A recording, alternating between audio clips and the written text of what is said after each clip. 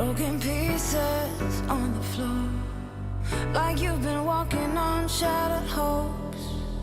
I can't believe I didn't see, but now I make you nothing but a memory. I take a step back so I can move on. Been on the wrong track, you're not the one, no, no. I take a step back so I can move on. Been on the wrong track, you're not the one, not the one. We've been blinded for too long. Now we cut those strings so good, and we gone. You got me real close, time to run. My broken heart and I, we're moving on, moving on.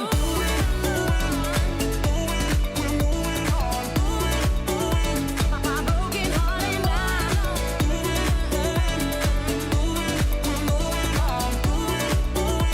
my broken heart and I. I'm sick and tired of you. All this time I've been nothing but a fool. There's no more trying, we're through.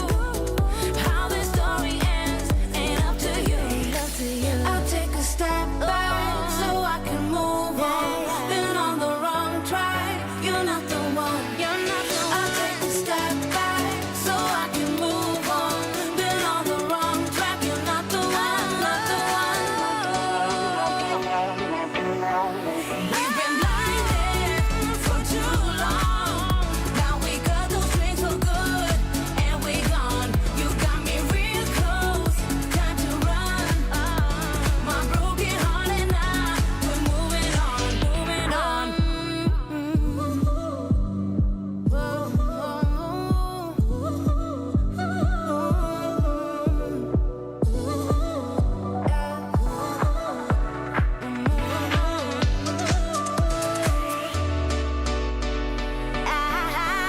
We've been blinded for too long.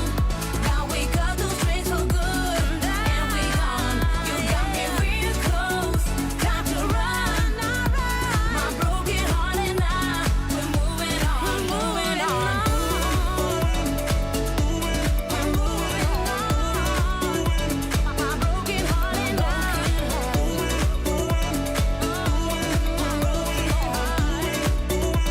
My broken heart and I, we're moving on.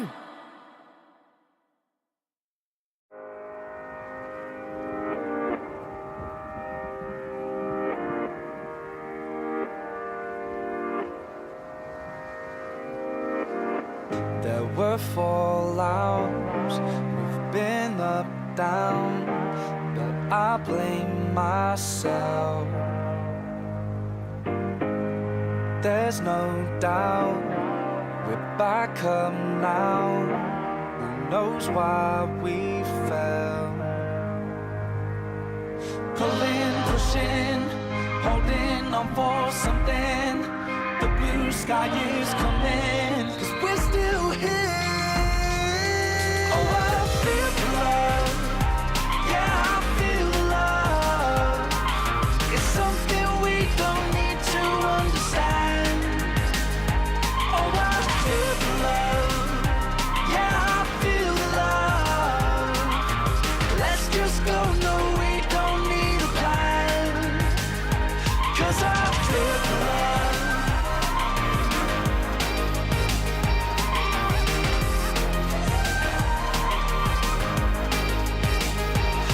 I feel the love.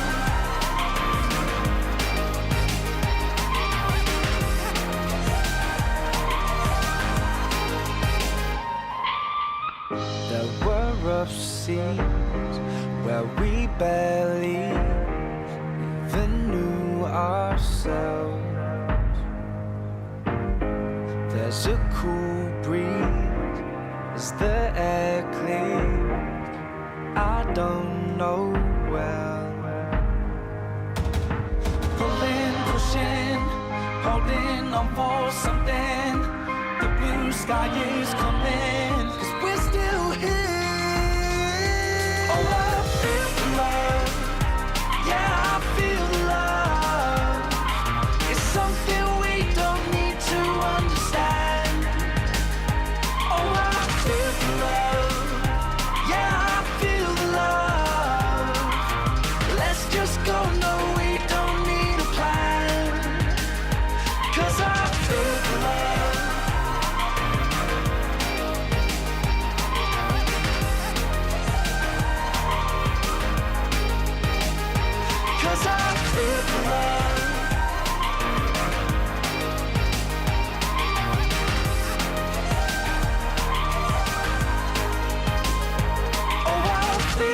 love.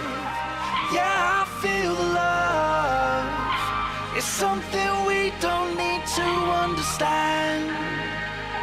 Oh, I feel the love. Yeah, I feel the love. Let's just go, no, we don't need a plan. 'Cause I feel the love.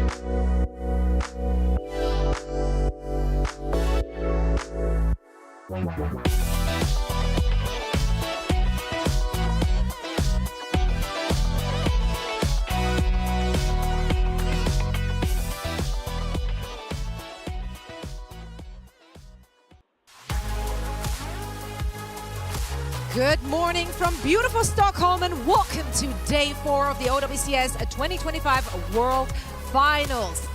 DreamHack is heating up, the arena is filling up, and our teams are gearing up for another exciting day of OWCS action. I am also finding my words. We're all doing it together, you know. Fumbling is learning, as I like to say. Zoe here on the desk, joined by Necra and Avro. Necra, this is a lot. It actually is a lot. She's so shiny. I haven't seen it until like Oh it's my actually God. finished. She's popped Annihilation in real life, and I'm in the AoE. I'm getting damaged right now. A power block, you know? I feel like I'm getting a buff from this. Like this is good. I love everything we got going on. Like you're just like that bright little spark, and rightfully so. Bringing the positivity. Yesterday was a tough day, right? We had to say goodbye to 6 teams. So it's sad. So this cheers me up. Let's recap this a little bit and go a little bit over everything we got to see in the lower bracket yesterday. Oh, that's a brutal lower third. I love that. Isn't anybody? Ooh, that's mean. That's mean. European celebrating. Europeans so happy right now. Well, NA had a short run in the World Finals, unfortunately. And it is really unfortunate because some of those teams really have impressed us throughout the regular season. It just seemed like T1 came to slay NA. Like, that's kind of basically the story of what went down yesterday as they took out GK, and then afterwards they made quick work of Team Liquid. Proud had an enormous performance yesterday, and I think you have to look at the DPS line of T1 really showing up, and I think it was just that gap that really allowed T1 to go full steam ahead against both of those North American teams. Really reminds me of T1 at the mid-season championship as well. It seems like the 2 teams that T1 can't beat, the Falcons and now Twisted Minds, lose to Twisted Minds twice in 2 internationals, but every other team, whether it's North America or whatever, T1 can just completely wipe the floor with them, it seems. So T1, they have very specific weaknesses, but North America's not one of them. What is the weakness then? Like, do you feel like any of the NA teams at least had an idea of how to take them down? It might Was an just be, attempt made? it might be some of the Brawl stuff, more of the Symmetra stuff. They've lost to Twisted Minds twice now. Again, 3rd, 4th place game at mid-season was a big one as well, and T1 didn't win that. T1 also struggled up against Falcons, who are also a very good Brawl team. But the fact that T1 have both Donghak and Jasmine, they can go for dive, they can go for brawl, they look very good on both of those different styles, and I think it's going to be a really tough team to beat. Now, I think one of the things that could be sort of a way that they actually trip over this lower bracket run is maybe if they choose wrong. We did see a couple of times, I think, Avril, where maybe some of the map picks and bans have not gone well for some of these teams, and so I hope that T1, like, they're really locked in for that strategy component. Well, it seems like they really know what they want to do now. Jasmine played the entire way through in their game versus Team Liquid, and happy to just play through that Brawl style. Ramatra, we talk about Proud and Zest having amazing games, really to me as well.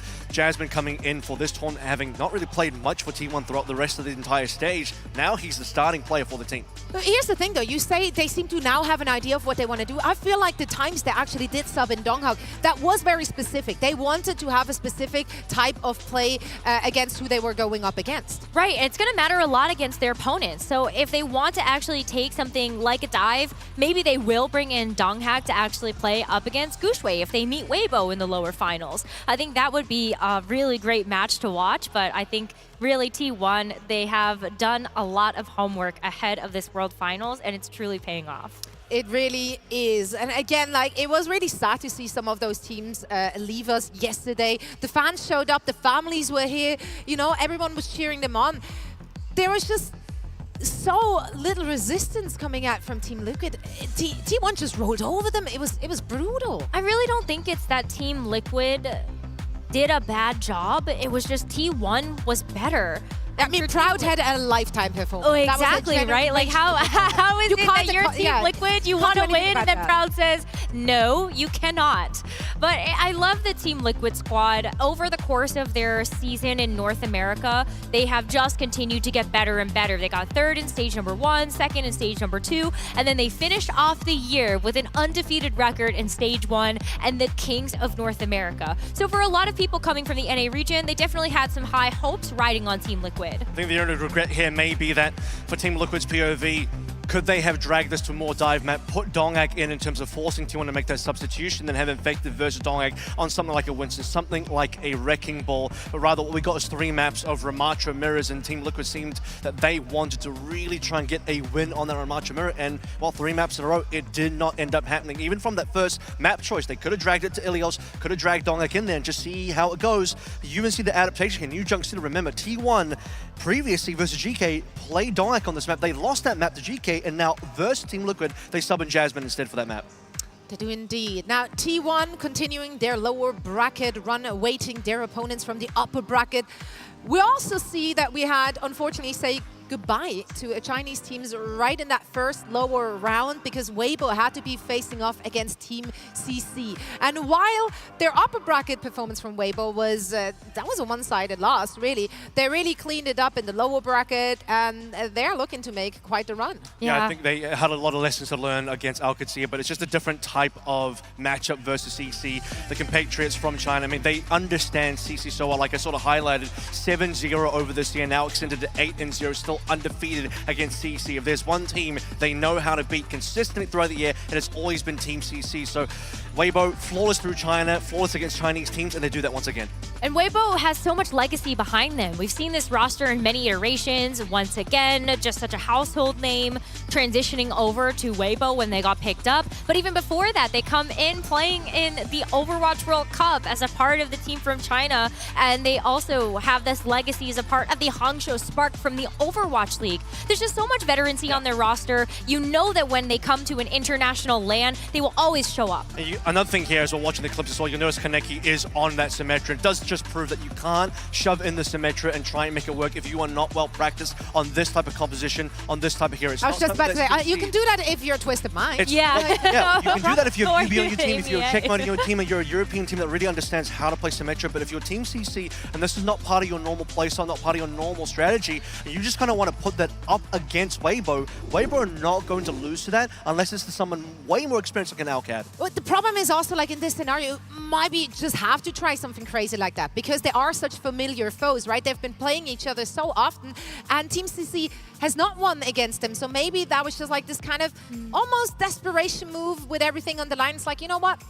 Maybe. Yeah. It did not work, but you know what? I'm all here for trying new things. Gotta But respect the It was hustle. great to see Weibo back on top there and seeing that dominant performance. We talk a lot about Shy throughout the season. It was great. Also, you mentioned that yesterday to see Leave popping off again. Yes. Oh my goodness. I was so impressed by Leaf's performance. I think in stage 3, watching the China teams play, I was a little bit hit or miss in terms of Leaf's performance on the Tracer. But now that Leaf gets a chance to show off that depth in the hero pool, I mean, like all the pop-offs, the Venture, the Echo, I think Leaf put on a stellar performance yesterday. Yeah, this has been the best that we've seen of him so far this year. I don't think he and the rest of the team really showed enough at the Mid-Season Championship, but here at the World Finals, this is where it counts, right? This is where you need to be playing at your absolute best. And Weibo, tough loss versus REBROADCAST, and they want that run back now in the lower bracket, denying SSG, denying Team CC, and honestly, Weibo making the top 6. It's a good journey so far. I think for them, though, they don't want to settle for anything less than top 4, which is what they got in Hangzhou. Let's take a look at today's schedule to see what's ahead of us. There it is. We're going to kick things off with Crazy Raccoons going up against REBROADCAST. And then afterwards, Twisted Minds will be taking on Falcons. That one's going to be so spicy. I'm very excited. T1 and Weibo are currently awaiting their opponents in the lower round 3. I believe for T1, it will be the loser of Crazy Raccoons in REBROADCAST. And for Weibo, they are either playing against Twisted Minds or Falcons. All of these matches are going to be amazing. After seeing how the herd has thinned heading into our final 2 days of the OWCS World Finals, I believe that all 6 of these teams have a chance to win. I really do. Yeah, I think you can make a great argument for any of them. Later today, you're also peeking on your schedule here an esports announcement. What's to come in 2026? Well, you will be finding out a little later today, so I'm very excited. We're going to have a special guest here on this very desk to chat all about it. Now, also something that all of you have already heard of, announcement that was recently made, and that is, of course, the return of BlizzCon, and with that, also the Overwatch World Cup. And we will be giving out tickets. You can win tickets. All you have to do is peeking the secret code. Could be anywhere. Yesterday, we may or may not have seen on the mic flare of Danny. May or may not have been there. Yeah, there may or may not have been some letters floating around. So if you see them, make sure to type them into the link you see on your screen right now. And you have a chance to win your tickets to BlizzCon, which is happening in September, which is also kind of strange. As a forever BlizzCon goer, like it's the November is BlizzCon month, right? This time it's going to be in September, but that's my birthday month, so I'm all the more excited. It feels Same! like... yeah, let's go! September birthdays. That Virgo squad. Can't relate, I don't know. I'm hanging out in April, don't worry about it, guys. April, that's a mid-month. Thank you for that. There we go. It's a very North American month, I get it, so it's okay. No reason to throw shade there. Yeah. That's okay. I can distract us and the feelings that got hurt here with a little match discussion. Shall we dive into our first match of the day? Crazy Raccoons will be going up against REBROADCAST. This ought to be a good one. These are two teams which have continued to be on top of their respective regions, trading blows with the other top teams in their regions. Crazy Raccoon, obviously, they come in as the winners from Champions Clash earlier in the year, end of Stage 1. Crazy Raccoon also recently defeated Falcons in that playoff, the Road to World Championships, rather, 7-map finals as well, which required a bit of a comeback. Falcons were up 3-1. Crazy Raccoon then got the next 3 maps, and that first of all to be able to win that one. So Crazy Raccoon always will be a strong favorite for any international competition. And you know which international competition actually evaded them? Last year, it was the World Championship. They want that title because they've got so many other titles, but they do not have the World Finals. Yeah, and for this roster, I know I've spoken to a lot of our audience members, and there's quite a few Crazy Raccoon fans out there. And how could you not love this squad? Lip, he's just him. He's saying has really shown up as a bright, shining star of Korean esports. And who doesn't love Shu? I mean, all those headshots yesterday with Ana, of all things. Could you imagine us saying that a year ago? What year is that? What year is this? Like, no one has ever left the Shu train. Like, we've been on it since day one. And he continues to perform on such a high level. Incredible stuff. But if we're looking at their opponents here, REBROADCAST, they've also just been on the very top of the region. It's been Twisted Minds and REBROADCAST all year long. Yeah. And why not? They have found their style. They have found what is working for them. And they do have flexibility. Having Checkmate being able to like play that Symmetra, but also play everything else in the book, really, it opens up so much for them. This really was the team of the mid-season championship as well. They went all the way to finals, but unfortunately lost that one 0-4 against Falcons. The one thing that really is missing from REBROADCAST right now is they have not been able to beat a Korean team.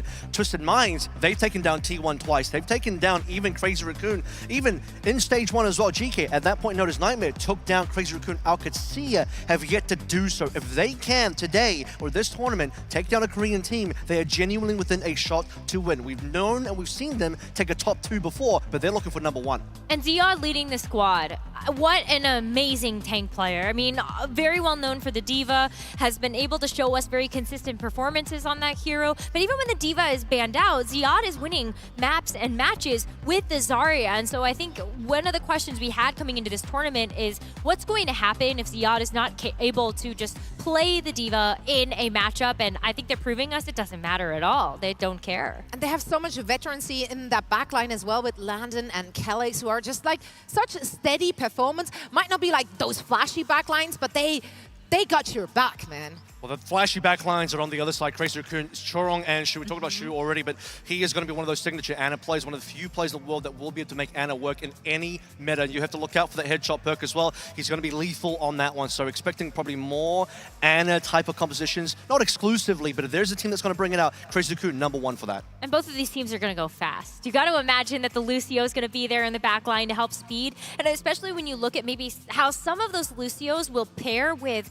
the hit scan DPS that are on the team, I can really see them being just like a good tag team to go kind of like run over somebody.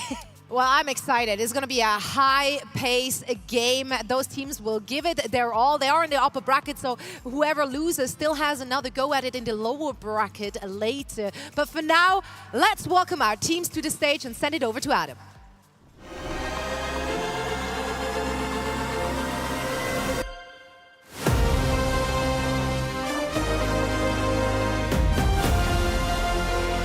Crazy Raccoon, they will take what is theirs. Space Station now. They did what was required. There's no way GK have done it. Again and again and again. House keep doing it. Damned if you do, damned if you don't. The impossible achieved. We have the good old-fashioned gentleman's duel on the front line, folks. That is that, folks. Alcancia closed the book. To break the ties and bind to become your mid-season champions. Oh, buddy, it doesn't get any better than this.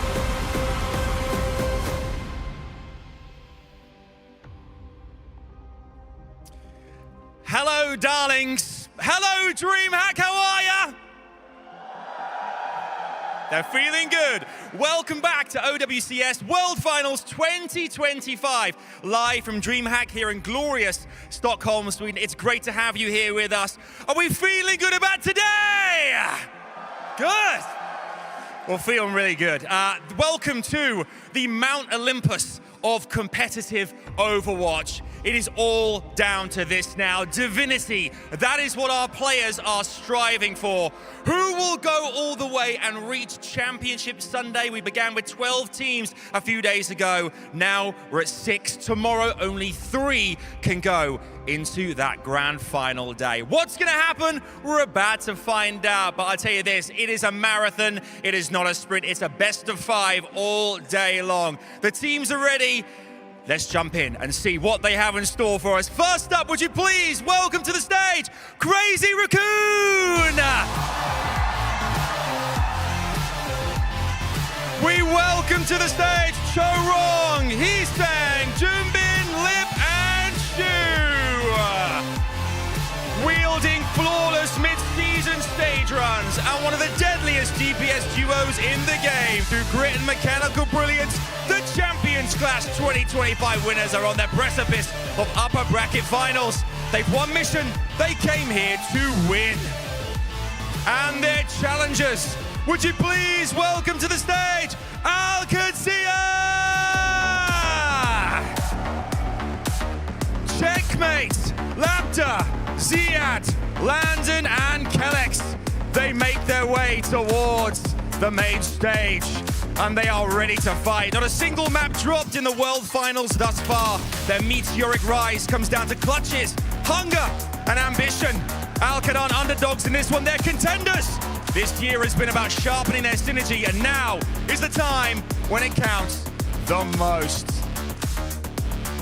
Boy, oh boy, do we have ourselves an insane match here. DreamHack, I want to hear from you right now. If you are cheering on Crazy Raccoon, let me hear you! All right, and give it up for OWCS! Oh, we are so ready for this one. We hope you guys are too. Let's jump into the action. Let the battle commence.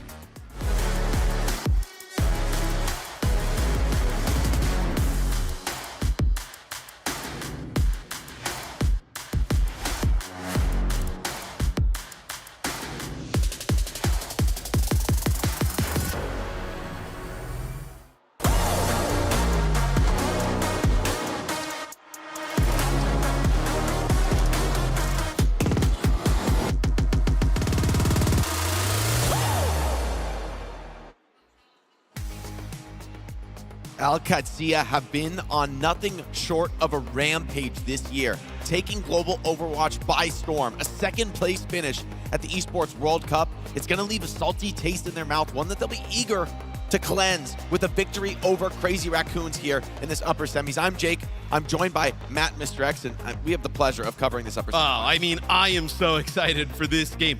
Like, when we saw the bracket and, like, the potential of it coming into this event, we were looking at potentially that Twisted Minds versus Falcons game, and in this one, the OWCS versus Crazy Raccoon matchup, as it seems like EMEA has emerged as the second best region in competitive Overwatch this year, really kind of fueled with some of the great Saudi players, and then also the sim meta that has really kind of emerged through the later half of the year. And this is like the best of the best, getting OWCS for a shot here at making the upper finals. Yeah, that midseason championship, it was really when I think these European teams burst onto the stage, showed that they can compete with the very best. And now the standard is higher, right? For them, they want to win these trophies. They want to be on that stage, the last team standing. Still standing in their way, Crazy Raccoon and Team Falcons, it won't be easy. Crazy Raccoon are in extremely good form for this tournament, Matt.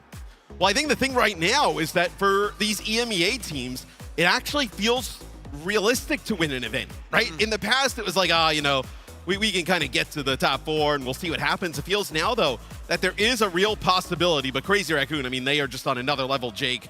We'll see how OWCS deals with them. A Lucio ban from CR early on. I mean, that is one that is pretty valuable here against OWCS because Kellex is really strong on the Lucio. And then a Ramatra ban straight away from Alcat. Interesting choices from both squads. And without the Lucio, it does put a bit of a dilemma to OWCS. What are they going to do? What is going to be their next best option? We've seen them in the past run some Brig Juno, some different styles, so they're actually quite a comfortable team when it comes to that flexibility, but I think you're right. It's undeniable. The Lucio has been a core feature of the style. The players I'm really focused on here for OWCS are Checkmate and Ziad, though. Ziad on the tank, I mean, not just the best in Europe. This guy wants to put his mark on the scene as one of the best in the world, maybe #1. He really is that kind of a player. This is a generational player. I honestly can't remember a tank player that has taken over the scene quite like this so early in their career.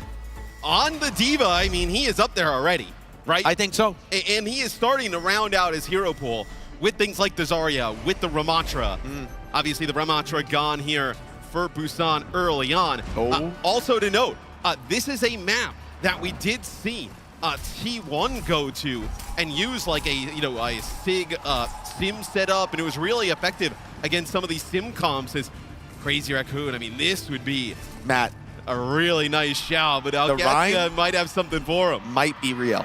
No, it might be. It might be real. If we get a Rhine mirror in the year of our Lord, 2025, maybe. Junbin's out the gate. He's on the Reinhardt, ladies and gentlemen. So this is a comp here for CR. Oh my God, They don't mind brawling out with that sim though. But hey, it's finally happened after months of you telling us the sim bastion. Here it finally is. And Katsuya about to show how it works. Junbin is going to be under immense pressure. The amount of raw damage throughput from this OWCS strat is overwhelming, even for the Reinhardt. He's saying, one chance with this Maywall to split the fight apart, but Katsuya playing this one slow, careful, poking down, TP wide. It's on to Liv, onto the Ashe. Reinhardt nowhere to be seen, no shield to be had. And Ziad already finds the second. Katsuya are gonna open this point. They are so good at playing this style. They see what's on the other side of Crazy Raccoon, and instead of playing aggressive, right, they take their time. They're not even really worried about the point early on. And are we seeing I am sorry, what? I mean, this is Crazy Raccoon. They are cooking with something here. We'll see how it works. There's gas in the tank, but Katsuya have so many powerful tools. The anti-dive from this Brig Juno setup is very real. Junbin and Heesang chew on the Ana. If there were ever a few players who could make this work, it would be the Crazy Raccoon squad. Katsuya playing slow, holding the point. Checkmate. Forced into that rotation, but Liv left on an island and landed strikes. Katsuya trying to keep their supports alive.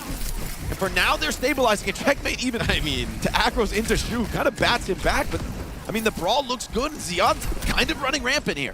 And the thing that you see with Checkmate and Yubi, specifically Yubi of Twisted Minds, is how good they use the TPs, not just for the team utility, but for their own, right? Yeah. That time it's a TP from Checkmate into the backline, put some pressure on Shu and knows that he still has the TP behind him to get out. Katsuya with the Sim Bastion, just holding on to this high ground. It's been unbreakable. Crazy Raccoon not finding any weaknesses here. Lambda, super low, forced into an artillery form, has the perk to get the help, but it's not enough. Lip cleans him up, and that's one down. Katsuya, are they going to crumble here? No, Kelix standing tall, gets a counter kill. The Nano and a Choron keeps him alive, but no opportunity to get aggressive. The Orbital Ray stabilizes things, and Katsuya fending off all attackers. Now Junbin caught off a bit alone. Choron needs to come in with the rally, needs to come to his aid, but Ziad is not backing down. I mean, he is so weak. It's going to be a self-destruct here for Ziad. Not able to get back in the mech, but it does not matter. That is a sick play from Alcatia as they look to be dominating this first round. Checkmate TP's the bomb around the corner. You think you're safe on Crazy Raccoon. You better watch out for Checkmate.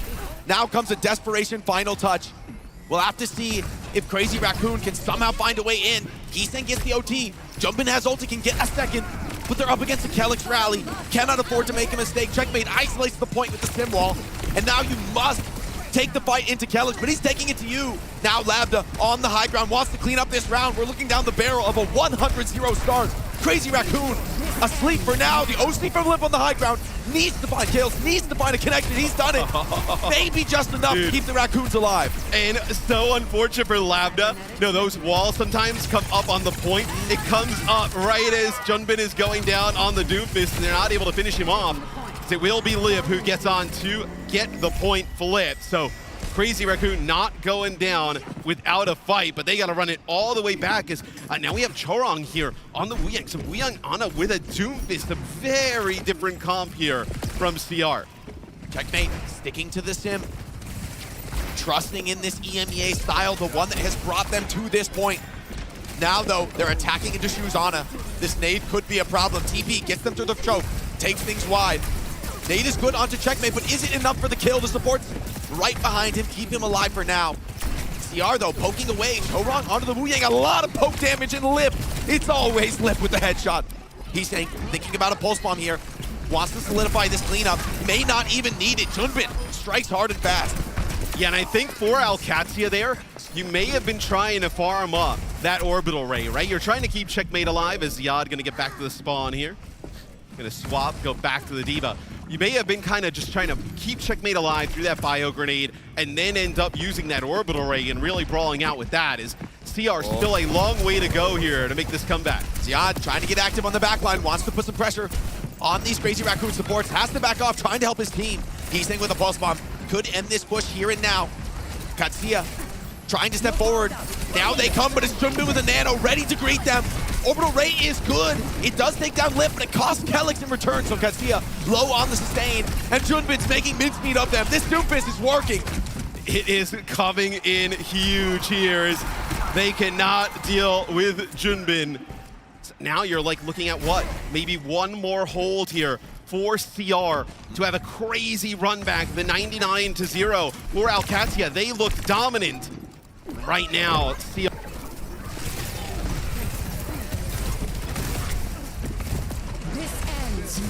With the high noon, is it going to be enough? He stays alive for now. Great play by these Katsuya supports, keeping everyone alive through the immense pressure of Lip's overclock, but it's just not enough. Chorong finds Kelix.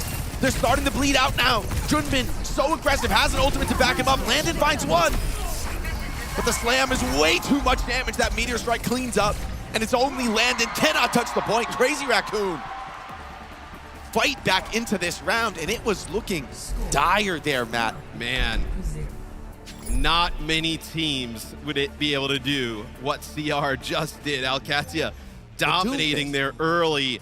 The Doomfist swap. You get Lip onto the Sojourn. They were easily able to kind of go after him when he was playing the Ashe. And that really turned the tide in this first round. Is take a look at some of the stats. I mean, Checkmate obviously with a great round. Same with, Lambda. You kind of got what you wanted. Would have loved the to see damage Checkmate dealers come back out on the Tracer there for some of those retakes. Yeah, maybe. Right? Because the Symmetra didn't seem nearly as effective once CR found the swaps they were looking for and got into a defensive position. And If that's a portent for the rest of this series, Katsuya are in trouble. The Civ is a key part of their strategy. They need to be able to win against some of these crazy Raccoon counterpicks, and Raccoon just say, hey, we're running it back. What are you going to do differently this time? Shu, he's got that headshot perk on mine. Watch out, Landon. Yeah, I mean, not a lot of teams have players, though, like Shu and Chorong in the back line that can make something like this work with a Doomfist in the mix. Yeah, maybe Alcatia, right? We talked with Landon. They feel like they can run this into just about anything, and they've proven that, really, thus far, but we have not seen anybody try this. Rail onto Chorong, goes wide. Ziad went deep and got punished for it. And that for now, CR playing this one slow and comfortable works out for them. It's going to be first flip to Crazy Raccoon. Katsuya cleaned up off the point. Starting to slow down here on Busan. CR, is this just the answer? Have they found it? Well, typically we would see Ziad be able to get out in that type of situation, right? It is just an insane amount of poke that is coming in from Crazy Raccoon. It's now a change. So Checkmate's going to go over to the Tracer. They ditch the Sim for now. And then we're also going to see Landon move away from that Juno. Going to play the Kiri for a little bit better survivability. Checkmate, he's going to take this flank fight. But Junman's here overloading it. Forces Landon away. The pressure is immense. Taking on Crazy Raccoon in a dive mirror. It's a test few teams would willingly take. Katsuya recognizes this is their only option. Landon on a sliver of HP. Kellex takes a nade. The pressure is just unrelenting. They cannot get stabilized. And Shu, what a snipe from this Ana. Taking over the server. The flank from Checkmate puts some pressure on, but the damage is done. But we're on with Shu. We barely even see him trying to heal on the Ana. It's just like having another hit scan out there at range. Just takes Lip down, takes down Lab as he crosses there is Ziad. The mech would be brutal. He has to flop. He's going to lose all bomb charge here. And this is getting ugly, Matt. I mean, Crazy Raccoon are going to have 5 ultimates for this fight. Katsuya have nothing. They just have to drain the economy. This fight is nigh unwinnable. Yeah, but what? You drain the economy here of CR, and then you have one chance, and doesn't look like you're going to do much of that. It's an Ana boost here on the Junbin as he just dives right into the spawn. Crazy Raccoon on form. As much as I've ever seen them finding their footing, Junbin holding the doors. He's not backing down. He's not retreating from this angle. You've got to watch out. He is fearless in this position, and Katsuya have no way to punish him. No significant control. This is worst case for Alcatia. It's just demoralizing. You are just getting pushed all the way back into your spawn. Here in round number 2, there has been no resistance to the dominance of Crazy Raccoon. It's going to be a tidal blast here. Beautiful. Pulse bomb onto Kellex. That's the rally gone. Beautiful plays from Heesang. Dancing, juking out Kellex, who can't block with a shield. OC from Lambda does find one, but that meteor strike gonna zone him away. Rush, meaningless here in the face of Crazy Raccoon's hold on Busan. They go up 1-0, and what a convincing win. Katsuya came out strong with that Sim Bastion strat, but couldn't close out the round, and whew, you see why Crazy Raccoon picks Busan on map 2. Yeah, and I mean, just fantastic swaps from CR. Able to move over to that Doomfist, the Wuyong Ana, getting Lip off of Ash and onto Sojourn, making him a much harder target to chase down. I do wonder if there is some stuff that Alcatia, though, has kind of cooked up, right? They have to have some kind of answer for this as we take a look at some of the stats. He's saying on the Tracer, I'm talking about how maybe Tracer isn't as effective at this tournament as some in the past, but right there in combination with the Doomfist look quite clean. Man, this fight, even this overtime fight, like this is genuinely very close. Yes. To 100-0 for Katsuya, which would have been amazing for them. I think if they can get to that Dude, third if that round, wall doesn't go up on the point, he may end up killing Junbin there for Labdad. You may end up holding it. It really does sometimes come down to those movable barriers. Sometimes the bane of my existence back in the day. And now, you gotta wonder, where are Katsuya going to take us? Because you've got to be terrified now of a CR dive threat. I mean, maybe you already were going into this series. We could have guessed that it would have been Crazy Raccoon of all teams willing to force a main tank dive style. And Junbin says, your meta be damned. I'll play what I want. Call me crazy. But me and you talked a little bit about it yesterday, or the other day when we saw it. The T1 comp with that SIG, with the Sim, and like a bat. Could you play that if you are Alcad? I want to see them bring that out on some of these maps. Like, I mean, come on. What are the odds it's not Shambhala here on map? Because we were... Let's be 100% real, Matt. what are the odds it's anything but Shambali Monastery? I mean, it's been a lot of Shambali. But like, we were in the elevator with some of the players, and we were kind of joking about that T1 comp, and they were like, "Hey, that looked." I was telling TM was saying, "Oh, we got messed up map 1." I'm like, I think T1. That was a download. There was something there. Yeah, there was something there. So we'll see. I mean, OWCS, there's a bunch of different options, right? Maybe if the Ramatra's in the mix, it's a little bit different, right? The Doomfist trying to play into like that vortex with the slow and then being able to be punished a little bit more by the Ram. That is a Alcatia ban there for the Ramatra in map number 1, but they probably did not have the Doomfist coming out on their cards. I like the Ram ban. I actually think the reason they banned Ram is because they want to play Sim Bastion on Mecha base. And honestly, look, that wide open stage of Busan, it's not your stage. For Alcatia. You're not expecting to win that. But if you can win Mecha and you can win downtown, you don't worry about it. And shock. Yeah, surprise. I mean, we should just lock it in. Let teams pick map number 1. This is Katsuya. Like, this is the best sim map in the pool. This is telegraphed, maybe. I mean, CR should know it's coming, but they have to be prepared. Look, this is EMEA Overwatch, right? You're going to see them go to Shambali Monastery. They are going to go to King's Row. The other 2 maps, they probably will most likely not really, kind of go to in replacement of those. They probably go to New Junk City most of the time, and then Runasapi. Those are going to be like the EMEA staples for their type of playstyle. So not all too surprising. I wonder what they decide to ban, though. Like, if you're Alcatia, do you consider, like, are you trying to target I'd be maybe banning that Venture. Okay, I'd be banning Venture. You must ban a DPS. There's not really a choice, or else you will be sim banned. Would you ban well, true. So they it would just ban has to be a DPS. I was like, would you ban the Wuyong? But then they would just ban Sim. It's and Venture. Maybe it's far up. Honestly, I think Venture is the best ban against. Crazy Raccoon in particular. What about Sojourn? They were easily able to get was the ban. It was a powerful hit scan ban previously in the old sim strat because it was the best hit scan at escaping the sim rush.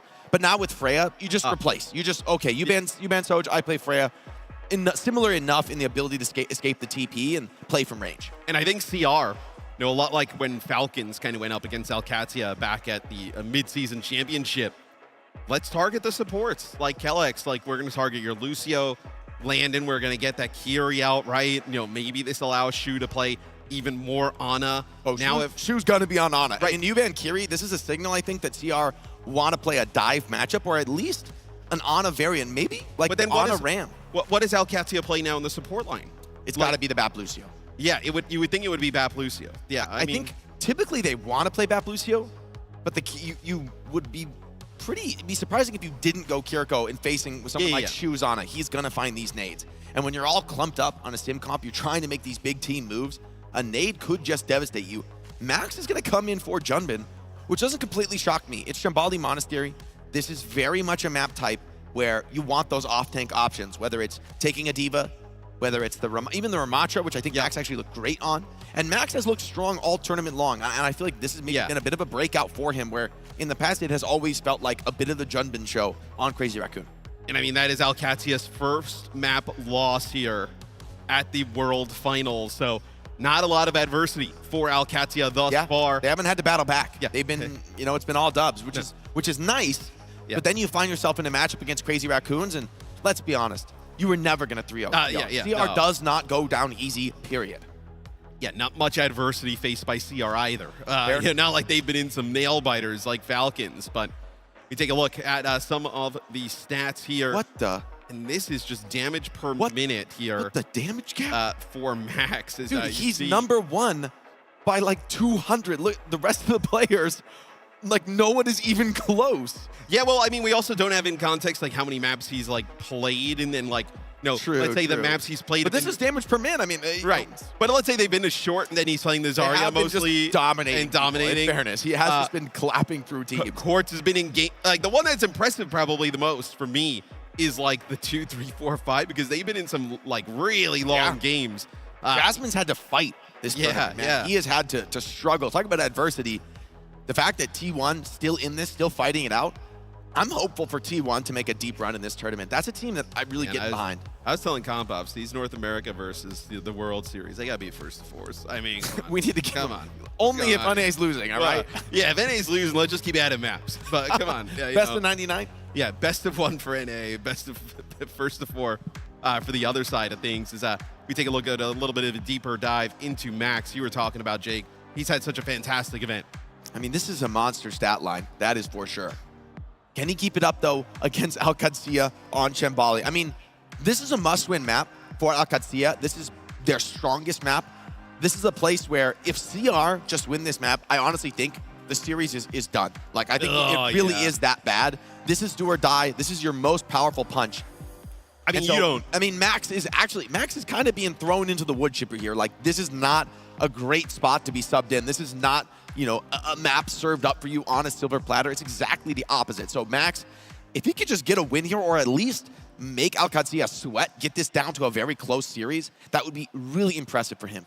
Well, there has to be a lot of urgency on the Alcatia side because, like you mentioned, do or die right here. I mean, well, it's only map 2, but I mean, the stakes couldn't be higher here. Yeah, I mean, never say never, right? But reverse sweeping Crazy Raccoon on all of their map selections. I mean, I was going to say we have seen some wild stuff, but nothing probably as wild as that is.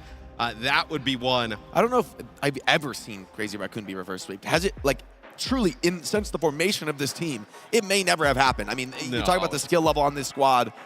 Just winning a few maps in a row, I mean, taking the series feels like a godsend. Once you add loser map selection and then first ban into the mix, it is a really uphill battle. So you kind of see where we landed here in map number 2. It'll be Alcatia's selection. They take us to Shambali. Nothing surprising there.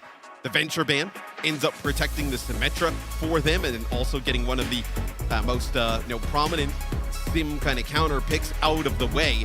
And then Crazy Raccoon, they target that Landon Kellex backline of like, all right, yep, we're going to get rid of the Kiri. Shu may end up playing that Ana a little bit more at range, no cleanse in the mix.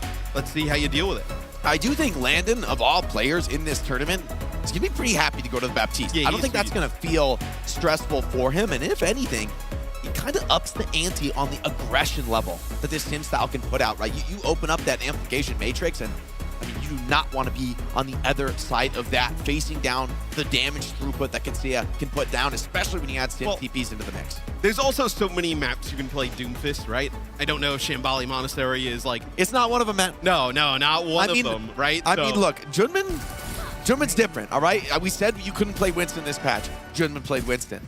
We didn't even say you couldn't play Doom. That was implied because no one plays that character anymore. And yet Junbin made it work against one of the best in the world. So CR, I mean, they look like this hasn't been the best year for them. Let's be honest. Mid-season championship, probably one of their worst ever global LAN performances.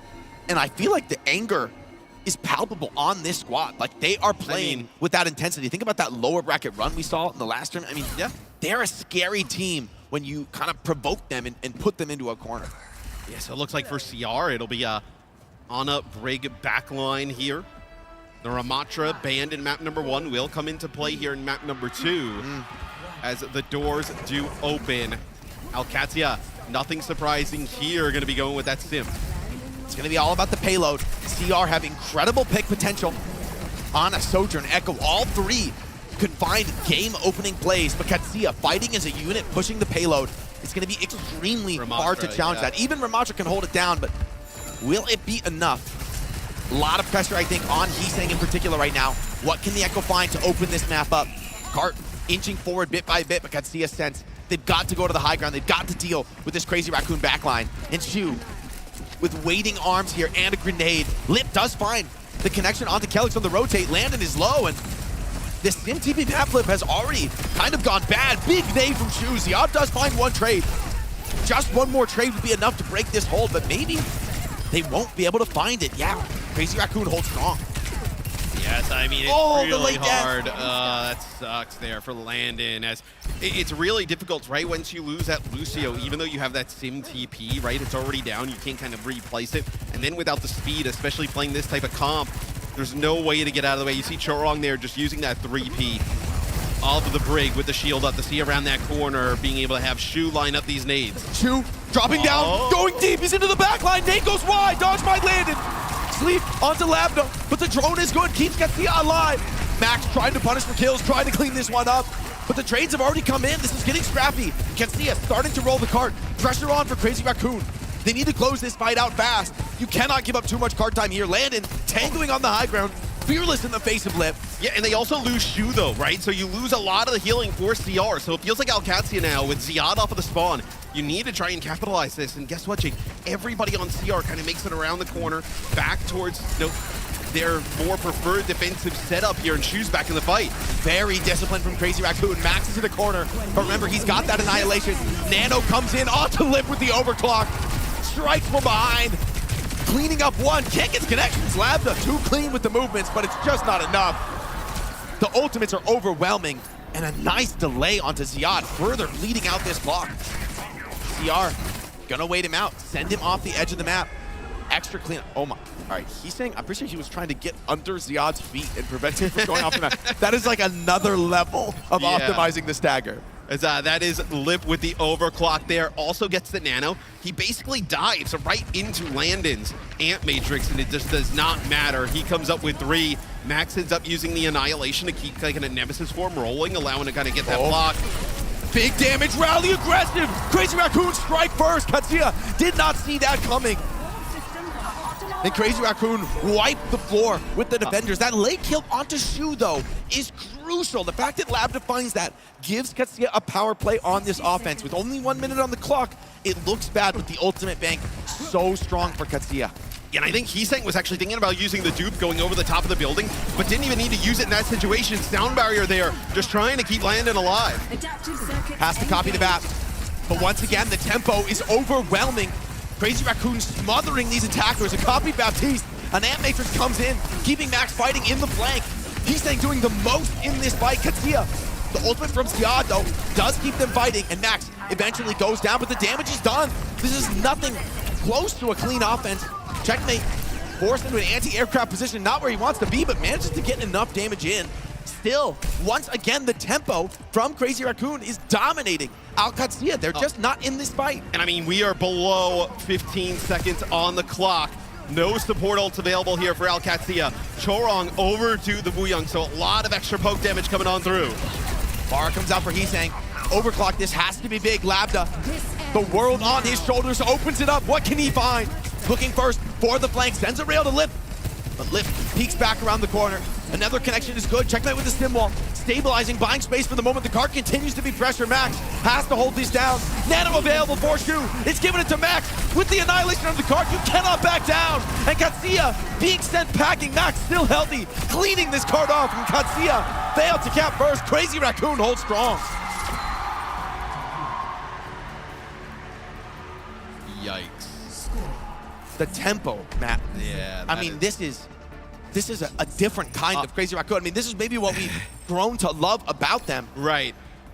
But we have seen Katsuya tear apart team after team. I know. Look impossible to play this way against. But for Alcatia, this is brutal because you end up having that really horrific loss to Falcons in the finals of the midseason championship. And then you kind of come back here, you're still clicking on all cylinders, you go up against Crazy Raccoon, and then like to potentially be staring down the barrel of the same fate. I mean, that is a gut punch. That is like everything we've worked for has gone for nothing. I mean, they need an unbelievable defensive hold here for Alcatia to take this map, in which is most certainly a must-win scenario, right? You cannot afford to go down 2-0 to a team like Crazy Raccoon. But Jake, I mean, they have played this perfectly. It can be done. We've seen it on Shambali Monastery. And I think a team like Katsuya, they know that there still are win conditions on this map. I think Crazy Raccoon have no illusions. This won't be a free win. They have to work hard, even just to cap this first point. Without the Venture, Heesang on the Echo on offense is going to have a much more difficult time, I think, finding his way into the back line. But he's managed to do it time and time again already on Shambali. We talked about this. What an incredible test Shambali Monastery would be for Max. And he's been passing with flying colors. Oh, without a doubt. He might be deathless. Maybe one death? Yeah, I think it's one. I think it's one. So they'll actually go with the Chorong on the Wuyang and the Ana backline again. Dude, the amount of just poke damage from this team, like the heroes for Crazy Raccoon, is insane. Yeah. Like every time Alcatia is like about to try and go take the fight, I mean they're like half HP before they even kick off. TP into the backline, aggression from the defenders. Checkmate left. Shu stays fighting. Ziad, though, getting the better of this fight. It's going to send Heesang packing. Trade on the Kellex is nice, but this Lucio should be back fast. So Katsuya getting the better of this first fight. It's a crucial engagement, one that lets them start to build towards some of these ultimates. Yeah, I mean, in an ideal world, right, you get Landon, and that forces Alcatia all the way back as Kellex, he'll be able to speed himself back into the fight rather quickly and not relying on him for, you know, a ton of HPS output. So, see now as Heesang takes another off angle here. Has the cooldowns, looking for the chance to nade. Katsuya have to be so careful. He's lifted many a trophy in the past. A fake TP, just speeding forward, but Heesang punishes. Nade is good, and Katsuya, the aggression is punished. Max does drop, but there's still 4 CR players alive. They're cleaning this one up and refusing to give any trades. CR on the cusp of capping map 2, on defeating Alcatia in their stronghold, in their best map, with their preferred style. Jake, and Heesang is just farming here on the Echo, already with a dupe. A few great options here to get a duplicate here and just close out map number 2. I mean, another yet dominant performance here from Crazy Raccoon. He's pulling so much attention, and they're still not doing enough to deal with him. He finds Labda. Soldiers traded off the map. CR happy to play down to the low numbers. Nano available for Shu. Copied Baptiste. I think a missed copy there, but he may still be able to make it work. A lot of resources here to be deployed on the team. Drone a little bit late to save Shu, and hold on, Katsuya finding the backline, clinging on with tooth and nail into this fight. Heesang with the copy, Nano onto Max, trying to just do the damage, get these punches connected, but checkmate trades. Now just 2 players alive on the defense. Can they deal with the Sumatra? Very little card time to yield here. Kellex caught in the Ravenous Vortex, in trouble, 92% to an annihilation. Hold on, Max is low. Labda forced into a desperation overclock. Has to buy this time. Ziad is back, and so the hold's starting to look good, but CR have a fight to be had. Max turns it around. Annihilation on the point. Checkmate pops the stim wall, cutting Max off from any support, but he still gets that title blast, still charging forward into the Katsuya backline. They just can't help the team. OC Pop, Lip, steps up to the plate as he has done time and time again. Swings, a miss, another Ziad in his face. He can't get connections. Katsuya hold for the moment. Still, players alive for CR, using the back out. CR with the pistol, kills Heesang. Yeah, but they still haven't gotten rid of Max. Max being kept alive here by the supports of Crazy Raccoon. It's going to be very difficult to dislodge him, and I don't think they're going to be able to do it. He's so healthy, but Landon is done. He's finding the kill. How long? From the grasp of defeat. It's Katsuya snatching this one away. CR drained of ultimates. They were so close to victory. They could taste it. They could smell it, but Limp, he couldn't connect the rails. I mean, that is an insane hold from Alcatia. Now we're below 40 seconds, Shake. This is so winnable here for Alcatia. We completely change the tune of the series if they're able to steal this. Still, this is Crazy Raccoon we're talking about. They never give up. They play until the very end. Katsuya, they have every advantage in this fight. Matrix here. They should be able to close it, but will they? Shu with the nade. Nano boost to be online in this team fight. Looking for something, looking for anything. They need a hero. But Katsuya are giving them no openings. Ziad, oppressive. Thinking about a possibility to get aggressive. Somebody has to touch the card here. They're keeping the OT rolling. Max, overwhelmed by damage. Shu is down. No Nano onto the field, and Katsuya snatched this map back. We said it'd be difficult for them to finish, and they don't even make it. Katsuya somehow, some way, clawed this back to a 1-1 series. They are not out of this fight, Matt. What a hold from Alcatia. And honestly, Jake, they probably had to feel on the defensive side like our tournament is basically on this defense. It was. Like, we talked about them not facing adversity. Talk about adversity right here, Matt. Like if we do not get this hold on defense, we are in a absolutely brutal spot in this series. We then have to kind of stay around, play a loser match later today. And I mean, look at that. If I just showed you these stats, you would be like, there's no way Crazy Raccoon lost this map. Like, I mean, just look at how brutal some of the stat lines are. I mean, it was for the folks on Alcatia. It was a crushing defense. And honestly, I don't think Katsuya came that close to some of these team fights on the attack, but close only gets you so far. It doesn't get you all the way. Someone has to get it over the line. And that is. We need Ziad gets D-Mech, and with the Baby Diva pistol, takes out Heesang. One of the best Echo players in the world. Lip getting kind of schmooved on Sojourn in that final fight as well. Well, even like they were never even able to really get rid of Max at all. Yeah. And for some like they were just never able. It was like Landon and Kellex and Labda, they were what a never clutch able to from kind Landon, of get by down the in way. those plays. I mean, dude, Landon gets down to like 40 HP. Yeah. Landon gets, I think, a 3K on the final defensive hold. Let's check the highlight here. Look at this. Perfect optimization.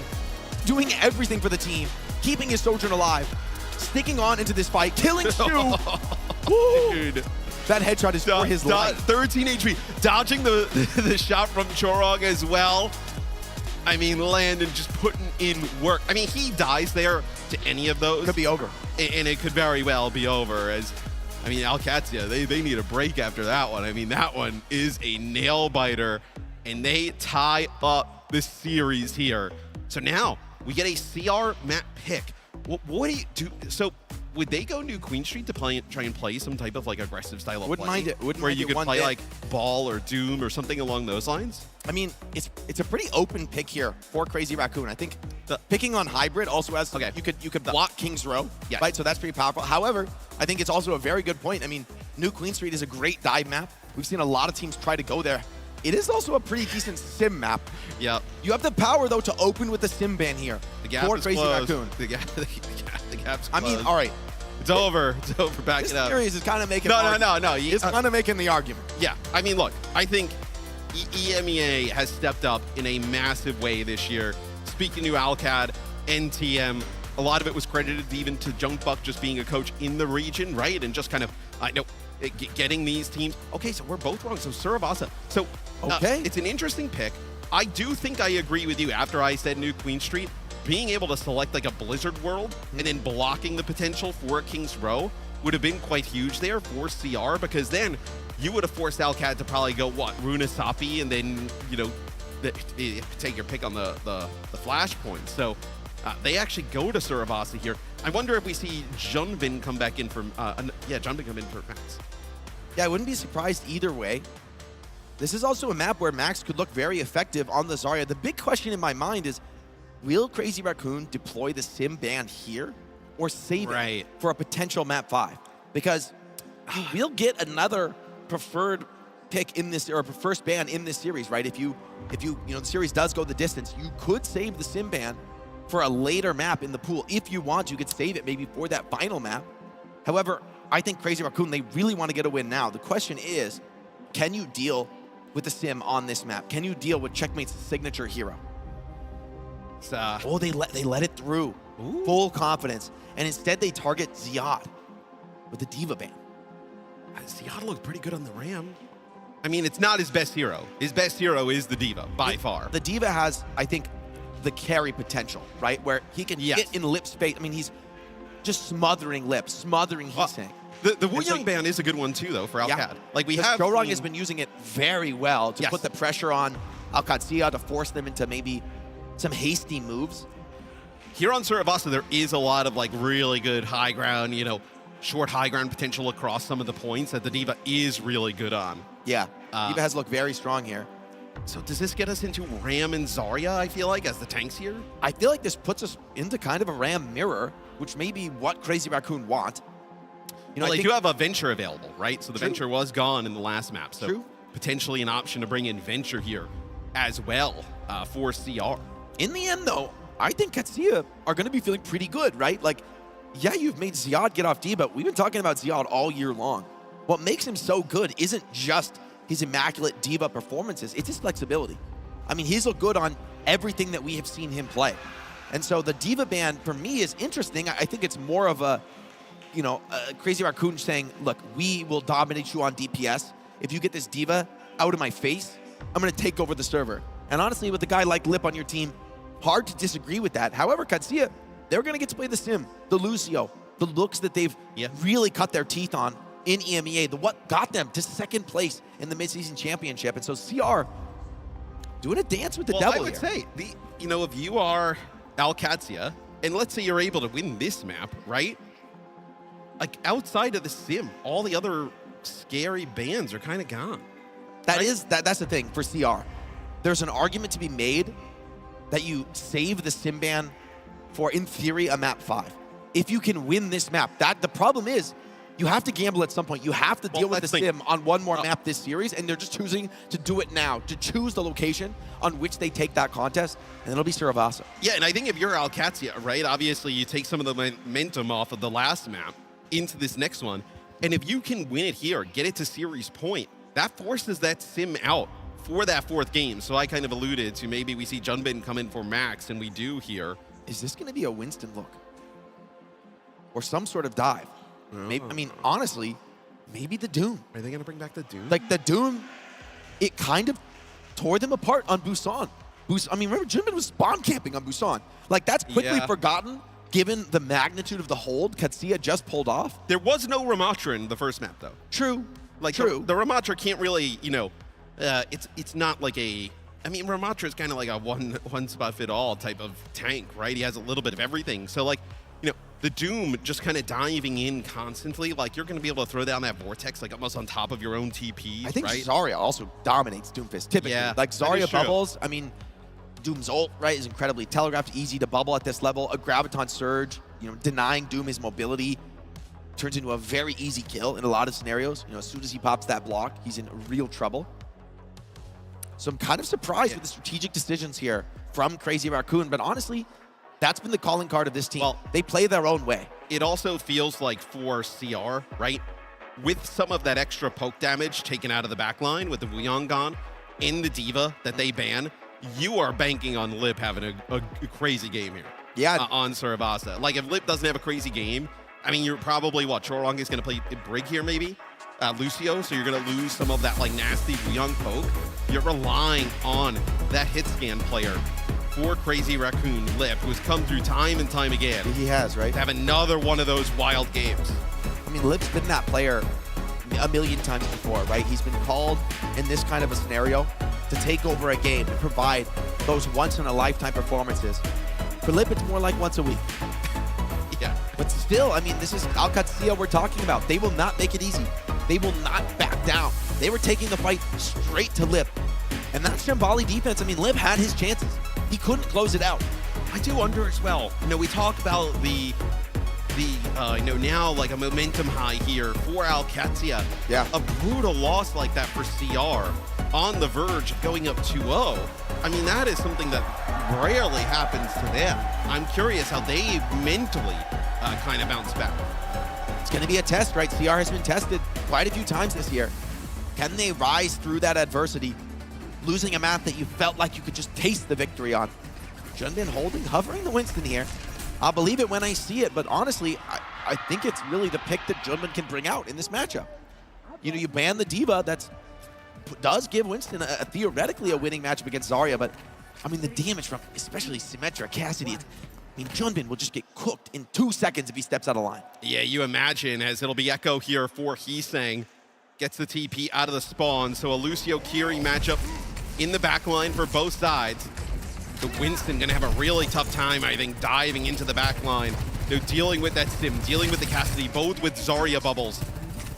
Lip just trying to get himself a good line of sight. Junbin has lost his armor. He's backing down off the point. Zarya also dropping. So Ziad finding himself in an awkward spot, but Junbin, you do not want to take that head-on fight. Chorong gets incredibly low. Lip goes down. Katsuya getting the first blood on this map. TP to the high ground, instant taken by Katsuya. They're stepping up to the plate here.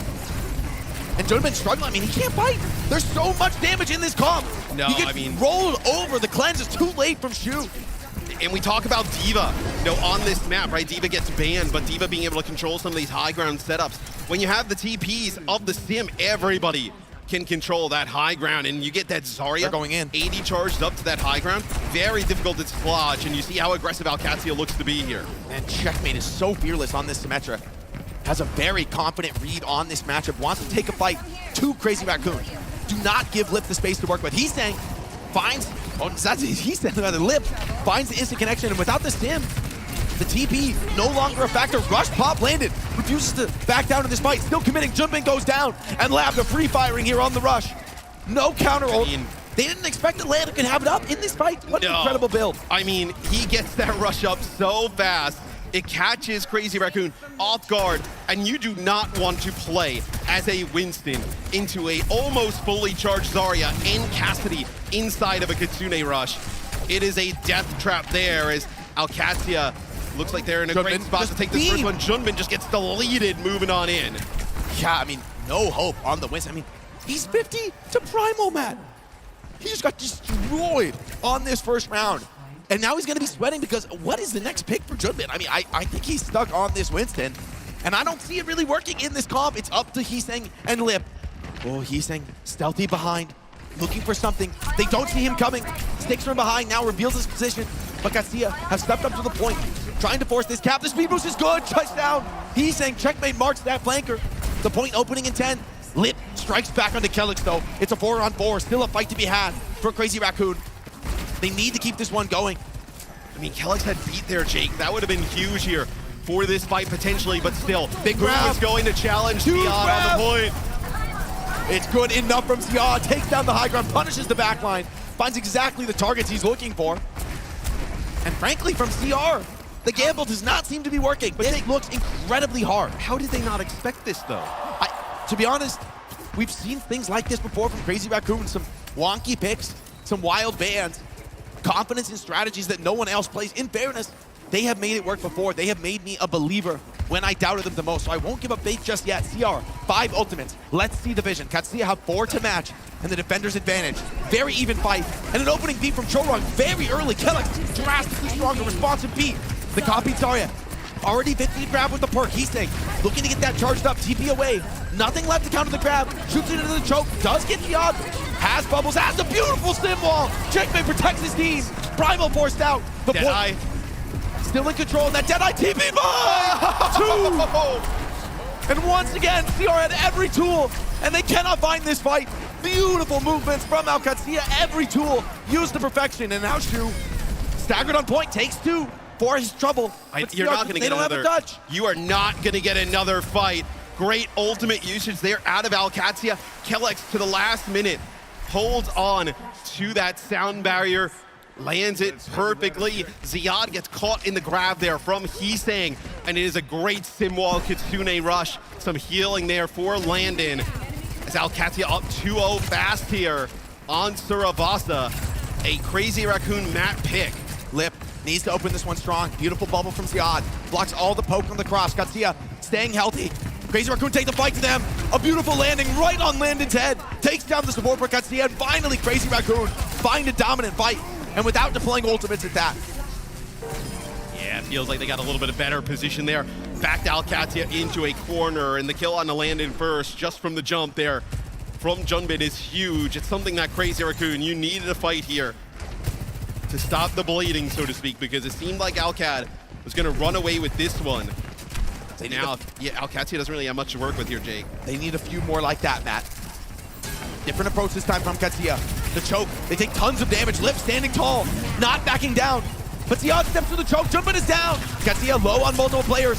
Ziad, 1 HP, but the bubble keeps him up. Chorong finally cleans him up. It's a 3-on-3. Deathmatch for the supports. Lucio right up in the mix, but Landon finds Shu. Supports from Katsuya keeping each other alive. He's staying in the sky. Finding purchase on this Echo. Spawner's gonna be coming back in soon, and Crazy Raccoon may have just barely done enough. Yeah, and I mean, you just have Landon and Checkmate there, and they don't really have anything to do with Heesang while he's up in the sky, but it's going to be Alcatsia back into the fight quick. They're going to have a grab. Has the copy, takes it onto the Zarya. Can he get the bubble to Junbin? No! Failed communication, he doesn't peek for the bubble, and now he's staying on the copy. Zarya just barely gets the grab up in time. Maybe can combo it himself with the bubble. Clean for now, keeps Checkmate alive. Chorong finds a couple, forced into a grab. Ziad feels a little bit desperate to find these cleanup kills. Chorong in the back finds another, and this Lucio Ecto are getting active here. Still high energy Zarya up for desperation beat. Okay, Chorong needs this point win. Kelix, a one-man beat. No value from that. Katsuya's then packing, and Crazy Raccoon make a statement here on this third flashpoint. Dude, that beat, man. I mean, Kelix tries to use the beat to maybe try and keep Ziad and Checkmate up to match and fight. And that is a sad one, man. Just a solo beat there as some players die. So although Chorong ends up using his beat as well, connects with Junbin and Heesang coming back to the point. Still now, CR starting to gain some confidence. Junbin in deep. No primal pop just yet, only the rush, but it seems to be enough. He's cleaning up this main group from Katsuya. Rush deployed from Landon there. Not much to be said about the fight. Checkmate finds a little bit of damage, but it's just not enough. The cleanup on these low numbers is so good. for Crazy Raccoon. And once again, it's Junbin taking down the backline. Without Landon, you don't have anyone to sustain this very heal-reliant comp. So once again, targeting that support. Landon under immense pressure right now in the series. And then now, with Heesang here, right, you're going to have this dupe, you're going to have Primal. Immense survivability. Oh, that is actually a jump though from Junbin now. He's going to have to go back to the rest of the squad. Oh, what a burst. Copy Lucio just to stay alive. Heesang could get the beat here. Doesn't quite get it online. Grab. Oh, no connection there. Oh, grabs his jaw, just putting down the damage. Primal is good from Junbin. And it's enough to hold on to this point. So, okay, Crazy Raccoon pulling this map back. Finally, Perks online. Seemed to have activated this composition, and Katsuya, the trademark aggression from the first 2 points, feels lost. And it feels like they need to kind of maybe get a TP to the point. Brawl out there with the Cassidy. You'll end up getting this sound barrier a little bit faster here as well. TP straight across. Oh, man. TPing into Crazy Raccoon.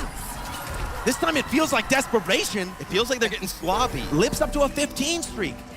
I will say this checkpoint going to Crazy Raccoon is good, but it's going to come down to the final rounds. Maybe we should have always expected between these two teams. Crazy Raccoon have nothing in the tank, but neither do Katsuya. 86 to Kelix's beat is their closest ultimate, but he has to bridge that gap, and you better believe Crazy Raccoon is going to keep the gas down. I mean, this first fight is enormous here. Lip. And they find Lip. I mean, that is as good as you could ask for there. For Alcatia, they TP, they catch Lip off guard there, and they finish him off. That's exactly what they needed here to kick off this final flashpoint. Ziad getting torqued up here, has the energy. Gotta be careful on Junbin. This Winston could be a vulnerable target. Support ult's online, though. This could go down into a very deep fight. Katsuya happy to have point control, though.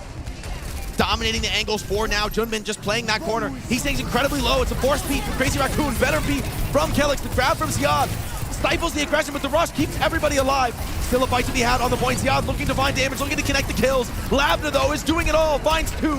And as the rushes expire, player advantage for Katsuya. They look to step up. The flip comes in for CR, but will Heesang rip the copy? Yes, he will. Refusing to back down. Bubbles deployed. A better rush out from Landon, and this should break the back of Raccoon. Ziad stepping up full energy. Cleans up Heesang, sends him backing. Labna looking for more. And they get the flip back. The eventual fight win. Yeah, Alcatia actually never gets control of the point first here. It's actually somehow Crazy Raccoon, they're actually able to use that rush, push them back, get control. But Landon, such great patience, saves his Kitsune rush. Heesang's got the dupe, comes on in. And that is the thing that turns the tide as Alcatia takes the lead on this final flashpoint. It has to be Junbin with the Primal Rage. Steps up to the plate, TP behind him. They're ignoring this Winston. They're trying to pick up the rest of his team. What is he gonna do with this Primal? Just forcing the cap, trust his team to stay alive, and they manage to pass that test. Cleanse is good, keeps Ziad alive, but the Primal chases down after the Staria. Support doing immaculate work to keep him alive. Labda on the point with the high noon, takes down 1. Now putting the damage into this monkey, and Junbin feeling the pressure, cannot go in again. It has to be a fast reset for the Raccoons. No, and like, Junbin can't sit there on the point and just fight Ziad one-on-one. That is a battle that Zarya will win every single time, as he's saying with a desperation swap here over to the Pharah. Potentially final fight. Alcatia with a Lip. chance to put themselves on game point. Lip finds Kelix. We talked about him delivering in his team's time of need. Katsuya trying to just get out of this, and the TP just barely in the nick of time. A very fast reset for Katsuya, and they're going to be happy about this. This is final fight. Crazy Raccoon, they cannot yield this point, and they have no ults to work with. It should be all Alcatia. Yeah, and it was the overclock used there, right? So the overclock now is gone. Checkmate's going to have this big sim wall, can, in theory, get you to the point in double support ult. I mean, this is Alcatia's game to lose right here. Oh. The clock runs down. The crowd goes wild. They want Lip to do more. And only the spawn doors will protect Katsuya for now. Still, another tough challenge. Crazy Raccoon, another hurdle to jump. Katsuya with the full bank of ultimates about to step up. You cannot blow this if you're Alcatia. How important this map is in the series with the advantages you have at the moment. Junbin, he chased that TP. That's going to give Katsuya a huge presence on the point. Rush available for Landon. How do you fight through it? He's going to play it, forcing this cap. Symbol as well, the beat through. Crazy Raccoon chooses to dive in. Katsuya with the responsive beat. Ziad finds 1. He's got the grab as well. It's enough. Katsuya. 2 kills on the deck. The grab onto the Lucio. And it's good. Katsuya go up 2-1 in the series. Snatching back the advantage. Refusing to yield. It goes all the way down to the wire. Honestly, Jake, there's a little bit inside me. I was like, they are going to fumble this right now, man. I was like, we've seen this story before, but OWCS, obviously much different here today. They find themselves one map away from taking this series versus Crazy Raccoon.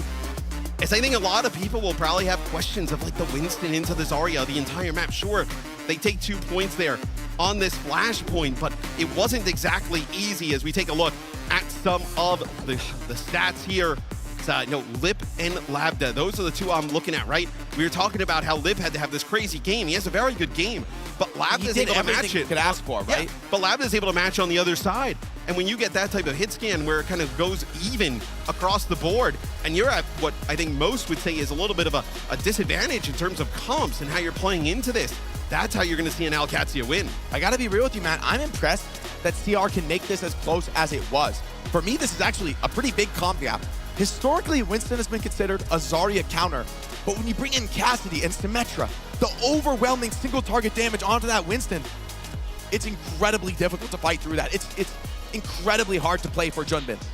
I mean, you don't even have the mobility advantage on Winston. You're being TP'd on, you're being speed boosted on, and the whole time, there's these so many huge threats you have to worry about. Every time you drop a bubble, you're giving Checkmate of all people a full energy Symmetra. I mean, that's a dangerous game to be playing. Well, I mean, full energy Sim, and then also, like, Ziad felt like he was mostly high energy for that entire game. And then now I think, obviously, this proves a really weird spot for CR because, look, they haven't banned the Sim just yet, right? But then if you ban it here in this fourth game, you don't have it for that game 5, like we talked about. So a massive decision, I think, coming up here for Crazy Raccoon. I mean, they had to take the gamble at some point, right? Because, looking ahead to this map, you could have opened that ban, but you choose not to. You choose to save it for later.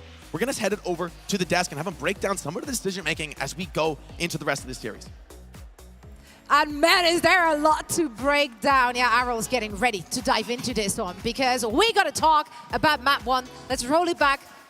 A rollout on Reinhardt. Yes, that did happen. It was not a fever dream. Fan service! Fans around the world were cheering. I was at the very front of that. And then finishing it off on Doom, looking so competent. Like, what are they cooking? Yeah, so I think what this is a read coming through Crazy Raccoons thinking we're going to play the Ryan into the Zarya, one of the classic Zarya counters. You can play into it. You're on towards Mecha Base as well. It's where Ryan is actually going to be good. You've also got the Lucio banned out, so that might just weaken the side of OWCS. It's part of their core Lucio Kiriko combo in the backline. But the Ryan just doesn't work on that first fight at all. There's a Bastion there that I don't think Crazy Raccoon were really expecting. But what's really uniquely good into a Sim Bastion is actually a Doom. I don't know that Crazy Raccoon really planned the Doom, but the Doom was just in the moment like, hang on a minute, Junbin's one of the best Doom players in the world. Doom's not particularly good in the meta, however, you're good enough and you have the right match and you play directly into Sim Bastion, that works. You go into round 2, the Doom worked out really well for you the first round. Bring it back around, see if it works again, pretty good still to the Sim, and then they dominate that second round spawn camp. Kiss the spawn doors challenge complete, by the way, 100-0 on round 2. Just watching back some of these highlights before you get to that part, I mean, a huge part of this success for Crazy Raccoon was also just the fact that they were able to get D.Va out of mech so many times from Ziad and then just absolutely stagger. And so Junbin really comes out on top in that matchup. I think the Doomfist was an amazing pocket pick for him to be able to show that he has a lot more versatility outside of just the heroes that we know him for. And so if you can come out with more explosive things, Doomfist, I think the Wu Yong from Chorong was also a really big standout. And by the way, this is Crazy Raccoon's map choice. They could have opted for Ilios if they really wanted to play dive. We already saw them come through the Winston eventually, but then, got to talk about the fact that that was still a big struggle into the Zarya of Ziad. So it is interesting that they opted for Busan first and foremost, which you would have probably thought could have been a Max map. Then Max actually does come and doesn't win his map. Yeah, I also want to highlight Lip here. Lip ducks, as per usual. No, it's like just standout performances from our 6'7" gaming warlord, right? Like as we 8'9". Everyone gets it wrong. It's 8'9". No, I actually made like a Gen something reference here. I don't understand actually the reference that I'm making. Don't worry about it. I don't know if I used it correctly in a sentence, but we'll find out. Twitter will let me know, I'm sure.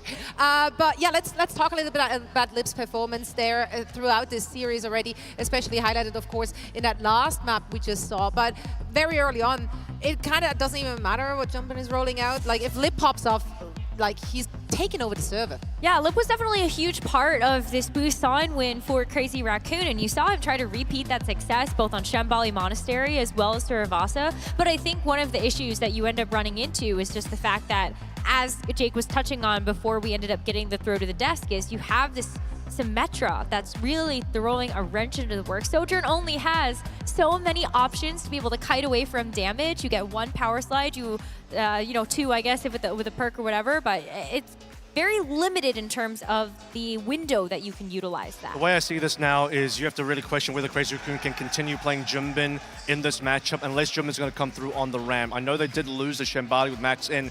You're kind of running out of options when Alcacy is up 2 maps now, and one of those maps is on the Shambali against Max, and one of them is on the Suravasa against Jumbin. So you've tried the Winston versus Zarya. That doesn't work out for you. In fact, Alcacia looked like, despite the fact that Crazy Raccoon did have a couple rounds in there, I thought Alcacia still had majority control on that particular map, and then Shambali ends way too quickly. I mean, I know a lot of teams get held on first on Shambali, but man, Alcacia really play well on that map, and in the driver's seat now on their way to maybe getting their first win against a Korean team.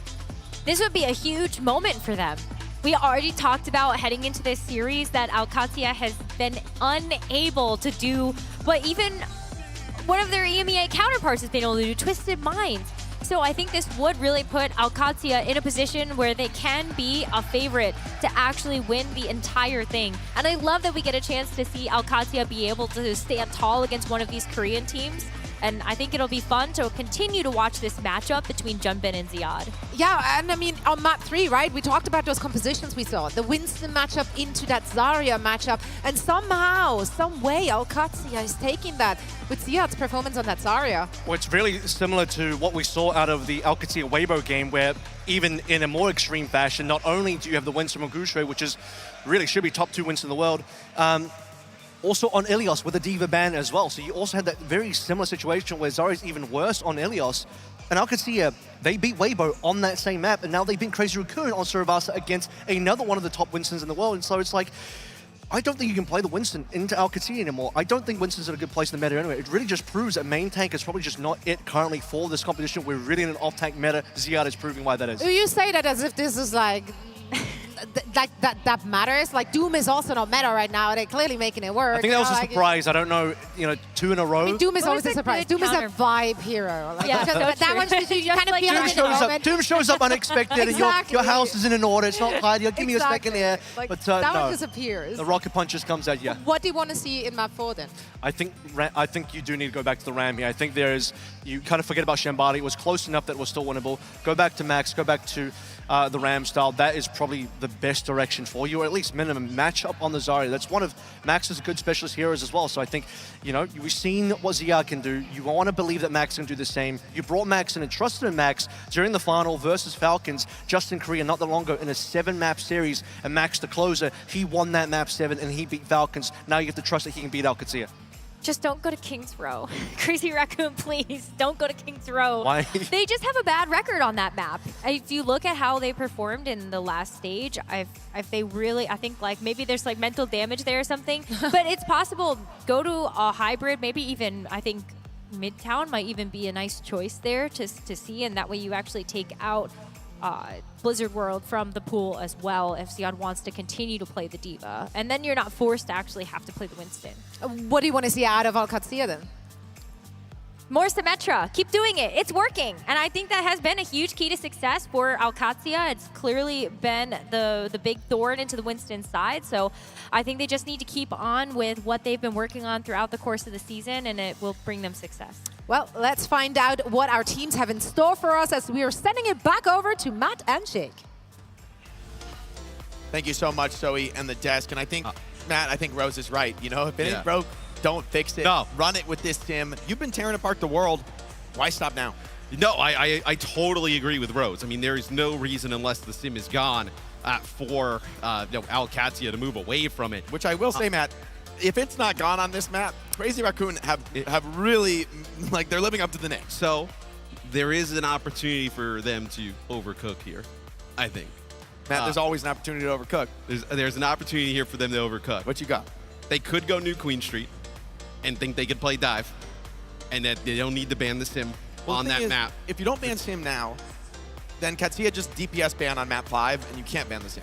So Right. I think it's almost crazy not to. So Max coming in here for Junbin. I mean, I agree with you. I think it'd be crazy for them not to. However, there is a world in which they overcook and do. you could pick Hybrid and think, okay, we'll have to deal with Runasapi Sim. I mean, it's scary because Sim is insane on Runasapi. It's very, very strong there. I think it's probably the meta there. Well, and you've already gotten rid of Diva for them, right? Yeah, so what's your ban going to be?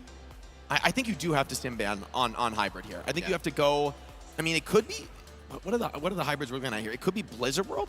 It's going to be Kings. Maybe Kings with the Sim ban could actually look really good for CR. Yes, that could actually be a really good option. You do leave the Runasapi option available, so they do get rid of the Sim. It is a Brig ban Love here. this ban. So now for Alcatia, it is clear. You are playing through Ziad's Diva, Yeah, right? absolutely. You are relying on Ziad on the Diva to just dominate the game here and take it over. And checkmate, you ban the Sim away, he gets to spread his wings, show you what he's really got. Because this is a guy that is not a one-trick, that is not reliant on the Sim. It's been the team to his the key rather to his team's success. But it's not his best hero by any stretch of the imagination. Checkmate, I think, is maybe hankering for a bit of an honor duel with Heesang. You know what would be a little bit of a nice wrinkle here for Alcatia? And we saw it yesterday in some of our games on King's Row, bringing in the Genji.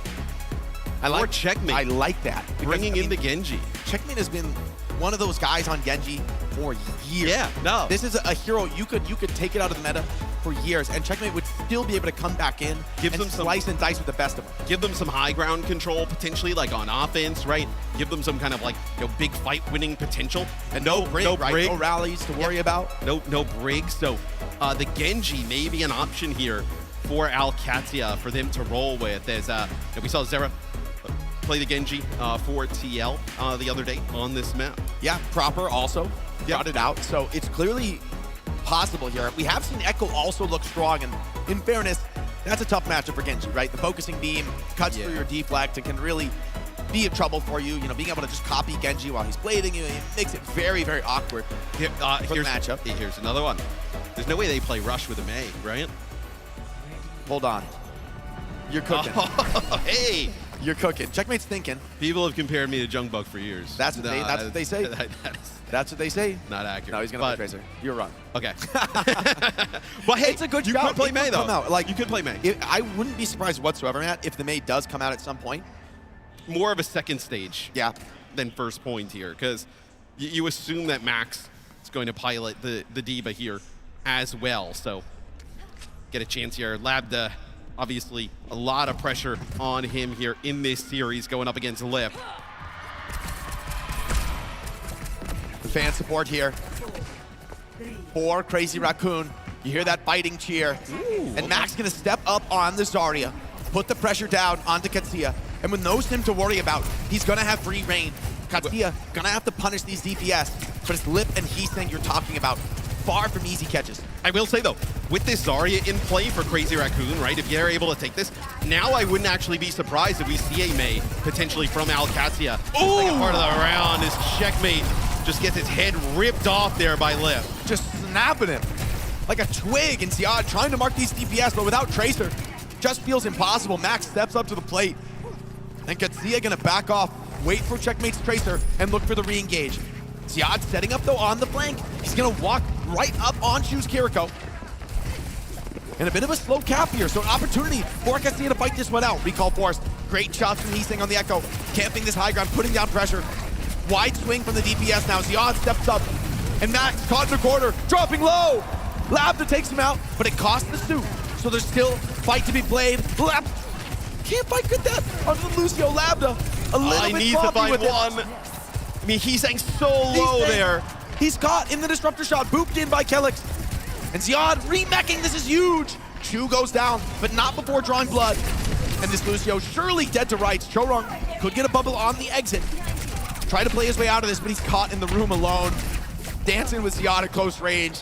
Not where you want to be. Not where you want to be whatsoever. And that's a huge clutch hold from Alcatia. Yeah, so Heesang actually now, Jake, goes over to the Tracer, I actually kind of like this for I think you need Alcatia. it. I think you need it to be able to tango and just be able to really play the tempo at this level. Yeah, I just think the Echo was giving Lambda a lot of What a trouble. slide!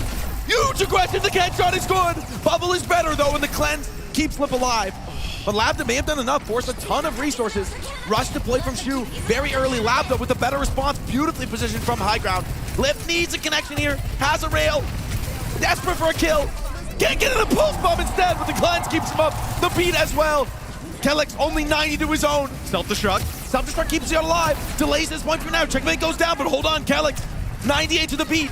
Still in this one as Lip goes down. Ziad almost out of the suit. The beat. It's not enough. Wait, it is.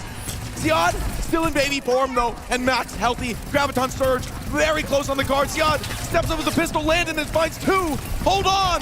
Somehow. Okay. Surely not. And Crazy Raccoon close out first point, but that is way too close for comfort. Katsuya showing they have incredible fight to give, even without the Symmetra look. Yeah, as right there, if that sound barrier's a little bit earlier, then you would have seen Ziad keep the mech. As Ziad switches over to the Ramatra, we see Checkmate go over to the Mei. This is what I was talking about. Let's see how Crazy Raccoon deals with it in this second part of the map. 아예 없어서 메이야 메이다. 하나씩으로 이기면 그냥 끝이야. 얘네 2층 같다. 얘네 2층 같은데? 화면에 들어봐. 이거 우리 국물 이기면 끝이야 이거. 아니야 소전 루시오 내쪽 있어. 야 버블 되긴 해 이거. 야 버블 줄래? 야 라마 쳐봐. 기다려 라마 쳐봐. 매필. 메이더 10.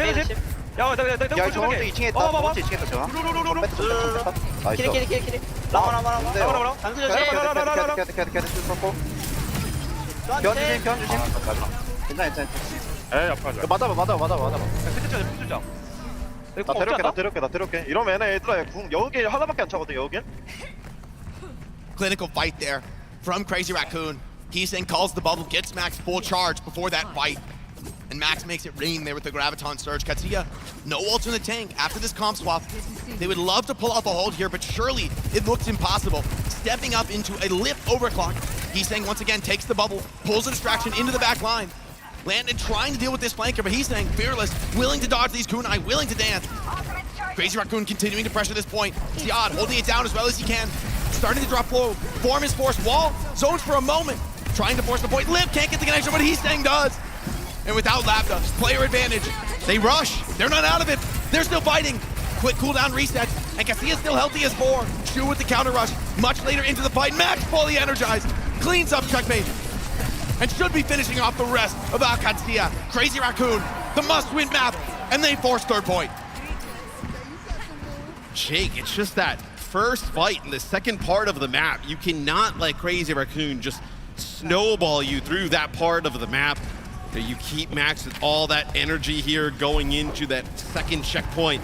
Now Max up on the high ground here, gets set up. Alcatia just desperately looking for a fight win.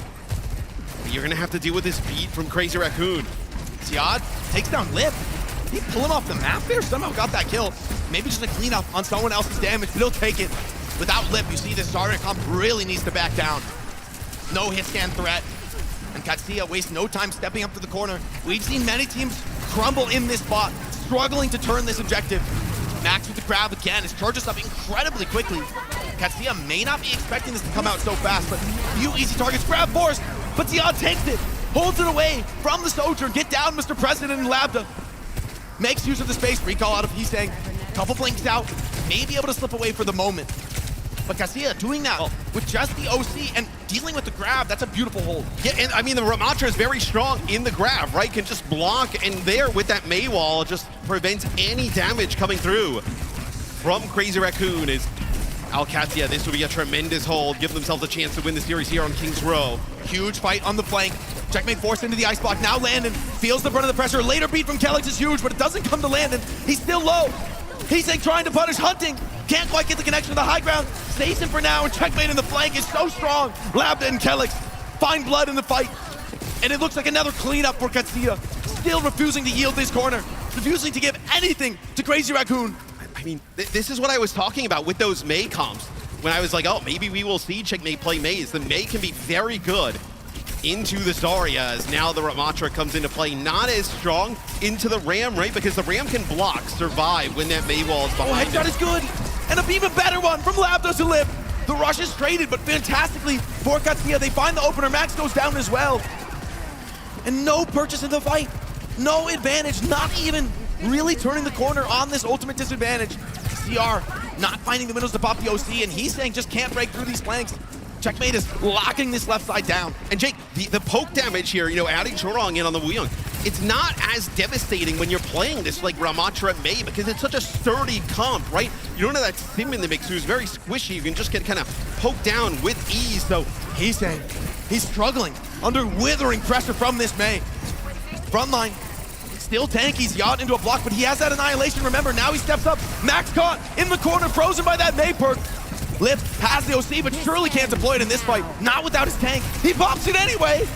Insane commitment from Lip. Believes, and he finds one. Can he look for more? Getting to the back line. Ravenous Vortex eats him alive.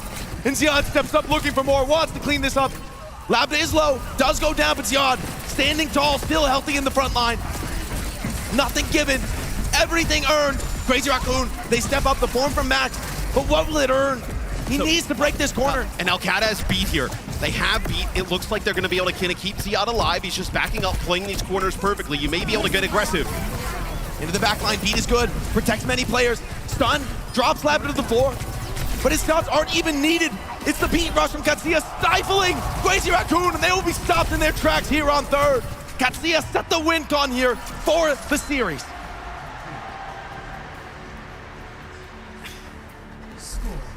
You know, we were talking about that Mei, right? They kind of flashed it a little bit there before the gates open. We were like, ooh, we kind of like this. Then we were joking, goes over to the Tracer. No, that second point, they're never really able to kind of get any type of fight going. But as soon as they started to kind of get that Mei in those chokes there with the Ramatra, it's such a difficult comp to dislodge. And Crazy Raccoon was never able to do it as we take a look at some of the stats here. You know, what pops out to me is Lip with the 6 deaths there early on, right? Labda really showing up in a massive way there on the defensive side of things. It was really, I mean, you think about it, from Alcatia, the first point hold pretty decent because they were able to kind of keep juggling the point for a while with the Diva. They kept it going. They clutched out on the retake. That was huge. Yeah, but Crazy Raccoon made a tremendous push through the second part of the map. I mean, there was no defense there from Alcad. They brought it back for sure. But then Alcad on defense by that third point, I mean, that was as good as could be. It's a lot of pressure on CR here. As they don't even try with the Echo yet again. They're going to keep Heesang on that Tracer. Here. I mean, Heesang has been amazing on Tracer in this tournament. I think one of the best that's still really making use of the hero at pulling attention, at forcing the backline to respond. But honestly, you got to give credit to Landon. He has been slanging those daggers. I mean, it has been a real struggle for Heesang to be that major threat in the backline. And Katsuya are happy to get this matchup. Diva versus Ram, the rest mirrored. This is a winning spot for Katsuya. And Landon was phenomenal back on Shambali Monastery, if you remember that kind of legendary now hold here for Alcatia. If they're able to win this series, they can do it here. Push themselves into the upper finals. Look at and Labda finds the lip early on. Already gets one. The assist from Landon. Beautiful kunais. Out of the back though. Hold on. Maybe it's gone too far. Can't get saved out of the suit. Desperately trying to pistol back into this. He knows CR looking for the recurve. He's rushing in. What is this aggression? But the rest of Katsuya right behind him. The team goes as one, and it's good. They're finding enough. Labda with 3, 4, 5 in the fight. Are you kidding me?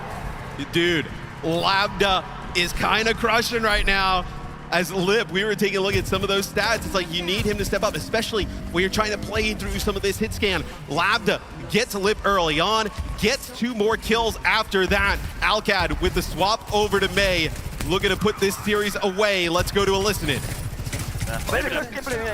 Yes, sir, someone. Yeah. Okay, speak with my timing, okay? Wait, yeah, when you call. I show me a little bit. Trace on me. I show me. Yeah, it's fine. I'm just marking. Come in. Waiting for you. Lucius gonna beat us. I can't pick now, guys. Yeah. 3, 2, 1, picking. We're not picking out. 올라. Give me space. I see the advantage. Keep peeking. Headshot.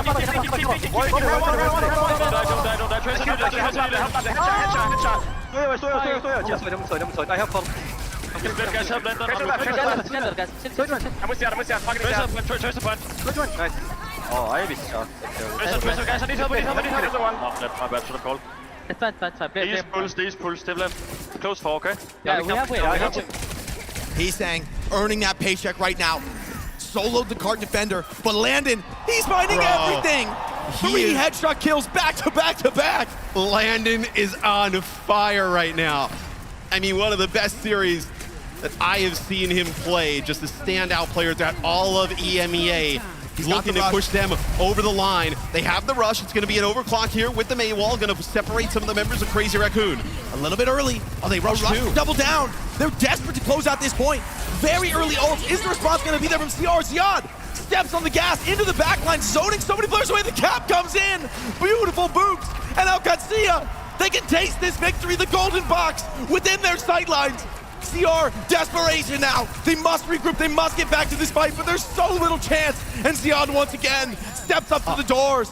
CR, this is, how do they make this happen? It looks impossible, man. And Jake, they have Blizzard to work with here and Sound Barrier. A perfect position for OWCS to finish it off. They go early with the Blizzard. There's nothing. They can't save him. They can't make it to the cart. It's too close to boop away.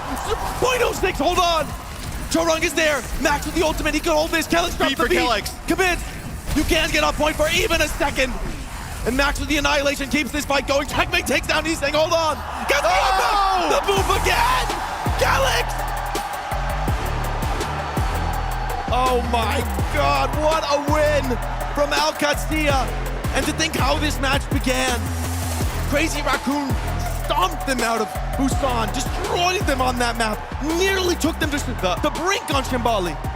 OWCS get the win against Crazy Raccoon to put themselves in the upper finals, but that as close as it could be. We were talking a little bit about it, like, hey, the Mei would be a really great pick for Checkmate. You were joking that I am not often compared to Junkbook, but no. Hey, no, this was not a true. very, not true whatsoever. Mei was a defining pick on this map. Oh, right, it really had a huge impact. Especially when they decided they were, well, OWCS, you probably know they're going to fall back to the Zarya at some point. And we have seen, if you remember back to some of the Space Station gaming games, making Hawk's life really difficult with teams going to the Mei. So we take a look at some of the stats. We talk a lot about the Mei, but Labda with a tremendous series here. In the end, though, this is where I think the series was ultimately decided. Yeah. An opportunity for CR to go up 2-0. Landon, Kellex, Labda, an insane defensive hole there on Shambali. And that gives him an opportunity to kind of keep it 1-1 and really kind of keep their series alive. Yeah, it's an unbelievable Fuller hold to bring that back. And the momentum shift from that point on, it only got worse. I think Katsuya really believed. I mean, if you can do that, what can't you do? I mean, that's 3 straight maps against Crazy Raccoon. I was saying that. With a sim ban. Nobody does 3 straight maps against Crazy Raccoon. Katsuya, they're just different. I got to say, by the way, Landon in that last map, you know, the North American teams might be out of this tournament, but one player's left, right? Yeah. And it's Landon. We've got an interview down on the stage. I am really excited to see how he's feeling after this incredible win from OWCS. Thank you so much, guys. My name is Dan Lim. I'm here joined by Landon for a quick post-match interview. Fans are loving it. What an upset. What a crazy victory for your team, Landon. I mean, we're just talking. I feel like you had something to say. You were teabagging? What was happening? I mean, I might have won a 1v2 against their supports, and I threw out a quick little celebratory bag. You know, just nothing too mean.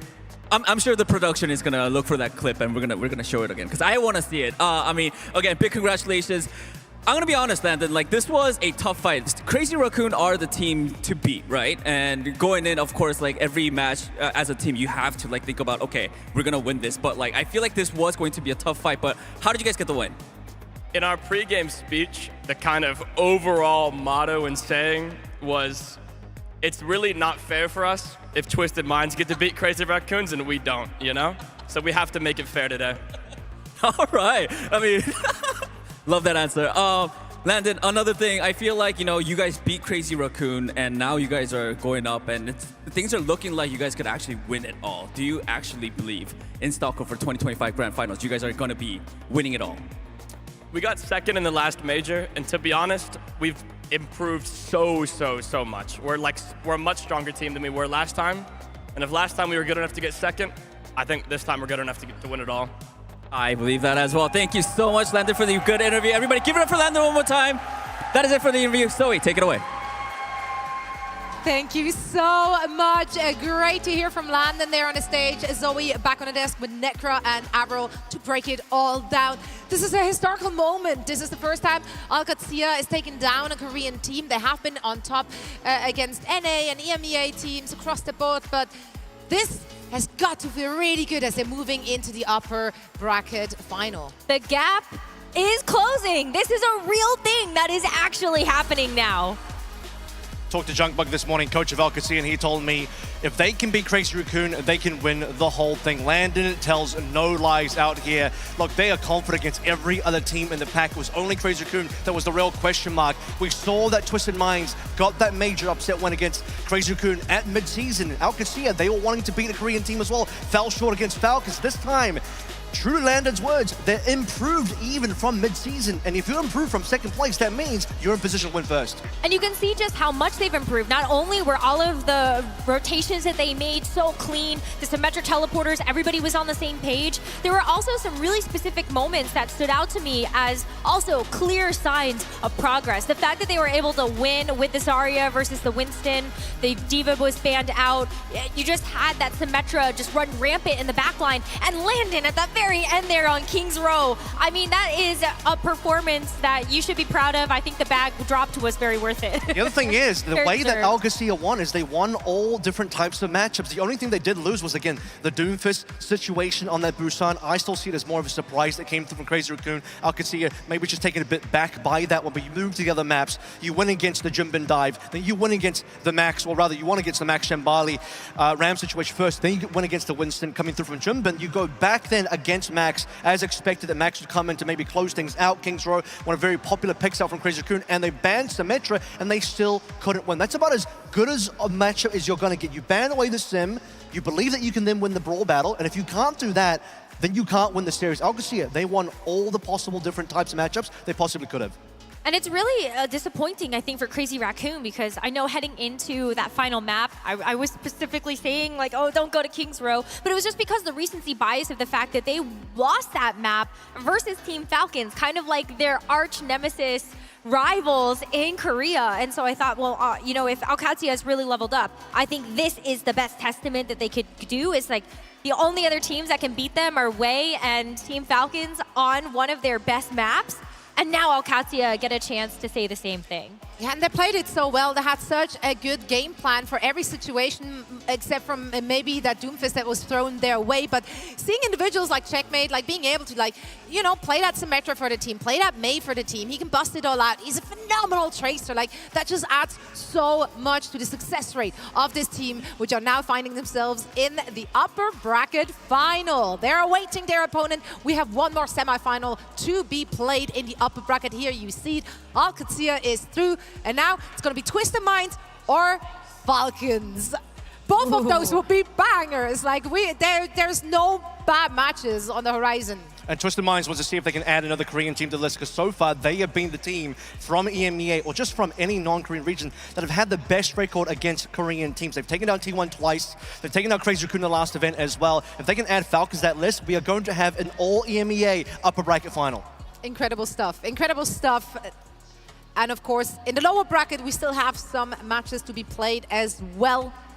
Those are do or die first to three matches. Crazy Raccoon will be going up against T1 a little later today. And of course, Weibo from China is awaiting their opponents. That's going to be the loser of that Twisted Minds and Falcons match that is coming our way very soon. I'm extremely excited for this one. We don't have to wait very long. In fact, we are only going to head into a very quick break. And then we're going to see the first ever bout between the powerhouse from Saudi Arabia, Twisted Minds, and they will be taking on the Team Falcons.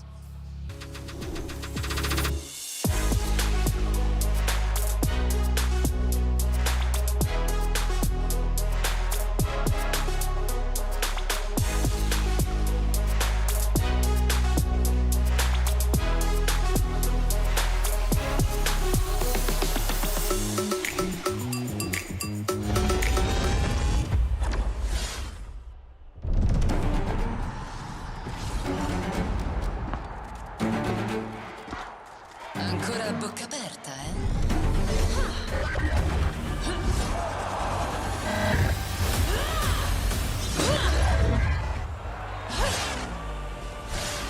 Pathetic.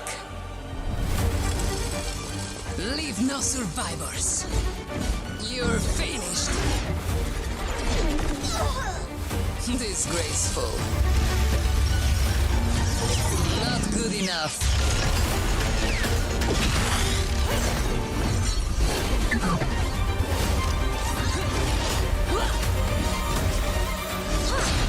Dirt beneath my heel.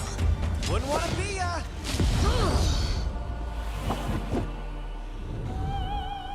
Enough games.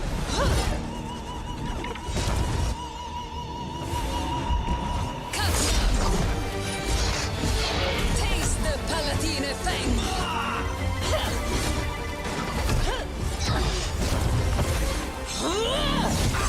Know your place. Bow down. Che codardia. Oh, impressive.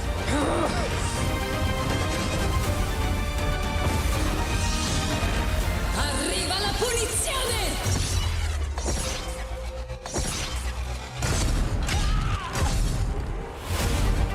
And so, my reign begins.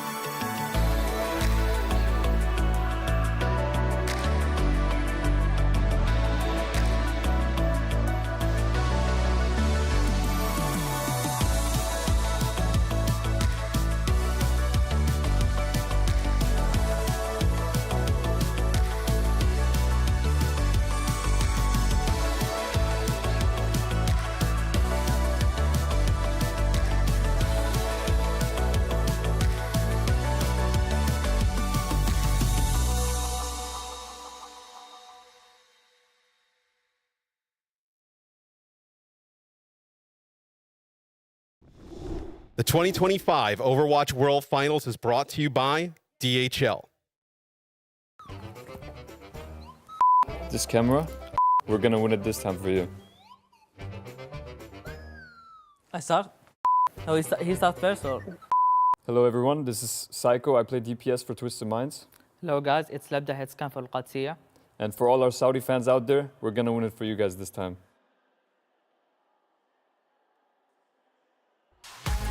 You heard the men. Things are heating up at the OWCS World Finals, coming to you live from DreamHack.com.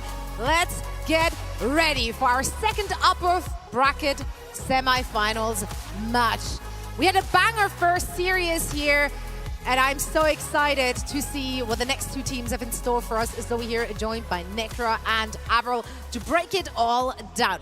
We got another interesting matchup, this time between two teams who have never faced off against one another, which is kind of crazy because they've been dominating in their respective regions. They made all those offline events that we had thus far, but somehow their paths have never crossed. They've just dodged each other. I know, how. they're just like, they've been dancing around each other, and it all came down to this. So let's chat about them, starting with Twisted Minds. Look, Twisted Minds, they've made a name for themselves, obviously, with those Symmetra compositions, something they had so much success with during like the heights of the Symmetra, which kind of never went away. And even in this tournament, Necra, they're still using it heavily. UB is the OG. Like, you know, this was kind of one of the first players in EMEA that really believed in the Symmetra and decided to play it almost all the time. There's still an ability to swap in and out of this roster. You got another DPS that's on the bench, but if Yubi's gonna come into the roster, you can expect to see the Symmetra banned out either in the first map, or they might save the ban for later on in the series, because Team Falcons are gonna have to beat this Symmetra at some point. You can even see there though, UB does play the Sim, can play Mei, but I think it is going to be a bit of lack of flexibility in the Flexi PS that's going to really set the identity of this roster. Team Falcons really know what they're going to play up against. And Twisted Minds, they really want this game because at mid-season, they didn't get a chance to play against Falcons. They lost out to Alcatia, and Twisted Minds, after beating Crazy Raccoon, they felt like they would have been the better team, better equipped to take on a Korean team in that grand finals. They felt they looked at that Alcatia game, it's like, you know what, we would have done better. Now they get to prove whether they could actually do better or not. But Falcons, this is a team that has never lost to a non-Korean team except for Weibo. Weibo has been the only consistent team that pushes them to the limit, even beats them. Otherwise, Falcons, they only lose to other Korean teams. Falcons, to me at least, look like the team that seems to be sort of immune to the EMEA Symmetra rush situation, because Falcons are the only type of team, they're the only real team I see in Korea that can match that. They can play their own Symmetra, they can play their own Brawl.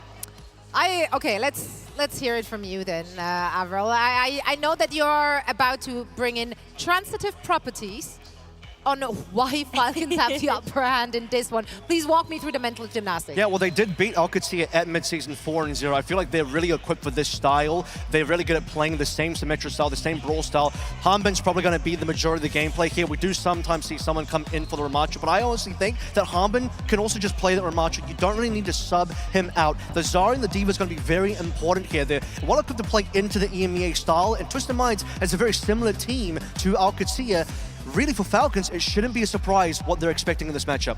Yeah, but I think it's really interesting that we haven't seen a whole lot of Ramacha yet out of Hanbin. Yes, I know he can play it, but it has been someone that has come in, at least in this tournament, to play that role. And so if you want to heavily rely on Hanbin being able to kind of get that Symmetra matchup, then is it going to be Hanbin actually playing something like a Malga with a Sim? If you want to try to match that, Hanbin has already pulled that out in this tournament.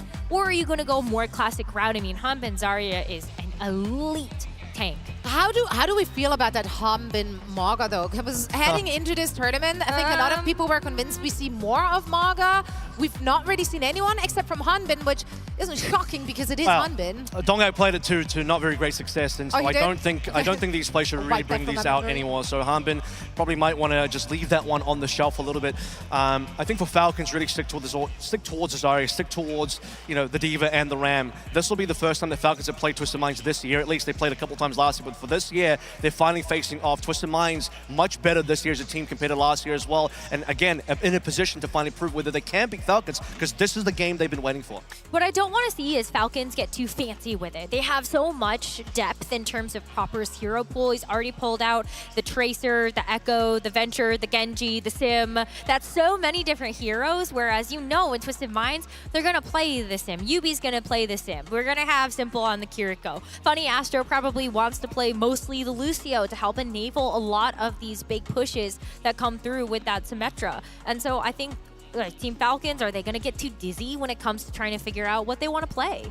What do you think? Are they going to get too dizzy? Are they going to be thrown off by it? Because as you already mentioned, they do know what they're facing off against here. Like, it's not like Twisted Minds is like the most flexible teams. You never know what you're going to get. They're an open book. Yeah, they're pretty much the open book. They're like a one-page book. So like it's not going to be a surprise for them, but can they handle it? My biggest question is whether we're going to see any Psycho in here at all, because there is the case where, you know, the Tracer and the Echo, especially the Echo, is playable. We've only seen Yubi on for Twisted Minds so far. Symmetra ban is probably to be expected at some point coming through for Falcons. Yubi go towards the Mei. So if that's going to be the case, then yeah, you really just know exactly what Twisted Minds are going to do. It's going to be Symmetra. All 5 maps is possible, except for the one Symmetra ban map. I don't think we're going to see Psycho. If Yubi comes into the roster, he's almost always going to stay in for the entire series because you get that Sim ban first map, and then what? What do you do after that? But you get to have the Sim unbanned for the rest of the series. Wouldn't be, yeah, but also it wouldn't be the first team at this very tournament that shows us that they can just like bring someone off of the bench. So even though they've been heavily leaning onto Yubi, like Psycho has been with them and he's ready to play. And he's been playing a lot for them throughout the season in general. He has, but I think like when we've seen Psycho, it really has just been Psycho for the whole series. And when we've seen Yubi, it has been Yubi consistently for the whole series. And I think there is actually a huge benefit to doing that. When you just have your consistent 5 players, you know how you're going to approach the matchup. At DPS, it's a little bit easier, I think, to swap in and out because a lot of the times when you see like Psycho come into the roster, you're operating as a solo agent, so you can kind of go on your own missions. But when it comes to that Symmetra play, you require a very specific strategy to execute and make it work. My biggest question will be how much the Falcons want to be able to match a Symmetra. They did play a decent amount of it at mid-season, so Proper's been on that role, but he's been fantastic on Tracer so far this tournament and all of his other Flex DPS picks. He's obviously the Flex DPS to look out for the entire World Finals, and so possibly, I don't think Falcons will really lean into the Symmetra. I do believe they have the Symmetra figured out in terms of how they want to play into it, but just leaving Proper on his carry positions. Merit's hero ball gets opened up for this World Finals in terms of the meta as well. So really, to me, it's going to be the tank question mark of how much Ramatra we're going to see in, and if we're really going to have the someone sub in specifically for the Ramatra, whether Harmon can take on that role himself as well.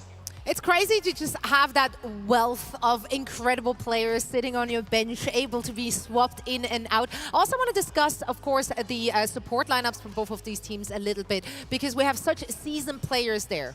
Yeah, I think we already touched on Simple and Funny Astro. Simple is going to be playing. That's actually Funny Astro on your screen, not Simple. But yeah, I think when Simple and Funny Astro are playing for Twisted Minds, it's almost always going to be the Kiriko and the Lucio. But in terms of this Team Falcons backline with Fielder and Chio, I mean, Chio is a world-class main support.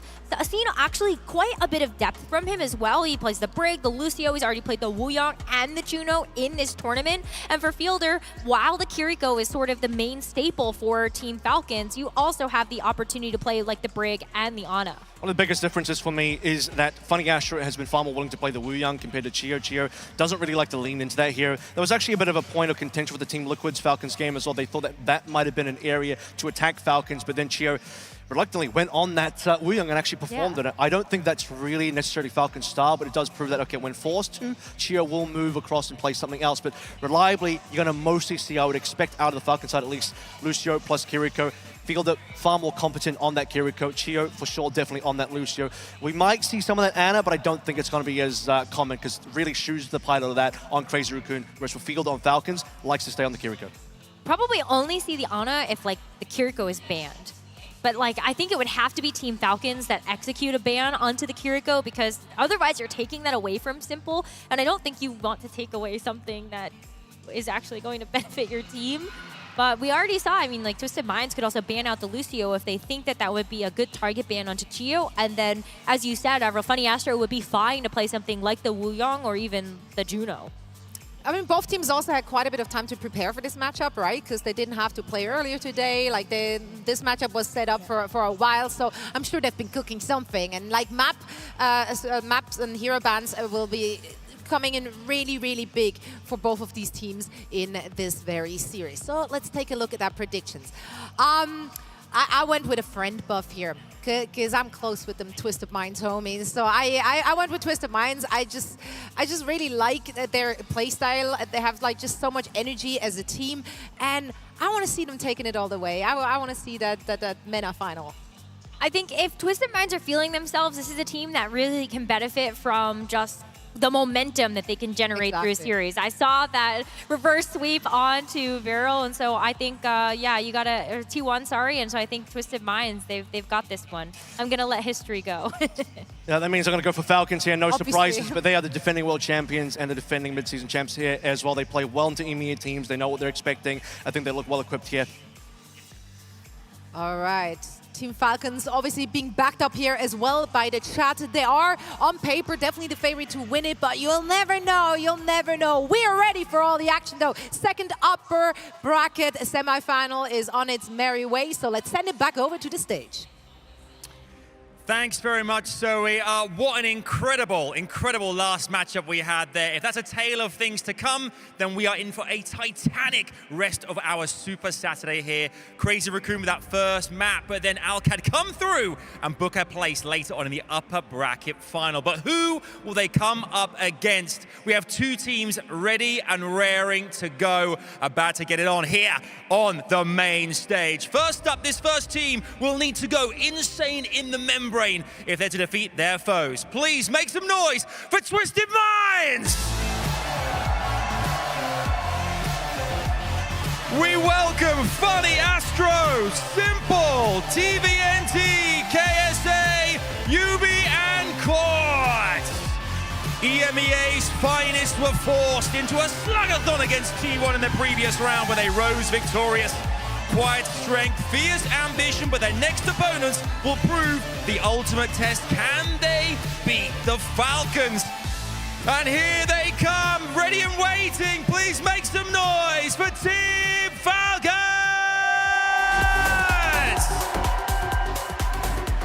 Your 2024 World Champs, the kings of consistency, are back for more. When the pressure hits, when the plays matter most, that's when the Falcons strike. Every scrim, every loss, every win, all lessons, all fuel, all building towards reaching the final once again.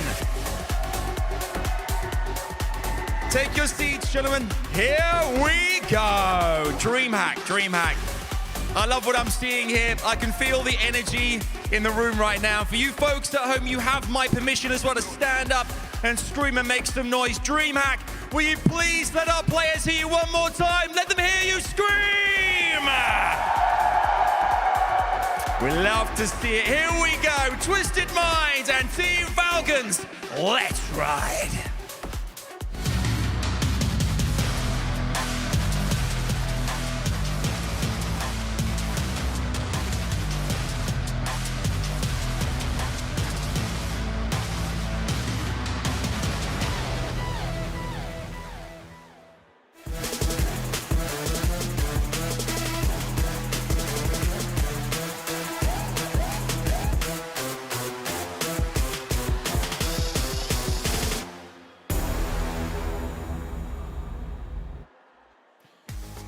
One Korean Titan has already fallen down to that lower bracket. Will a second one be joining them? Twisted Minds against the reigning champions, Team Falcons. Wow, you're tall. Wow. What happened to you, buddy, overnight? Yeah, went to the gym with Danny. Wow. Danny, what a guy. Yeah, what a banger that came ahead of this matchup right here. I feel like that just blew the tournament straight up. We had some rough expectations. The Korean teams always really dominant when it comes to these major tournaments. But now with Alcatia upsetting Crazy Raccoon, we're just like, we have no idea what's going to happen. Although, you know, Crazy Raccoon have done this exact same thing before. They fall into the lower bracket and, if my memory serves me correctly, still sweep up into the finals and then winning the whole thing. Can they do that again? Is Falcons going to be down there joining them? We'll have to wait and find out, of course. Twisted Minds and, well, I'd say EMEA as a whole, Johnny, leveling up. And these sim comps, we knew they were nasty, but on an international stage against some of the very best to ever do it, and Overwatch League champions, that's a different story. Well, we talk about the Symmetra compositions, but I mean, Alcatia just did it without the Symmetra on King's Row as well. So now we're just looking at an EMEA region that is honestly competing with Korea for the title of best in the world here. It's going to be Twisted Minds taking us to Busan. Okay. Okay. Don't worry about the Mercy ban. Don't worry about it. Okay. Are you sure? No one's playing Mercy in this lobby. Sparkle, you good? He's chilling.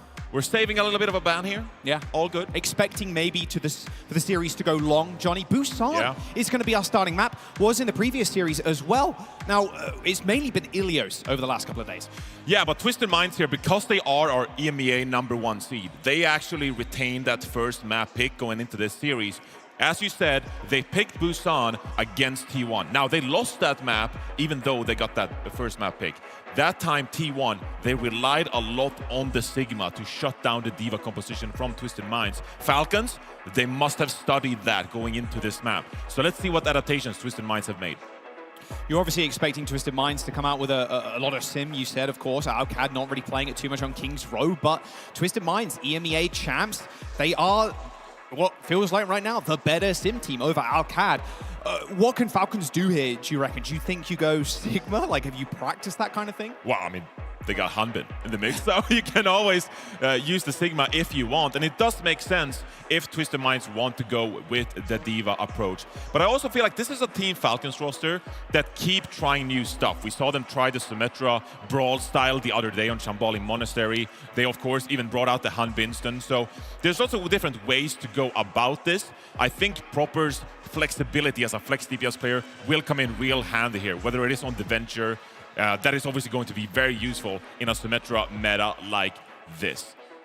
Problem is with the big stage, Johnny, we already saw Lip on Sojourn last game. I mean, Proper, it's been lights out. Even on the Tracer too, it's been a pretty scary prospect. God, we always got to get a close-up of Hanbin monitor POV. Like, look at that. God damn. I mean, one of the most interesting player setups we have. Yeah, that and KSG as well.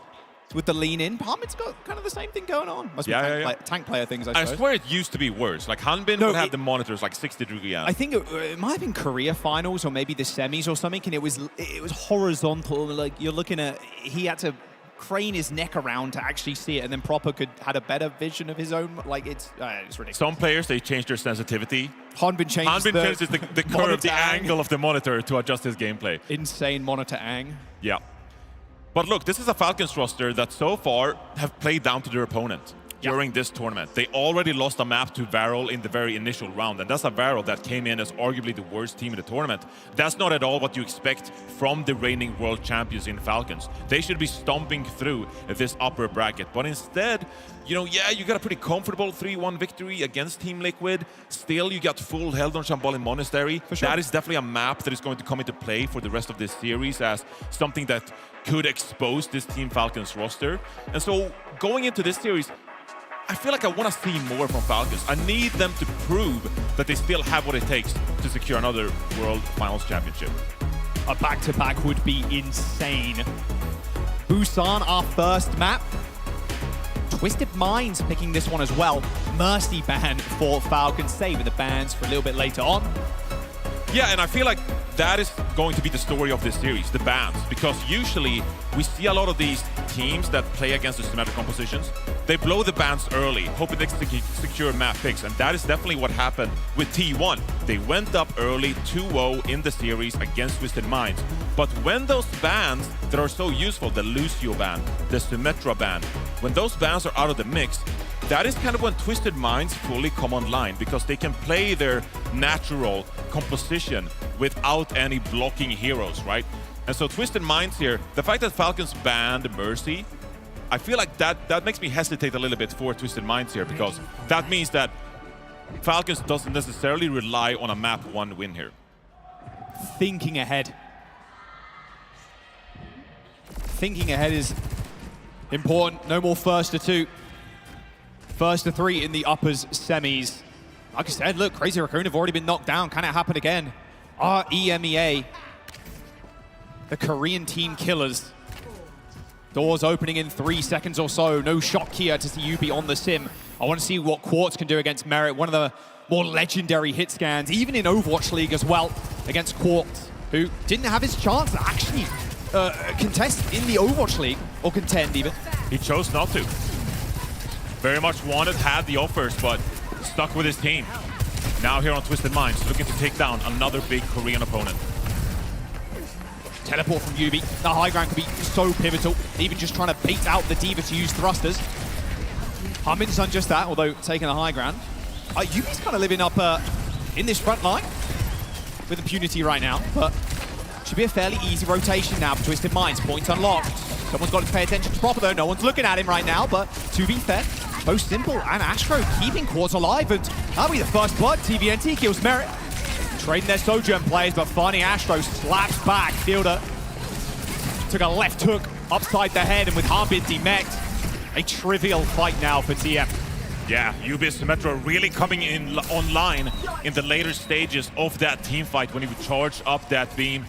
Hanbin, you gotta be real careful in this D.Va duel because that Symmetra damage is going to be overwhelming. You chunk down that D.Va armor and suddenly you're in a world of trouble. That's the game plan, right, for Twisted Minds, Johnny. As long as you stay in the fight, the longer you stay in the fight, UB is going to be full charge, full just beaming down Hanbin. There's nothing you can really do to save him apart from amp up the healing. Hopefully gets it going. Nice stick from Proper though. Weave that around the Matrix as well. TVNT just completely caught off guard. Proper with one. Make that a second and, well, the baby D.Va is going to be Merit. Nice shot there. That'll be the point cap. Proper landing a stick. No Suzu, no TP, no Matrix. Like, yeah, dude, I don't know how Proper got that. Yeah, Twisted Minds got the resources drained early. The Suzu, one of the more pivotal abilities in the game, and we want to see more highlights like that from Proper. Early Kitsune Rush here from Fielder. Super early rush.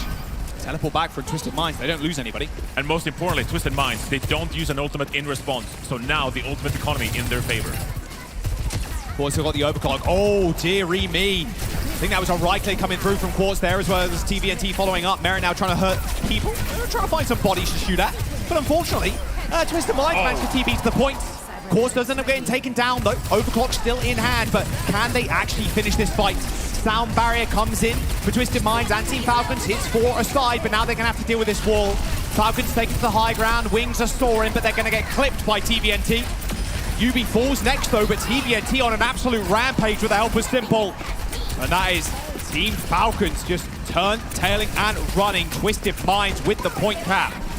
And you can see Twisted Minds purposefully rotating to the point because that sucks Falcons in. Force to contest the objective. That is when UB deals the most damage on this Symmetra. Falcons here, they really want to catch Twisted Minds before they're able to set up the Symmetra successfully. This fight though, it's all about Quartz with that overclock. Wants a little bit of revenge on Merit, potentially. And man, this TP is so frustrating to deal with, man. Just puts him in such a good spot, but of course, Proper lands another pulse bomb. I mean, UB dead is pretty low. Picks up the mini, but I hear Quartz across the map. And Fielder, he's going to hear it in his nightmares now. That railgun headshot eliminates him from the fight. Now, of course, looking for more. Proper down, Carry dead, and Team Falcons once again having to reset, Johnny. Yeah, that's a pretty even fight here between the D.Va and the support players. It's really coming down to the individual playmakers, the damage players here. Proper with an amazing post bomb, but not able to capitalize. 95% for Twisted Minds here. Simple's getting close to that Kitsune Rush, but Falcons, they look to even things up.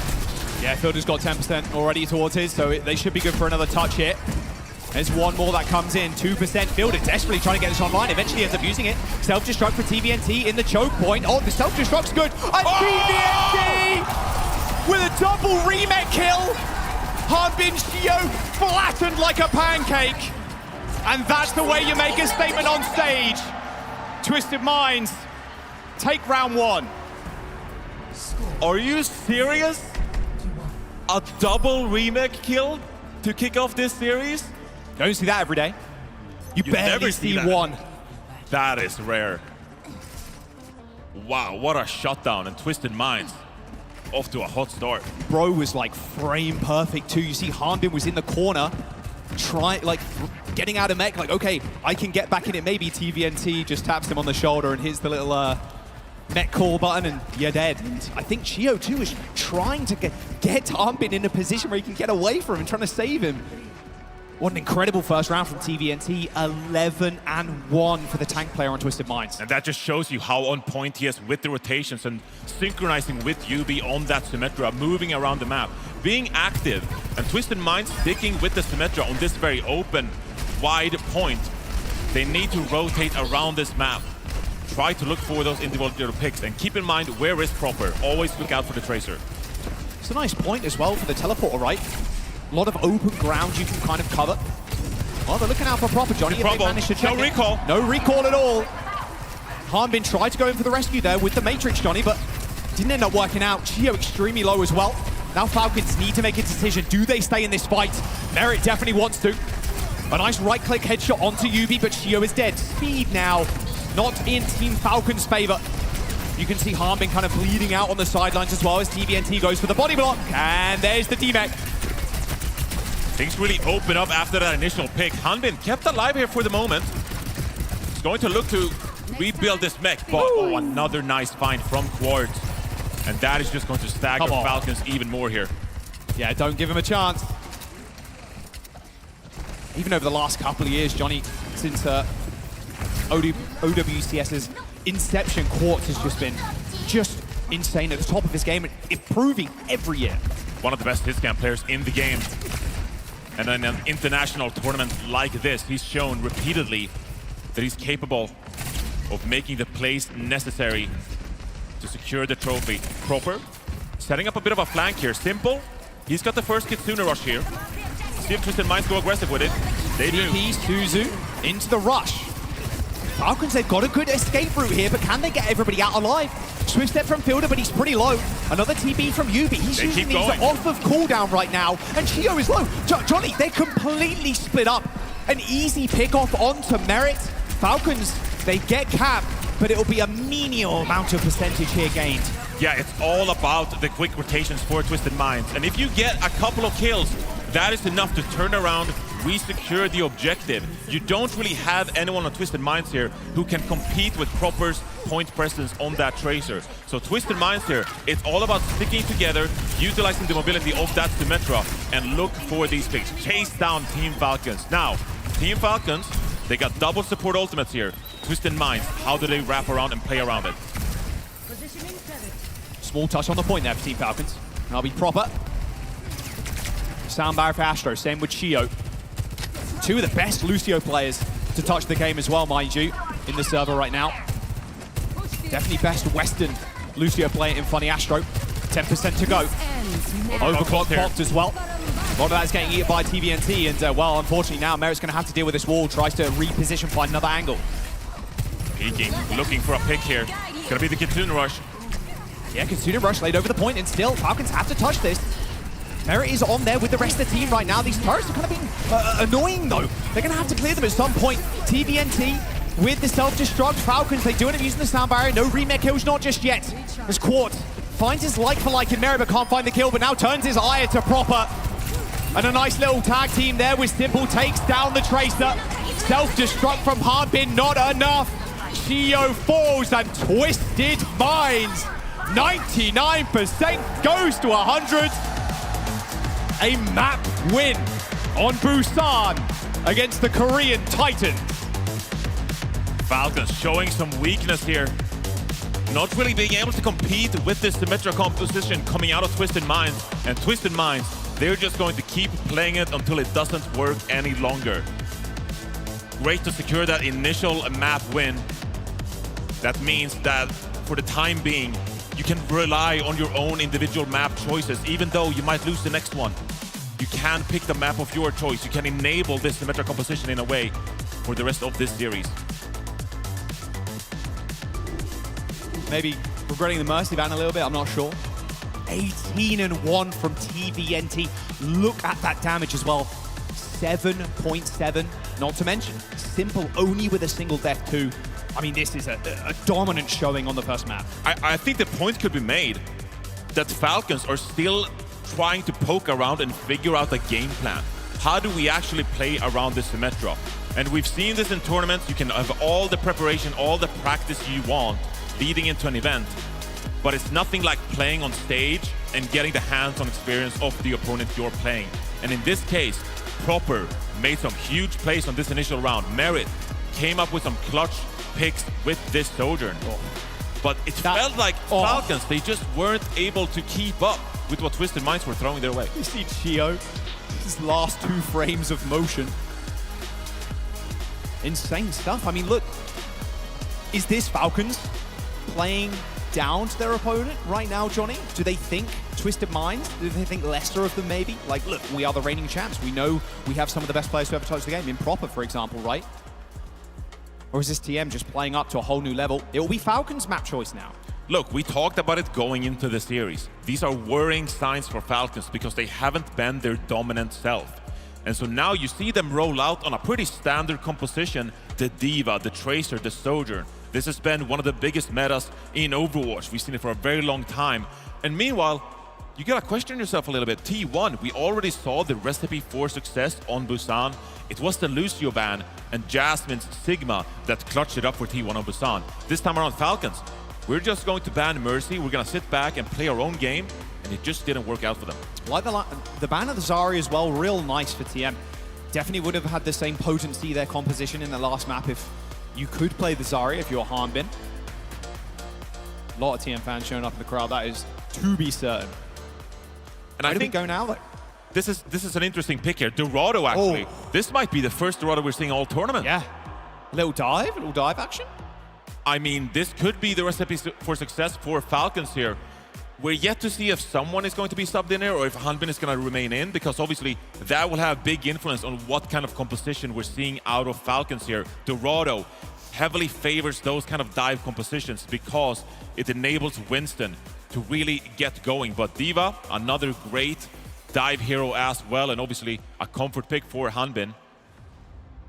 But I'm going to say it again, Twisted Minds, I think they're really comfortable on a map like Dorado. They have relied a lot on the Symmetra so far this year, but they also like to get a little greedy with a double flex support lineup, you know, playing something like a Juno, a Kiriko.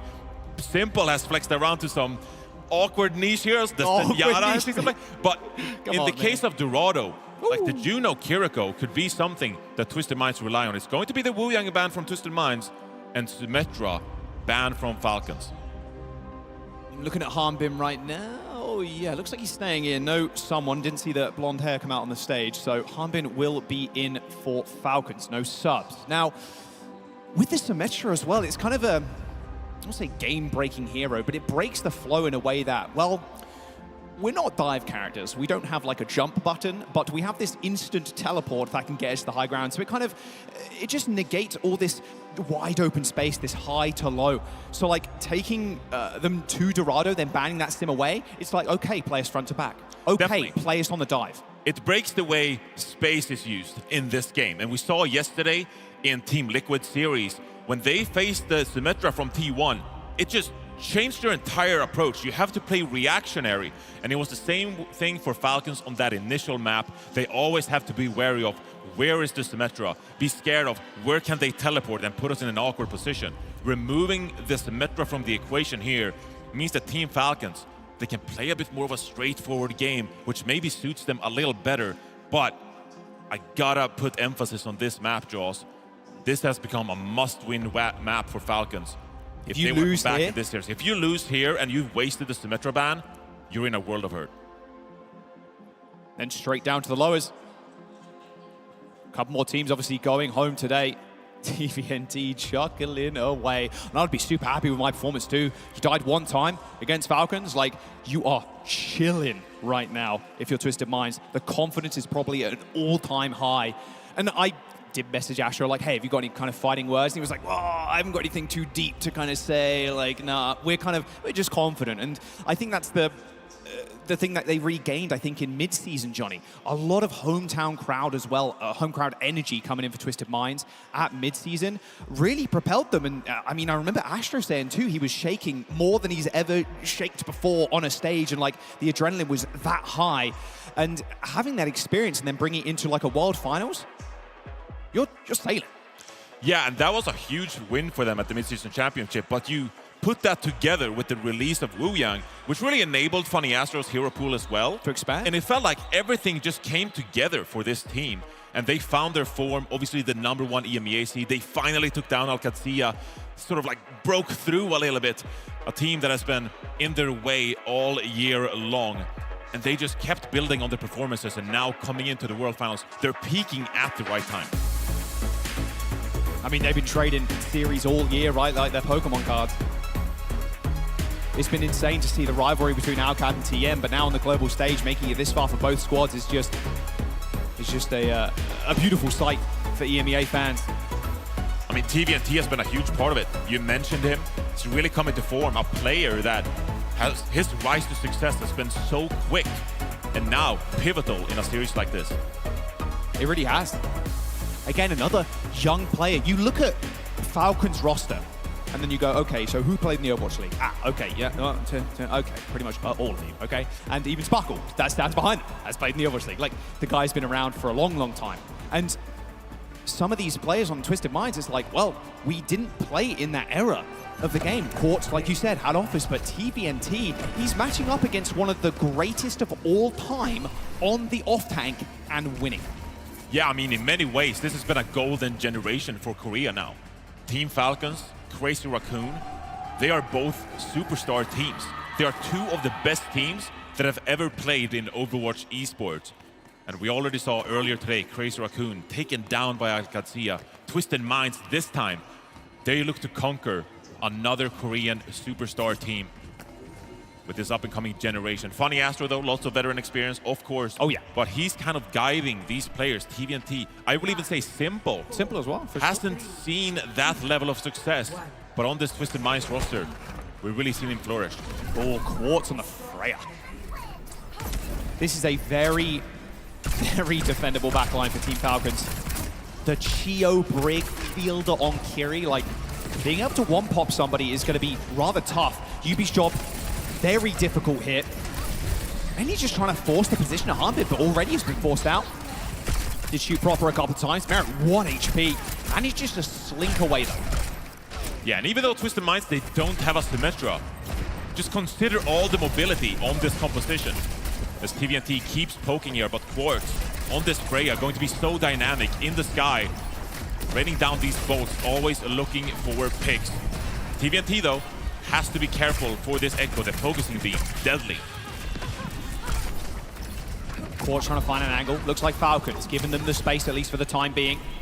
Quartz can't stay too high in the sky either for too long, because Proper is going to be playing on that rooftop. You land even half a sticky barrage, like in a try shot, it's like, you're kind of done. You being that high up, it's tough for the healers to get LOS. And we're looking at Yubi here, utilizing this flank, trying to link something up. Looks like it went in, recall forced already, and that's going to mean Twisted Minds. They have to drop back for a bit of a second here. Wards looking for a pick on this off angle. Oh, he hit Proper once in the head, but quickly healed up by Chio and Fielder. It's a good pick from Merritt too. Slowly but surely, the pace has been slowed down by Team Falcons with Twisted Minds and Yubi trying to set up for something. And one thing we haven't talked about yet is that Yubi remained in the lineup going into Dorado. Obviously, the Symmetra ban forced, so Yubi is forced over to the Tracer. And Yubi's Tracer is respectable, but taking on Team Falcons is next level. Generally, a Symmetra player forced to adapt. Rush coming in for Simple now as they try and force Team Falcons into a fight they're more comfortable with. Looks like Quartz has found himself in a bit of a 1v1 there. Thought it was at the very least, but it was a 2v1. Proper with the easy kill, but Chio has fallen here, so Team Falcons backline not looking as shapely as it once did. Funny Astro kill by Fielder as Proper is just decimating this front line. TVNT hits the self-destruct button, but killed off before the remake could come through. And Johnny, there's 1 minute and 40 left on the time bank. Yeah, and Twisted Minds, they actually look a little bit uncomfortable here. They are going to rely on a push together with this sound barrier. They need to synchronize this aggression and try to take down as many opponents of Team Falcons as possible. This poke damage from Team Falcons is so scary with the Ashe, with the Echo. Twisted Minds, they're gonna have to go quick soon. Oh, nice Yubi. pick by Yubi. That's the perfect pick. Merritt down, no Bob available, and now TM can rush forward, at least try. Let's copy of the Kiriko coming through. So 3 supports online for Team Falcons, look a little bit like Ghost right now. Oh, it's Proper. He's got mechanics on DPS, and he's got him on every other hero as well. Luckily, there's a Matrix there to save Quartz's life, but a free rush to be used, at least in the final moments, as Team Falcons win another fight. And now we're down to just 1 minute on this attack for Twisted Minds. That felt like the moment with Yubi securing a pick with a pulse bomb against a Kiriko composition.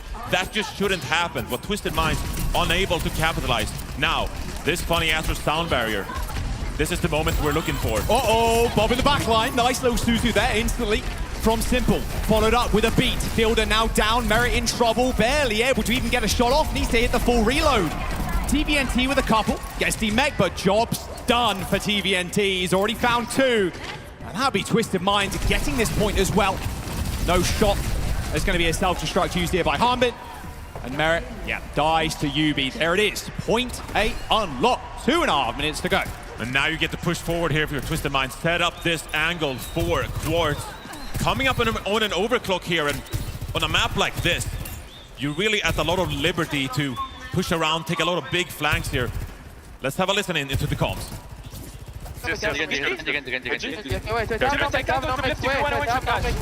I have no make. The city here, mid point. Yeah, back and forth. We're gonna push it. I'm ready to push. I didn't make it. قول لي أنا جاهز. Wait, I can push it now. Ready? Yeah. I'm with you. 3, 2, 1. Get me. Can you push it? I can't forward. I'm off point. Fine. Just move car. Want to take far left or not? Take far left. برجله سيدي يا باي سيدي all one side come on also ماشي ما باك يا ويت كم push into push all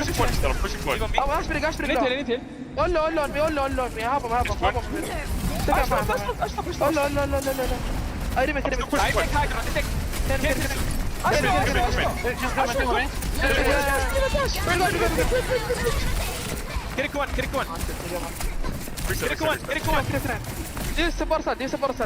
Yes.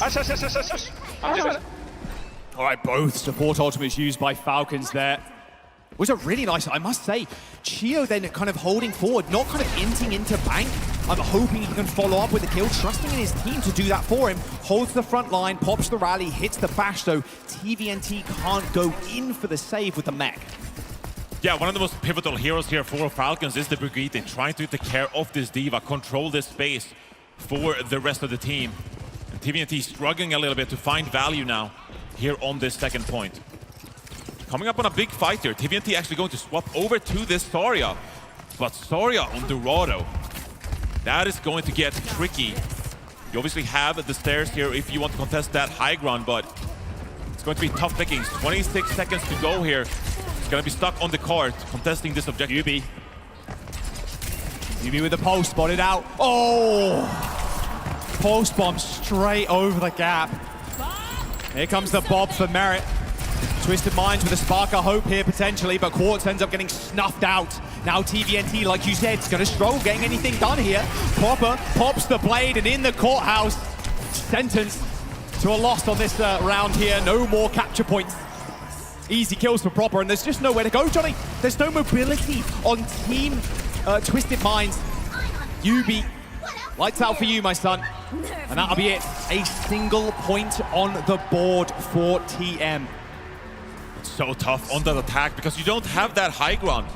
And contesting it is so scary. They try to find the picks with that overclock. They try to sit back, put a lot of pressure on that objective. But Falcons, with a really slow, conservative approach there, not overextending, not pushing the aggression too much. And that enables them to hold steadfast on that second point. Twisted Minds in a world of hurt here. A very different look here with the stats. Harmin not doing too much though. Look at that, 3k damage only from Harmin, but 11,000 mitigation from the Diva. I mean, 5 eliminations here is the highest for Twisted Minds. That just tells you they struggle to find picks throughout that entire attack. But this is what we expect Falcons to do. Like, they are expected to win here, right? They ban the sim, they take us to a more dive map, and obviously with the map pool change, no more Gibraltar or anything, Dorado is kind of the best you've got in that regard. Yeah, we looked at the map pool going into the event and thought Dorado would see a lot of play because it enables dive teams like this to force the error a little bit. Yeah. Twisted Minds, they're showing that they're uncomfortable in a setting like this. And yes, it's not a must-win map here for Twisted Minds. They're already up 1-0. The Symmetra ban, incredibly impactful here for Team Falcons. But they're still going to try to give themselves a chance with this Mei. That's some added cart pressure. It makes it difficult for Team Falcons to move this payload. They're going to have to look to circumvent it. See if they can secure picks in the backline instead. The Mei's great for like holding this choke point, so Twisted Mind's almost gonna kind of give this first little bit up and then hold in the small archway. Yeah, I think this is time for Proper to make some heroic plays on this Genji. The added verticality, gonna be able to get into a position where you can get on top of the backline from Twisted Minds. No need to stress though. For now, can just push the card, build some ultimates. Just pressuring TVNT, knowing how important this D.Va is in this comp, but they've managed to get TVNT out of that little cubby. The ability to get to the high ground though, Johnny, while easy, tough against the Mei, can get walled off instantly. Yeah, the court is getting a little bit away from Twisted Minds here. A trade comes in. Merit traded for UB as Falcon secures another pick. Yeah, Astro, he's got a whole lot of motion, but unfortunately it looks like Falcons are going to win this fight anyway. Yeah, goodbye Astro, unfortunately. Daniel Hathaway down, 3 minutes in the time bank and a small stagger on TVNT. Should be able to get the wave respawn with Astro though, so should be good, but reality is they're going to give up this point so they can set up on this high ground. Oh, they look like they wanted to go for it. Yeah, UB realizes without any speed, there's no chance. And in fact, they're going to pounce on them here too. Quarter's very low, and look at Armin straight in his face already. Instant D-Stu though, and this Mei is going to come into full force here in this courthouse as Proper ends are getting a snipe straight between the eyes. They can afford to be messy here. Could Twisted Minds, as long as they don't lose TVNT, they can continue to hold the high ground. Yeah, it almost looks like a little bit of hesitation from Twisted Minds. Are we going to recontest? Are we going to set up on the high ground? And it was something a little bit in between on Team Falcon, so look to capitalize. Twisted Minds, though, come out on top. But they got some big ultimates coming online here on either side. This one's going to get messy. Yeah, play for Proper too. He's looking to insert himself in the back line. That's exactly what he's done. Used the reflect pretty early. And there's the sound barrier too. Quartz has nowhere to run. Oh, Astro, no chance. You might as well have been standing still. Proper with a double with the blade, and that is getting the payload burning again. And Johnny, I fear for Twisted Minds now. A team kill, high ground control, only beat blade used, and look at that golden box of victory under the bridge. Yeah, you kept all 5 ultimates in the bank, so you can roll out and hopefully secure a fight win here. About 4 minutes. That's a mighty time bank for Team Falcons. Probably feel really comfortable here, trying to get out as many ultimates as possible from this defense. Blizzard's going to be so important now for Twisted Minds, but getting it past Proper and Harbin's going to be rather tough. Chio down first, though, after these rushes used on the high ground. Looks like Harbin is going to be able to get the remake here with that self-destruct. Everybody from Twisted Minds managing to dodge that out of the way, but Harbin actually ends up going down, booped by TVNT as he takes down the Baby D.Va. And just the one Kitsune Rush utilized from Simple. That's a good start for Twisted Minds on this defense. Oh, hello. Proper point guard for Fielder there. Fielder gets out alive. You see if Falcons here, they want to take a bit more of a dynamic approach. Maybe utilize the flanks on the right-hand side instead. You got a Bob here. That sets up a different angle for the Ashe. Funny Astro perma hit in those boots. Merit now trying to find an off angle to use the Bob. They might not see this one coming, but they might, to be fair, just ignore it completely. They're going to use the overclock and push themselves down onto this low ground now. Proper in the mix, in the back line. Gets back to the mega health pack on the statue, but I mean, that is a very frustrating. Oh, Bob? Bob from Merit? Over the top. Hello? Surely he doesn't survive this one. No, Quartz does a slide. Chio tried to go for the assassination on Lucio, but doesn't end up working out. That Bob, completely wasted by Merit. Yeah, the staging here is really odd from Team Falcons. I mean, Merit went for that big flank, but never really was synchronized with the rest of the team. Proper dashes in with no follow-up, really. It's going to be a late stagger here onto Hanbin and Twisted Minds. They are looking for more. UB still not using the Blizzard. Just the fear of it, Johnny, might be more than enough. And that's already half the time bank drained for Team Falcons here. And Twisted Minds, they have the ultimates required to keep this going. If you can get away with a fight win here, just dropping the Kitsune Rush before Team Falcons get their ultimates, you're in a great place. Yeah, and a map winning place as well, Johnny, and that'll be match point for Twisted Minds. That's got to be in their minds currently. Dragon Blade for Proper, though, can be what they need to open this one up. TVNT going aggro, but quickly switching it up. Now looking for an off angle is Merit. Finds a headshot there, but healed straight back up. Blade's going to get popped. There's the sound barrier. Proper's still got a dash, so can get out to safety if needed, but Chio's already down. A cheap fight once again for Twisted Minds. It wasn't the rush, it was the sound barrier. Yeah, you got to reset immediately.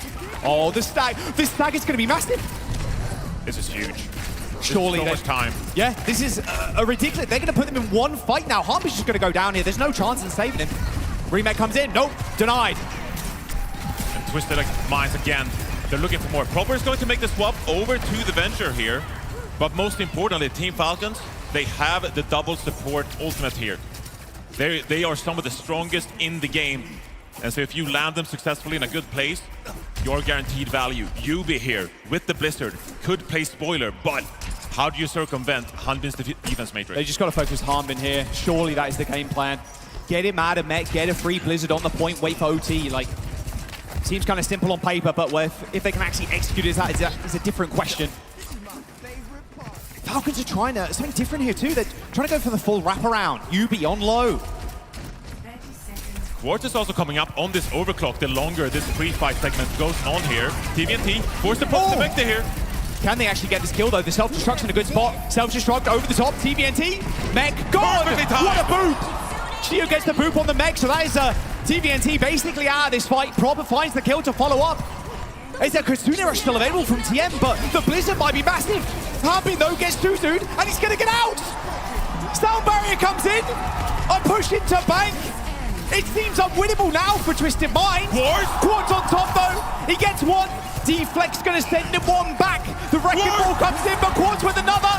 Clutch hit for Quartz. How does he keep doing it? Quartz with 4. 5 for 1. There is no way. Clutch master Quartz for Twisted Minds. A lead in this series. Match point for TM. Are you kidding me? How do they clutch it up? 4.5 minutes in the time bank for Team Falcons to finish off the second point. And somehow, Twisted Minds hold strong. Up 2-0 in the series. My boys can take that one at all. Twisted Minds now on match point. Is this another Korean Titan going down so low, Johnny? This is a ridiculous performance. We already spoke about how Merit been around for such a long time in the Overwatch League, but Quartz denying those offers, willing to stick with the team out and not getting that experience at the highest level possible, but now showing up on the big stage in a World Finals, no less. This is an insane performance. 18 and 6, 10k damage. And it felt like their entire map. We were talking about the Symmetra ban. We were talking about, oh, this is not a must-win map for Twisted Minds. They can endure even a map loss here. And then they end up securing Dorado. It's a huge flip of the script. Team Falcons are reigning world champions. Now on the verge of defeat and being sent to the lower bracket. Still with another chance though, Johnny. Quartz with a generational performance. I mean, we're gonna have to get a replay of that. Psycho, the coach, standing up behind him, or coach slash player, I suppose. I mean, what a huge another day in the office, bro. I mean, Yubi is so fired up every single LAN. I love it, the energy he brings to this team. And just the focus of them to recuperate all that energy, get their head in the game, always stay mentally prepared for 4.5 minutes. And I mean, I love the rotations from Twisted Minds, the way they stay active on the map. Team Falcons, they try to set up the off angles, always trying to set up Merit on that hit scan. But Twisted Minds, they react so well. And TVNT is obviously so important with the D.Va in a scenario like that. And this was the map Falcons were supposed to win. They needed to. The dive map, Simban, and now Twisted Minds could maybe just swing this one home. I mean, you're going to another Falcons map choice. You can't ban the Sim. Can't ban the Mercy. Okay, throwaway ban, but still. Yeah, I mean, T1, they banned the Lucio, and that worked for them. But even so, against a team like Twisted Minds, they kind of, in a little bit, embraced the Lucio ban.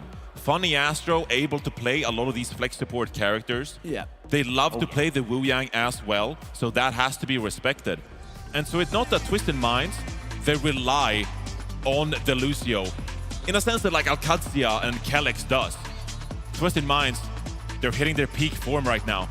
And this hold on this defense just goes to show how much they're feeling themselves. Just insane. 5 kills to hold on the defense there when Chio hits the sound barrier.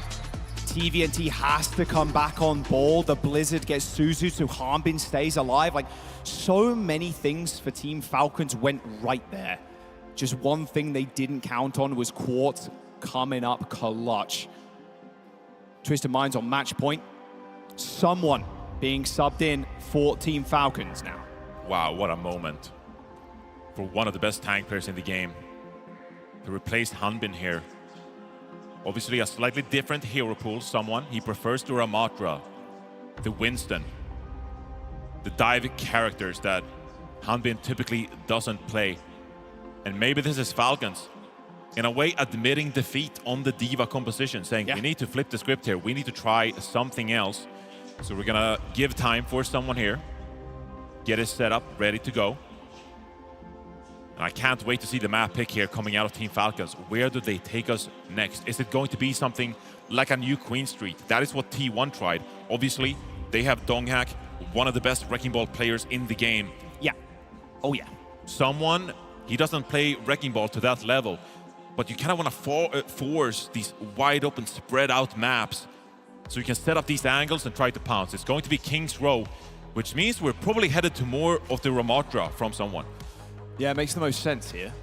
But, oh man, it's just so good for Sim and it can't be banned. Like, where do you pivot if you're Team Falcons? Do you...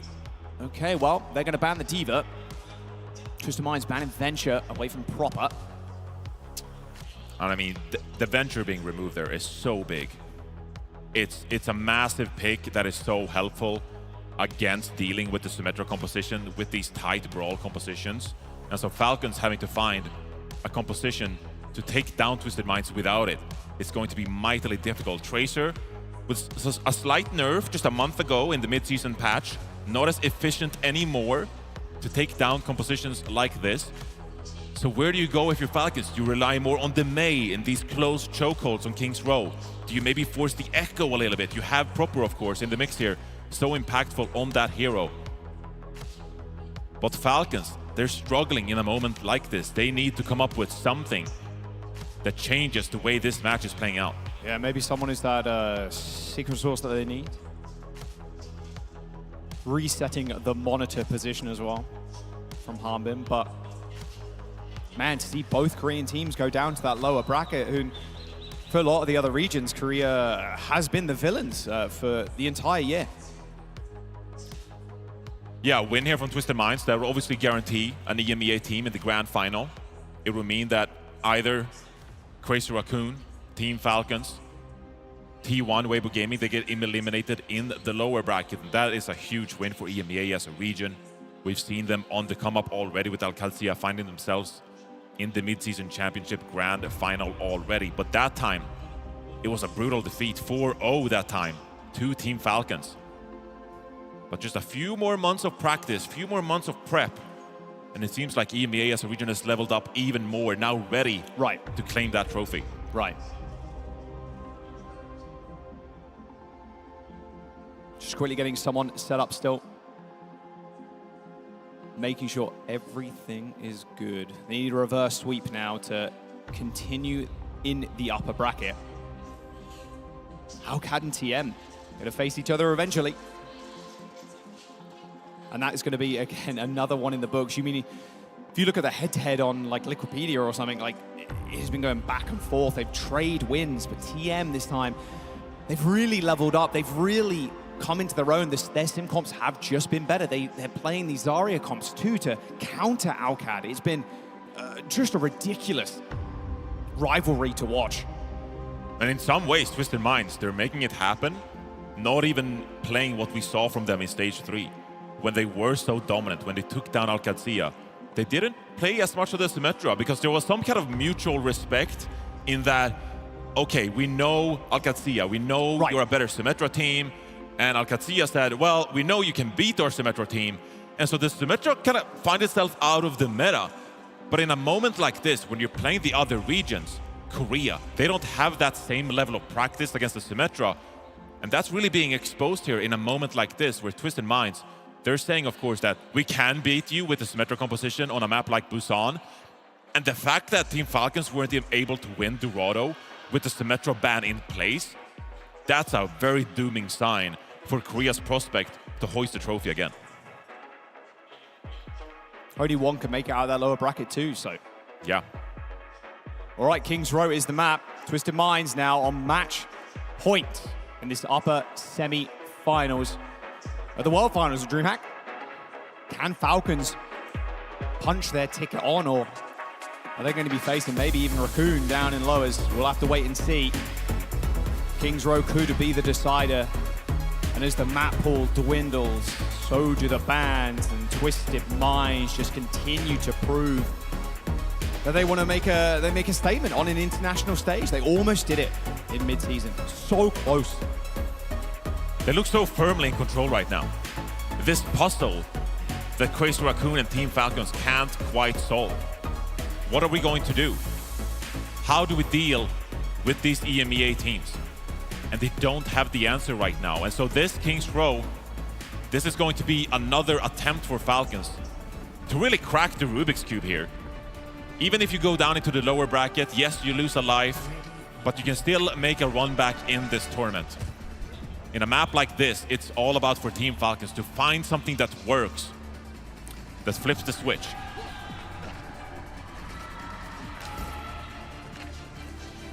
I mean, Raccoon have shown they can do it before. It is going to be the Ramatra, like you said, Johnny. Proper on the Echo, Merit still on Soj. It is a bit of a mental breaker, too, to be in this spot. You expect strong mentals across the board from Team Falcons, but not always the case when it's down to the wire like this. So much of excelling at Overwatch is about making plays, about being proactive, about the way you flank around, you drop your ultimates. And when you're in a position like this that Team Falcons are, you start hesitating, you start overthinking things, and you don't quite have that same level of aggression. So losing that to Rado, let's see if that impacts Team Falcons' ability to navigate what Twisted Minds are throwing their way. We know UB was going to run out on the sim. See if they try and make a play with the teleport. Quartz kind of waiting for heals, waiting to get another position. Team Falcons here. They're looking to regain some space from this hotel angle, but Twisted Minds are not going to let them. This is all about Quartz utilizing these off angles to try to shut them down as UB goes for a big play and Merit down early. Yeah, he's swift with it. Gonna just burn down someone as well. This Nemesis form isn't gonna last all too long. That's another kill for Quartz as well. Add that to the tally, Johnny, for this series. Those headshot right clicks on the railgun. Give him another, come on. Build up. Oh, he gets the kill, but it's all good. Point unlocked for Twisted Minds. We haven't seen many great Kings Row defenses. It's been a struggle so far. So let's not read too much into things here. Fielder's going to come up on that Kitsune Rush, which will match Simples. But at some point on this second point, Team Falcons, they need to make a strong hold. But it's UB with another pick onto Chio. And this could get the snowball rolling. Kitsune Rush, drop from Fielder here.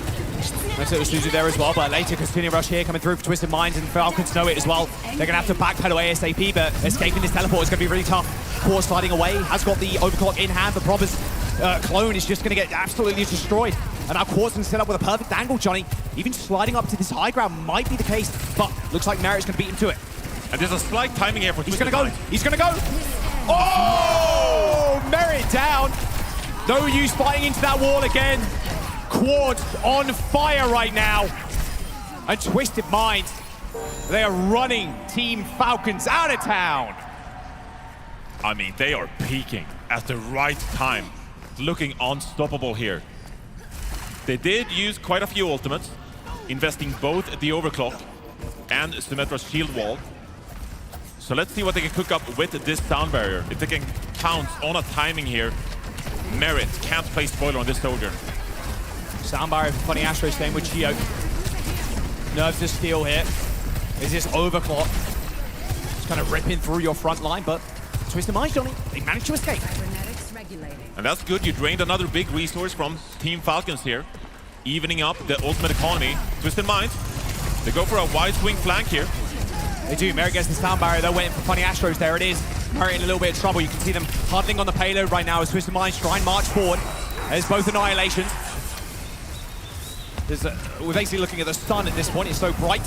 On the high ground, though, TBNT manages to tag Proper as Quartz manages to get him. And oh, they snuck it away from Falcons as well. And that's what the Symmetra does for you. It flips the map. So Twisted Minds in full control of the payload with a beaming Symmetra, raining damage onto someone. And now they're gonna push forward, not even letting Team Falcons out of spawn. This is Twisted Minds in complete control of this control. The body block is so nasty. Someone lucky to escape with his life, but look at the wall percent, Johnny. 88% on wall.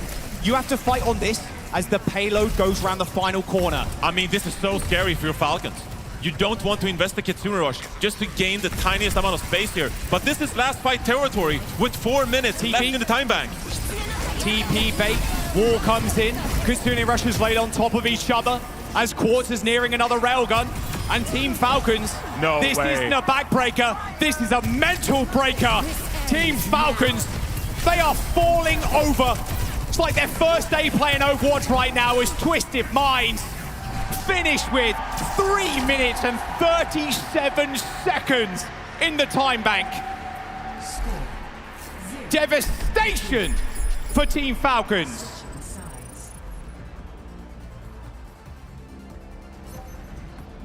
This is an unbelievable performance coming out of Twisted Minds. We're talking about one of the best teams in Overwatch history in Team Falcons, the reigning world champions. And Twisted Minds make them look like they're straight from Diamond in Ranked. It's not even close. Peep the stats. 2 deaths on the main man Quartz. 0, 0, 0, 0 for the rest. This is the position you're in when you can't win Symmetra maps. We expected a long series, actually. We expected teams to trade their map picks, their first bans, back and forth. But Twisted Minds, because they won that crucial Dorado, they've put themselves in this position when they're just coasting. Yubi's allowed to play his signature Symmetra, and Team Falcons, they don't have an answer for it. They need some magic. Falcons need to channel something. Because right now, yeah, they're just falling over.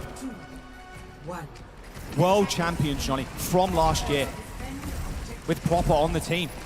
With Giants of Overwatch. And here we go. This is Falcons throwing everything at them. Proper rolls out on the Symmetra. A hero Team Falcons have played before, but you're trying to beat Twisted Minds at their own game. Oh, Astro's in trouble. Can they actually turn and kill him? There's no way he doesn't die there. Geo dies instead. Astro was caught out there. Looked like he wanted to go for the TP, Johnny, but didn't manage to get it. Oh, Proper. Oh, Proper. He's trying to run. There's no one. There's nowhere to hide. You cannot, I fear, Johnny, you cannot beat Twisted Minds on a SimCom. You just can't. You talked about the mental game. This is just complete control. Warfare. I will say for Falcons here, you might feel at this point that nothing else is working for us. Maybe the Symmetra is the answer. It's something we need to practice. It's something we need to see if it can work for us. Overclock available for Quartz already. Look at this. Just going around the corner. TP up, hit the ult. Hello. Hunting ducks now. Straight to the skies. Everybody cowering. And Quartz. Oh, just get in the coffin already. He'll nail it shut for you. Twisted Minds holding Falcons on this first point here. Not even a single tick. And someone scurrying to spawn, but can't even make it. Touch the spawn door challenge. Completed for Twisted Minds. As they poke back and forth. 4 ultimates coming their way, and they are playing with their food. 2 minutes in the time bank, double support ult and a wall coming up. There's the rush early from Fielder. Simple lays one down as well. Finally, Quartz has been taken down. Annihilations for both teams, but someone is 1 HP as TVNT just walks past Team Falcons. I mean, Merritt's trying to survive off in this high ground here. Can he get another shot off? No, he cannot. And Falcons looking like Resident Evil campaign extras right now as Twisted Minds don't even give him a single tick. 1 minute 30 on the timer here as Team Falcons are going to attempt this push with the sound barrier. With the Symmetra wall, they have the favorable ultimate economy here. This needs to be a fight win. Quartz in a good spot as well. He's already taken a headshot. The back line there. Both walls deployed. Now Quartz has to decide which one he wants to fight on. Looks like Falcons are going to be able to get a tick, but it's all good. Twisted Minds can let this happen, Johnny.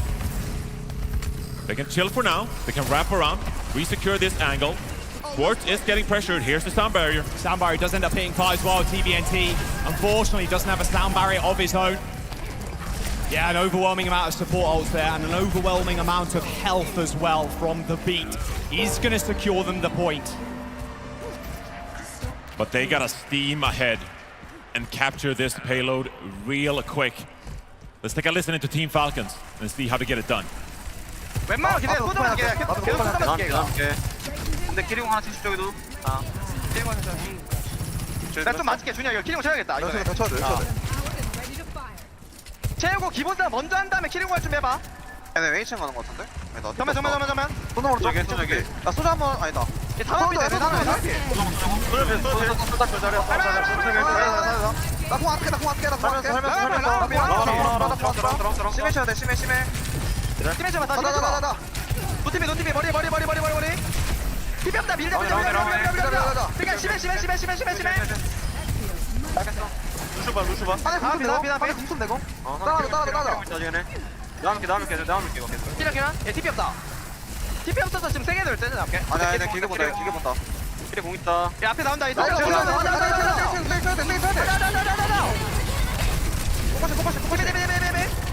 쏟아밖에 쏟아.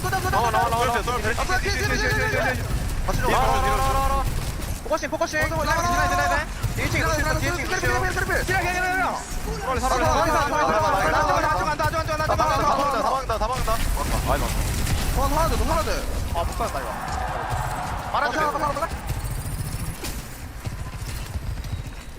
mean, this is still dire straits for Falcons. They got a minute and 40 left. That was an expensive fight for both teams. Fielder manages to make it out alive here, but Proper maybe in a bit of danger. Twisted Minds, they don't make these fights easy for Team Falcons. Merit pops the overclock here, looking for a pick, but there's no one to find. TVNT is tanking this, bro. Look at this. Just holding his arms crossed, and there's the wall, and now Merit does receive the beat, but it's just so hard to find an actual target he can shoot at. Eventually they're in a good spot, but Twisted Minds, they're just so good at disengaging with the TPs or just holding S. Unbelievable amount of coordination. Merit and Proper getting up kills, but Quartz gets another. Prosk! He can't keep getting away with it! 4 kills for Quartz! A team kill for Twisted Minds! 50 seconds in the time bank. He is just so good at the game. This is ridiculous. What an all-star performance from Quartz. The way they turned these fights around with the use of Quartz Sojourn play. It's world class. Pretty empty ult bank on both sides. Both rushes coming up first. Slow push in here for Falcons, but bleeding down the clock at TM. Yeah, both teams desperate to get these Kitsune rushes online. You don't want to go in without it. But even so, Falcons, they're going to be stuck on this payload. How does Twisted Minds abuse that positioning? Oh, nice TP. Insane TP from Zien.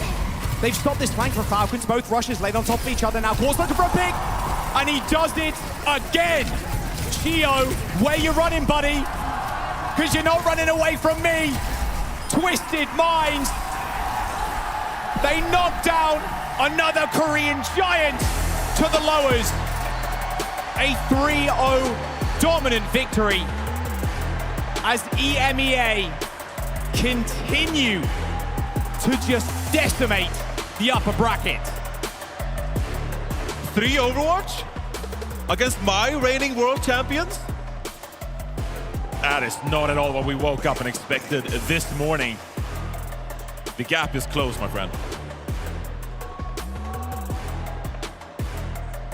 Just pure elation on their faces too. Yeah, taking down a reigning world champ.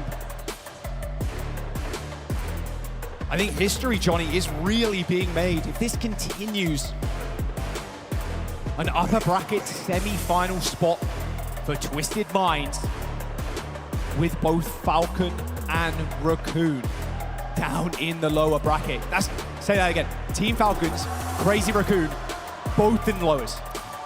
I mean, if you're Weibo Gaming or T1 right now, you're feeling a little scared here as we take a look at the stats. 33-5 for Quartz. TVNT, 31-1. I mean, that ain't close, big guy. That's about as close as our height difference.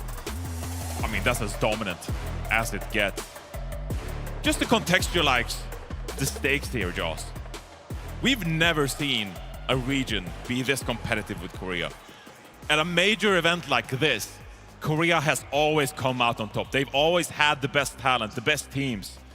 And now, we're here at the OWCS World Finals, and EMEA has proved that they're looking to hoist that finals trophy. Here in their native region as well, I mean, what more can you really ask for? But they still have to make it through, right? That lower bracket is going to be deadly, and I've got a good feeling there's going to be some rematches on the horizon as well. I mean, this is insane, and like you said, yeah, Weibo Gaming, they had a spectacular performance yesterday. Can they keep that energy as high as they possibly can? Because you still have to face Raccoon, Falcons at some point to make it all the way to the final. The lower bracket is looking as scary as it ever has, in all honesty. Yeah, I mean, let's look forward a little bit. Even if you're Crazy Raccoon, if you're Team Falcons in this scenario, it very much feels like they don't have the answer. They're looking for answers, and so can any of these teams realistically stop them? Well, let's send it down to the stage with Danny, who's joined by Yubi and Quartz. Thank you so much, Jack. Yes, I am here joined by Yubi and Quartz. They both wanted to do an interview. I feel like they have something to say. Amazing stuff. What an upset. 3-0 victory against Team Falcons. I mean, I have to ask you guys, were you guys surprised that, you know, it was a 3-0 victory? Did you feel like it was supposed to be a closer fight, but you guys dominated? How do you feel, Yubi? To be honest, I really think we're going to win 3-0 since we were going to give this scrim against Falcon 6-0. So the game, it was really good. So I'm really happy that with the first team in MENA, that they win against Crazy Raccoon, T1, and Falcon. So out of Korea. All right, and of course for you, I feel like Twisted Mind is very interesting because I heard that you guys don't have a coach. And you guys are just dominating right now. Are you guys just that good? Or are you guys just built different? I mean, it's two things. One is just we're that good, yeah. And second thing, we do have a coach actually, and it is him. So yeah, no need for a coach, I guess, when you have Yubi. Wait, so Yubi, you're the coach of the team, or is it Psycho and you, both of them, both? To be honest, all the players, we make decisions together. We don't have real coach, so we just trust to each other. So that's it. Do you guys ever feel like you guys ever need a coach or no? Nah, I don't think so. I think we're doing good so far. We beat Crazy Raccoons and Falcons without a coach. Why get one? I mean, talking about Falcons, I mean, I have to ask about regions now, right? Alcatia beat Crazy Raccoons. You guys beat Team Falcons. Guys, do you guys feel like EMEA is the strongest region in Overwatch right now? What do you think? I really still think Korea is way better region than us, but sometimes we're really lucky with the meta, you know? So depends on the meta, so I can't tell you we are better. But I really think Korean is still better, so even if we win. I think I would say the same. Korea is still better than us, but the gap is closing, I think. I think like the gap used to be very big in the past, but now it is kind of closing, yeah? Gap is closing. What do you guys think, Stockholm? You guys think the gap is closing? Yeah? I agree as well. All right, Yubi Quartz, thank you so much. That is it for the interview. Zoe, take it away. Such humble kings on that stage, joined by Danny and some random letters again. What was that all about? Maybe we'll find out. I'll get our best agent on the case. But for now, let's talk about Twisted Minds. Oh, there's more letters behind me. That's so weird. That's crazy. Like, there's so many hints. But yeah, let's chat. Let's chat. Because this, once again, this is historical. Like, we've never seen two EMEA teams in the grand finals in such a dominant fashion as well. I'll say this. Course and UB being humble, I don't think the gap is closed. It's been overtaken. EMEA have just taken down all 3 Korean teams and sent them down. And I'm the one saying this. T1 sent down a low bracket. EMEA on top! Sent down a low bracket. Falcons now sent down a low bracket. Even at mid-season, Twisted Minds took down Crazy Raccoon. So they have beaten all 3 of those teams. The only team that hasn't lost to a non-Korean team that's not called Weibo either was Falcons. And now they've also lost to an EMEA team as well. I'm sorry, North America. It's EMEA right now that is so much better than everybody. I can't believe this. This is so impressive. As the EMEA representative on this desk, I take full credit for all of our achievements. Go Europe, go Europe. And we're doing it here in Stockholm as well. That makes me very happy. Let's talk about this incredible game though, because there is a few individuals that really stood out above the rest. Let's chat. I mean, come on, it's Quartz, right? Oh my goodness, the performance on the Sojourn was absolutely out of this world. And Quartz is one of those players that has just been a consistent rising stock in EMEA. Joined Twisted Minds back in 2023, was also a part of the Kingdom of Saudi Arabia World Cup team that won in 2023 at the end of the year. And since then has just been a staple on this Twisted Minds roster. Really well known for the Sojourn. Of course, can bring out a couple of those other hit scans, but it was the Sojourn today that was the star of the show. And I feel like a lot of other hit scan plays, a lot of other plays in general get talked about all the time. You have the Merits, you have the Lips of the world, the Prouds of the world as well. But right now, this is Quartz's kingdom, and he's here to rule. This was an unbelievable performance. You can see the clip on screen right now. A 5K clutch. It's unreal. In a situation, it was actually a 4v5. TVNT gets demec'd. It's a 5-man beat. Just about come through Machio, and somehow Quartz still gets it done. You see another 4K, and this clip coming up here as well in King's Row. This is an unbelievable play to the point where I don't know if we're still doing MVP awards, sorry, but if we are, this guy's the clear EMEA MVP. But I think it's also so impressive that, not just outside of course, because you know you have to have setup for this. While he was able to pop off with the overclocks, which is all those charged railgun shots, I think you also have to give a lot of credit to players like UB, TVNT, Simple, Funny, like the whole squad gets accolades for being able to set up a player like Quartz for success. And while UB was being super humble on the stage, you know that a lot of the team's efforts, like a lot of that comes from the big brain that UB has to actually gel this team together, make sure that the Symmetra play can actually be capitalized upon. And even when the Symmetra was banned out in this match, they all still popped off and were able to beat Team Falcons. And I think that is just a true testament to how far EMEA has come, how far Twisted Minds have come, and they are a real threat to win the whole thing. And you know what I'm just marveling at is the fact that they are managing to get so much out of this composition. Usually, if you're running such a specific comp as a team, that works only for so long and then teams figure it out. But throughout the year, no one can take them down. They're just that good. Technically, you know the answers, but you can't execute. A consistent thing is just that, how do you get practice against it? You can't really get that practice unless you are playing against Twisted Minds or OWCS. And you know what? Falcons should have been that team from Korea that could match it, but they couldn't at this stage. Quartz, easy player of the match for me, for probably everyone. Just an unbelievable performance coming on through. Absolutely at the top of his game. Has been for quite some time, but it's weird to say, kind of overlooked as well. Kev's got the EMEA MVP last year. Maybe Quartz deserved it. Again, if there is one this year, he's the clear choice. Quartz is just the absolute best player, probably coming out of EMEA in general. And now you have 2 EMEA teams in the upper bracket grand final. By the way, a guaranteed finalist from EMEA. It's also going to be a guaranteed 5-map banger because that's what those 2 teams always seem to deliver. And there's just so much history between those 2 teams. So this upper bracket grand final is going to be so spicy, so juicy. It's going to be so good. I'm very excited. But of course, we still have to play through our lower bracket first. We're going to have Crazy Raccoon going up against T1. So we have that Korean battle there. And then, of course, Falcons have to go up against Weibo Gaming as well. Man, these are all so hard to call. Like, anything is possible. Crazy Raccoon and T1 have had so much experience against each other so far this year. 2 finals, a Stage 2 and a Stage 3 domestic Korea final that both went Crazy Raccoon's way, but T1 have had some good games against them in the regular season where they've won. And of course, Falcons, Weibo, these 2 teams have had so much back and forth. Weibo has been the only non-Korean team that has been able to take down Falcons before. We saw, obviously, Twisted Minds just do it now, but that is always going to be a good game. Which one are you most excited about? All of them is a correct answer, by the way. All of them. Perfect. Thank you for Correct giving me that answer. one. Yeah, but it's all of them. This is just where the bracket gets the most intense. When the tournament lives are on the line, you're fighting to be able to make it into that lower final and to make it back, to be in the grand finals of the World Finals.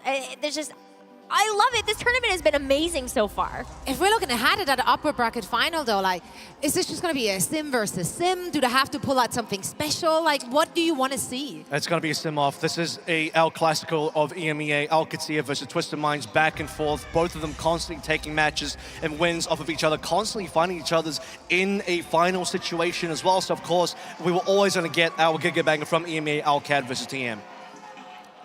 What do you hope to see, Necro? If the world's your oyster, which it is. Oh, out of the winners finals? Yes. I think Avril said it best. I'm just here for the pop-offs. I want to see more like a Sojourn, a head You know what we flip. are going to get? We are not going to get another Crazy Raccoon versus Falcons grand final. That is for sure. Yeah, that's guaranteed. You're right. Yeah.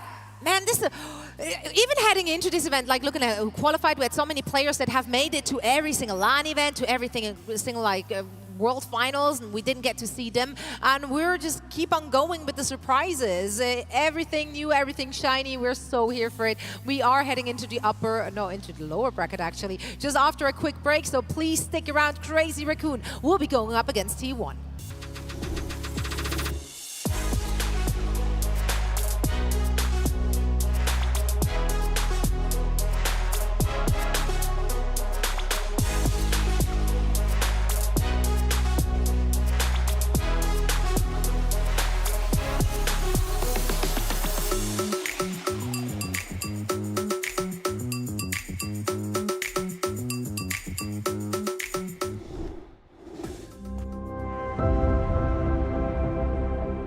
You can hear it in the wind. An echo. A whisper. A calling home. It welcomes us. Not as wanderers, but as its kin. In search of a memory of what once was, where purpose ignites.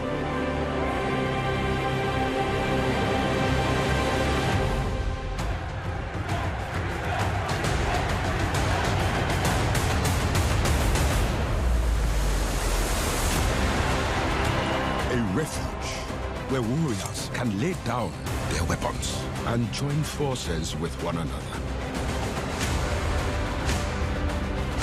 You can feel the power as countless worlds collide. A new future with endless possibilities. A place to unite. To imagine. To belong.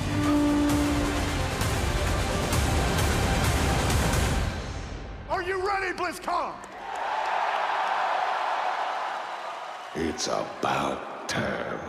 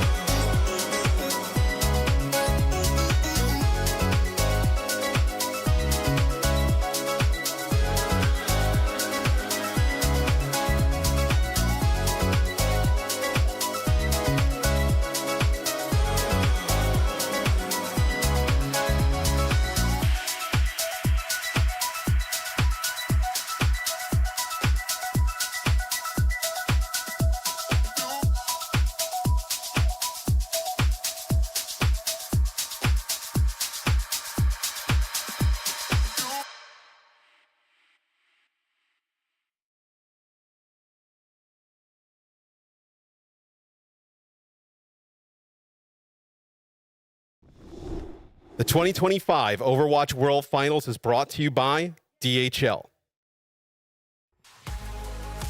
Hello and welcome back to the 2025 OWCS World Finals, coming to you live from DreamHack in Stockholm, Sweden. It may be cold outside, but things are heating up in here. We've had some incredible surprises in our upper bracket, and now we're turning the page and head into the lower page, book references. They're not with me apparently, but yeah, let's talk about the lower bracket. No, wait, that's wrong. You should have done. We will get. You should have just left it there, but that's all right. And we give you cliff notes. I am. No, actually, we're gonna give you the deep dive notes. That's what we're gonna do here on the desk, because that's why I have my analysts, Avril and Necro, joining me for all things Overwatch once again. And we have some interesting matchups to talk about. These are matchups that we would have probably expected to see in the upper bracket, not in the lower bracket. I know. And now these teams are facing elimination at the World Finals. Yeah, I mean, this is a culmination of, I think, a couple of years now coming in where it's just such a surprise to see two Korean teams facing off in a lower bracket. An elimination game between two teams that have faced each other so many times this year, so many back and forth games, a couple of grand finals in there. Crazy Raccoon, they've been overall the better team, but T1, they've been itching to take Crazy Raccoon down in a high-stakes game like this. Yeah, let's talk about Crazy Raccoon first. As you said, they currently do have the lead in the head-to-head, but they have been playing it close. What made Crazy Raccoon come out on top? Crazy Raccoon are still the more veteran team. They are still better when it really counts. There is a 4-3 match record favor for Crazy Raccoon, but 2 out of those were from grand finals, and this is where it actually counts. You can beat Crazy Raccoon in the regular season. Multiple teams have done that, but where it counts is in the high-stakes game, when you're about to be eliminated, when you're actually in the final itself. That has been where T1 have fumbled and have choked. T1, if they want to get past this kind of moniker, this label of them choking important games, this has to be a big T1 win. But I think for the Crazy Raccoon team, this is one that I think still is struggling to sort of find their identity in this tournament. We came into this expecting that off-tanks were going to be very good, but they're still floating around the idea of swapping Max and Junbin in and out of the roster. And while Max started off with a good tournament, this last match that they just played looked a little bit more like they were struggling to kind of figure out how to deal with these EMEA teams. I think these teams both have very similar strengths in terms of how they're going to play the roster as well. You have the Max Junbin situation, but you also have the Dong and Jasmine situation as well. Yeah, that's that was right. a little bit easier to solve during the regular season because, well, Dongak just played like 99% of the games, but now for this event, Jasmine's probably played more. So in this type of matchup where you know both teams probably are more likely to favor Dai, probably more likely to favor Junbin that we see here in the starting lineup, Dongak might be in the starting lineup as well. Crazy Raccoon and T1 might just handshake this one, gentleman's agreement. No Symmetra, no Brawl, let's just play some honest dive. Yeah, but that's actually making this entire matchup even more exciting, right? Because we know that they're familiar with each other, but they're not familiar with each other in the constellation that we've seen so much of with those tank swaps heading into this very event. If we're talking about the opposition here at T1, I mean, clearly some players stood out above the rest and had... are we saying it again? A generational performance because Necro hates it so much. But really, I mean, that's what it came down to. If we're looking at the DPS comparison, though, they have to go up against T-Sang, they have to go up against Lip.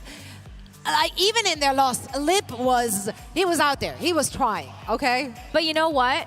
I think Proud can take them. Think about the performance that Proud just put on yesterday. And I think you got to look at this hit scan, and especially the dominant performance that Quartz had today. A lot of the pressure is really going to be on the hit scans. Cheer if you love Chick. I love that. What did you say over here, Avril? Just acknowledging a fan. Yeah, Avril theory is true. It is true. Thank you, fan, so much for that one. Thank you, fan, for that one. We're going to, at some point, actually need you to give us like the real rundown of the Avril theory. 100-meter gap. That's it. It's not you get the first 100 meters. It's you have a gap of. So if it's 10 meters to 110, theory activated. All right, okay. Well, maybe that comes into effect, but so far our maps have not actually gotten to the point where I think the Avril theory has actually initiated. Where has the push been? Actually, you're like 0-2 in predictions today. That's crazy.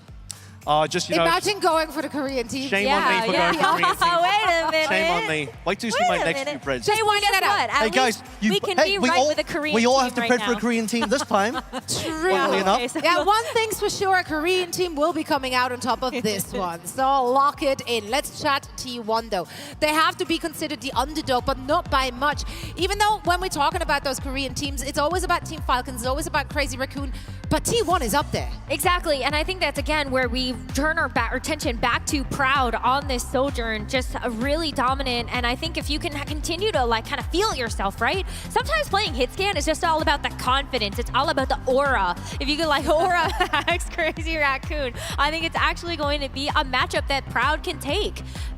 And Proud has had a bit more of a quiet season, specifically against Lip, but right now he's on fire. Lip has been good as well, but Proud is having the type of performance that we praised Quartz just in our previous match for. These are the top plays, these are the top hit scans so far. Lip has traditionally been the GOAT of not just his position, but right now all of Overwatch, and the only title he's missing is World Champion OWCS. If he falters now, then he's going to miss out on that one, and we don't know if we'll even see Lip next year. This might be his last chance. Yeah, I would love to be able to see Lip hold a trophy as one of the final moments, but maybe I also just don't want to see him retire. But I think for T1, if they want to actually win this matchup today, it is going to be banking a lot on just kind of like the fundamentals that they've worked on throughout the course of the season. And when we actually look at Korea, it's funny, you say T1, oh, you know, they're Korea 3rd seed, they're coming into this underneath Crazy Raccoon as well as the Falcons, but I think it makes sense that we will end up seeing T1 start with Donghack, as you said. This is the thing, right? When I look at these two teams, they may just look at the mid and say, we don't have to do that. We're two Korean teams. We both want to play Dive. Crazy Raccoon want to play Jimbin. T1 want to play Donghack. This is gentleman's agreement in this one. We can have a ball off. Maybe we'll go to early else, just have a ball versus ball mirror. These are the best two ball teams in the world. They're very familiar with each other, and they might just want to play what they're familiar with as well. What will get really crazy is, once we move things along, are we going to get the Max and Jasmine's coming in to say, like, you know what, maybe we'll try and get a little bit of that off-tank play in there as well. Now, if T1 did their homework and watched the last few matches from Crazy Raccoon, what is their takeaway? What's the crack in the armor? Where do you think they see an opportunity to come out on top? That's really hard to say, because I think that you have to remember that like Crazy Raccoon is one of those teams that they understand what kind of like defeat will feel like. You got to have that bounce back and that strong mental, and so I hope that this is one where they can bring it back. Well, both teams are finding themselves in the lower bracket at the brink of elimination. I can't believe that I have to say that about Crazy Raccoon and T1. They're about to take to the stage, so let's send it over to Adam. Thank you so much, Zoe, Nekra, Kev. You look fabulous today, by the way, folks on the desk. Hey, my guys, this is fantastic. Obviously, DreamHack are ready and raring to go. Who would have thunk it earlier on today? Two EMEA teams making their way into the upper bracket final tomorrow. It's exciting. It really spices things up. But now is when we disembark at Elimination Station off the train, because from this point onwards, there are 4 teams left, only 1 space left in World Championship Sunday. We're ready to rock and roll. We have got a huge Korean showdown right here, right now. So let's meet those teams. First up, it's Crazy Raccoon.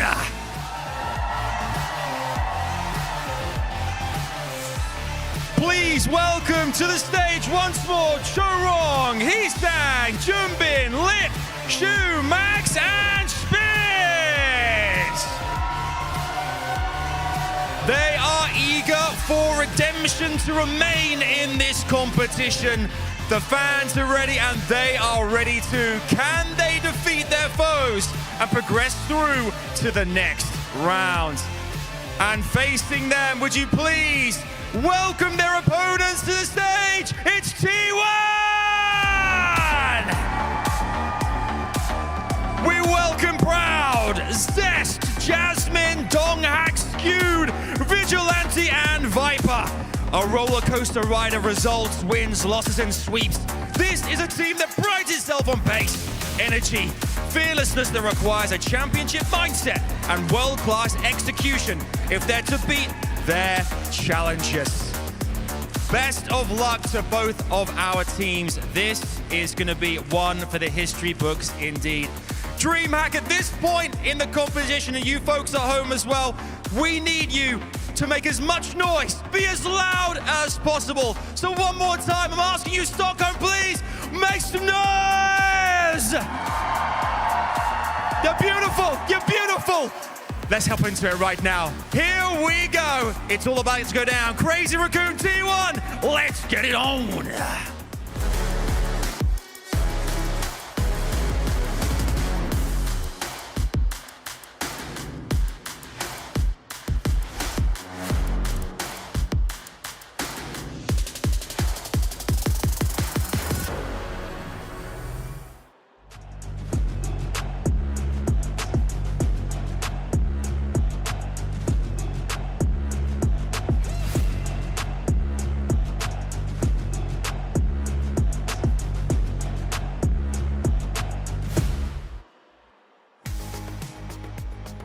it will be Crazy Raccoon and T1 battling for their tournament lives. I'm Jake. I'm joined by Matt, Mr. X, to cast this match. And I mean, what a world. How long has it been? Has it ever happened? We've seen all 3 Korean teams, our Chinese team, all facing elimination. Only one of them will be left at the end of the day. It is, I mean, we haven't seen this in... Ever? I mean, probably ever. Genuinely yeah, ever. Probably ever. But with the way that TM has obviously played and Quartz playing on another level, Alcatia as well, it felt like, coming into this event, it was a possibility. I just don't think anybody really expected to see it. But here we are with CR versus T1. And I think obviously it's our #1 team in Korea versus #3. But T1's played everybody pretty tough here. They have. I think Proud has had a breakout performance. He's been this vaunted hit scan player next up on the block.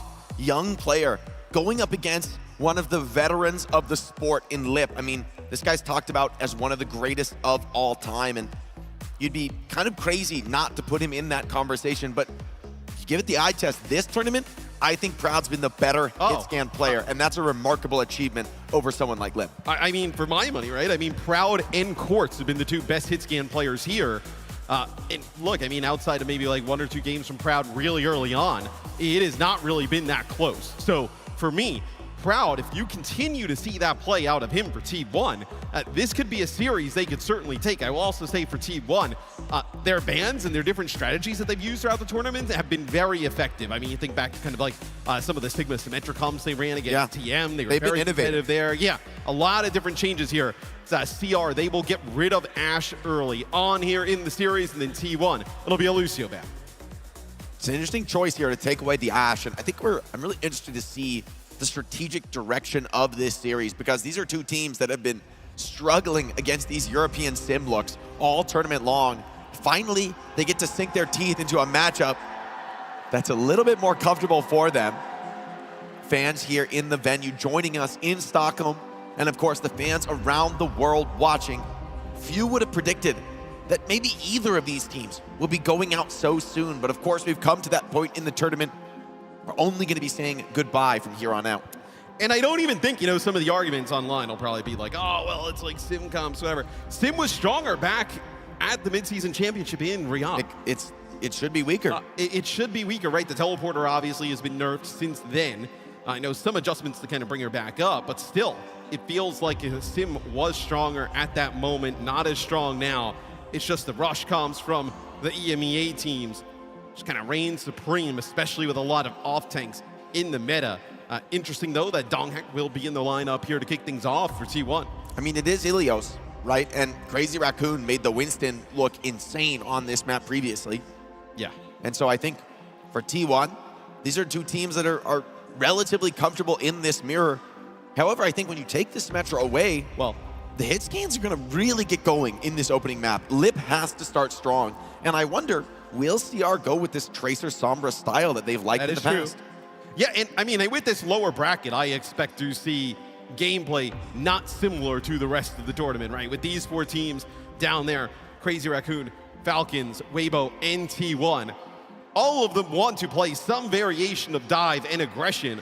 You may end up just seeing it there to get to a finals. This is Jasmine, the tank on the bench right now for T1. Has played a lot, though, throughout the tournament. It'll be interesting to see if they bring him in later on.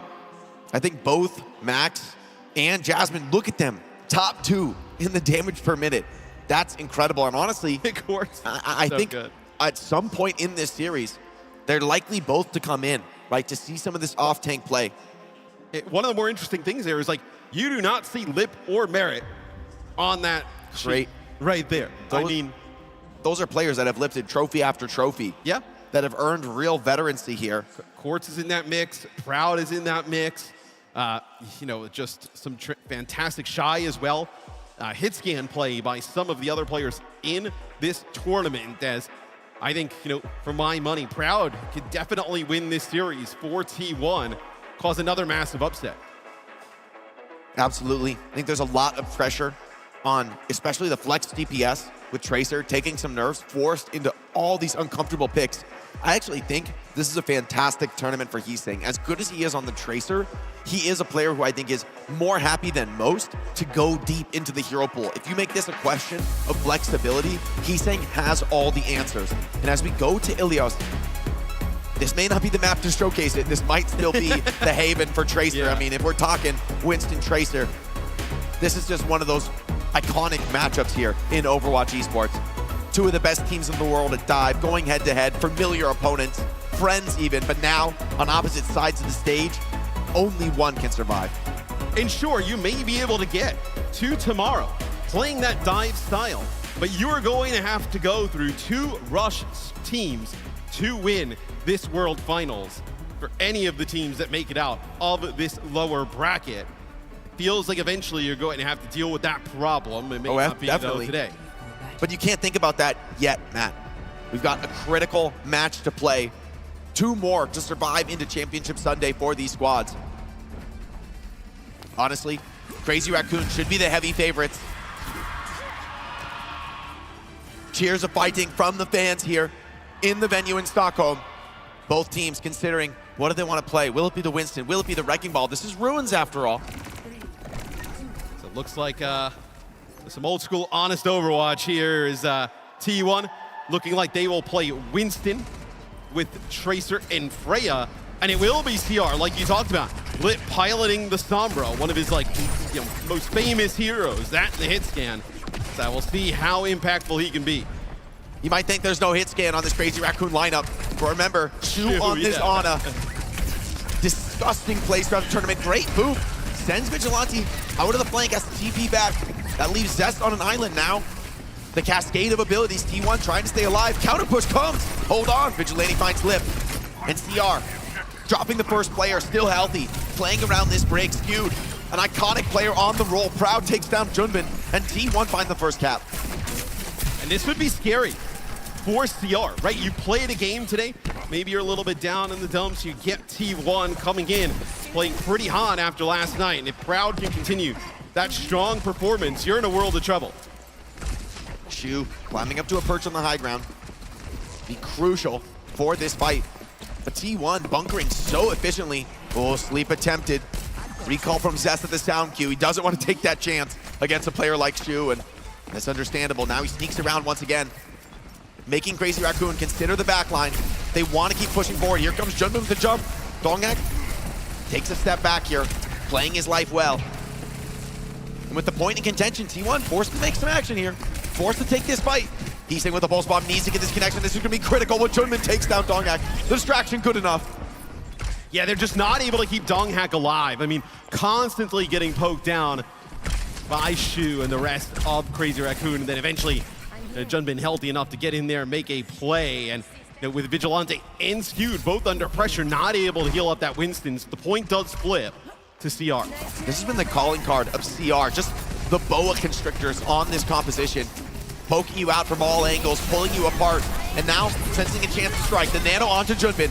Proud, trying to get back to his team. A beautiful bio nade from Shu catches 2, but it's not enough to secure the kills. Junbin doesn't find the chance to go deep. Choroy falls, and T1 resurgent into this fight with the Kitsune rush. Sleep on Zest, but they can't follow up the kill. The Winston is there to protect, and now CR lose point. And we've also talked about, Jake, where the Freya's really good against some of these Winston-based comps, and nobody really else for CR able to put any pressure onto Proud, so he just gets high in the sky. And no way they can contest him, and he's just pumping in tons of damage to everybody on Crazy Raccoon. Lip still charging that EMP.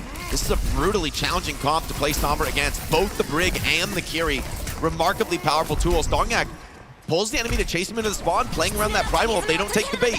Instead, CR find the moment to strike, rush on the point, stepping up. T1 playing slow, giving a bit of time, but still right back into this rally from Skewed. He's low, but Dongak's found Shu. Does cost Skewed his life.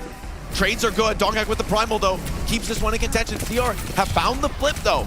So the fight is really turning against T1. The fact that they give up this flip, Dongak likely to just take the fast reset, knows it can't be done. Yeah, and as soon as you lose Skewed, who's got that rally going at that time, you also lose Proud, basically. Right after him, Junbin jumps right on top of the both of them. The Dongak Primal doesn't even give you an opportunity to extend the point where Crazy Raccoon already has it. in that position. And now CR with a great opportunity here, Jake. EMP potentially could just kind of bait T1 on in. Zest has to use a ton of blinks just to come across the choke. Lip and Isang waste no time peeling him out, but that should give Proud a little opportunity. Now it's Junbin pulling the attention. You just can't quite get past these choke points. CR providing an immaculate defense in the Ana. EMP wasted. Just hit Donghak. Is it enough? No, not for a kill. The repush could be brutal. Pulse bomb to save the day. Not good enough. Skewed with the block. Now T1 forced to get back into this. The clock ticks on. No chance to regroup. You've got to get into this fight. Crowd is down. Bullet shot is out. No kills from it. And Junbin doing the most with the Primal Rage. T1 crumbling and CR dominate on the ruins.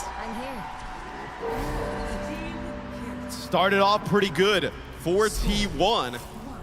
And then after that, it is all Crazy Raccoon. So we'll see how T1 decides to bounce back. They get off to a pretty good start, right? But then Junbin, and then also Lip really got in the mix. Made it very difficult for Proud to stay alive. Yeah, and they struggled, and it really was the team play that did the job for CR. I mean, across the board, an embarrassment of riches from this team. One of the best support lines to be assembled in the history of Overwatch Esports. Chorong and Shu, multiple-time title winners, respectively on different teams and now together. T1 struggling to break that chokehold, and once again, Lip on the Sombra, full comfort, playing around these hack packs. Proud put up some big damage last round. It wasn't enough. Can he find a difference maker kill in this opener? Is this map, though, you know, here on Well, a little bit better for survivability for the Freya? It feels like with some of these line of sights, I know maybe a little bit more open, a little bit easier for the Freya to get out of harm's way. Yeah, Shu in particular, I think, is going to have a much tougher test. Donghak closing the gap, knows where Shu will be playing. Reads the play perfectly, but Shu steps away for now. Donghak dares not chase deep. Gives him parting shots. The cleanup is there. Sombra Tracer. Can anyone find Donghak? Yes, it's Lip. Hunts him down. CR take the point flip, and T1 starting to ask some questions about this style. I mean, it doesn't feel like a style that they are able to beat Crazy Raccoon at. It feels like a play style that is right up CR's alley in T1. I mean, without, you know, some of the other games that they've had really good counter strats to some of the things that teams have done. Just trying to take this almost kind of, you know, the dive matchup. It is not going to go well. Let him know. Message received. Zest, what is your reply?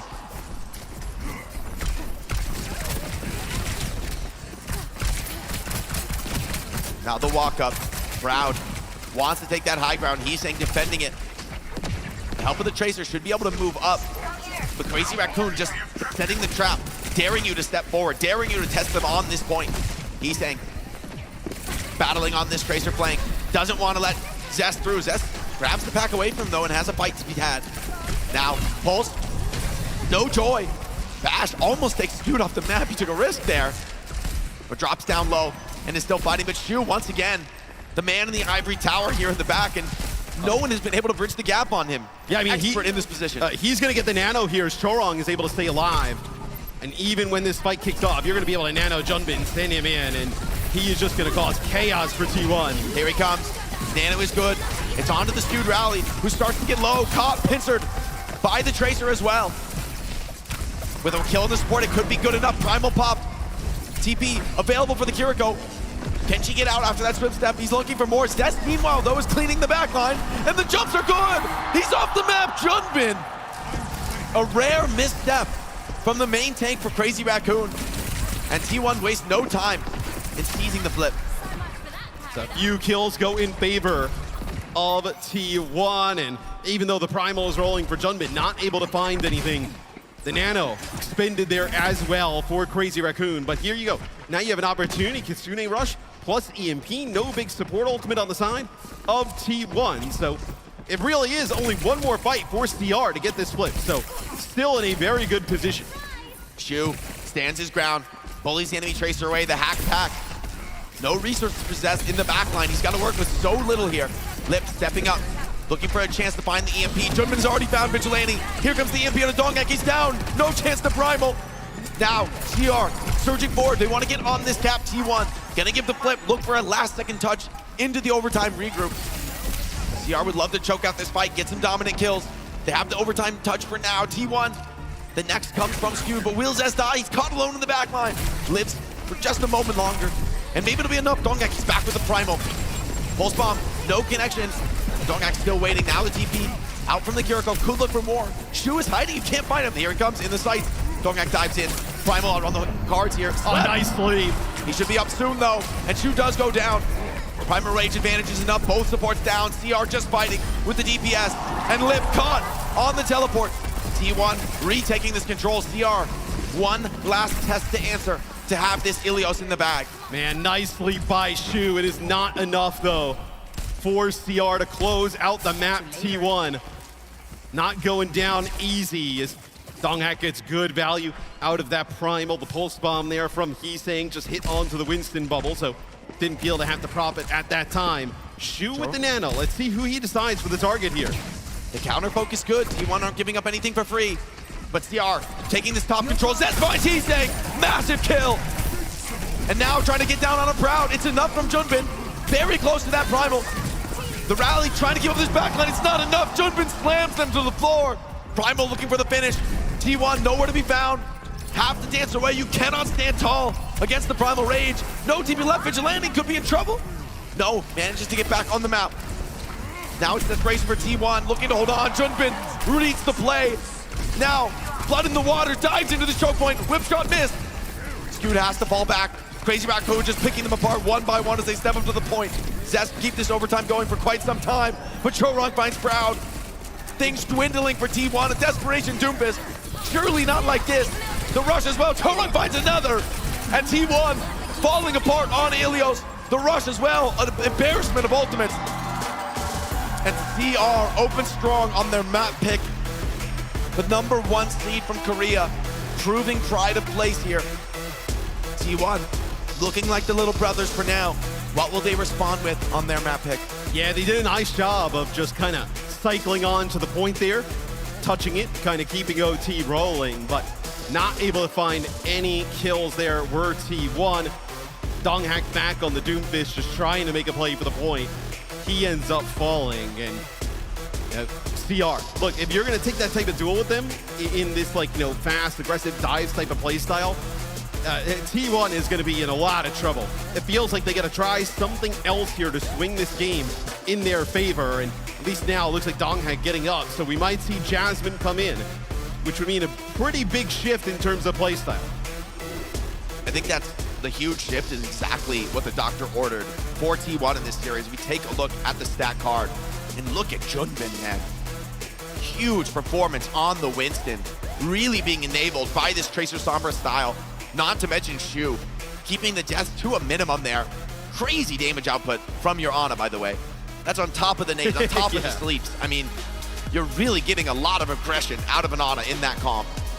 And these dives, man, Crazy Raccoon are so patient. They wait for the perfect moment to strike, but when they strike, it is brutal. Absolutely executing these T1 players on the walk-up.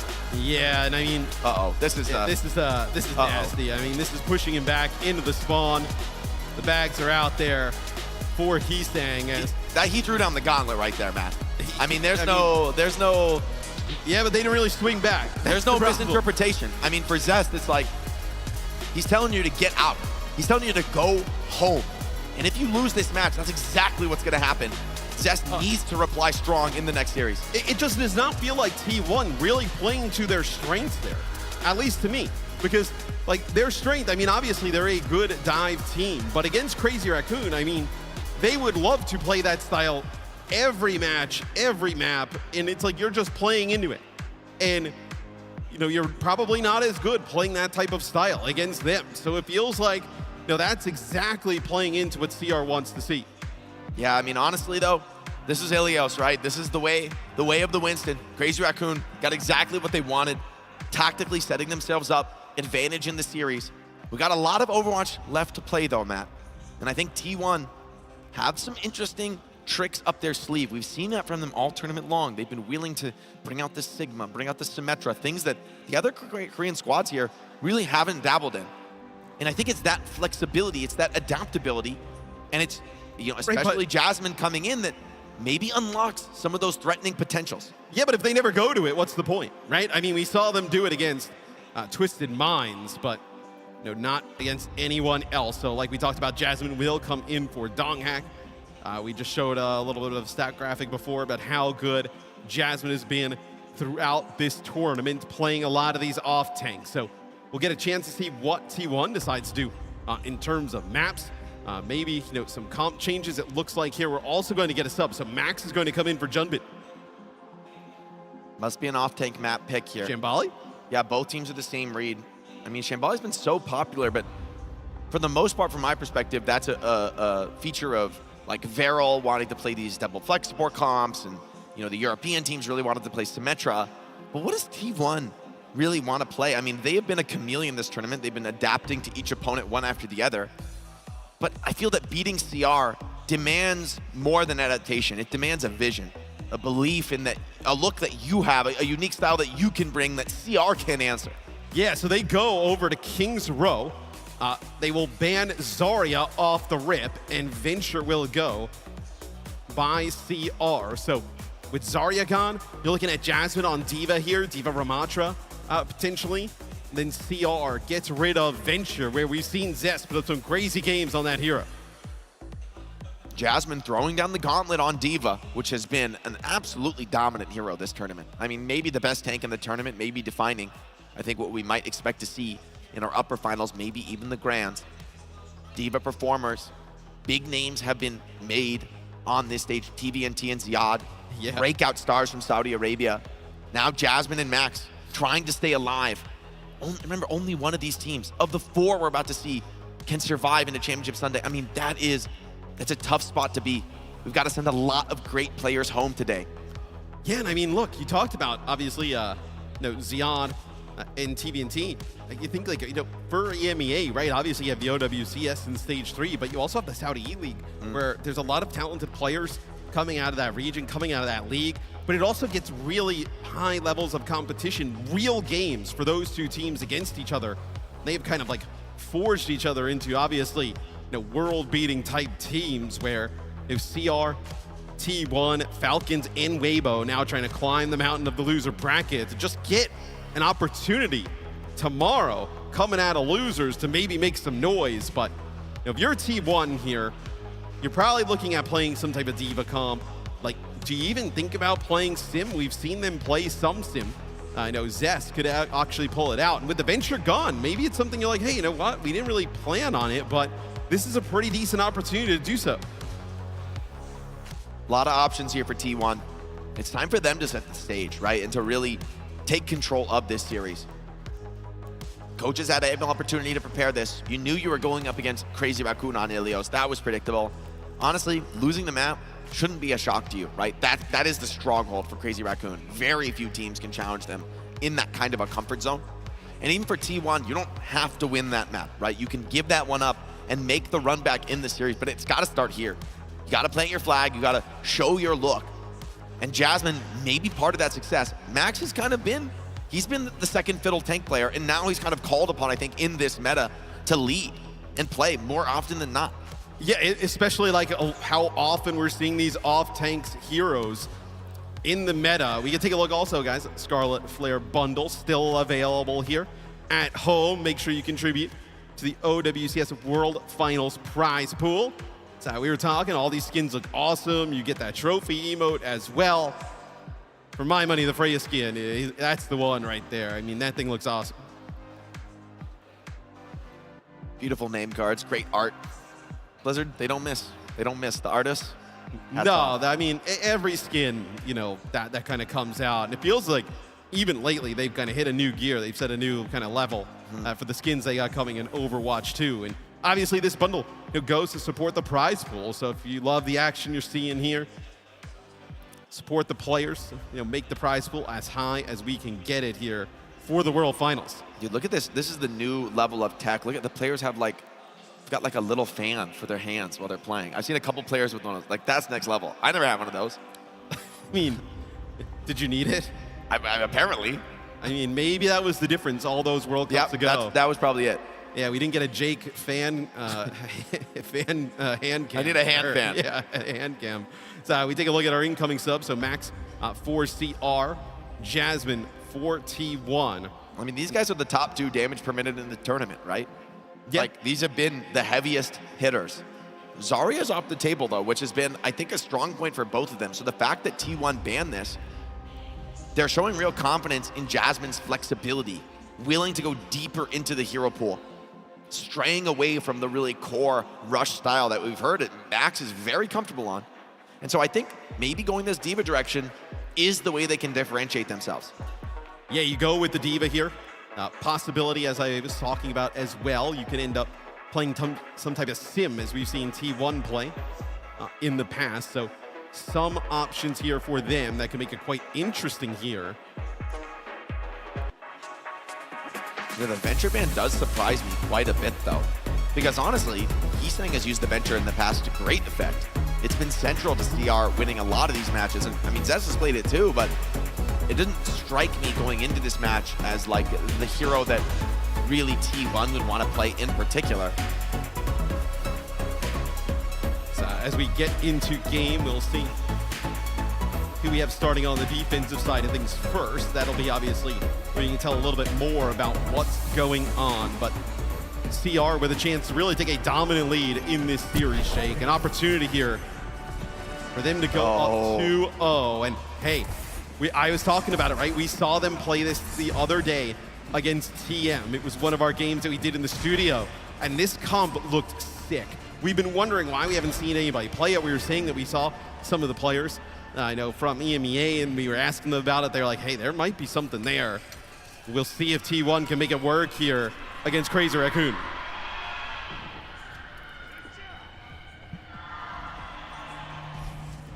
Crazy Raccoon fans, just a little bit louder. Could that be the difference here with the fighting cheers? Fans came out so far to support their teams in Stockholm. Such a journey left if they want to reclaim a chance, just a chance, to be our OWCS World Champion here in Stockholm. That's what's at stake as Crazy Raccoon rolled out. And Heesang comes to the Genji. Yes, I mean, the Genji, we've talked a little bit about it on some of these maps with that high ground. You're able to kind of get up there, make some wild plays. And Lip also over to the Ashe here. So CR already getting control of the high ground, kind of forcing T1 to wrap around. Jasmine steps up with the Sigma, wasting no time, getting aggressive. Trades starting to come in though, and CR are gonna be happy to take down Proud. T1 have some difficult decisions to make. And so far, it's not going well for them, being picked apart at the seams. CR flanking them from all sides, harassing down the last remaining defenders. Jasmine staying healthy, and T1 seeming to stabilize. Be a great sign for them if they can make a clutch hold here, but Zest naded, cleaned up by Heesang. The dash resets are good. Genji is low. Has to battle back into this. Sig also falls, and that'll be the end of this first point. CR cut them to pieces with ease. Yeah, just that ticking damage constantly from Lip connecting with those dynamites. A nice bio grenade there from Shu, connects on to Zest as helps finish off that sim as CR is trying to push through the second part of the map. Let's go to a listen in. 바꿨다 얘네 바꿨다. 나 바꿀게. 몬체 션다. 나 바꿀게. 기다려봐. 야, 나 여기다 이거. 야, 얘네 우양구 하나거든 이거? 나눠 있어. 여기 그냥 먼저 여기부터 할래. 여기부터 하러 진짜요? 여기부터 하는 게 좋아 보이긴 해. 우리가 여기라고 나눠 가자 그러면. 내가 콜할게. 내가 콜 기본. 일단 라마 스킵부터 뺄게. 기다려. 야, 라마 터질게 이거. 야, 여기 기다려. 스킵 여기 고고고 여기. 가자 가. 기다려 여기 고. 왼쪽 우양. 심해 필이야. tip상 거 뒤에. 야, 뒤에. 가자. 심해 잡고. 내려봐. 라마. 라마 치자. 라마 이거 1배 안 되나? 깨우지 마. 이거 내려봐. 켜야 돼. 나이스 혼자다 지금. 라마 쳐봐. 뒤에 들었다. 켜야 돼. 와, 힘든데. 야, 라마. 형 살아야 돼. 알아. 라마다. The delayed kill onto Jasmine, and T1 now on the cusp of being absolutely destroyed. This looks like it could be a beatdown. I mean, CR. It's getting scary. CR won this matchup time and time again. Zavril talked about on the desk, especially in these high pressure moments. Jasmine, he's just not there in time. 5 minutes in the bank. CR, it just doesn't get better than that. And I mean, you have Bob. You're going to be able to use this nano onto Max and cycle that into an annihilation. I mean, this is brutal stuff out of T1. Yeah, T1 are going to really struggle right now. We needed a beautiful team fight. Out of the backline, but Zesty's down. Slammed by the Bob. The rush forced to be deployed, but it's purely defensive from Vigilante. And he can't even hold on to the checkpoint. As this stim wall expires, Max pops the Annihilation Shoe. There with the nano boost. This time it's on to Heesang. He finds Proud, cutting apart the backline. There's the second. Echo in the third. No one to escape to. Vigilante, no one's alive. You cannot TP. And CR ticking that cart forward with the ultimate advantage coming into what could be the final fight of this Kings Row offense. T1 desperate. They need to do better than this. I mean, they are just getting dumpstered back to the spawn door at the moment. Chorong's going to be able to use his Kitsune rush here over the point as Heesang's getting close to yet another blade. Jasmine with the Annihilation. They're just going to try and work this Ram down, and they're not able to keep him up. Max on his back, Shu in the free fire zone, but 2 kills are massive. Lip finds another. Hold on, the Ram touching the point. Shu doing God's work here, has to keep this Ram up, try to put down what damage he can. That kill from Lip makes it possible, but now with Jasmine onto the point, he'll have to back off. Yeah, Shu and Lip just deadly, even in that difficult scenario. Yeah, and it looks like Max got kind of like booped off of the payload there, else that nade would have hit, and then maybe you're able to keep that Ramatra alive. Zest gets quite low here as Lip tries to take high ground. Dynamite gonna put some ticking damage down onto the supports. Shu, 70% to that nano. Blade online for Heesang. Does he want to pull it early? Yes, he does. Waste no time. No risk taken. Tidal Blast, though, it's stabilizing. Keeping this afterlife. She turns it around. Heesang bites up more than he can chew. And T1 staking their claim on Kings Row. So that is risky there from Heesang. The Tidal Blast goes on to Proud, and he thinks he can just slice through it. You know, before that stun comes off and he gets knocked to the ground and then finish off there by Proud. A change here away from the Genji, gonna go and play the Mei. So we've seen a little bit more Mei tick up in action today, specifically on Kings Row. Yeah, wants to play more for that rush style, isolate the payload. While no good block there just yet. Shu has the nano though, this could be a big advantage. Looking to heal up, Lip, the heal's missed from Shu. Hold on, Proud gets that kill. Bob though, still getting something. There's still more fight to be had. Rush deployed for the defense. P1 trying to hold down, but Max is at the spawn door, denying anyone from coming out, anyone from contesting this card. It's just Jasmine. He has to fight against the world, blocking everything, getting beautiful heals from this backline. Zest with a pulse, no connection. As Max kicks out, loses that Ram form, and oh no, it's Proud on the Widow. A healthy tank on the cart. Crazy Raccoon stalling at the final hurdle. T1 with a grasp into this map. Another hold here from T1. So this starting to get a little bit interesting, Jake. 5 minutes here for Crazy Raccoon to finish off the map, and T1 taking more than 2 minutes off of that at the moment. So, you know, you had Max with the Annihilation, with the nano boost there, and you had an early first pick, and you're not able to get it done. Some fantastic healing from Skewed, specifically on the Jasmine. Ooh, Vortex almost catches Proud out. The kunai as well, almost did enough, but Max is low, took a risk for that. Being punished now. Here comes the Wu Yang ult, it's onto the Tracer Zest. The Tidal Blast into the back line. It's not enough. Lip just burst him down. Now it's CR's turn. Counter punching, stepping up to the plate. Chorong with the rush. Proud finds Lip, the hero. That's all he can get though. Chorong takes him out. He's saying, they all deployed, zoning players off the cart, but Jasmine has Annihilation. Jasmine alive. He's holding on, desperately needs the heals, needs the resource, but the sleep from Chu takes him off his feet. And now finally CR should be closing out this cap, have the massive player advantage.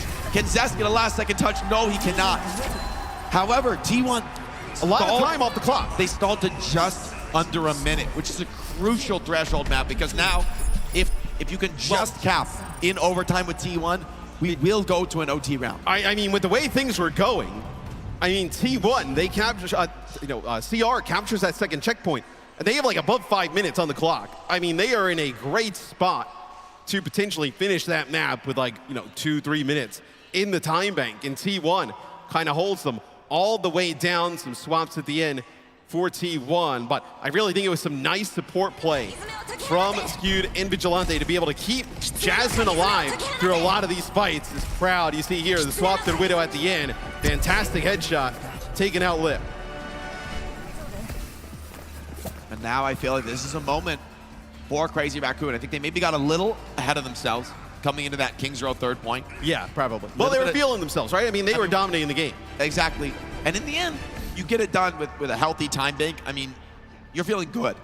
However, I think for CR, there's going to be a little bit of salt in terms of thinking about that Shambali Monastery. That they were so close to winning. They had every advantage of that fold, and they still let it slip through their fingers. And so they don't want to make that same mistake again against T1. You let this T1 team, these young players, start to heat up, start to get their hooks into this series, and things could get out of control very quickly. CR would love to put out a dominant defense here and really just show T1 the door. Yeah, Wu Yang Kiri here for the back line of Crazy Raccoon, and it'll be Zest here piloting the Genji. So Genji for T1, just like how CR used that Genji on their offense. Zest already through to the back line. Max trying to mark these flankers, but D.Va's going to start capping the point. Who's going to respond? Who's going to be the player to stall this out? T1 willing to play the waiting game here. The first tick almost going against them, and now they send Lucio Genji up to the high ground, targeting this back line. Jasmine wasn't able to grab that tick in time, and he's finds Vigilante, so hold on. Maybe an over-aggressive move from T1, getting punished. They find Shu, but will it be enough? They need more kills. They need to have another opening to keep this push going. And it seems that they won't get it. Chorong just barely staying alive. So, I mean, Zest gets into position really fast, right? They get to that high ground right behind them. They're going to lose Skewed here late. Jasmine as well. But Zest not able to find something fast enough, right? CR already gets 2 picks before he finds that first kill. So, although you do get good positioning there for T1, doesn't result in anything. I think T1 were impatient there. I think they could have just let D.Va threaten the cap, force responses out of CR. Once again, they're going to try and set up their team in this backline, threatening the vulnerable squishies from CR. He's fighting it this time. Max is here too. It's a risk, but it pays off. Chorong finds Dude, and with D.Va out of suit, Lip surely has that one dead to rights. And T1 this time stifled. I mean, Crazy Raccoon, read the play. Fool me once.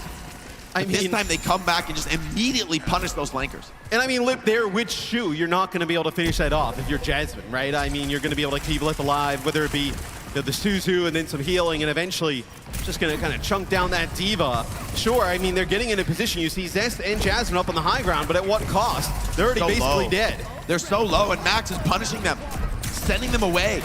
They're struggling to regroup. Now Jasmine falls, and this could be a crumbling from T1 under immense pressure. This is the CR we know and love. Skewed, though, gets back into the action, but Shu takes 2 skulls.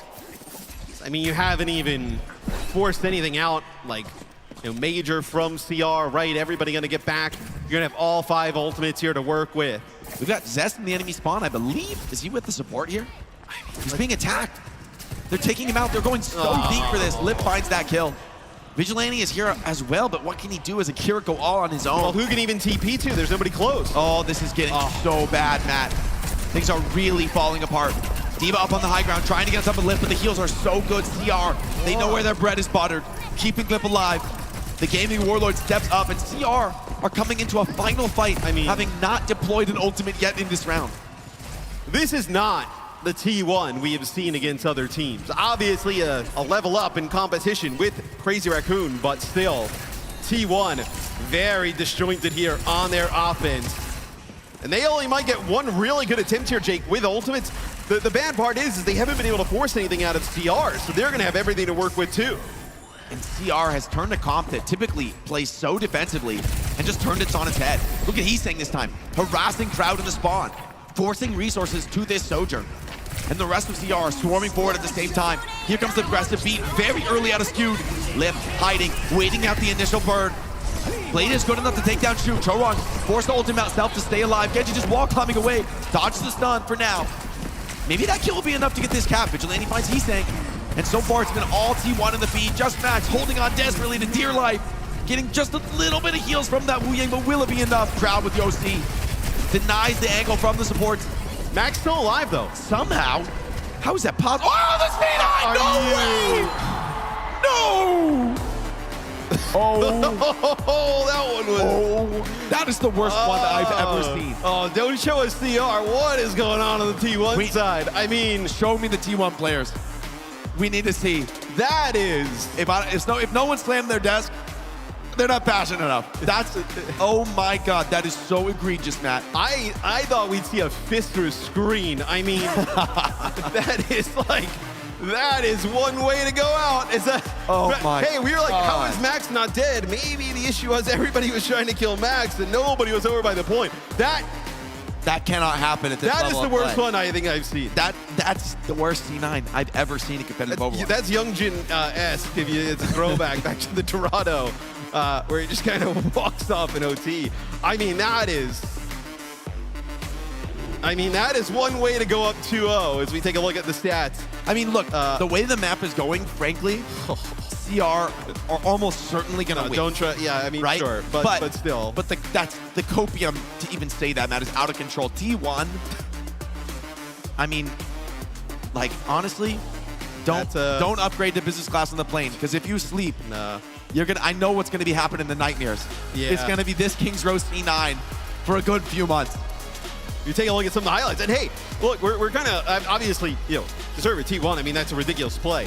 They did put up a really good defense though towards the end of the map. Like we're seeing this year, right? He's staying in their spawn with Nano with over 4 minutes on the clock, and they actually dwindle that down. It was about 5 minutes. They dwindle it down almost all the way to OT, and they do a great job below a minute. But feels like a lifetime ago. You can't. That was 5 minutes ago, man. This cannot happen on offense, though. We need to see the C9. We need to see the highlight of that. Was anyone close? There was somebody standing next to the point, man. He was like at the phone booth. Like he's an inch from the point. Man. That is just a bit unlucky. That's one of the most consequential ones I've ever seen as well, because I mean, it feels like T1 are finally about to cap first. And we talked about this. If they can just get an OT finish in Kings Row, it doesn't have to be pretty. It could be very ugly, very dirty. But if you just finish Kings Row, you get an overtime round, anything's possible. You have a chance to tie up the series. That is one of the more miserable ways to lose a map. Oh, just heartbreaking. That we have seen. And a lot of young players on this squad. We talked about their potential, how exciting they are. But maybe we won't get to see it today, because honestly, T1, it feels like they're slipping away. It is tough to come back from that.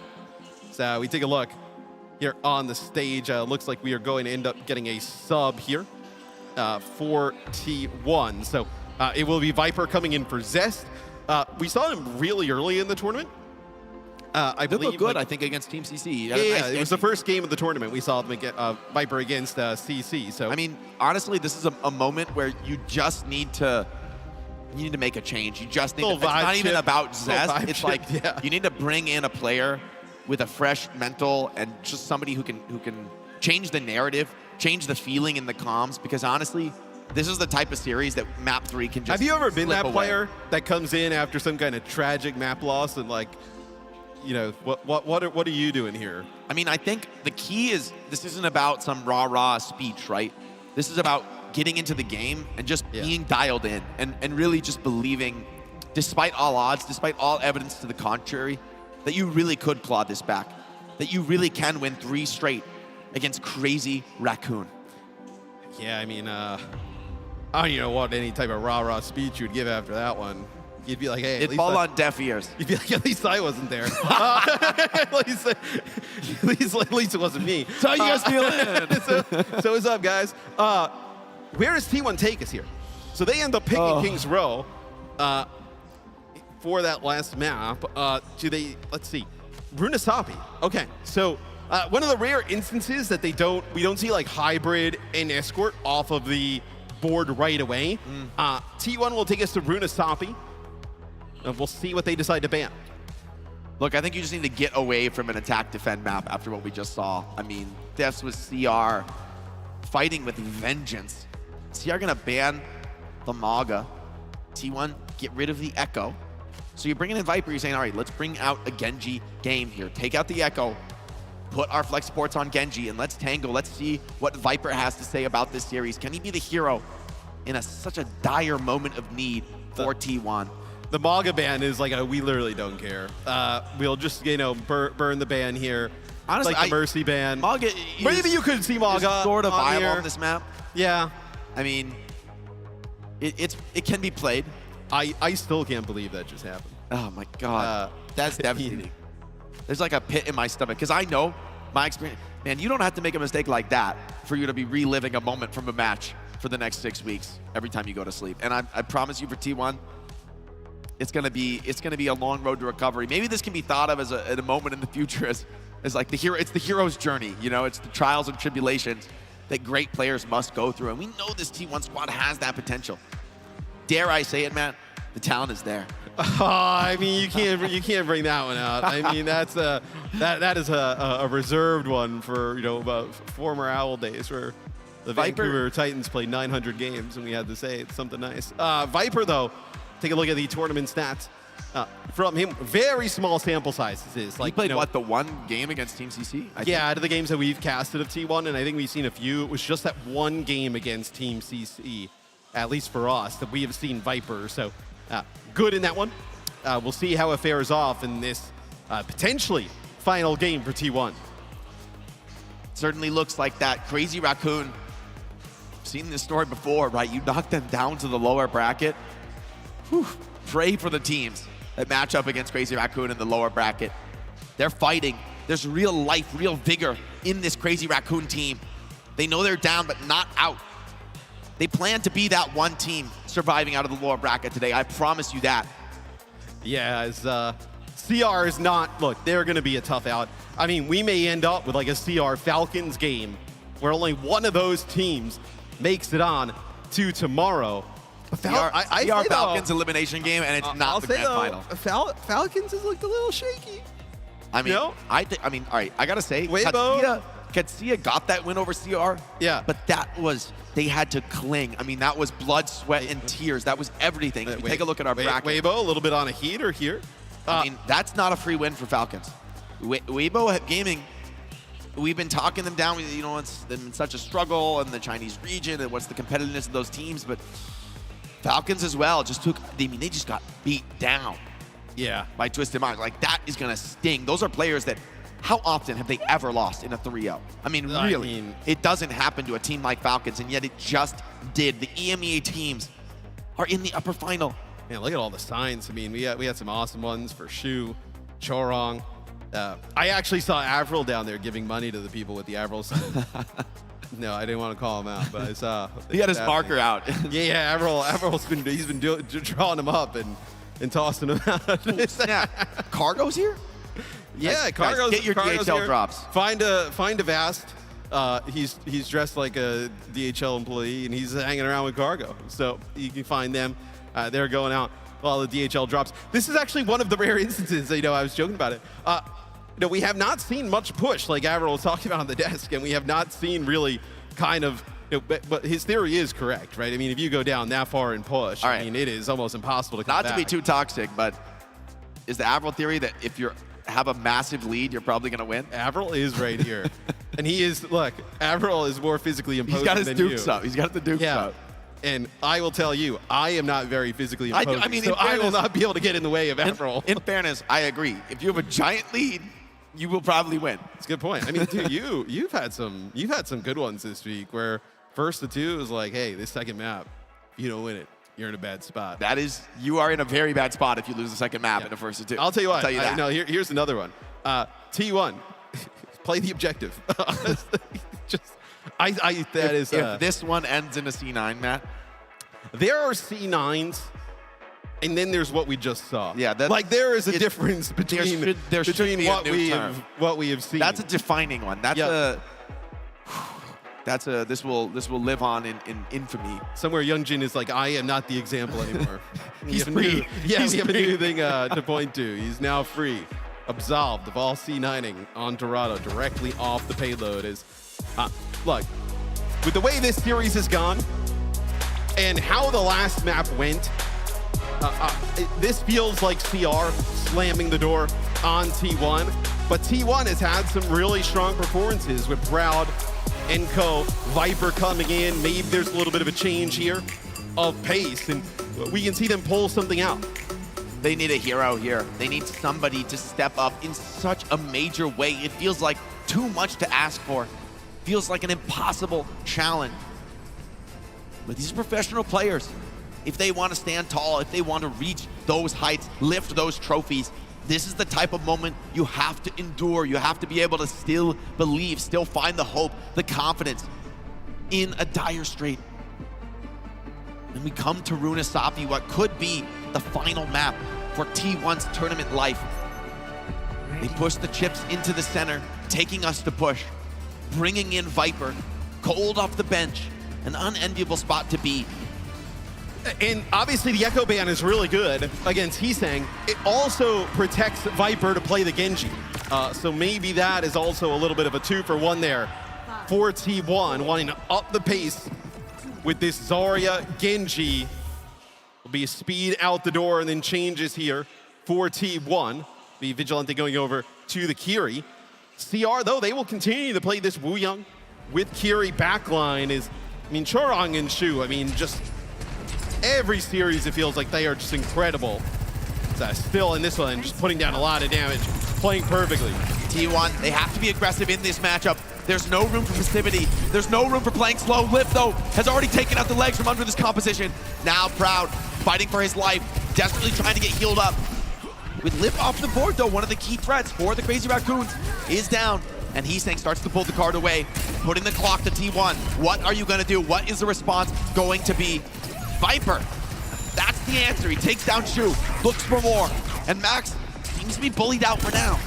A good first fight for T1, dare say a critical one.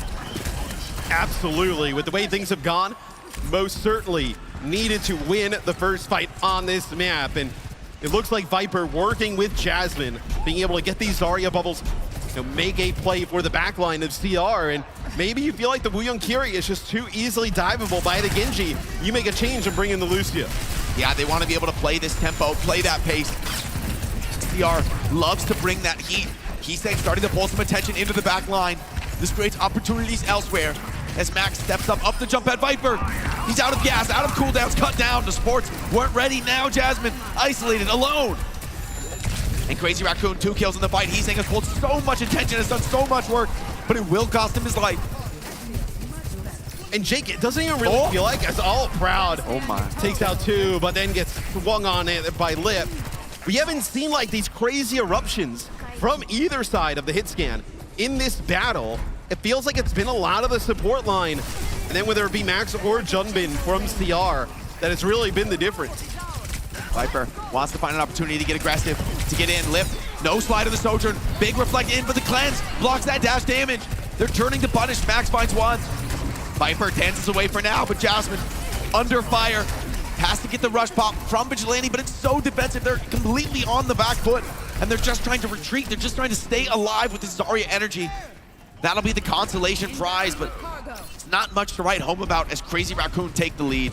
Well, that's the thing there, right? So Viper goes in, he kind of gets knocked off course, and then Shu is able to TP over to Churong on the opposite side, and then they just bully out Jasmine, force that next bubble, and just run him down. Heesang is down. It's a crucial kill. You no longer have to worry about that backline threat, can start to put this advantage forward. But Max in the corner, this shield, beautiful. Viper on his back, trying to clear out this Ramatra. Very well executed, but he's hiding, he's slowing this one down. Stifling things, and he's thinking way back soon. The OC comes from Proud, needs connections, needs kills. Rush and Annihilation, though, will back him off the corner, and he just has no chances to fight into this. Blade and grab, ult's available. Lip pops first, see what he can get done. Swings wide of the flank with the help of the Lucio. Blade is pulled from Viper, he has to stop the bleeding now. Finds Shu, but he can't find Lip. Now, Crazy Raccoon, the beat is on. They're in the grab, though, and the damage is good enough. Skewed finds 2 with the help of Jasmine. Finally, T1 getting true purchase on this map.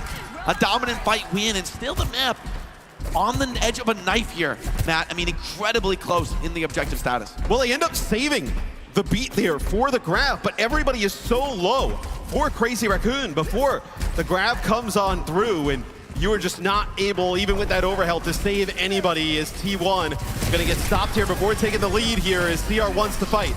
They go aggro, but they get absolutely slapped down. T1 were ready for that one. Great read from Vigilante. The cleanse keeps everybody alive. Still down 1. Crazy Raccoon, they aren't playing like it. Staying aggressive, somehow they win the tank trade, killing Jasmine. Max, though, incredibly low for that. +1 goes incredibly wide. Desperate a little bit from Heesang. Max tries to get one last kill, but can't get the Genji. And the lead retaken by T1, refusing to back down, refusing to go down without a fight. Yeah, and they may get checkpoint off of this. It does not look like CR going to be able to step up and fight. So the pulse bomb is gone there. Rush advantage with the Zarya and the Genji. We may see T1 take a big lead. Viper is low, trying to hold aggressively on this angle. They've captured the push spot. Here comes the rush, unmatched from Vigilante. Max holding on, blocking as long as he can, but as form expires, he could find himself in trouble. The rush damage is massive. He tries to get around the corner. We'll be able to do that for now, but Proud can pile on the pressure with this OC. So you push them back just a little bit. They're playing it slow. They want to play this defense. Well, I mean, they have the advantage. Oh, but Proud swinging wide. Looks to get on top of the back line. Rail is good on the lip. Is the follow-up shot there? Glenn's blocks it for now. The next shot goes wide, but Viper gets the job done. Beat over the top from Stu. Proud takes down another. And T1, finally, something in this series. Finally, a place to stake their claim. Runa Sapi with their backs against the wall. And the advantage grows decisive. CR need to strike back soon. This map could come out of reach very quickly. I mean, now you have Blade here to work with. Chorong does not have that beat just yet. You also may be able to build up grab here. Moved away. Beautiful by Chorong. Viper. They don't want to play into the rush. They're going to back up here out of the rush. Yeah, played for rush. It's a positive trade, but T1, the old bank is drained. Crazy Raccoon looking for the clap back. Pulse bomb is good. Takes out Jasmine. The OC as well. Just overwhelms. Viper desperate. Has to jump into the Sojourn looking for the trade, but they cannot find it. They will clean up Skewed and Vigilante towards the end there, but the damage is done. T1 takes a pretty large lead, right? CR now has to bounce back. You do have the sound barrier for the grab that will end up coming on through.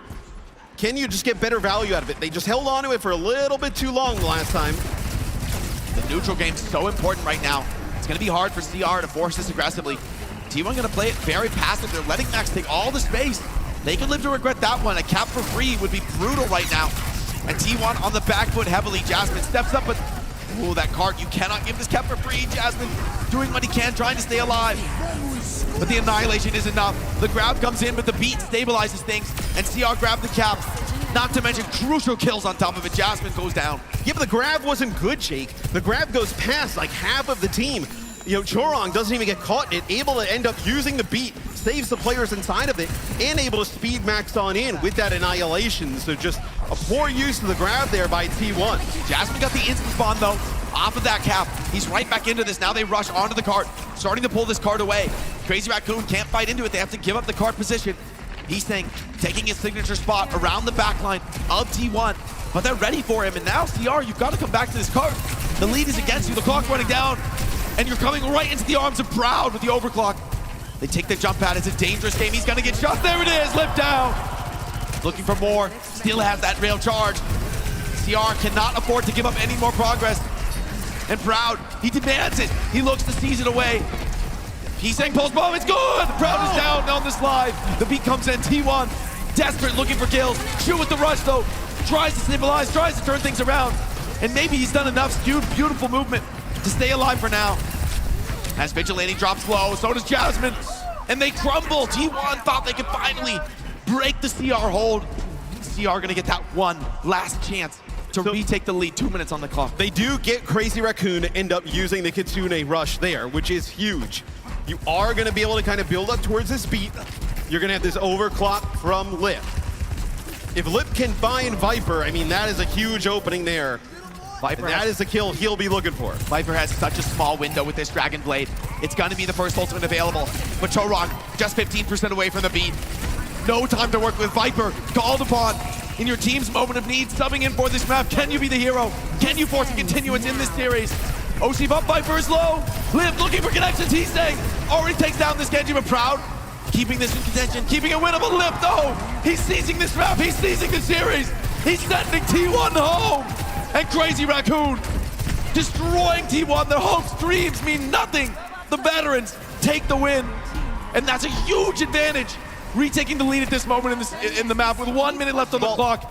It turns the game on its head. T1 struggling. It's now going to force T1 to use some of these key ultimates just to get out of the spawn. If you're Crazy Raccoon, you play up. You want to force this fight.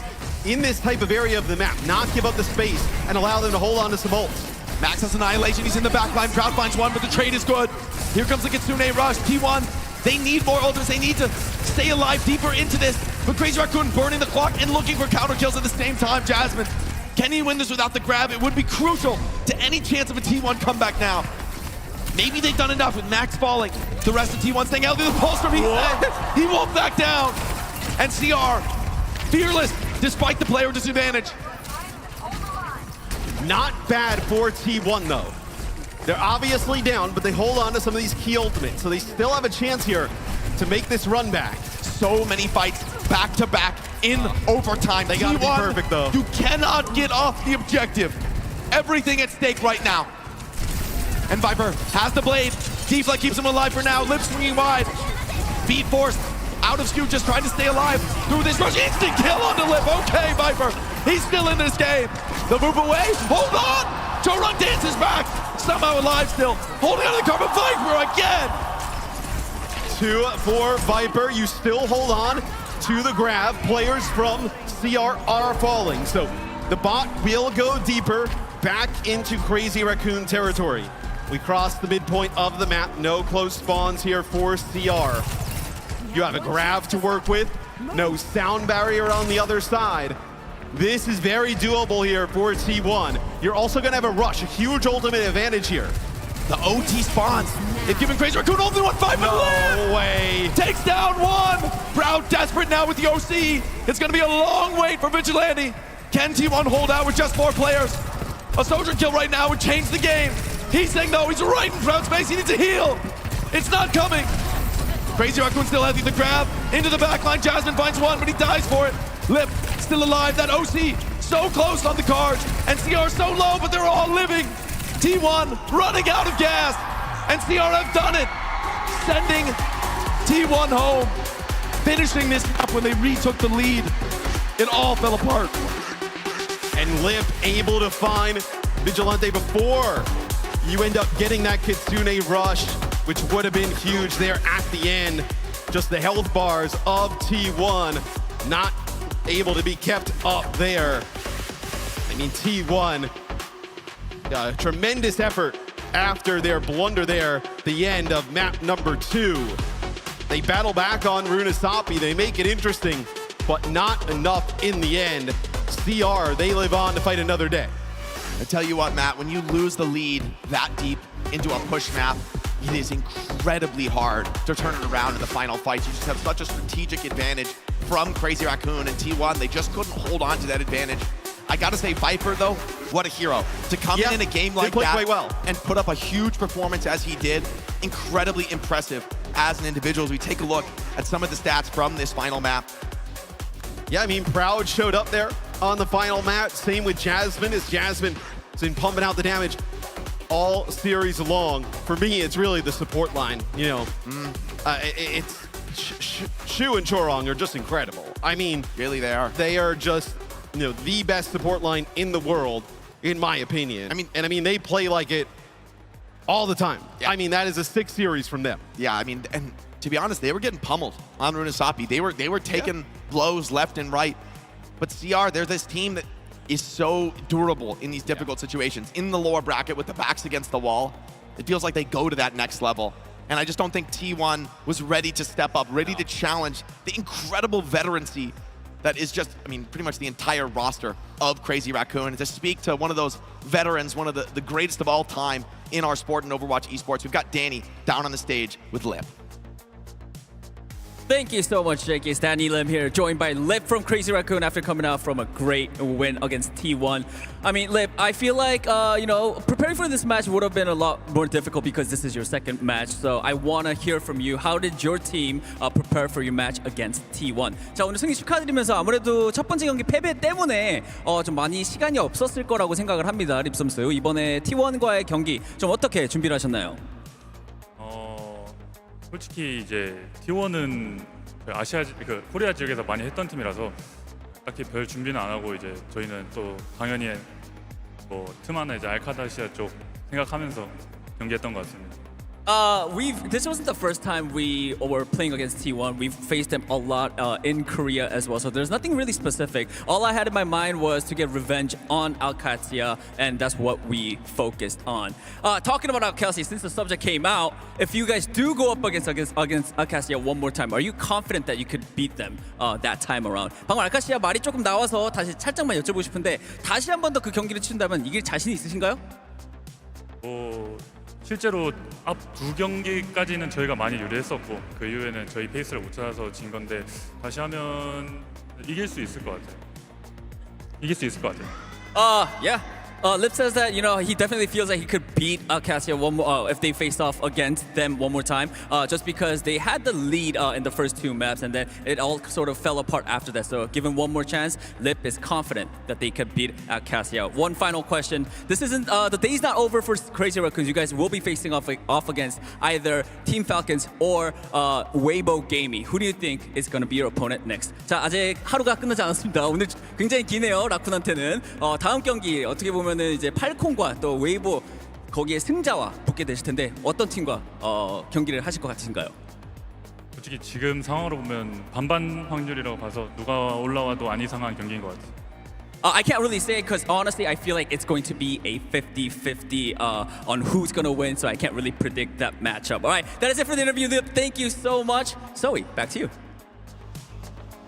Thank you so much. Two of my absolute favorites on that very stage. Lip, our gaming warlord, with a few words after this well-fought victory. Now that also puts the Crazy Raccoon squad on a, what is it now, 5-3 lead in their battle this very season. So they do remain the victors, still in the lower bracket, still everything on the line in the next match they have to fight. But man, let's chat about this performance, because we kicked things off with the gentleman's agreement that we expected to see. They did bring in the Jumbin and the Donghak, and we did get to see that Winston battle. Yeah, I was grateful. The small chance that we did get to see that one. Ilias, get the Winstons out there. No off-tanks today. Tracer versus Tracer battle with a little bit of leg workout happening in the clip from Heesang himself, but don't worry, Zest did manage to get his revenge onto Heesang a couple of times. However, rare that was. Didn't last though in terms of the Winston versus Winston, because we went to Kings Row right afterwards, and that's straight into Max Jasmine territory. And that was something that I was hoping to see from the start of this series. I think that there's been a lot of success from T1 being able to rely on Jasmine. Even though we didn't get a chance to see a lot of Jasmine in Stage 3 of OWCS Korea, Jasmine came out for the World Finals, ended up being able to play most of the series from day 1 and 2, and I think it's been a really major point of success for T1. Unfortunately, just not able to get the job done, even though in this third and final map of the series, it was great to see Viper come in. Viper played one map this tournament, and that was New Junk City versus Team CC, where Viper comes in, plays the Genji, and then is able to get the clutch so that T1 can win that match. I thought really this series deserved a fourth map, because that last map of Rune Stubby could have gone either way. Just comes down towards the end there. Imagine if the rush was online. I mean, it just comes down to being, you have to be very clutch in these types of moments. And I feel like this entire series encapsulates the relationship between these teams throughout the entire year, where, okay, T1, they have had wins versus Crazy Raccoon, but most of those came through from lower stakes games, regular season games that don't quite have the same level of high stakes. But then you get to the grand finals, then you get to elimination type of games, and T1, they just don't have the veterancy or the composure, it seems, compared to a team like Crazy Raccoon to be able to really clutch up, lock in for these all-important games where, also, by the way, you're catching Crazy Raccoon in their lower bracket run, and typically, I mean, those are dangerous. You saw what happened in Hangzhou. Crazy Raccoon dropped the lower bracket, won the whole thing. And you know what? You have to give so much credit to T1 and the decision-making and the coaching there as well, though, because they are not afraid to take those risks and bring in someone cold like Viper for like a do or die game map, rather. So, you know, there's a lot going into this, and they are such a force to be reckoned with. Now, we talked about composure and like moment where it all like crumbles, and I think the most, like the best example of that has to be what transpired on Kings Row. Not like this. We have to run it back. That one was egregious. That one was rough. Necro, where does this one land on your C9 tier list? Oh, this has got to be up there as like one of the worst C9s of all time. It's just hard to watch because this is a huge moment. This is one where in overtime you still have good chance to actually come in, be able to get something done with the overclock, and unfortunately, there's just nobody that's actually touching the point. Proud steps forward, maybe expecting that somebody on the rest of the team is going to be able to touch the point, like the Lucio. Maybe you expect your Diva to be able to do that, and it's just a really sad moment to watch. I think it's still a tough map overall for Crazy, for T1 to actually win, since Crazy Raccoon went all the way. But it's hard. Well, they won the fight. I mean, Proud overclocks here. They literally win the fight, so we just won't get to know how much further they would have gone. Maybe they could have won this map. Like I said, Runasapi was close enough that maybe that could have been a T1 win as well. I'm not too sure that T1 maybe would have won the series if they did get those maps, but they couldn't get a single one of these maps. Maybe we get map 4. Both Kings Row and Runasapi, but particularly Runasapi, very winnable, just couldn't quite be there. I feel like, again, that sort of just leads into the sort of narrative note for T1 that these high-pressure games, man, they just can't quite keep the composure there. Yeah, like this is like obviously a breakdown in communication, right? When you don't quite know who's supposed to be stepping on, like Proud, literally right next to it. It's got to be so frustrating. Very ungenerational of him, for sure. Had to bring that one up again. Why not? Also, why not? Bracket. Anyone? Can I interest you in a bracket? I like bracket. We're almost through our day, and we're also almost through our lower bracket. There you have it. We have one more match to go in our lower round 3, and this ought to be a banger as well. Team Falcons going up against the Chinese powerhouse Weibo Gaming. Yeah, what a lifetime bracket, am I right? So Falcons, Weibo, Crazy Raccoon, T1, all in that lower bracket here, and you get the classic again, Falcons, Weibo. I like what Lip said on stage as well. He believes it's a genuine 50-50, and looking at the history of these two teams, I think I tend to agree.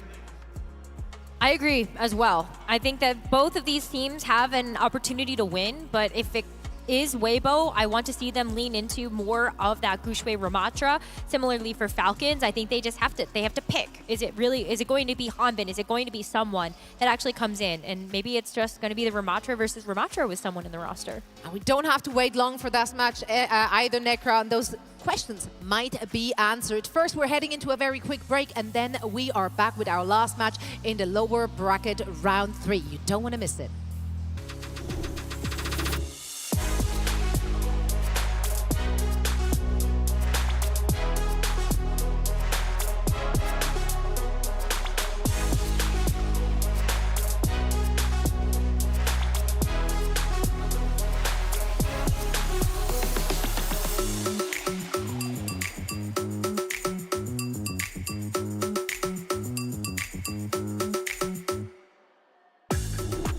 안녕하세요, 티원입니다. 스톡홀름에서 잘해보겠습니다. 화이팅 하고 딱.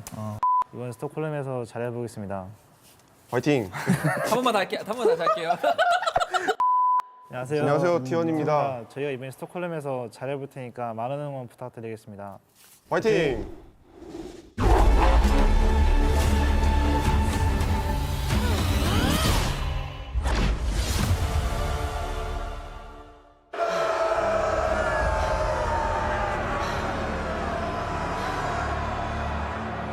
Look at them, Papa.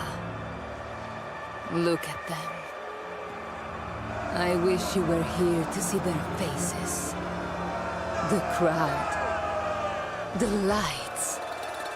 The spectacle. I've become quite the celebrity in the Colosseum. They have chosen me. They call me La Lupa, the wolf. And I'm their villain. At first, I hated it. Their cheers and jeers reminded me of the sycophants you surrounded yourself with. Weak men who leeched off of your greatness, picking the bones of everything you built, leaving me with nothing, surrounded by my enemies, alone.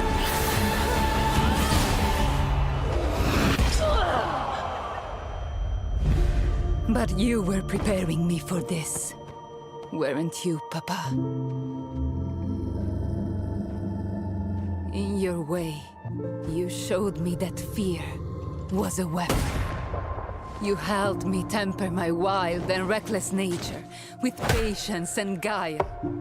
Taught me the value in knowing my enemy, in learning to turn their greatest strengths into their weaknesses. Even in death, You showed me the consequences of underestimating an adversary.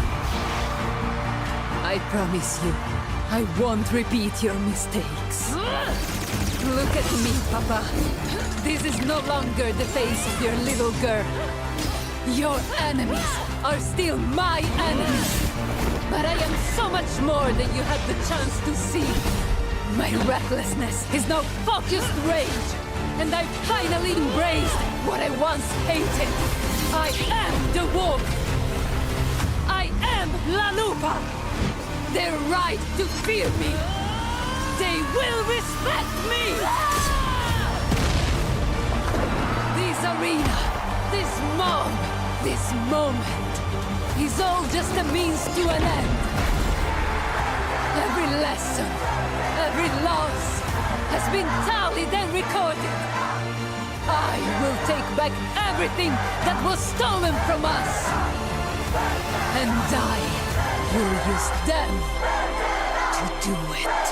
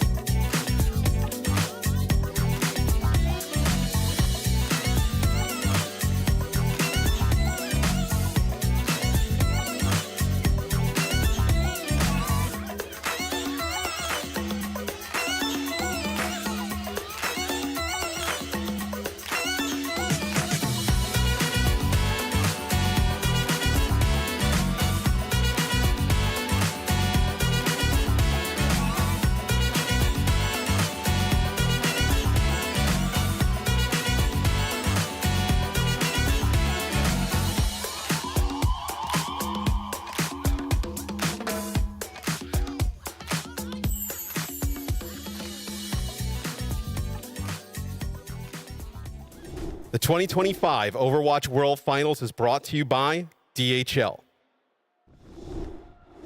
Hey guys, it's Avast here again, day 2 of OWCS 2025 Finals, and I'm once again with Cargo here in the arena. And don't forget, !DHL drop in the Twitch chat for your chance to win exclusive merch and goodies. But please make sure your whispers are on. They couldn't message you for some of the ones that won yesterday.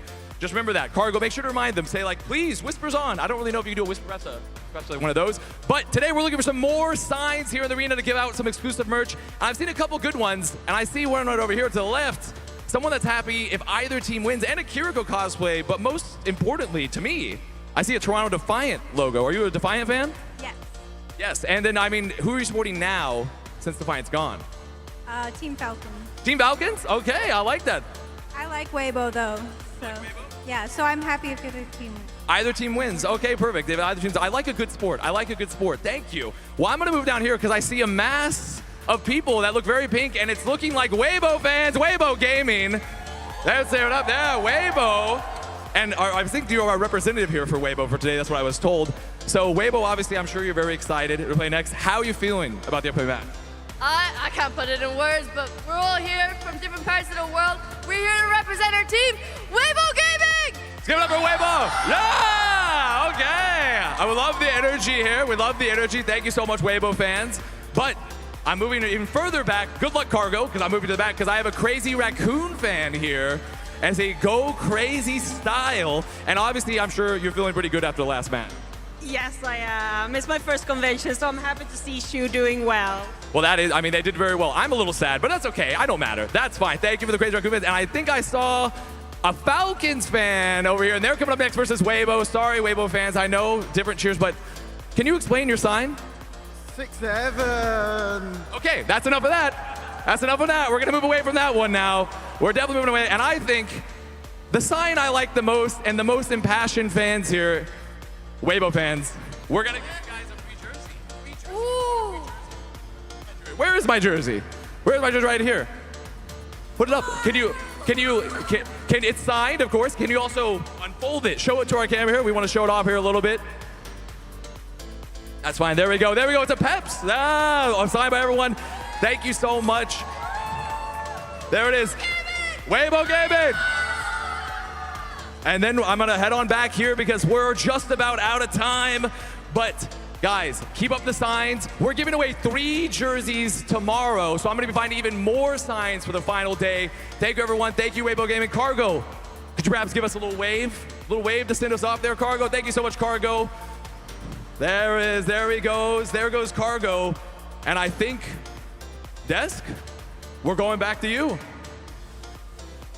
Avast, I guess we are. Thank you so much, Avast. Thank you to all the fans. Thank you, Cargo. Thanks, Big fan. Cargo. Big fans over here. Can we get Cargo on the desk? Probably not. There's probably safety issues at hand. Like I wouldn't even know how Cargo we would wear come a up here. headset.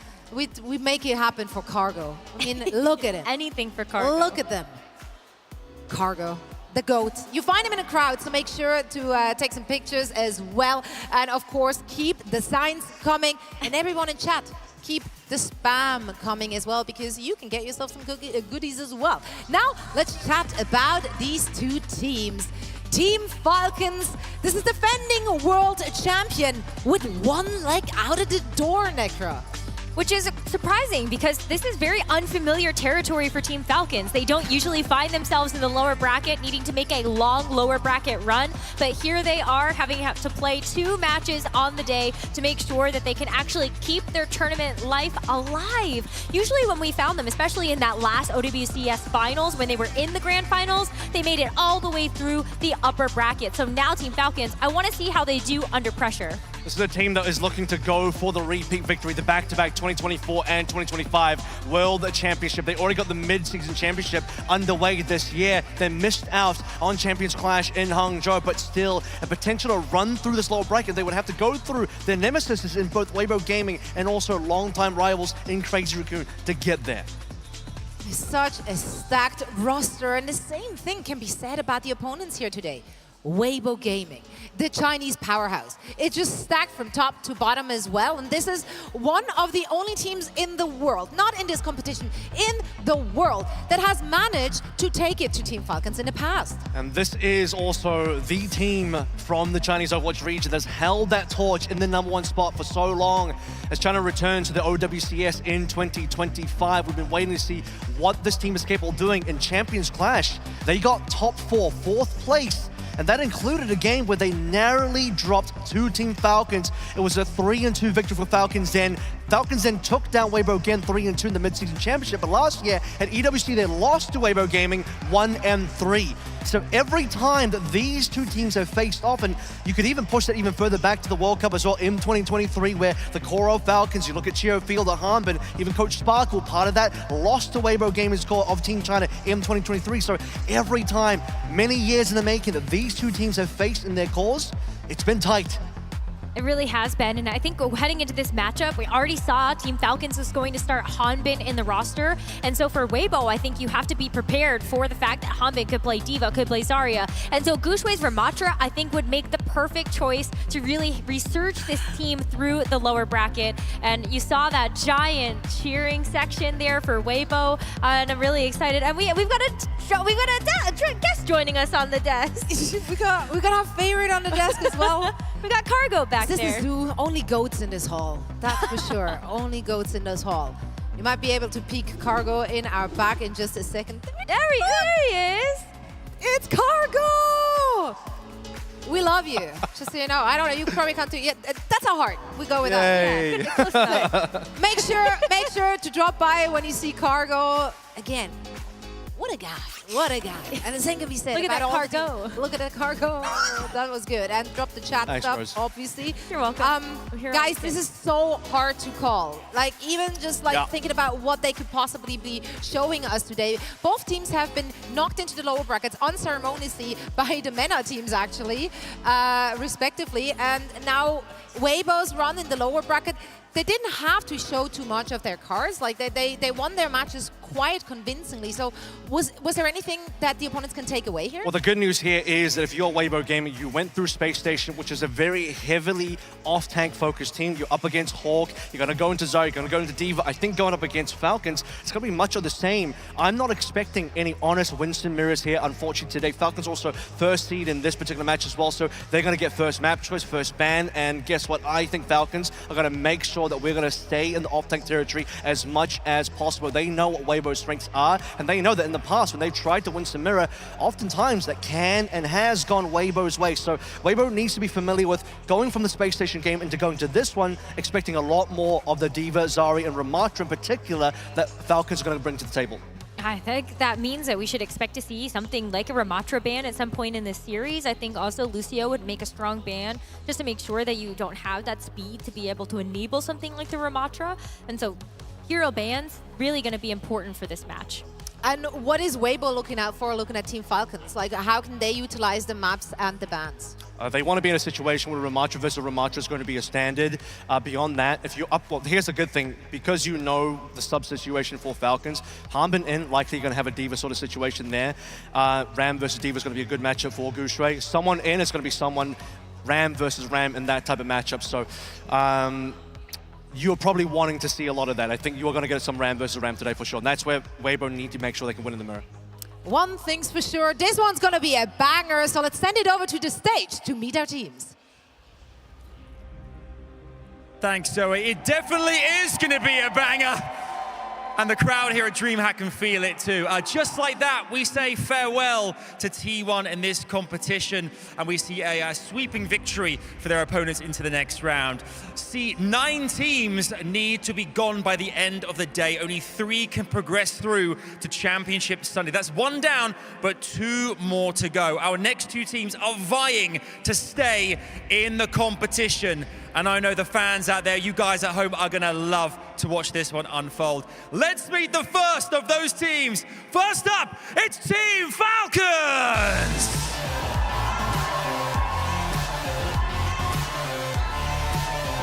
Please welcome to the stage, Gio, Fielder, Someone, Hanbin, Proper, and Merit as they try to stay here to go through to the following round, eager to make sure they remain in. Can the fans galvanize them here at DreamHack? And then can they secure a spot in our lower bracket final? Challenging them, we know the fans will love it, it's Weibo Gaming! China's final hope in this competition, Shy, Leave, Gushui, Super Rich, Mew, Monk, and Aprita. They work together as a cohesive unit. The fans are loving this one, and they can't wait to see how they fare. Will they be able to beat the Falcons? Oh, I'm loving this DreamHack. Listen to that noise. Can you feel it?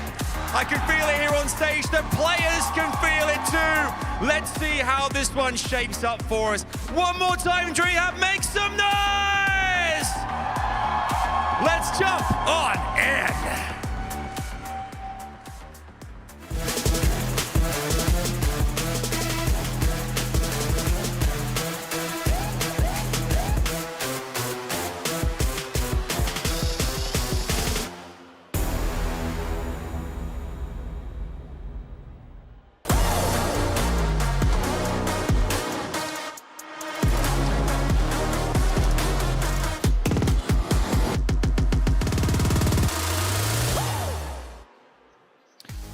China's last hope in the competition here in Weibo Gaming, but Team Falcons stand in their way. Both Korean teams getting knocked down to this lower bracket, Johnny. Now it's time for Falcons to beat their way all the way to the finals. Are they going to be able to do it? Weibo Gaming, they've looked strong, but Team Falcons probably pretty pissed after the last series. Oh yeah, angry Crazy Raccoon, angry Team Falcons here in the lower bracket. And just here we go again. China versus Korea, a matchup that never disappoints. Last 2 times these teams played each other, obviously, we went to map 5. So going into this series, you can't be expecting a 3-0 sweep here for Team Falcons. Weibo Gaming, they're gonna make it competitive. Oh, 100%. I wanted to pick up what Avril was picking up on the desk as well, as this ram coming through from Weibo. Obviously, we know that GOWCS is historically long lost, like Winston at this point. It feels like an age since we've seen him, although it was just stage 3, I suppose. So it wasn't actually long ago, but just developing more into a Ramatra player is exactly what is needed in this meta right now. We're going to go to Ilios, though, which, in all honesty, does prompt to probably see a little bit more dive. Yeah, because Team Falcons are coming from the upper bracket, they have the higher seed in this matchup as they drop down. And the Winston ban is going to come out here from Falcons. Makes sense, you protect Hanbin's Diva, of course, but also you shut down GOWCS from playing one of his best heroes that has that aggressive, quick tempo that usually sets the pace for Weibo Gaming here. Tracer ban, though, from Weibo Gaming, that's going to neutralize Proper a little bit. Yeah, just a little bit, although he's, of course, a flex god, so difficult to say how prepared Weibo are coming into this series. Of course, we just saw Falcons get kind of beat down. That 3-0. We thought it was going to go all the way to a map 5, or at least a map 4, but a 3-0 is not what Falcons were expecting. Yeah, and you gotta question the mental after that one a little bit as we take a look at Team Falcons stats on Ilios. 2-1 versus Varel, that is, and that was a slightly easier opponent, dare I say, than Weibo Gaming, of course. Still but a map. Yeah, of course. I mean, it goes to show really that Team Falcons have struggled even on a map like Ilios against one of those teams that they should easily beat. And so it's never looked easy for Team Falcons throughout this tournament. Now, what Avril talked about on the desk, of course, is that in this matchup, Falcons, they're not looking to mirror that Winston. Obviously, the Winston ban, as we saw, but they can rely more heavily on Hanbin's hero pool, which is that Diva, which is that Zarya. Because historically, it feels like Falcons have almost been baited into the game of Weibo Gaming, which is this quick dive. And so slowing things down here a little bit might change the course of history as they look to overcome their Chinese opponents. I mean, Crazy Raccoon have done a lower bracket run before, and that'll be the opponent. Both Falcons or Weibo, if they make it through. One final chance here in the lowers. And please, no more 3 Overwatch. A little bit more. 3 Overwatch, yeah. We're expecting a couple of maps here from Weibo Gaming. Obviously, they are the underdog in this one. And I think a lot of fans also might not be expecting too much from Weibo Gaming when it comes to standing up to Team Falcons in this series. But I feel like time and time again, that is when this Weibo Gaming core surprises us. We think back to the 2023 Overwatch League playoffs when this Chinese core, they beat then Atlanta Reign, which had Chio and Fielder in the mix. We think back to the Overwatch World Cup. China beat South Korea, which again had this Chio and Fielder backline of Team Falcons, right? And so Weibo Gaming, they find a way to make these games close, and then when you go to map 5, that's when they take you down. Extremely frustrating loss to Twisted Minds earlier on. Yeah, the meta has really been the Symmetra. And so far, Falcons haven't had the answer.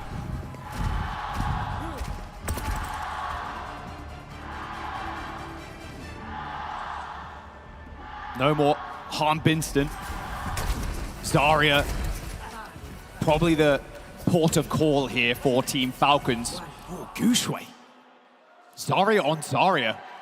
Just a straight mirror almost. Proper on Freya. Leave on Echo. All right, I'll say this about GOWCS. He's been adapting in Overwatch throughout his entire career. We know him for the Primal Blade, the Winston play, but it's never failed when it comes to picking up the Ramatra. When it comes to picking up the Doomfist, the Wrecking Ball. Oh! Can GOWCS do it again as Shy finds a pick? I mean, that's a really good start. Proper wondering how he died. Hit the pause. No, I'm not sure what that is. Quick restart? No? Anyone? Yeah. Can we do the rollout again? Don't think I hit the right key. Yeah, jumping into a brief one. Shouldn't be looks like thumbs up from all the players, so should be pretty chill. No headsets coming off. That's the important thing.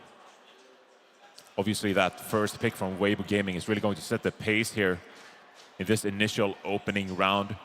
Should be able to take that man advantage, snowball that into a point cap, and then you can claim positioning and prepare yourself for round 2. Falcons, I think it's important they get off to a hot start in this one. They really didn't have any momentum whatsoever in their series against Twisted Minds. And so it can be kind of demotivating. Your confidence is low, but you just gotta keep pushing. You gotta keep making plays. You can't shelter. Stay back. Team Falcons in this one. They gotta meet aggression of Weibo Gaming head first. What do you reckon of this matchup then, this Echo in the Freya from Proper? Well, obviously, I think Freya's one of the stronger hit scan heroes as we have it right now. So mobile, dynamic in the air. And we have seen more Echo come out. It's a really strong hero after Tracer received a slight nerf. And obviously, Tracer is even banned in this matchup to begin with. Also, the movement boost Echo, when you're utilizing that flight ability. It's really powerful these days. But the Freya, I feel like, should have the upper hand as you can shoot that Echo out of the sky. Quick on pause. Here we go, back in. Jumping onto Ruins. Yeah, Proper going down first. Not a good look. They've almost managed to pick up another kill for Weibo Gaming, but it will be the cap. Proper Reaper. This feels awkward. Yeah. Against the Ashe Echo, like, obviously you're looking at shooting the tank there, but collapsing on somebody? Yeah, I mean, if you're playing the Zarya Reaper composition, fair enough. You can teleport in, you can get that Zarya bubble and deal a ton of damage, but who are you targeting here? It has to be Guxue. Who's Bro shooting? Yeah, it's got to be Guxue. Guxue already dead. They managed to move up to the high ground. Okay, Proper. Closing the gap there with the teleport. But still, even so, Reaper, with this Shadow Step, can be very mobile, get on these high grounds, drop down, and get out safely because of all the mobility cooldowns he has. But Weibo Gaming should be able to rotate around Proper to deal with him quite handily with this composition. If it becomes a problem, Guxue needs to consider a hero switch. Weibo Gaming, in theory, right, they can kite away from this with the Lucio. Even a good spot as well. Look how close Weibo DPS are currently to their ults. Bob and Duke coming up, man. Wow, Chio just disintegrates. That's one kill already. As a Duke, as well as that Bob being flung out. A cap, and only 39% for Falcons. Yeah, and while Team Falcons are playing the Wu Yang, I feel like Weibo Gaming's neutral is so strong with this Ashe and this Echo. Really, whenever Team Falcons walk up to this neutral... Wow, that was... Oh, well, I mean, never mind what I say. If you just find picks like that. But it's still going to be a struggle here for Falcons to swarm onto the point. The Kitsune Rush will help. Yeah, they see Guxue using a bubble, so they use the Kitsune Rush to try and close the gap. But again, the Lucio paying off for Weibo here, being able to get Guxue out. But Monk is going to return with this Kitsune Rush, and that will be advantage for Team Falcons. Just got to watch out for this Graviton Surge. TP in the small room. Not exactly where you want to be against Harbin. There's the grab. Sound barrier. Sound barrier is good though. It's good for 3 people stuck in that grab, and now the tidal blast for Harbin. But again, the Lucio being able to taxi everybody from Weibo away. Doesn't matter though. It was all a distraction. Proper finds one kill and a grab, connects with Harbin, but still manages to kill Mew. And Proper with the Death Blossom. It finishes that fight up handily. Weibo Gaming kind of baited into fighting in that small room, and that is going to benefit a lot of people. Proper included as he comes in with the Death Blossom. And that was a lot of ultimates for Weibo Gaming. 80% in counting for Team Falcons. How are Weibo Gaming going to retake this point? Yeah, very good question. I'm sure we'll find the answer in just a moment. Proper just getting so much support right now. Double bubble used to push him forward. Bob comes out for merit as well. I mean, this is all crumbling for Weibo now. I don't think there's any chance. There's one player on the point. It's Shy. He's killed Merit, but that's it. That's round. That's Falcons with one on the board. And that didn't feel close at all. Falcons looking control after that Reaper hero swap. And now the ball is in Weibo's court here. How do you adapt to this Zarya Reaper composition coming out? It's been a bit of a staple for a lot of teams throughout Stage 3. Obviously, the Reaper was slightly better in the meta before Shadow Step perk received a bit of a nerf. Reaper was so good at getting in, getting out because of that shortened duration on that Shadow Step, but still find itself effective in this matchup here at the World Finals. Harmon without a single death just yet. Most damage on the team and the lobby, almost at 4K. Right, Shy this time on the Freya. So we've got Freya, Echo for Weibo, and Merit. He's just going to stick with this Ashe. Ashe way too powerful on this point to give up. Yeah, Weibo Gaming though still sticking on this Zarya. And so the lack of mobility means you probably have to cater towards the point here. You can see Team Falcons, they're wrapping around these side angles to open up the sidelines for Merit and Weibo Gaming. They're going to be stuck towards this point area. High ground control pivotal for Hanbin as he pushes Gushwei towards the point, although Monk takes down Fielder. Will be a trade from Proper as Hanbin inserts himself into the fight with a help from Shio to gain the kill. Weibo, they cap, but they're on the run. And the game feels easy for Falcons here because they force Weibo Gaming to make a play to regain some space on the point. But because Hanbin and the rest of the team secure that left side angle, they can easily punish these flying heroes, Echo and the Freya, and tear them apart, which then leads to the point cap. Monk, 70% on the Kitsune Rush versus Fielder's 22. Yeah, they made the point ASAP. I mean, Gushwei's already on it, great, but he's kind of alone right now. It's just him and Mew. And Mew gets picked off by Merit. I was at Weibo trying to be a 4-ton tumbleweed, but unfortunately, it was just a stick in the wind. And with Team Falcons now with this position, and Bob as well, good luck getting on top of Merit. I mean, this Zarya is straight up not working. Oh! Woo! This is tough for Weibo Gaming. They're gonna have to make some kind of adaptation. They're committed to the Zarya for now, but I don't see how this Ilios turns around. 50% ult charge. It's like, hey, maybe I get grabbed here. Easy to bubble leave in, but man, he's just getting bullied right now. Soundbearer coming up for Shio here. Could be an aggressive play. They're playing, bro. Like, they're playing at the spawn doors. Zero respect for Weibo right now. Duplication from Proper. Bolus kills Shio at least. Proper looking for a free grab here. And he's so high energy too. Zarya duplicate is just such high value. Proper gets another. Self-destruct from Harbin to get the remake, and time is ticking for Weibo now.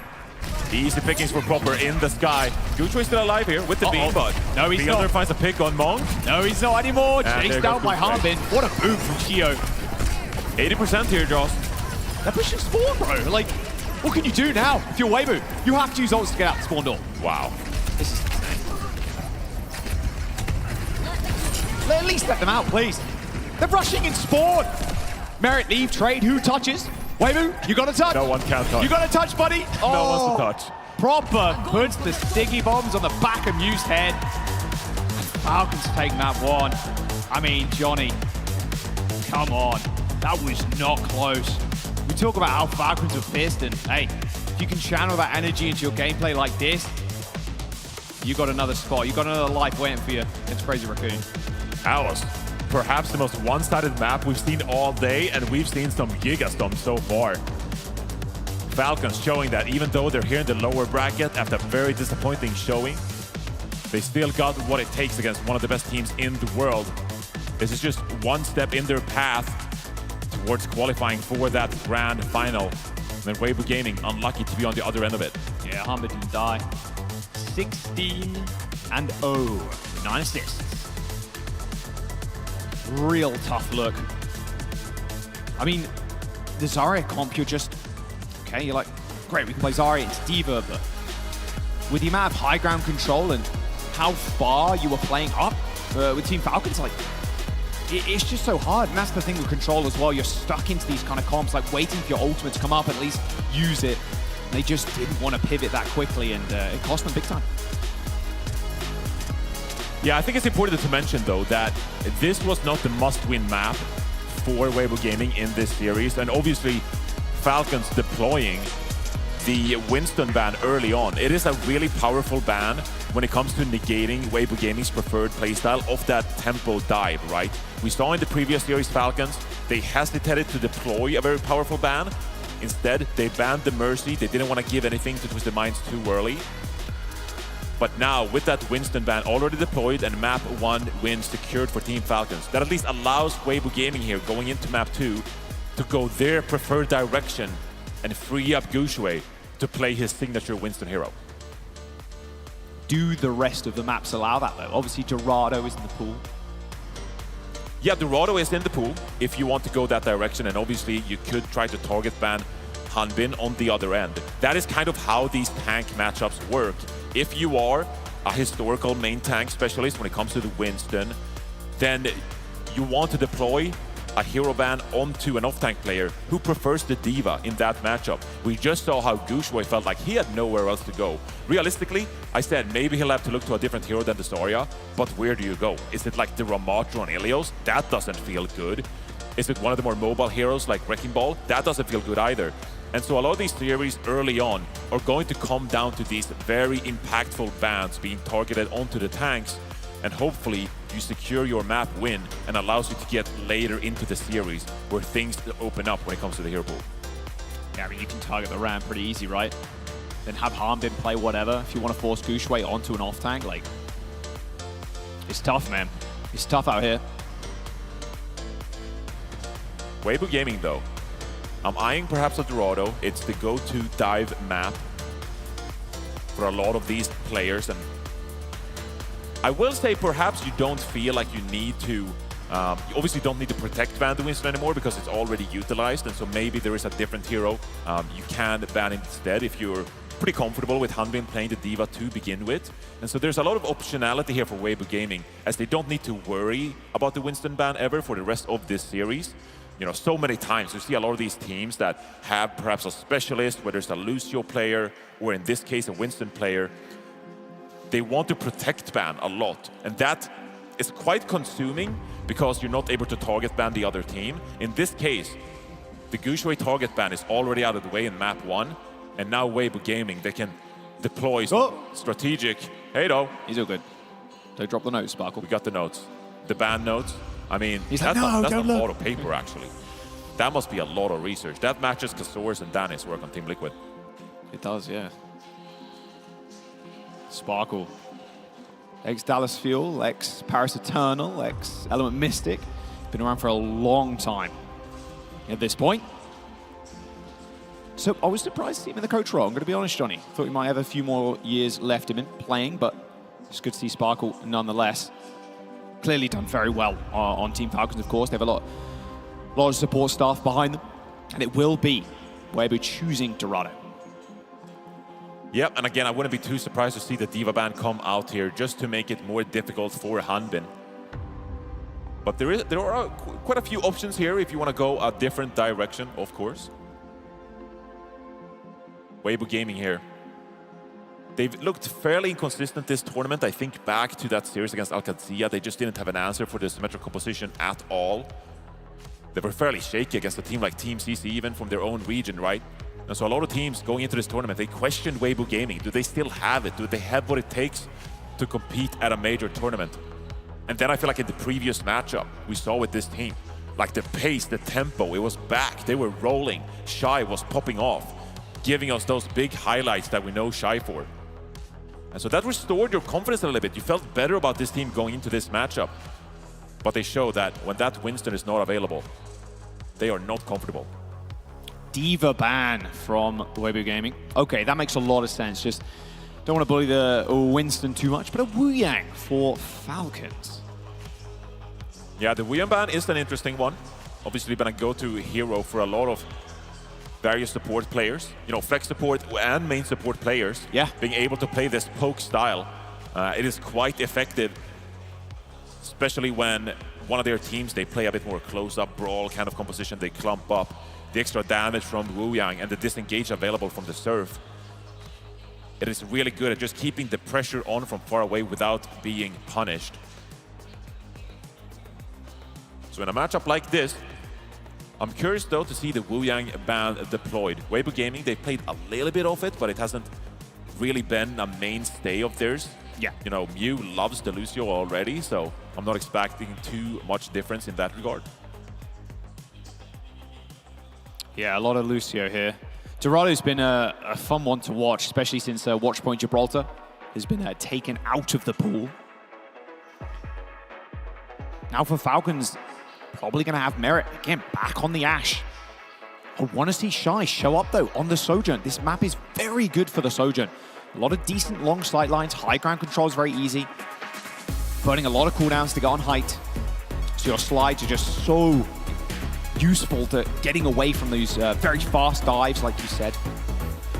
Let's have a look. Let's load in map number 2.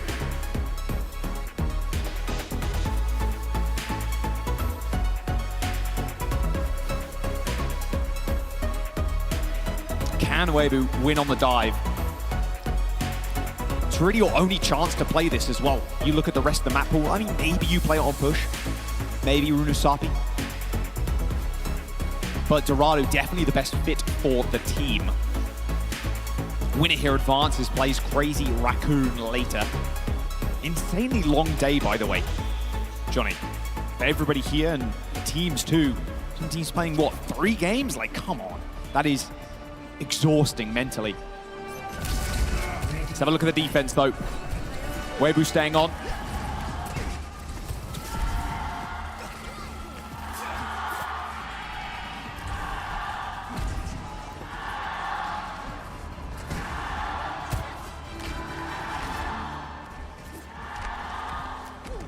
As we look at Weibo Gaming setting up on their defense, it's going to be that signature composition of theirs.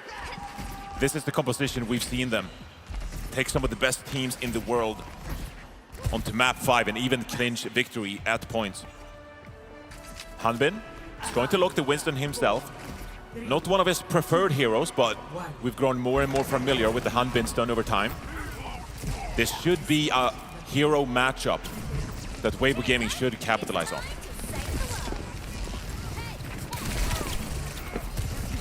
The Han Winston versus Gushui, one of the most legendary Winston players of all time. Probably in what would you say, top 3 Winston of all time? Top 2? Putting me on the spot here, but the Primal Blade. Definitely top 5, maybe even top 3, you're right. Crew jumped out, just a little bit of space creation by both Gushui and Hanbin there. Oh! Flick of the wrist. That's a good start for Weibo Gaming, and that's what you need to see out of Shy. Oh, another one on the fielder. And I think Shy is growing very comfortable with himself, being able to play this Sojourner, like you say. The quick tempo with the slide, the aggressive peeking with the railgun. This mobility that Sojourn provides has really helped Shy to push and pull and secure these picks for his team. I mean, it is just an insane DPS. I mean, look, if you're Ashe, right, you have to use that coach gun to get away, but Soj is just so much more slippery. Get the double slide perk, and you're sailing. Decent damage from Hanbin here. It's going to be able to cleave a lot of people. Chio steals that mega health pack as the dive ends up coming in. 14 Falcons on the high ground. Big slam dunk there from Hanbin, trying to kill Gushui. He's going extremely low. Everybody, in fact, from Weibo Gaming. Oh, Hanbin's going to tank that one. Attempted parting gift there by Lee, but it's all Hanbin there. 2 minutes to go. Weibo with a decent amount off the time bank. We'll see if they can come back. Merit now on the cast. Yeah, Team Falcons here. They might look for a re-engage, actually, as Weibo Gaming are coming up to the point. Triple blink from Leaf. Kitsune Rush is going to be dropped here, and Weibo Gaming contesting in the final moment. Ooh, okay, we pick up Shy already. Early Primal Rage usage. You see Gushui's been a little bit more bullied. 10% away from his own Primal. Yeah, easy point cap there. Fielder with a couple as well. 4 minutes in the time bank, and Falcons not looking so hot this tournament, Johnny. 0-3 on the escort game type. Yeah, this has been a map type that Falcons have really struggled on, so as they prepare for the second point here, let's have a listen in and see how they prepare on this high ground.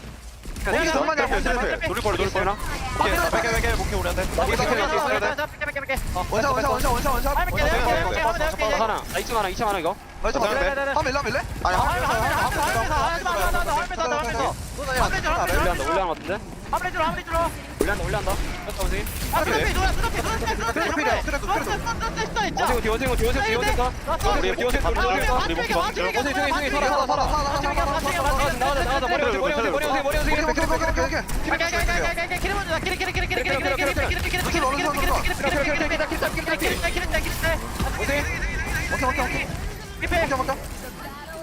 나도 합니다 할게.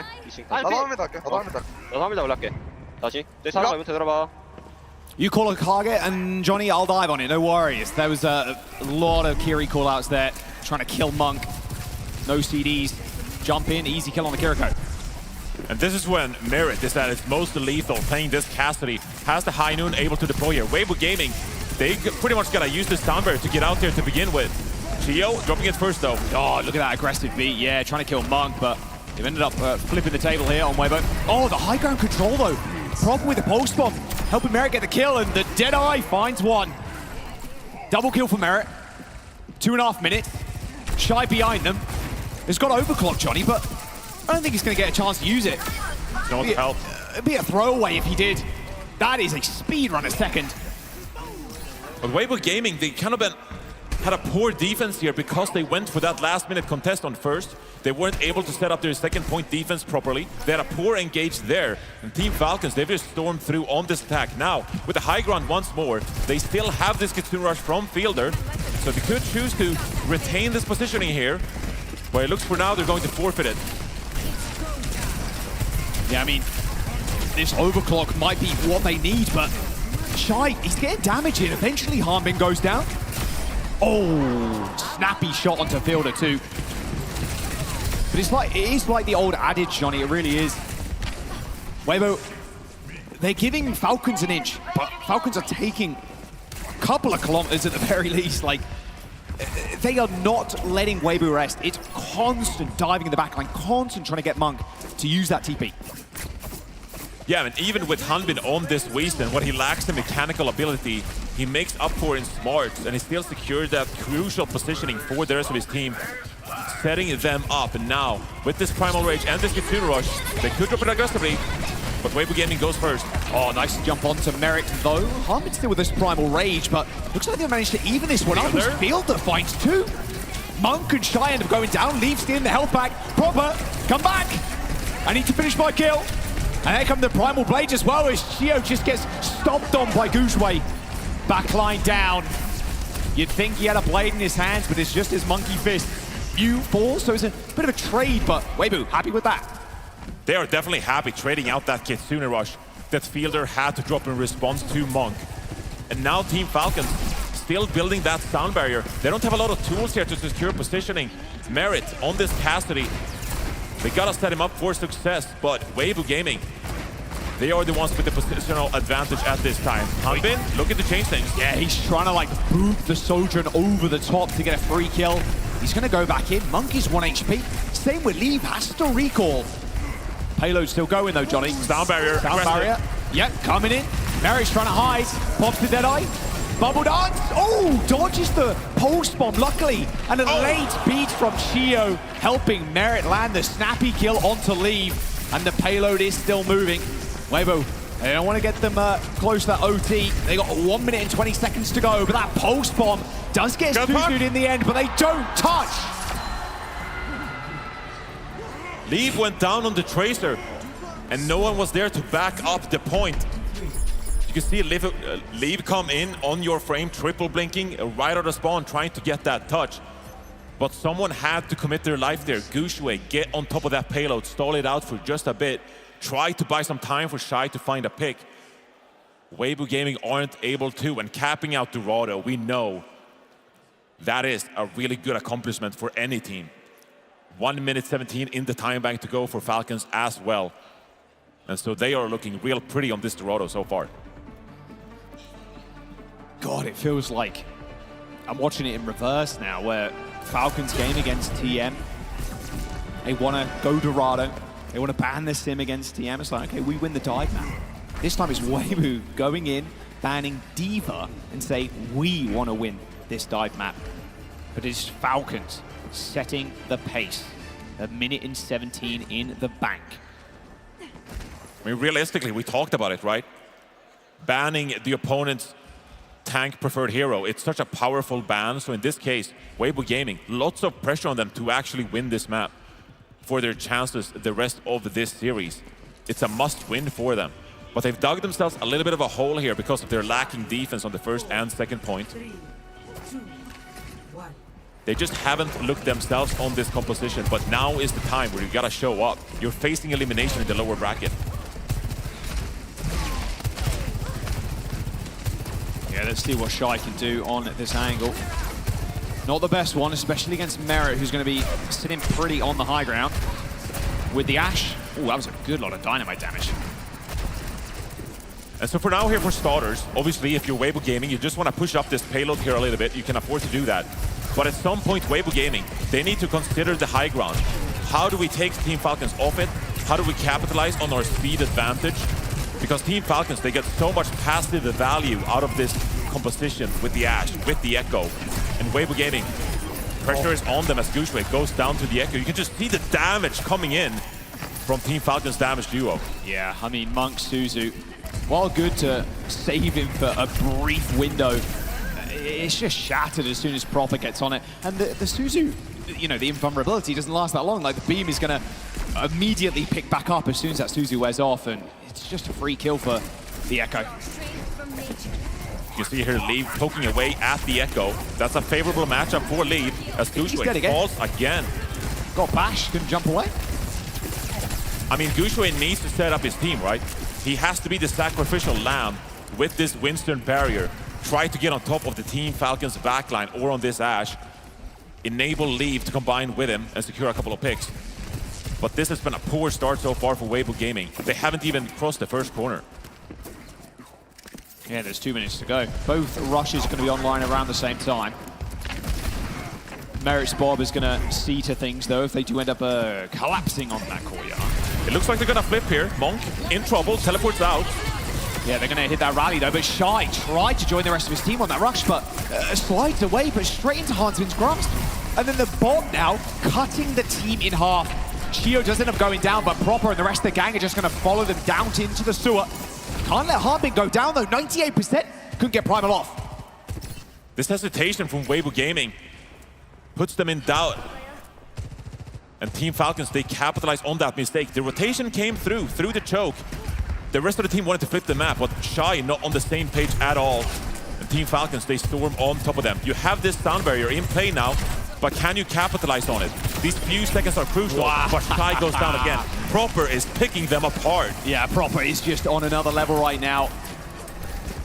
You can tell that FaCe wants to be in those finals. That FaCe wants to lift another trophy. Leave is super low as well. Harbin is chasing the Tracer. I mean, this is devastation for Weibo. They got beat, Johnny, but look, Gushway, he's had insane primal rages, but this is going to have to be generational to open this one up. Yeah, the Primal Blade needs to come out, and it needs to come out right now. Team Falcons, they've done an extraordinarily good job here, utilizing these flanks. Don't get picked. Proper's going in again. Dupes the Tracer. Rally Bash comes in, fighting in the small room, and yeah, you're just going to get cleaved. Harbin ends up finding 2. Proper gets leave eventually. And Johnny, we're on final fight for Weibo now. And that was the sound barrier used by Mew. One of the strongest support ultimates in the game. And Weibo Gaming couldn't capitalize. Shy with the overclock.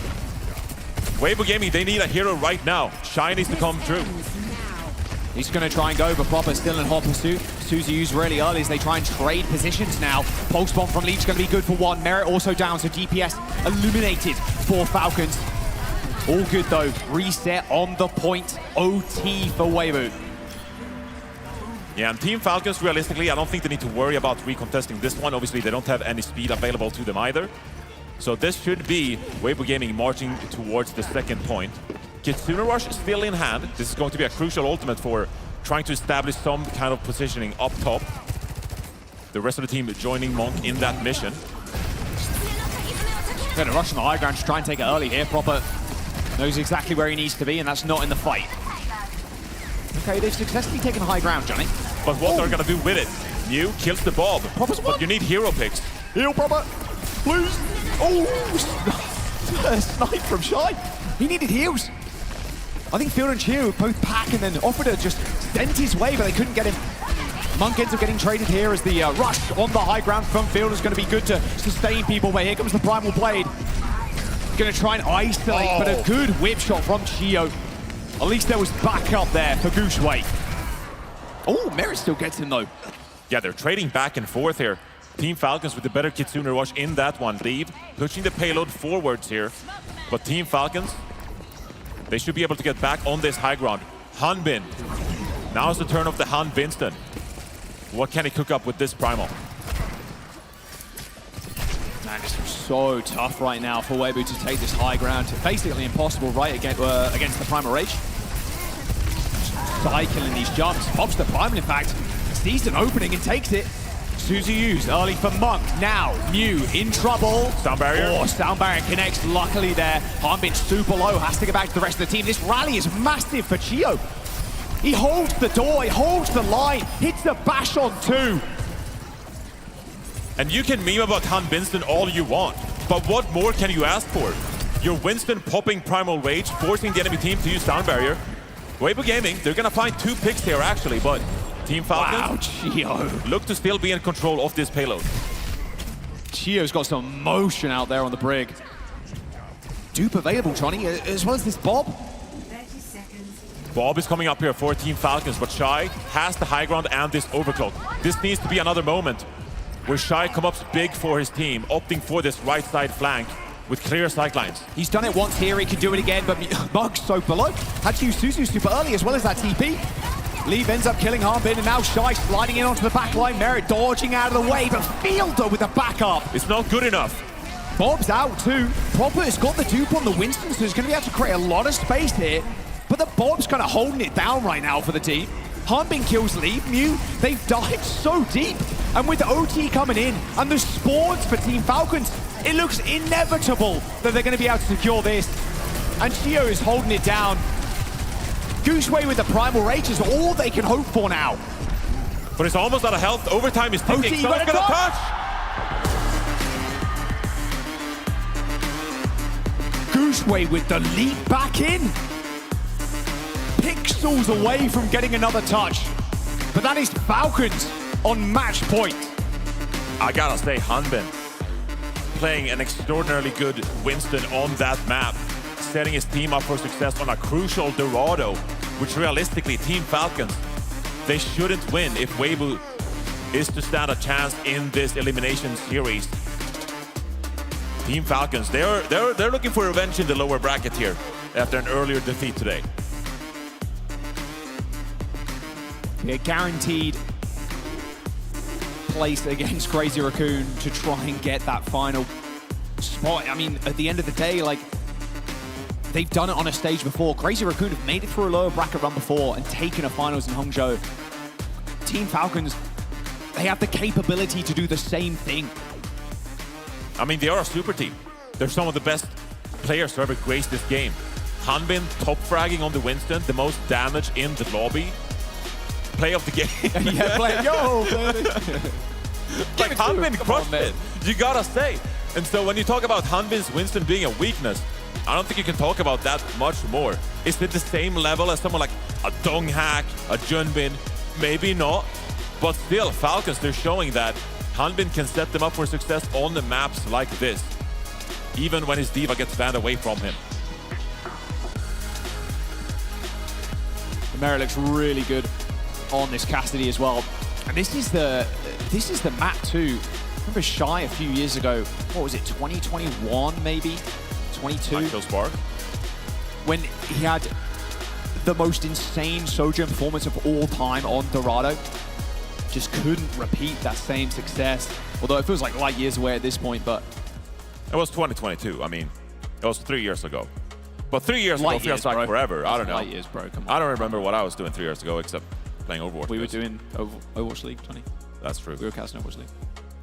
Yeah. But time passes by pretty quickly. Yeah. That was one of the best tournaments of all time. And Shy and the rest of Hangzhou Spark, I feel like that one was when they were really peaking. Parting because Sojourner was really powerful. Pretty good. Was able to get nanoed in and just essentially 1 versus 5 the game, but to do that, you need a player like Shy to begin with. And so we've seen Shy at many occasions in his Overwatch career just take over games, take over lobbies, similar to what we saw Quartz do earlier today. But he just hasn't found his stride so far this tournament. And Weibo Gaming, they're struggling in a series like this when he doesn't come up big for them. What is it about Dorado, man? Falcons take us here in the series versus TM, and maybe we're like, oh, we're going to do the same. Well, we'll play Dive. We'll ban Diva. We're chilling. This is a Falcons that wants revenge. They want a final spot. They want to lift another trophy. I mean, they're perfectionists, right? They're elite professionals. They demand excellence of themselves. And now they find themselves in finals over and over and over again. Our mid-season champion, our World Finals from 2024. Falcons, they always come up big, but now, in this lower bracket, in a position they perhaps didn't find themselves being in.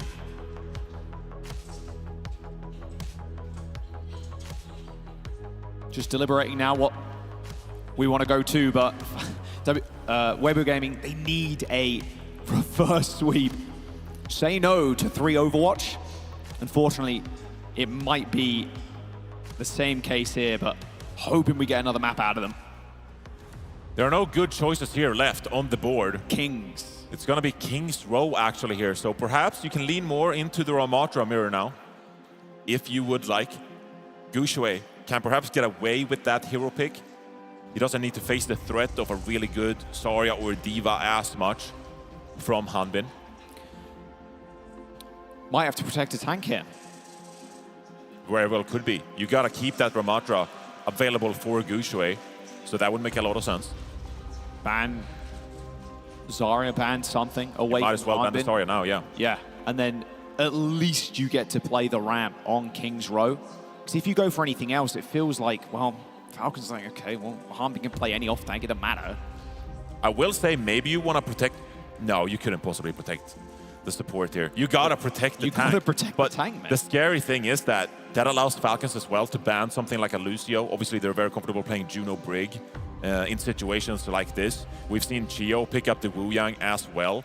And so Falcons, their backline flexibility is really strong. It's going to be the Zarya ban from Weibo Gaming, which again allows Gushue to play that Ramata. And the Brig ban coming in from Team Falcons. Brigitte. Yeah, so obvious Ram choice here.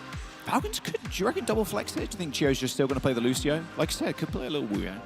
Like I said, I think they have plenty of optionality in that regard.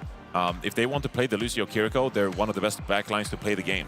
But at the same time, you do have the optionality of being a little bit more greedy with your backline if you want. We've seen throughout this competition and recent history that if you want to play something like a Kiriko Juno, there are maps where you can definitely do that, especially if you find yourself on the attack where the defense sometimes has a tougher time pushing up and punishing that greedy backline of yours.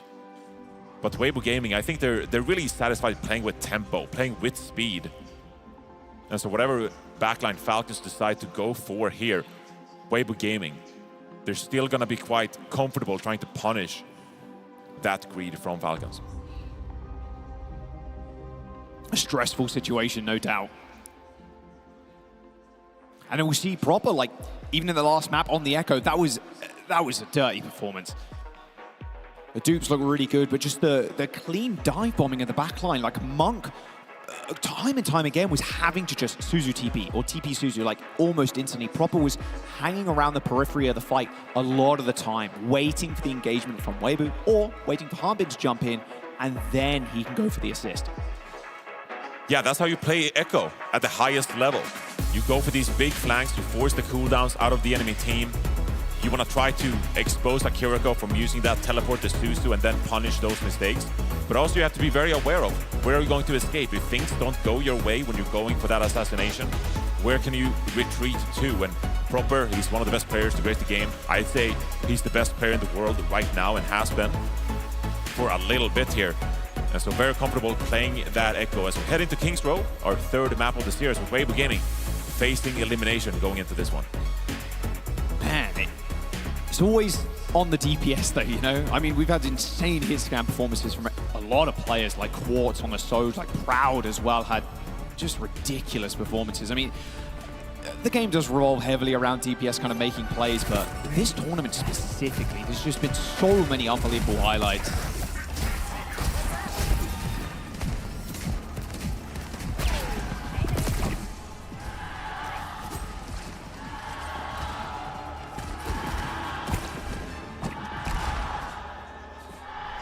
Weibo Gaming need that reverse sweep now. A loss here sends them home. And Falcons will advance. Defense, Mew, Wu Yang here. Leave on the venture. Yeah, we haven't seen too many great Kings Road defense here, so a bit of an alternate approach from Weibo Gaming, as Mew is going to provide a lot of poke damage from this defensive high ground. Leave is going to be able to control these wide angles, these flanks, really well, utilizing the ability cycle from the Venture. You can see right now contesting that hotel lobby area.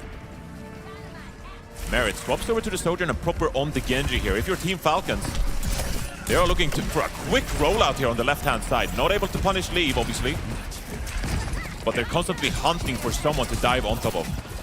Just one time, one Kuna headshot, or a Shuriken headshot, sorry. Onto Monk before they go in. Leave's pretty low. Oh, Monk! Oh, Monk's gonna go down here. You gotta be careful. What a pick. Nice Suzu too, keeping hamming up. They do end up trading Fielder for him though, so a trade of the Kirikos. And now Leave is going hunting for the back line. Sees Merit, but Bob is just around the corner. Yeah, Hanbin is going to lose that mech after losing all that armor and no Kiriko on the battlefield. So Weibo Gaming, they hold on for now. I will say they have quite a good composition when it comes to staying alive in these brawls. They just gotta protect their Ashe and this Wu Yang from being punished. And the rest of the teams should be able to secure some value here. Could have been Dynamite damage from Shy. Oh, here's got to dive. Dives on the side. Just a wave to push Hanbin back for now. Now Leave is just trying to deal with this flank too. I mean, if you're Gushway, you're trying desperately to help you and Monk on this high ground. Shy might be dead here. Pushed down to this low. Mew's already dead here. And oh, Proper goes in, just dashes straight through Gushway to find the execution kill. Gets the reset up to the high ground. Now Gushway alone. Point capture now for Falcons, looking at 33%. Gushway is still in the backline here. Leave. If he stays alive, they got to kill Leave. Can't. Yeah, I mean, there's 4 players from Team Falcons there looking at Leave. There's just no shot. They could have re-engaged though, but Leave dying that early spells trouble for Weibo Gaming here. Gushway, last-ditch effort. He's going to try Annihilation. I mean, it's up pretty soon. They're just going to be able to survive. Tidal Blast onto Shy as he tries to get some knockdowns, and he does. Gets 2. But what a Suzu from Fielder. And then Proper just dashes through both of them. Leave. And takes care of them. Oh, Leave though on the side. Leave gets a couple, and Gushway has the Annihilation. And the Kitsune Rush from Monk. Weibo Gaming has all the tools to remain on this first point defense. 1 minute and 30 seconds remains now. Leave with a miracle ultimate, kills 2. Team Falcons though, they just invested the Sun Barrier, so they still have 4 ultimates to go here. You should be able to set up Merit for a wide swing with this overclock, with the pressure from Proper's Dragon Blade. Surely it's just an overwhelming amount of ults. You can't beat Blade, unfortunately, if you're Falcons hit. But sometimes a Rush Blade is all that you need. Those swings are deadly. Even deadlier when they sped up. Oh, Hanbin can't lose mech though. Self-destruct, all good. Blade pop from Proper, he's already in the backline. Forces Monk. He got nothing. He got nothing, and Fielder's already dead. 50 seconds to go now. As Team Falcons trying to grasp hold of this game, it's slowly slipping out their hands. Proper picked off by Monk. It's all falling apart for Falcons, Johnny. Wow, Weibo Gaming making a firm stand on this first point defense. Team Falcons find nothing with the Dragon Blade and the Kitsune Rush. And 30 seconds to go. Realistically, they're not going to be able to build this sound barrier. And now it all falls on the Merit. Gushway, with this Annihilation, usually used as a survivability tool on this point. But now, could perhaps go a little bit aggressive with Leave. He's already used both CDs though. Merit. Yeah, he's on the high ground. Leaves asked to get out of there. Use that drill dash to create some space for himself. Dies. But how does Fielder die there? Annihilation on the point. And Gushway does end up getting run over. But Team Falcons are all very low. Only relying on Chio's help to heal him up. Chio finds Mew. A scrappy fight. No C9s, please. Hanbin pretty low. Has to keep the point alive. But Guess who's alive? Still Proper with 10 HP, and Fielder makes it back. Team Falcons escape a first point hold in overtime here. Keep themselves alive on their own attack.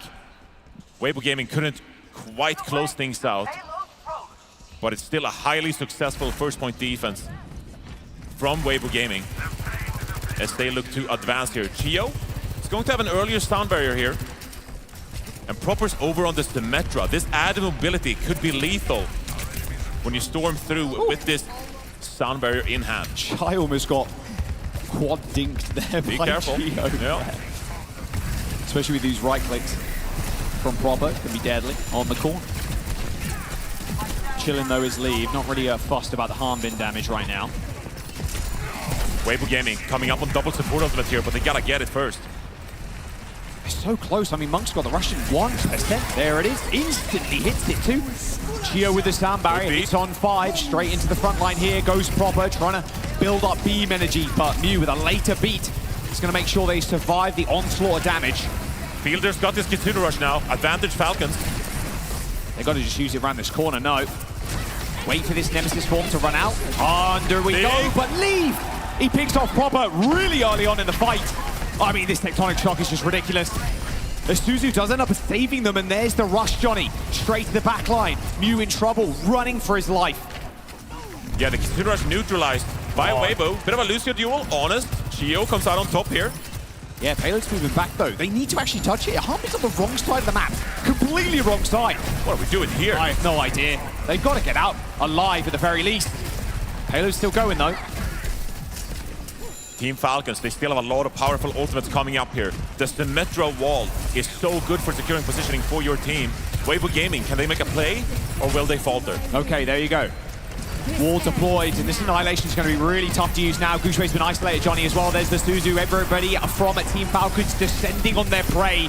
And Monk, Leave, the rest of them, they're going to fall. That mega health pack is no place for you. Not with this Annihilation ripping and tearing. 2 players left in the back line there, but they're quickly cleaned up. And that is the second point. And we got plenty of evidence from earlier today just how powerful this Symmetra can be in a Ramatra head-to-head like we have right now. Leave opting for the Venture instead. A lot of pressure on him to come up big time with those tectonic shocks. Proper swaps over to the Mei here on third, actually.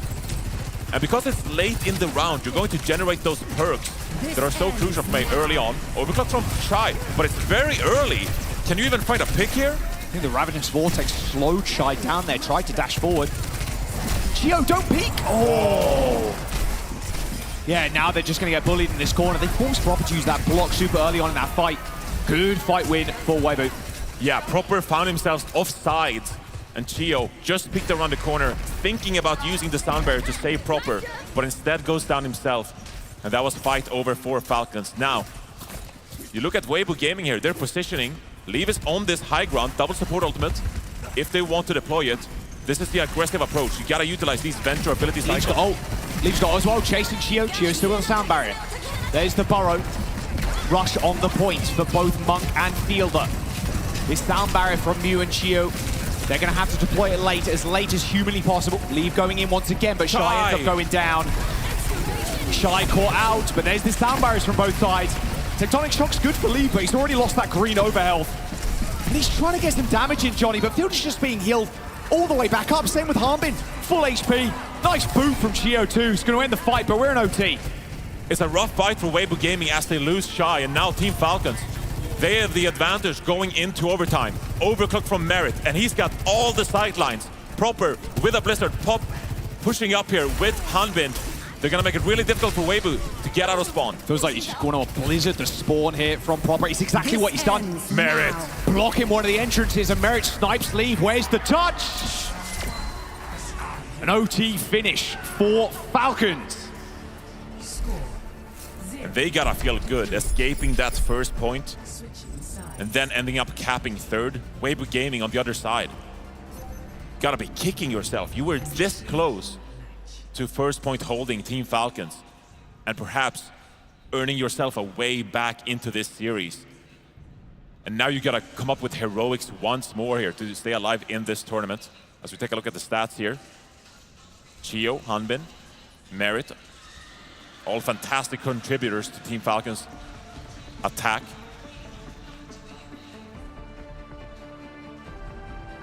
Any change-ups for Team Falcons? Feels unlikely. Maybe Merit on an Ashe, but probably the Sojourn.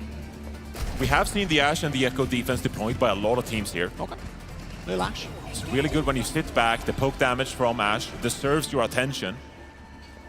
And I mean, proper on the Echo, we already saw it on Dorado. Yeah. We already saw it on King's Row previously. He is so good at coming up with these picks when it comes to the wraparound, a bit of a flank. Get a quick little 2K, and the fight should go in Team Falcon's advantage. But the bad thing about playing this Ashe Echo composition is you make it really tough for yourself to control the angles. You don't really have the same staying power as something like Adventure, as a Tracer would. As the Leaf pokes out with a couple of rockets here, expecting a hero swap over to the Venture once more. So if you're Weibo Gaming here, it becomes a game of controlling the high ground, establishing some kind of positioning for Shy, and then utilizing the skill set from the Sojourn to poke down Hanbin, get that armor off the Diva, and secure a couple of picks with the railgun. Yeah, we're already seeing that from Gooshway. Slowly but surely plodding up the high ground.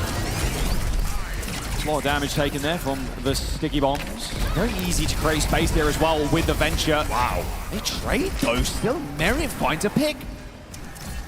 But an even better one there onto Chio. A scrappy fight, 3-on-3. But both supports are alive here for Weibo, and they do have spawn advantage. Still though, Team Falcons, they should be able to recontest this one as they gather their troops. No one close to an ultimate yet. So an individual pick on Merit. That is exactly what Weibo Gaming. That is perfect. And Monk gets out alive too. Use both cooldowns, just waiting for them to come back up again. Another touch with Falcons. Imminent though, Johnny.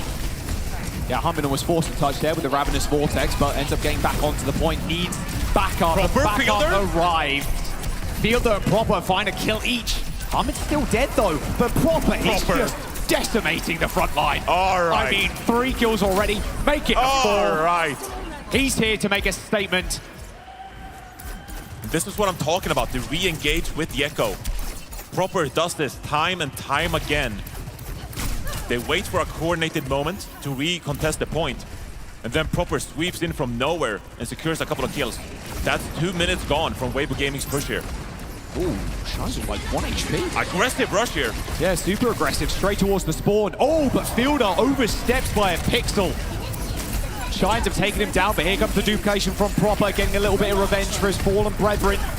Gooseray is so low. He's got Nemesis form still, but they're going to touch the spawn door here, Johnny. There's an Annihilation coming up as well. I mean, Proper can really just do it all. Looking for more targets to tag onto, and Gooseray also uses his ult, Johnny. Okay. Yeah, Gooseray commits the Annihilation. He's got to be careful here, he doesn't die. Team Falcons, they obviously already let Weibo Gaming have 2 ticks here. There's a couple of troops remaining onto the point. Bob comes out, it's going to buy some time, but it's like a Kitsune rush from Monk. Oh, the Bob is just so good at stalling for time, though. It's going to allow Hanbin to come back in. He has self-destruct as well, Johnny. And Merit's on the high ground again. Self-destruct, Ravenous Vortex connects, but Suzu helps him get out of the slow field. Sound barriers. Barrier straight to the back line here. As Proper takes to the skies, hunting for his next victim. Shy going so low, though, but oh! That is unreal from Shy. The 180 on Proper, and that is the point capped. But it's really expensive for Weibo Gaming.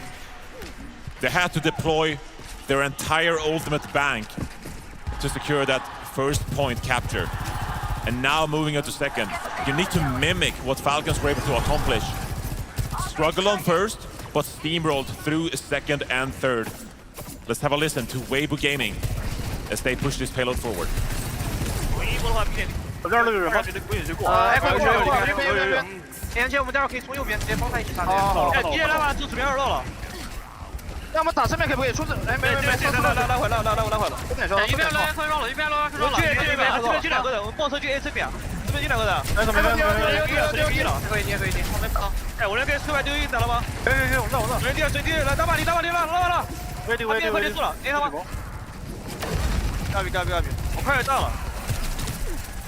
那应该能快点火，下不快了，快离会快点快了，离会快了，离会快了，谁这样，哎，跑可能绕了，可能绕了，给我切，还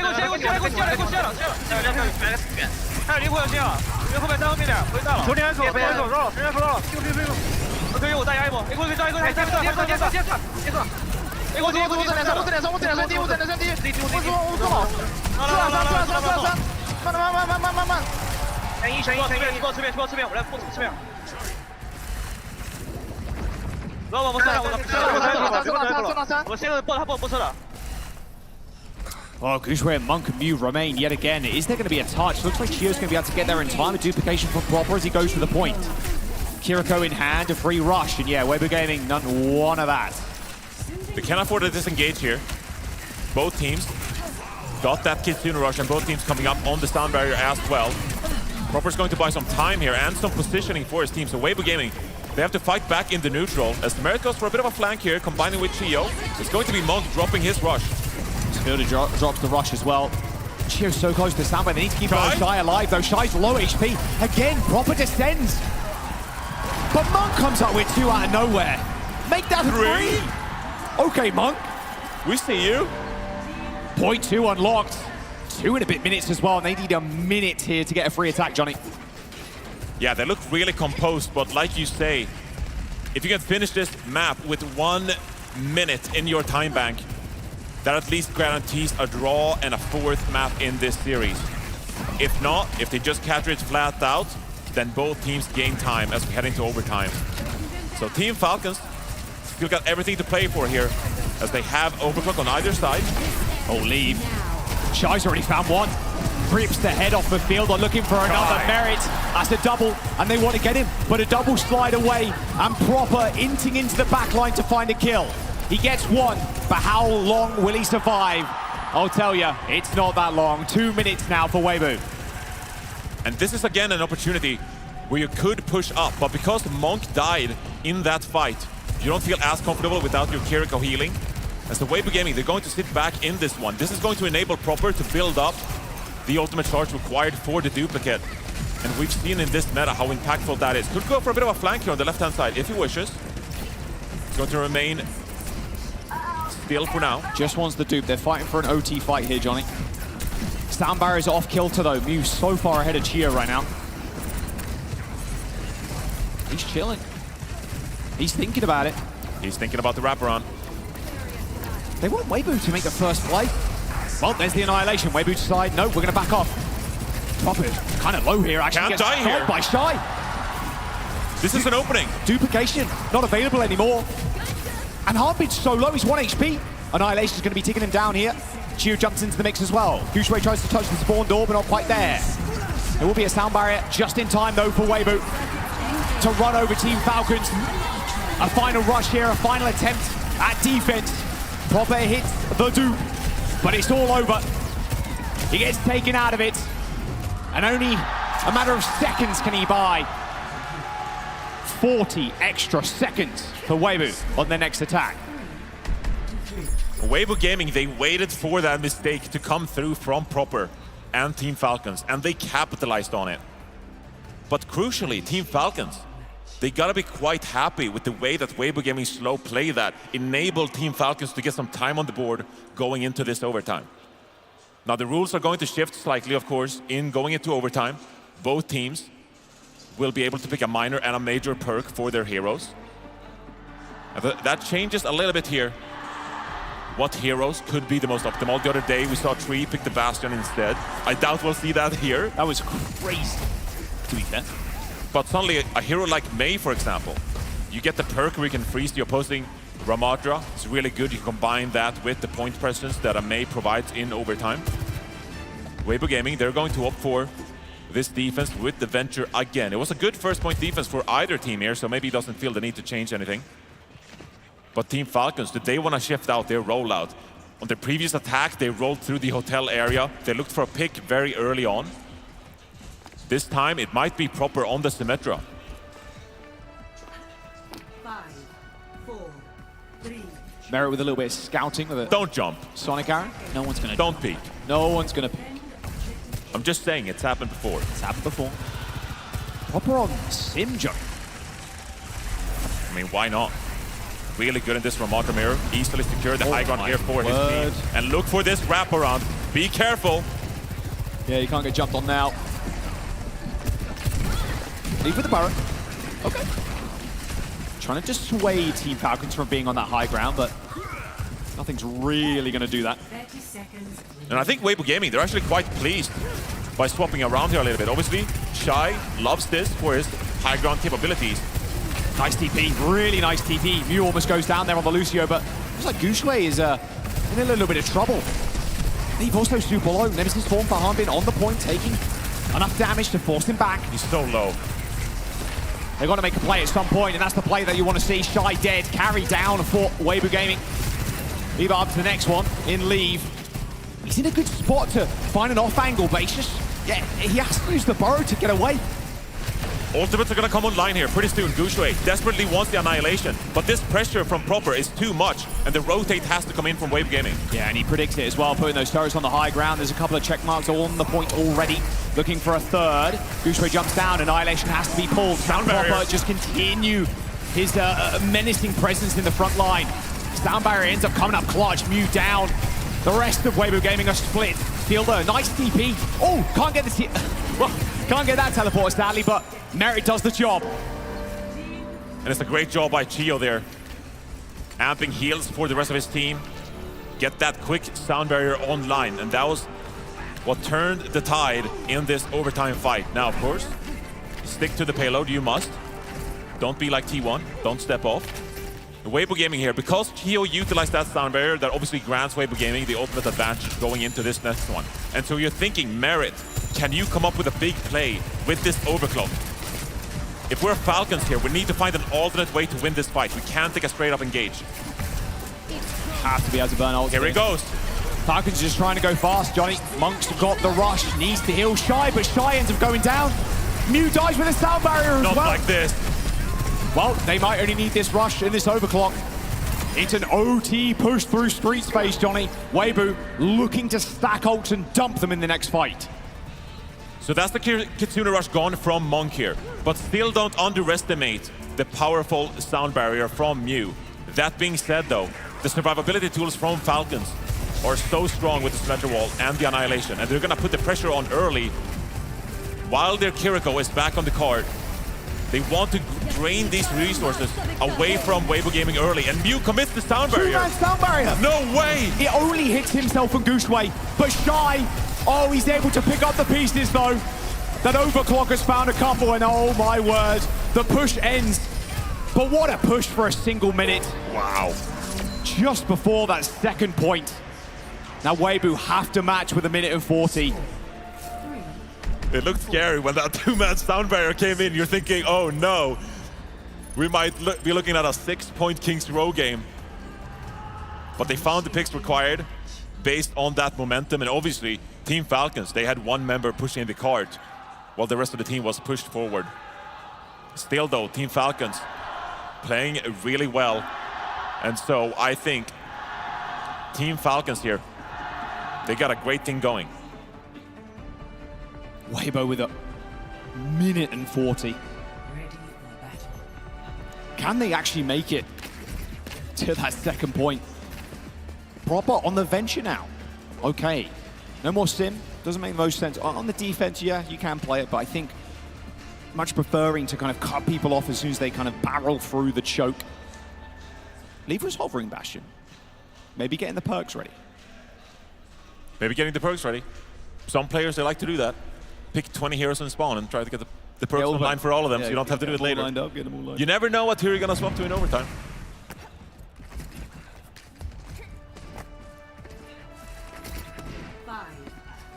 Let's see what they can conjure up here. Wouldn't be too surprised to see Leave swap back to the Venture, of course. Tries to get some initial ult charge as that swap comes through. All right. Just picking Bastion just for getting the perks. It's all good. We'll play a second. High ground control still pivotal. The extra range perk here is really nice for the Venture. There's a lot of damage. Oh, both Rams using that Nemesis form at the same time. Robert fighting on that phone box now. As Merit kind of scared of his behind. Looks like Mew's just hanging around. Mew's just hanging around. Okay. Distraction play by Mew. 8 with a kill onto Merit. But the problem is, Proper is still doing work, doing numbers. But it might not be enough, to be honest. Doesn't end up getting the burrow, but Hanbin's dead, Johnny. Hanbin is dead indeed, but Falcons, they always love brawling back and forth, and they're gonna try to stay in this fight. Chio finds to pick up the Mew here. A cap point is looking very likely. And he might come through. Proper stalling a little bit for now. Oh, nice boot. Oh, but he beats him in the 1v1. They're going to be able to get back to the point in time now, Johnny, as Merit comes in with the kill on Shy. 30 seconds to go as Gushue went around, the rest of his team went, but they got another reset here, Johnny, but will they be able to make use of it? Yeah, Hanbin is still contesting this point. Fielder looking to build that Kitsune rush. And this is vital time gone for Weibo Gaming here. Ultimates are coming online for Falcons any minute. I mean, look, Proper's already back. There's the Annihilation. They're trying to get something popping, but the sound barrier from Chio is going to be good. OT now here. 98.9% as the rush from Fielder comes in just in time, but he needs to heal Hanbin. Proper goes down first. The beat, the Annihilation. Weibo flood the point. And they get the cap in OT. They get the cap in OT, but that was an expensive cap. I know your tournament life is on the line, but now you're facing quite the uphill battle as you lack the support ultimates, you lack that Annihilation. And so it's down to the damage players for Weibo Gaming. The Tectonic Shock, the Overclock. Can anyone make some magic happen as you look to stay alive in this series?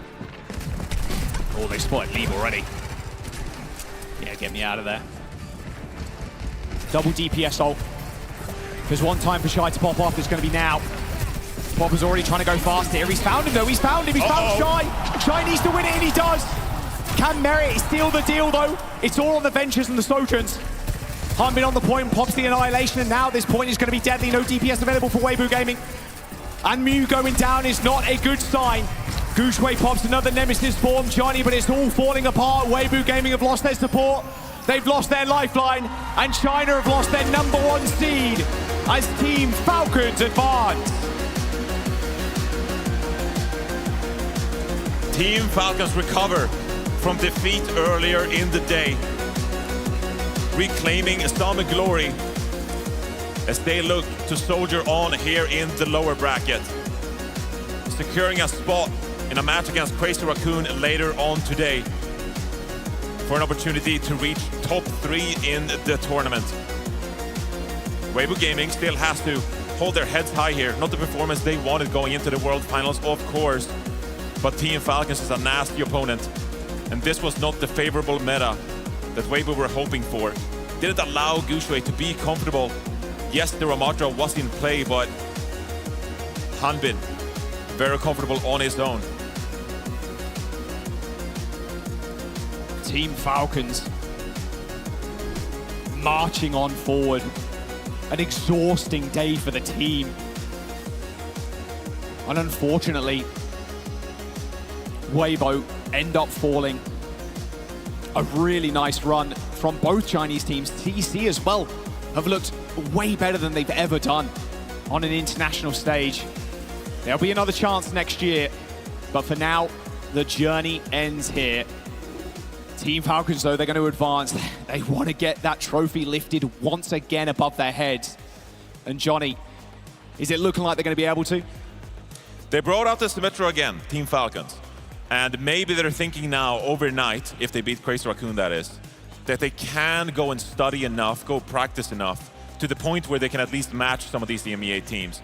Because I think, as we approach Championship Sunday, and our last match on stage here this Saturday, that Symmetra is the key for success for any of these teams here at the World Finals, if they want any chance of lifting that trophy. Sometimes in the past, you've gotten away with not needing to play the Symmetra, but this time it's looking like it's different. Only one more day of some scrims as well, and there's no way the EMEA teams are going to give you scrims against the Sim teams.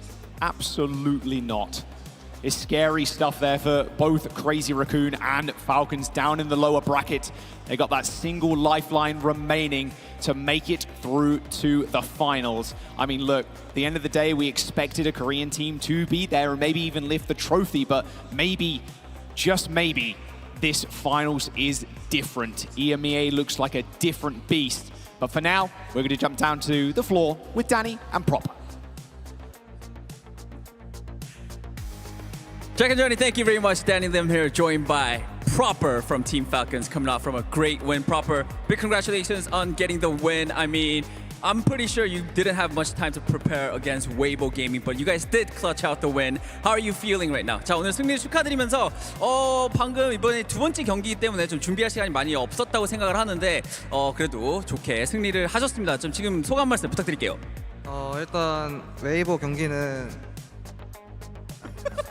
경기는 생각보다 의식은 별로 안 했고 어차피 이길 걸 알고 있어가지고 라쿤전을 좀 더 생각했던 것 같아요. we didn't really need to prepare against Weibo Gaming because we knew that we were gonna win. So instead of focusing on that, we wanted to focus more on the next match that is coming up for us, and that is against Crazy Raccoons. Of course, that, like you said, that is the next match, and it is going to be a big one. Proper, how do you think that match is going to be played out? 자, 방금 말씀하신 라팔전이 하나 더 남았습니다. 프로포 선수가 보시기에 다음 경기 좀 어떻게 흘러갈 것 같으신가요?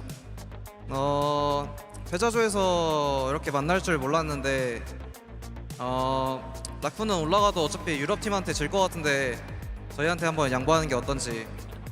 All right, Proper says that I really didn't expect to meet Crazy Raccoons, both of us, in the lower bracket. But I mean, honestly, even if they win against us, they're probably gonna lose to a EMEA team anyway. So I think it's better for us to move up to the finals. That is what Proper said. Everybody, that is it for the interview. Proper, thank you so much. Best of luck in your next match. Zoe, take it away.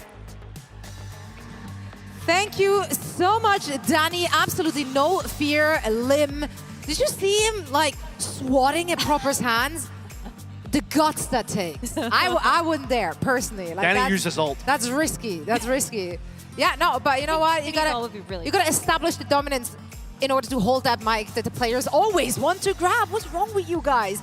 Either way, though, like he doesn't need to know how to interview. He needs to know how to play Overwatch, and that he certainly does. Proper had a phenomenal performance overall. Falcons looked rejuvenated. They looked good, and quite frankly, they just looked like they're outclassing their opponents in this very match. Also, before we're diving into this, have you noticed some letters during that interview?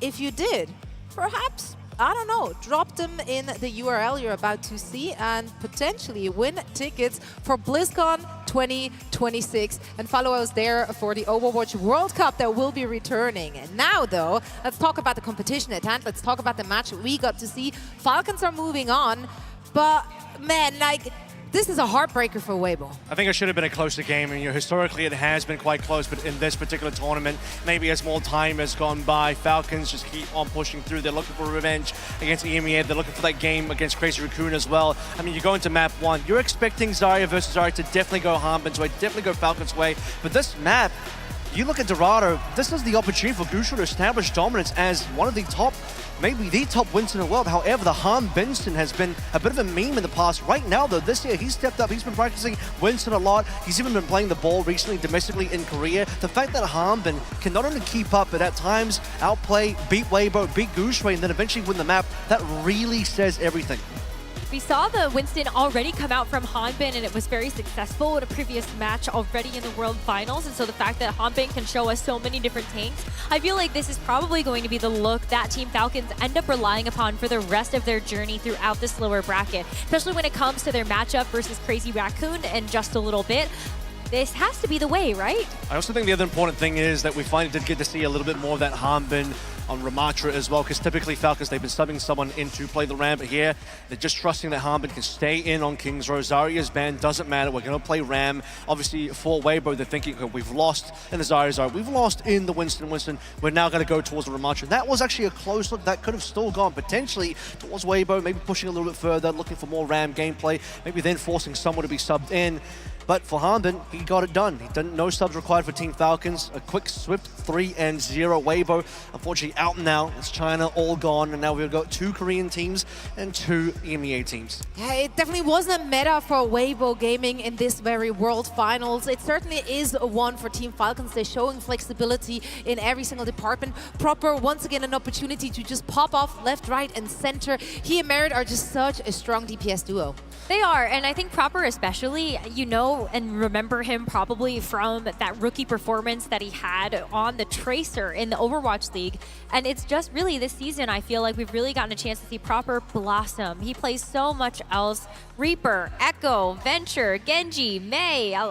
There's just so many things in his wheelhouse now that he is a like quintuple threat. Part of what I like about this matchup is that you have the 2021 and 2022 MVPs between Leave and Proper facing off, and well, if someone gets subbed in, also the 2023 MVPs, 3 potential MVPs all on the field at the same time. But as time has gone by, I think Proper has just kind of cleared the gap a little bit. It's just, you're seeing in this particular matchup how much he's able to do, how clear of a Proper lead that he's able to gain on top of Leave and everyone else in Weibo. So unfortunate for Weibo, but Falcons, they're here to retain their title. That's right. Listen, that means that only 2 Korean teams remaining in our lower bracket that will be facing off against each other in the semifinal. They're used to seeing each other in that, you know, upper bracket final, so that's not going to happen this time around. Only 1 Korean team will make it through to the grand final to face off against our EMEA teams. It's going to be exciting. We do have one more match to play, and that is, of course, that Korean battle. We've had quite the journey today, quite some surprises today as well, and perhaps more to come. I'm very excited to continue to cover the action. We will be heading into a very quick break, but when we're coming back on this very desk, we have some special guests announcing all the things you need to know about the future of Overwatch Esports. You do not want to miss that.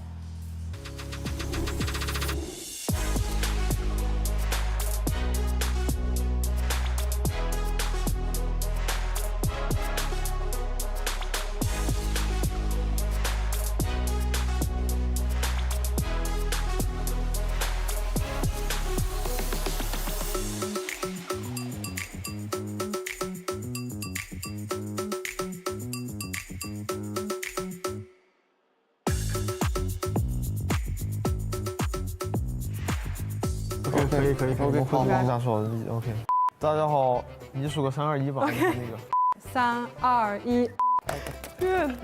然后是什么来着 ？Hello， 大家好，我们是微博 Gaming， 感谢大家对我们的支持，我们会努力打出好成绩。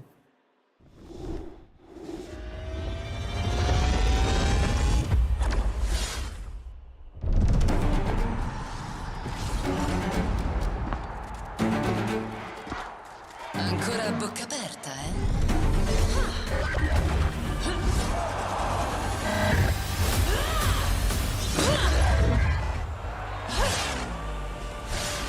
Pathetic.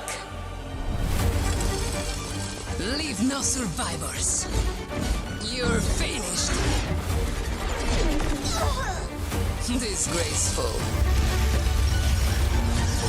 Not good enough.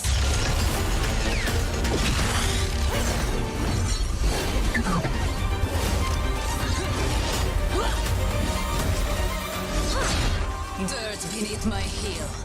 Wouldn't want to be ya.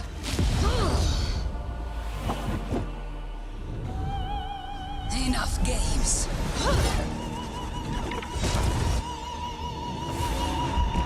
Cut up. Taste the Palatine Fang.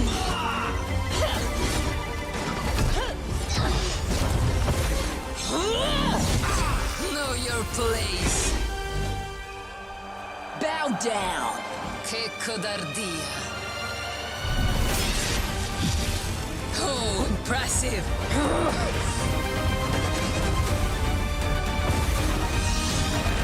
Arriva la punizione!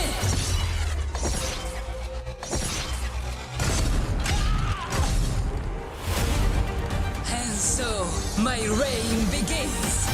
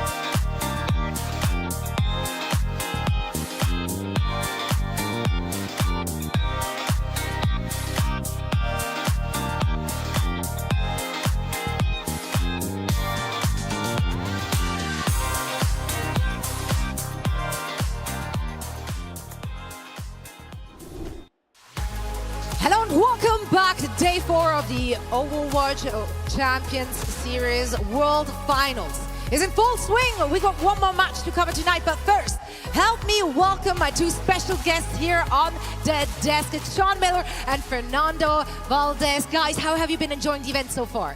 So good. It's so good to be back in Stockholm, Zoe. I mean, it's also Saturday, right? We're watching I don't Crazy know. Raccoon and Time is a flat circle. Falcons Saturday. It's been awesome.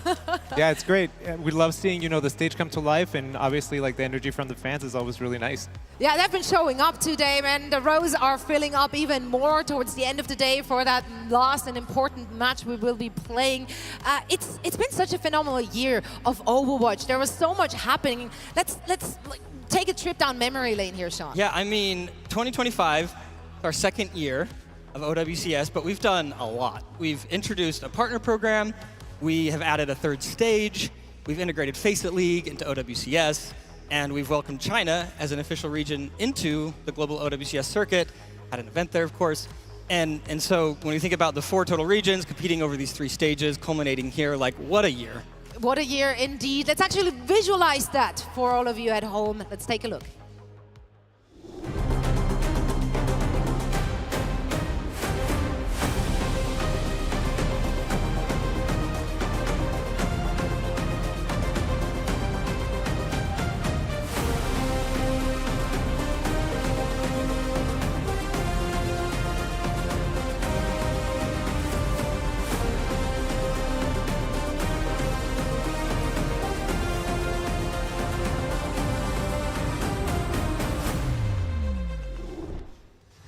Man, it's been so exciting, so emotional. I'm already getting teary-eyed, and I feel like all of that just happened yesterday, literally.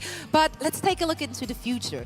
2026 Overwatch Esports. Is there anything you can share with us? Yeah, so if I could sum it all up, it's more programs, more live events, more places, more partner teams we'll talk about today, and everyone's favorite, Overwatch World Cup.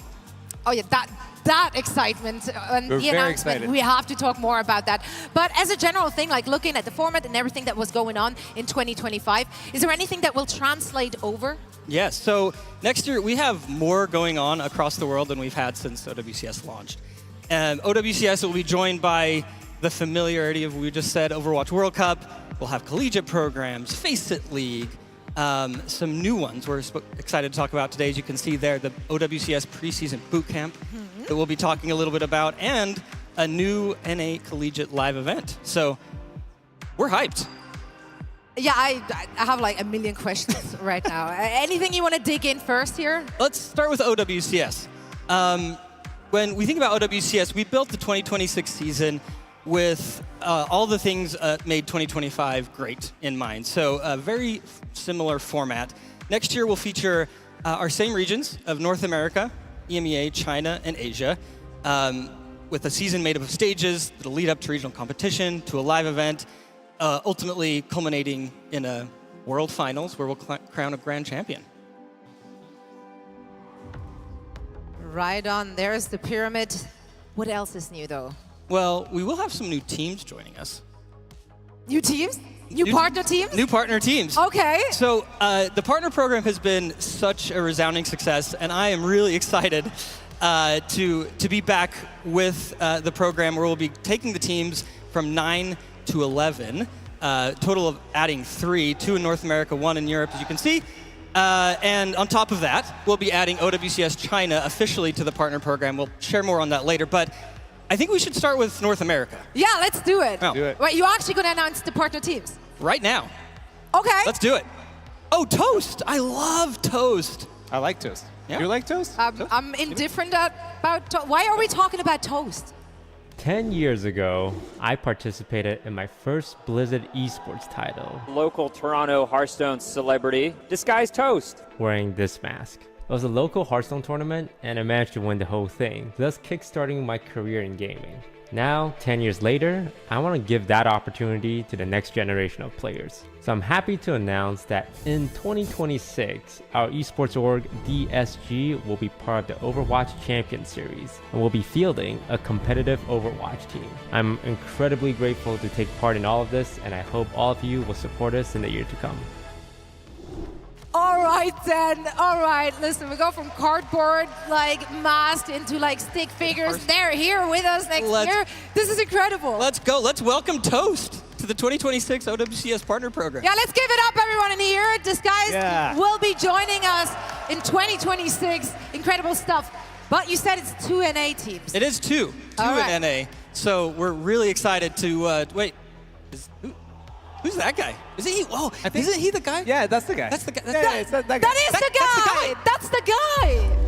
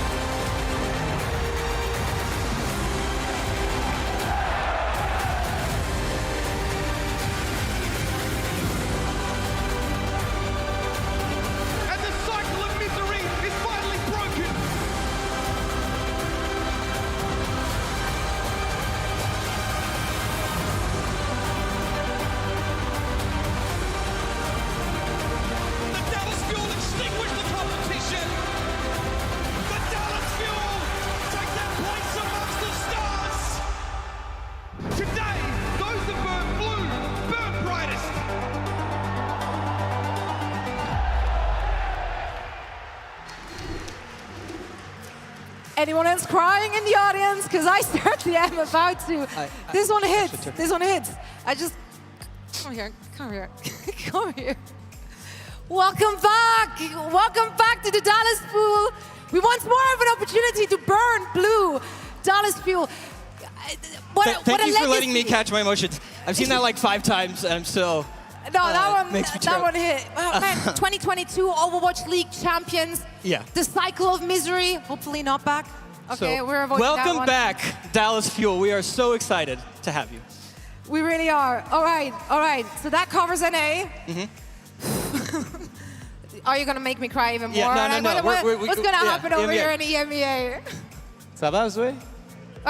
Ouais, tu parles français? Ouais. Oh, je ne sais quoi? Oui. Ok. Bon, hier, on a beaucoup entendu aux armes, alors je pense qu'on a quelque chose pour vous. For real? All right, il était temps! On est parti de tout en bas. Juste par passion. Et on a gravi les échelons. Étape par étape. Jusqu'à affronter les meilleures équipes du monde.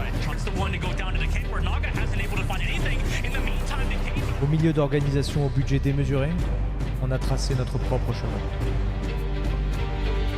L'équipe, nous sommes devenus un club. Le club, nous avons évolué en communauté. Au fur et à mesure, on a commencé à y croire.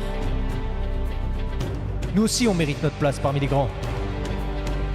Notre histoire a démarré sur Overwatch. À agiter haut des drapeaux qui portent nos couleurs. Crier des hautes armes à faire trembler l'Europe. Et à force de crier, on a été entendu. Aujourd'hui, on va enfin pouvoir porter nos couleurs. On a réussi, les gars.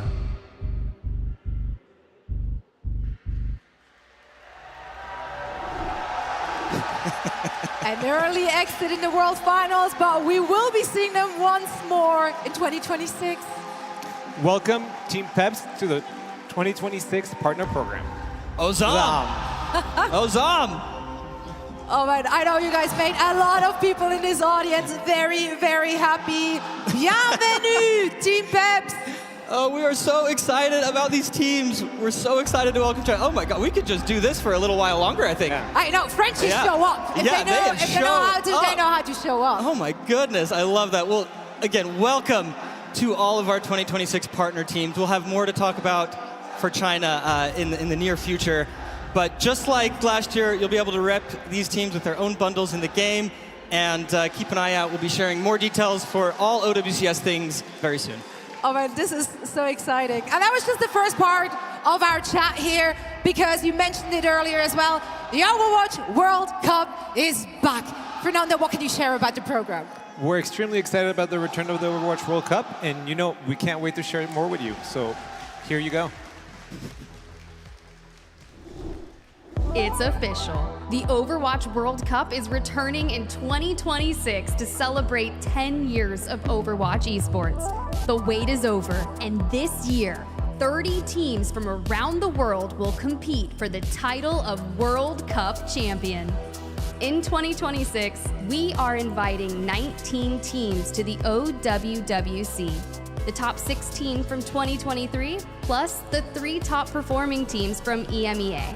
These 19 teams will be joined by 11 additional teams for a total of 30 teams competing in the tournament. To get things started, competition committees will begin forming now. Player tryouts and roster selection will run through the spring of 2026. More on committees, tryouts, and how players can get involved can be found in our blog post. Once teams are set, the Overwatch World Cup begins. Kicking off with a series of 3 conference cups to select the remaining teams joining the online qualifiers throughout the summer. Followed up by a live group stage where our teams will face off in person for the first time. In the end, the 8 teams will come together for the championship gauntlet at the BlizzCon Arena Finals in September. In the online qualifiers, teams will compete in conference groupings based on their location and connectivity. As 2023's top performing conference, EMEA earned additional qualification spots in the group stage. The top 2 teams from each conference grouping will advance to the group stage, along with the standing champions and runner-ups from the 2023 Overwatch World Cup. At the group stage, teams will be seeded into 4 groups of 4. Results from our online qualifiers will determine each team's placement. From there, teams will compete in a single round-robin tournament where every map, every win, and every point could make all of the difference. The leading 2 teams from each group will advance to BlizzCon. There, they will face off in an 8-team single elimination bracket where one mistake can send you home and a perfect run can make history. As teams take shape, a new season of competition begins. We'll see you at the 2026 Overwatch World Cup. Oh, you bet you will see us there. Overwatch World Cup is back. It's been a beloved program for all the years it's been running, for a million different reasons. I have like 100,000 examples of great things that happened during that very event. Is there anything else you can share in addition to the video we just watched? Yeah, one thing that we're really excited about is the 10 years of Overwatch Esports celebration with the return of this program. And with that, there's obviously everything that's kicking off the program starting today. So as of today, people can start applying to become part of the competition committees. And that is for all the invited teams as well as the wildcard teams. And once we make the selection, the competition will start with our conference cups. There's 2 big things that we're changing this year that are really exciting. We have this addition of breakthrough players. You'll be able to learn more about that in our blog post. And then some additional changes to the committee selection. So please go ahead and check that out. All right. So apply now if you want to be part of the committee. It was just so cool all these years to see all the different, personalities from the different regions, from different countries, every part of the world coming together, forming teams, clashing at the very end of BlizzCon. I can't wait for all this excitement to be back. I was like, I'm getting all giddy over here. Now, Overwatch World Cup, we covered that. Another thing y'all talked about very early that I want to circle back to is bootcamp. What kind of bootcamp? Yeah, preseason bootcamp. What? It's the OWCS preseason bootcamp. Okay. So one thing that we saw that was really exciting this year was the performance of teams going into LANs. and how they improved after doing boot camps. We were super excited about that. You know, it gave us incredible upsets like Nightmare versus Crazy Raccoon at Champions Clash. And we just thought to ourselves, you know, well, why don't we make this official? Why don't we go and do this and incorporate it into our program? And that's how the preseason bootcamp came into place. So what we're going to be doing next year is bringing all of these teams, our partner teams, to Seoul. And in that location, we are going to have them participate in a bootcamp program where they're going to have a scheduled practice program, scrims, and level up together. So we're really, really excited about that, and it's going to be a good moment to kick off the season. It really will be. I can smell the good content coming out of that already, and that's going to give us so much storylines and so much to talk about once the OWCS is kicking off next year. Now, I think the last thing that we haven't talked about yet is collegiate. What can you share? North America Collegiate, we felt like we just had to throw this in here because it has seen such phenomenal growth. It's become so, like, the most amount of schools we've ever seen this last season, and we have a new partner named Nace. It's been incredible. So we wanted to touch base really quick on what that looks like and how to get involved. So in the spring season, we're going to have a very similar format to what we did in the fall.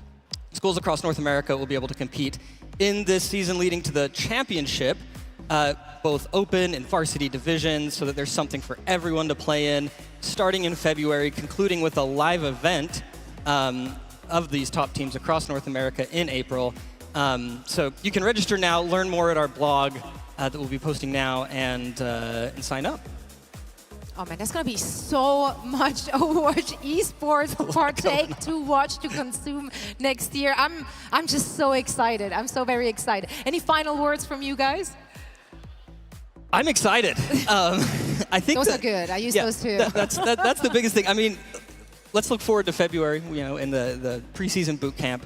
And then just from there, I think it's going to be near nonstop competition throughout the year that we can all enjoy, earn rewards for, and be with our community. Yeah. Stay tuned for our live events and everything happening next year. Really excited. Right, make sure to follow everything Overwatch Esports on the respective socials and the blog posts that we'll be sharing more. Now, please everyone, give it up for our special guest sharing all the bright things that are in the future of Overwatch Esports, Fernando and Sean. Thank you so much for joining me. We're not done for the day though. We're heading into a quick break, and then afterwards we are back with the lower bracket semifinal between Crazy Raccoon and Team Falcons.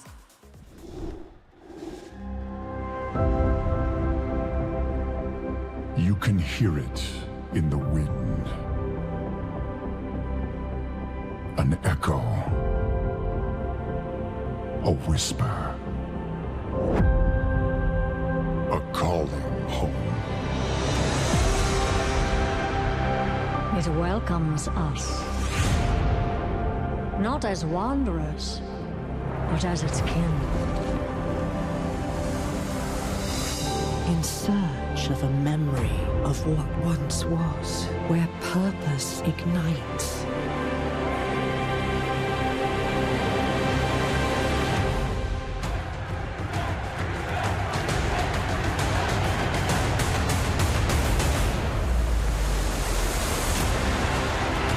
A refuge where warriors can lay down their weapons and join forces with one another. You can feel the power as countless worlds collide. A new future with endless possibilities. A place to unite. To imagine. To belong.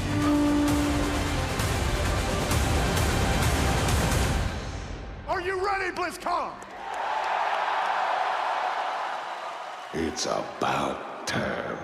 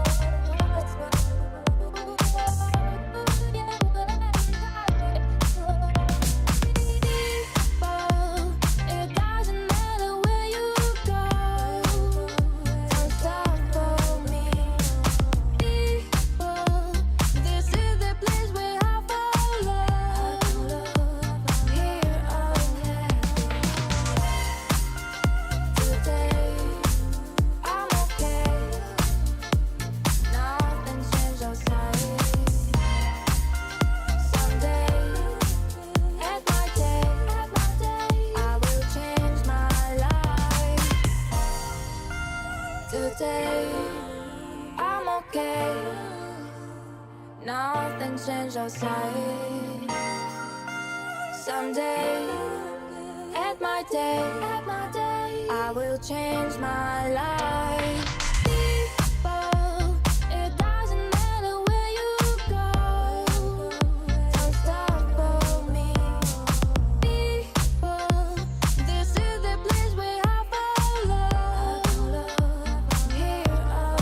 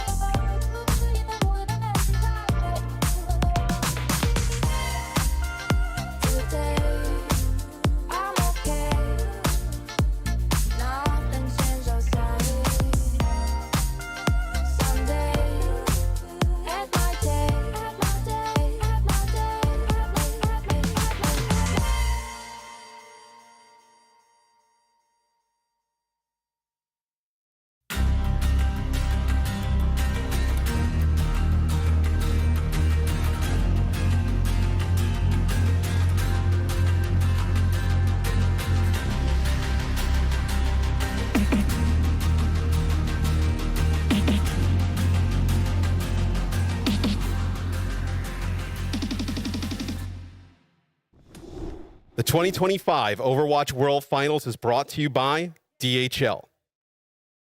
결승전에서 뵙겠습니다. 같이 하는 거였어? 네, 타이밍을 재고 있었는데. 타이밍을 해줘. 결승전에서 뵙겠습니다. 네? 이렇게 할게요. 안녕하세요. 크레이지 라쿤에서 딜러를 맡고 있는 립입니다. 안녕하세요. 팀 팔콘에서 딜러를 맡고 있는 프로파입니다. 결승전에서 만나요. There you have it. Welcome back, Stockholm. Welcome back, world. Our day 4 is almost over. We have one more match to go in that lower bracket. And that one will decide which Korean team will make it through in the tournament. And this is a first ever. Like, these two teams usually face each other in those grand finals. It's crazy to talk about one of them leaving the tournament at this stage. This is, of course, the El Clasico of the OWCS era over these two past years. These two teams have faced each other more times than any other two teams so far in OWCS. Welcome to Crazy Raccoon Falcons, number 27. The record sits at a very high 17-9 in favor of Crazy Raccoon. That even includes the time that they were whacked briefly during stage 1 of 2024. So, needless to say, it's been many, many games between them. The most recent victory, of course, going to Crazy Raccoon in the Asia final stage playoffs before we headed into this event.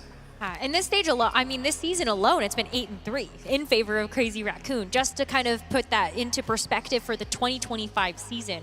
And so the fact that they're facing off against each other and we have to say goodbye to one of them today, I think that that's kind of shell-shocking in a way. It really is, but it's also really, really exciting, right? Because, I mean, it's the gap great. is closing. Yeah, are we really saying that again? Is it a generational gap? Or? No, but like I think in all seriousness, the gap is closing. We have two MEA teams that are waiting in the upper bracket. Only one of the Korean teams can actually make it to face off against them for the final part of our tournament tomorrow. And this is going to be just a showdown of major proportions. The wild thing is, one of these two teams that have typically been to every single grand final, at least internationally, is not going to even be in the top 3, because you're guaranteed double EMEA teams in the top 3, and then of course one Korean team.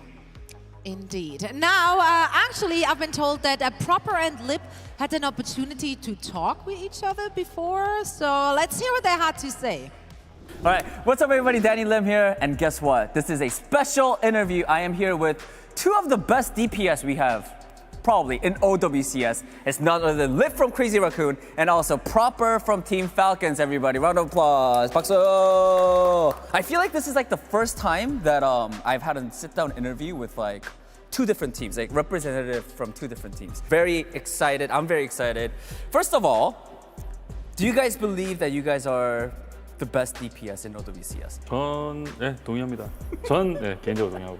경기 안에서도 이제 뭔가 불리한 게 눈에 보이면 좀 뭔가 내가 이거를 내 스스로 개인 플레이로 좀 해나갈 수 있을까라는 그런 혼자만의, 이게 제가 저한테 스스로 이제 문제를 내서 저 혼자 이제 그 인게임 속에서 풀어나가는 그런 재미도 있어서.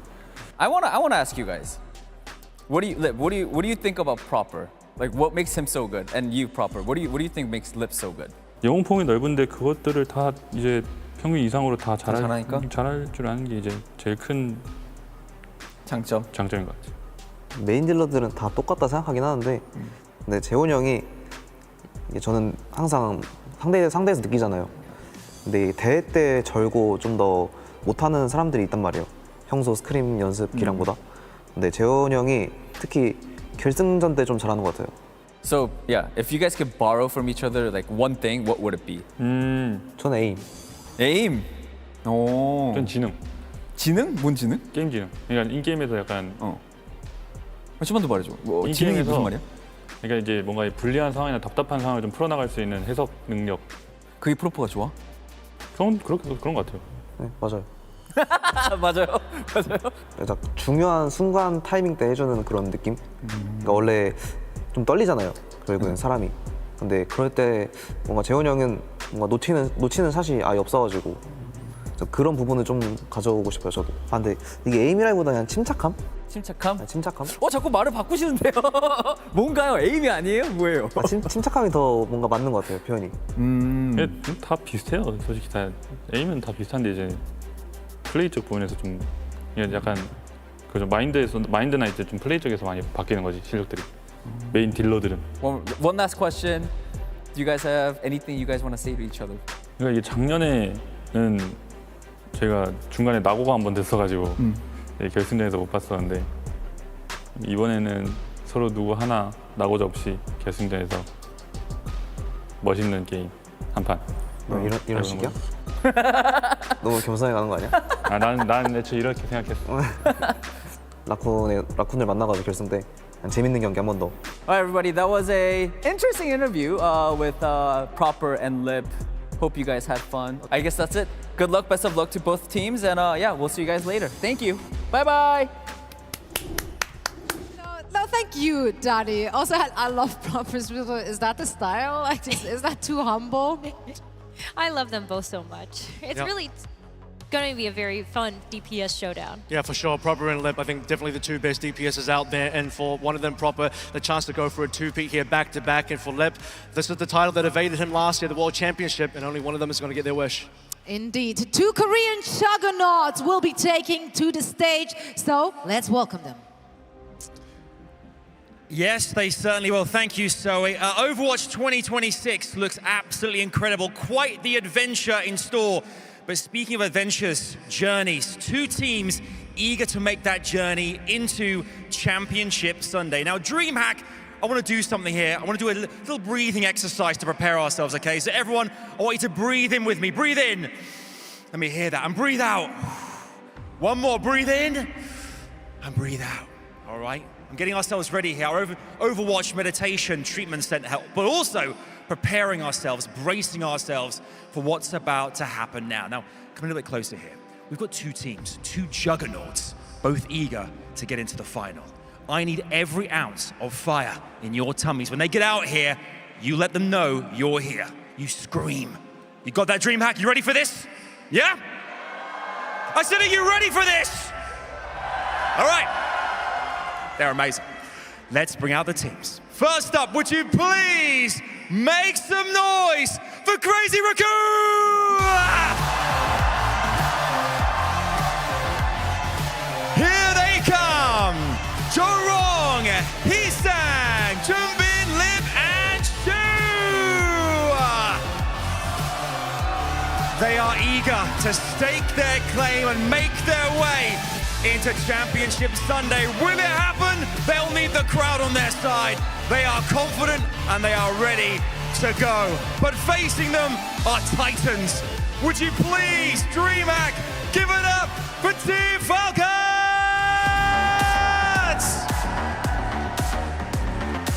Chio, Fielder, someone, Hanbin, Proper, and Merit. They are deadly, they are dangerous, and they are circling, ready to take their claim. Make it all the way to the final Sunday. Here we go. Gentlemen, please take your seat. And let's get this lower bracket semi-final underway. It's all about to go down. Here we go. DreamHack for the last time. Give it everything you got. Let them hear the earth tremble beneath their feet. Make some noise for your players! Let's head on in. Let's do it. It's game time.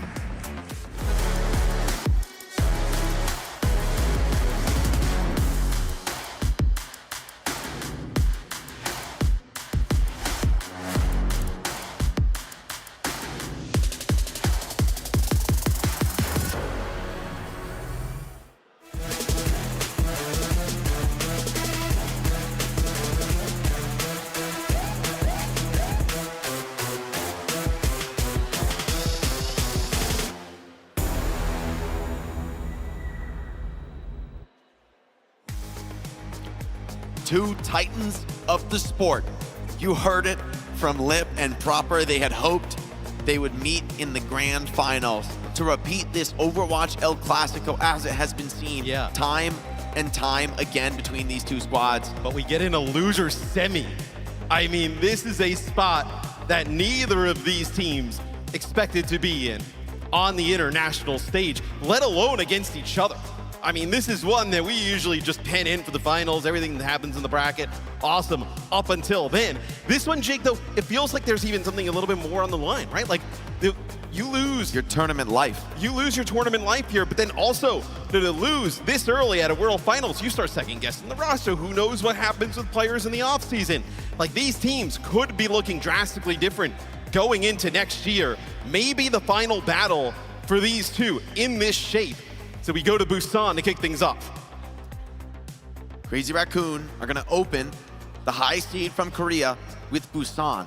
They start off with the Zarya ban, and Falcons put some respect on the name, taking the Ana out of Shu's hands. I think this is a wise decision, given the way he's been able to play on this hero. Yeah, if you've seen any of Crazy Raccoon throughout the tournament thus far, Shu has been lights out on the Ana. They've gone to it a lot on many different maps, and Control, where he's able to play at a little bit of longer sight lines. I mean, it's like having another, once he gets a headshot perk online, I mean, it is over, right? It's demon time.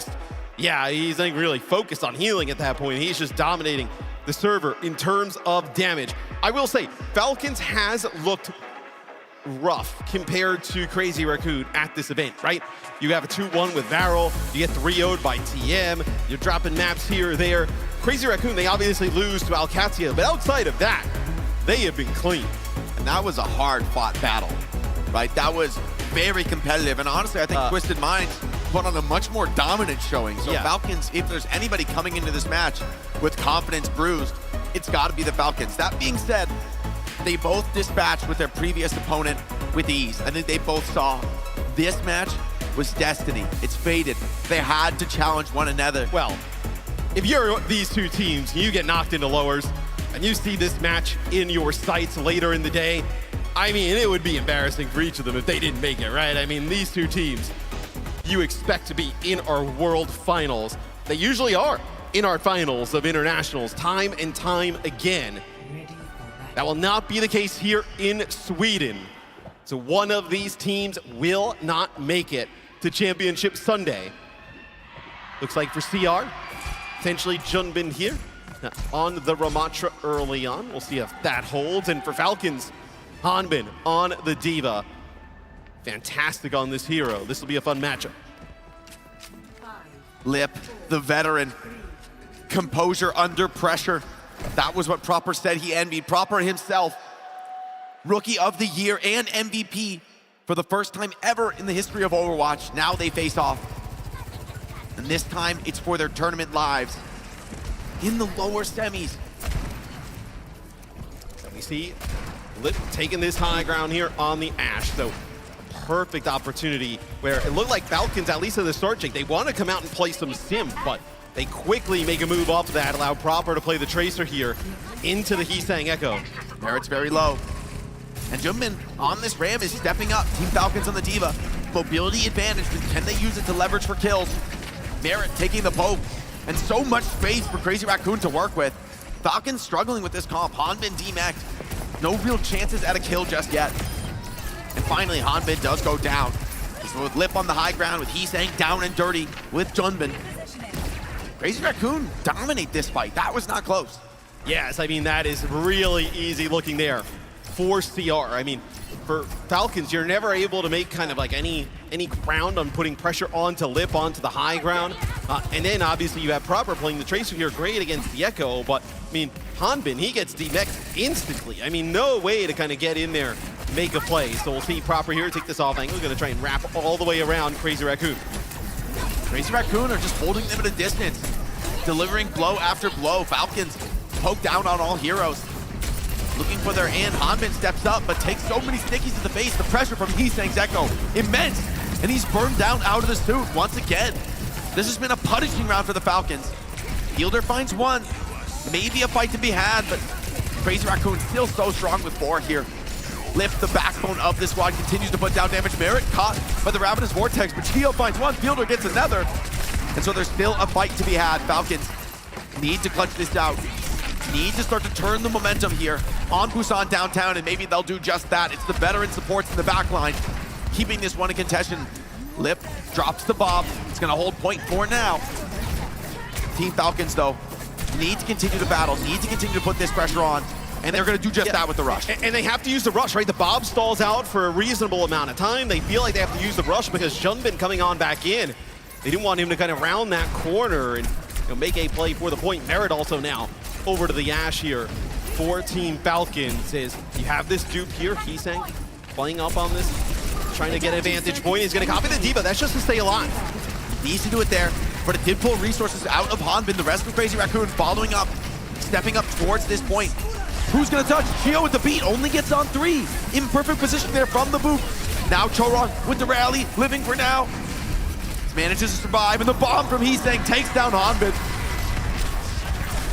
Domination on the point with the rally. Shu holds his nerve, keeps this Kitsune rush in for the next team fight. And Team Falcons, this round could be over almost before it's even begun.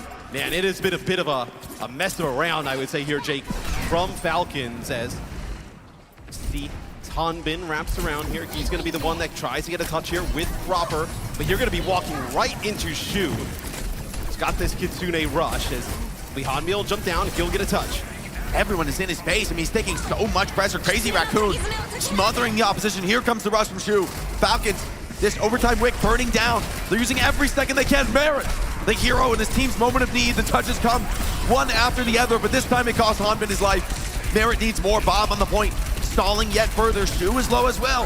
Has to navigate this perfectly on the Kiriko, but Fielder wins that trade. Chorong finds another. Still something to be done here, but Merit on this high ground, just putting down damage.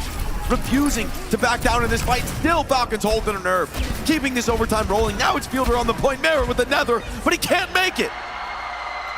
Oh, Chorong dominant on the point, and we just got so deep into that overtime, Matt. Yeah, and he gets the rally there towards the end, so yeah, the Kitsune rush there for Shu to open things up. You're having to play into that. I mean, Falcons did a tremendous job even getting it to that point, right? And Chorong has the rally right there towards the end, just kind of pops and keeps everybody alive for the final moments as CR, they take round number 1.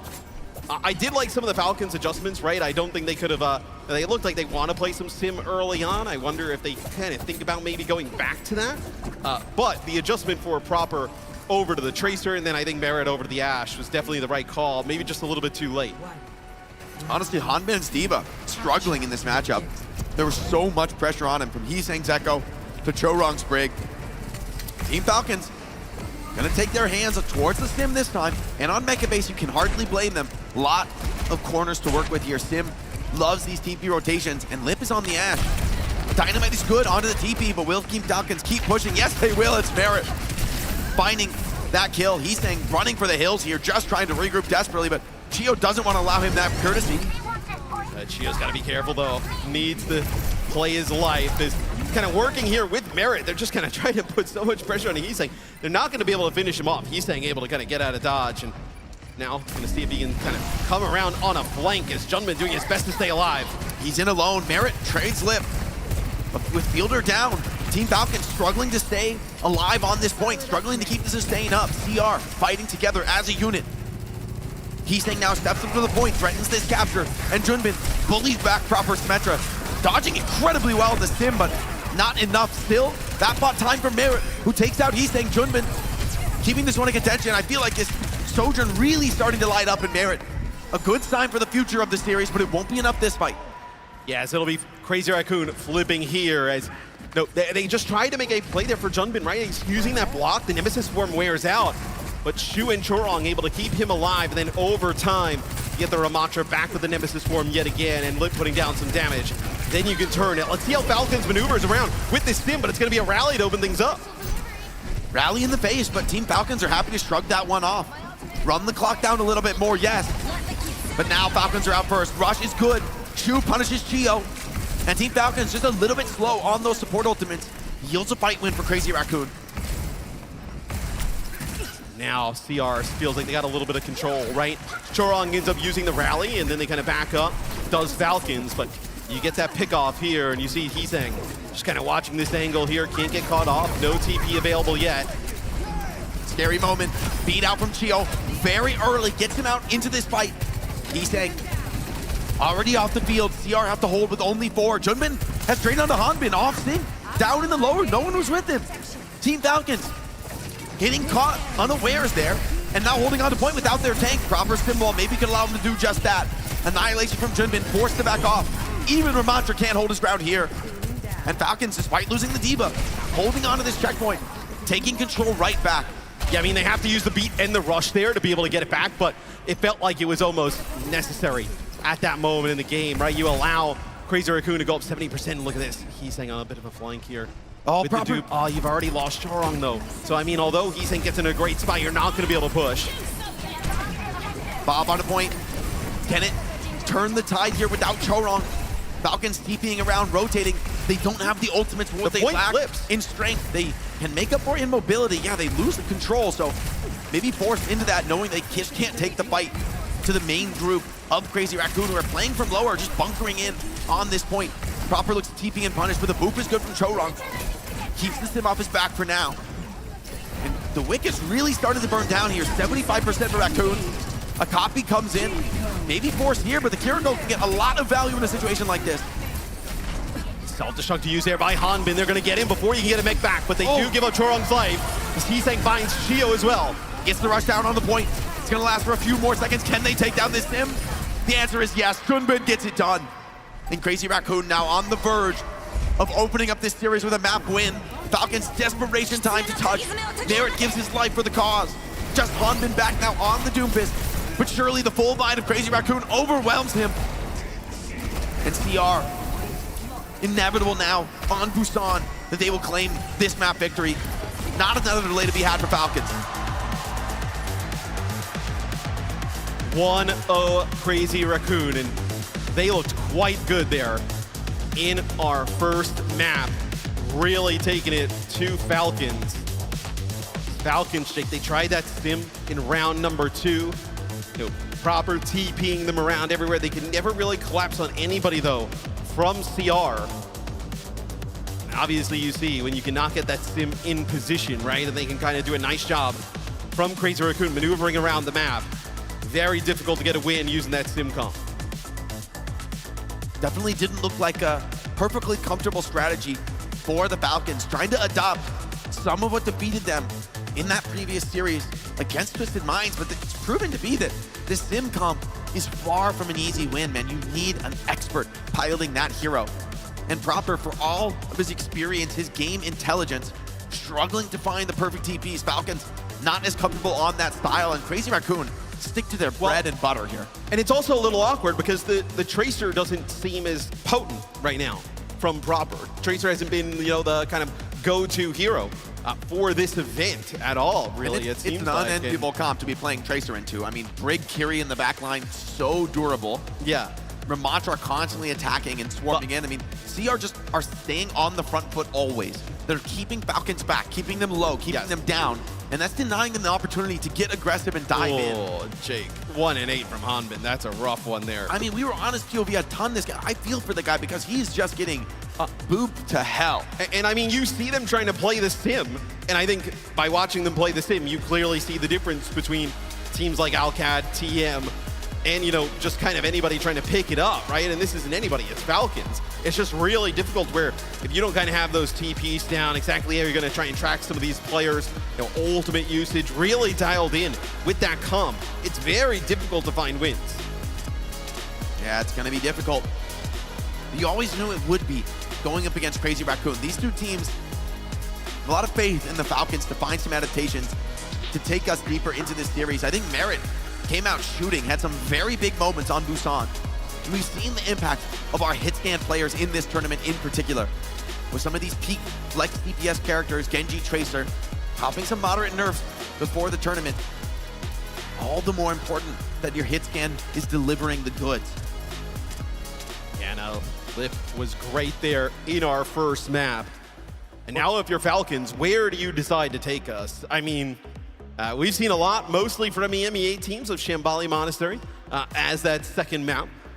Did not see any subs there, but always an opportunity for someone or Max to come on through potentially. I'm not gonna lie, I hope it's not, because if Vero can beat Falcons on this map, I true. think Crazy Raccoon are feeling pretty good about playing some greedy backline. Yeah, and it looks like we're gonna have Max come in here for CR. We'll see what Falcons decide. Could they pick potentially King's Row? This is the King's Row look here for Falcons. No, the Ana gone. And the Now Shu is going to be able to play this over a lot of different maps. Wouldn't mind King's Row at all. That's looked like a strong position for the Falcons. New Junk City. So one of the rare early Flashpoint maps that we've seen. You know, this is a really interesting choice here because strategically, there's a lot to criticize here. You know, you look Escort and Hybrid, the map picks are in theory just more powerful. Yeah. You know, more significant in terms of how they shape the game. But there's another kind of intelligence, another kind of experience that informs this Falcons pick. It's saying, if we go down 0-2 in the series, it may be just the tournament slipping out of our fingers. And so instead, you just take us to your strongest game mode, your strongest position. Yeah. Rather than trying to put Crazy Raccoon on the back foot, rather than trying to take the wind out of their sails, you put confidence in your own team, what you can do, where you are strongest. And I believe in the New Junk City for them in that regard. However, this is a place where I think Crazy Raccoon are going to be more than happy to take whatever mirror is offered.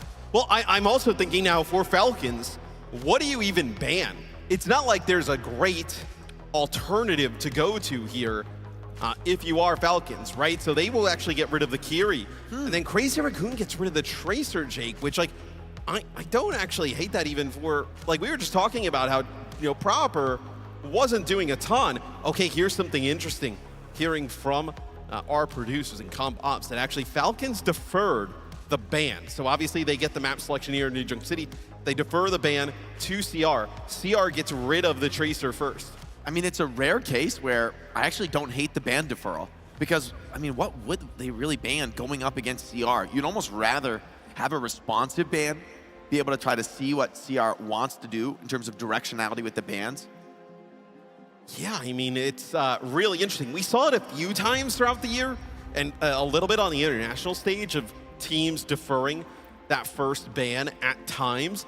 No, the Tracer ban, though, like, if you're Falcons, obviously you would love to be able to have proper, pilot a Tracer when you feel like it, but we were talking like it didn't even look that great. But now it's like, all right, what do you go to? Do you go to like a sim look? Are you going to try and play Echo? Like, what do you go to here if you're Falcons?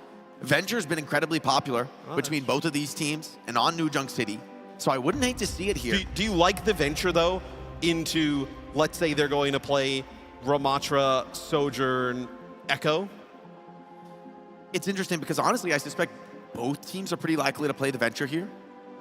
Echo, in theory, is good there, but sometimes I feel you're almost two heroes playing on a different level, right? With Venture under the ground, Echo up in the sky, and Spint is in for freezing. I mean, this is a huge spot to bring him in. This is like, what a pressure moment. So is this Genji now? You ban the Tracer, you bring in Spin to play Genji. That feels, because Heesang's been farming on the Echo, right? Yeah. And Heesang can play Venture. It feels like, does feel like a Genji. It feels like this is, are you Zarya Genji here, potentially? Maybe both teams taking the heads up, because I mean, Sojourn feels like almost a foregone conclusion for me. We just have to see the Merit versus Lip, and I honestly think that's going to be defining on New Junk City. I mean, those picks that turn the tide. Yeah. I mean, you need those. You need those, and both have been producing. Honestly, I think that's a good sign for this series that Merit had a very big game on Busan. You might have lost, but if there was one player who needed to show some heat, some fire, get some confidence and faith from the team, it was Merit. And I think he delivered that, despite the loss. Yeah, without a doubt. And I also think, we've seen it in a few instances on New Junk City as well. Obviously, the map has a little bit of a rework, some adjustments as of late that we're seeing play out throughout this tournament. But Zarya Genji also opens up the door for potentially like a May or something along those lines, right? Where we've seen Proper play that in the past, and we've seen it pop up on New Junk City at this event and in the past. So maybe those are some of the things we're going to see here on this map. I'm a big fan of the May, especially on the opening point, where it's full of chokes that even that entire ring on the high ground can be blocked by May's wall.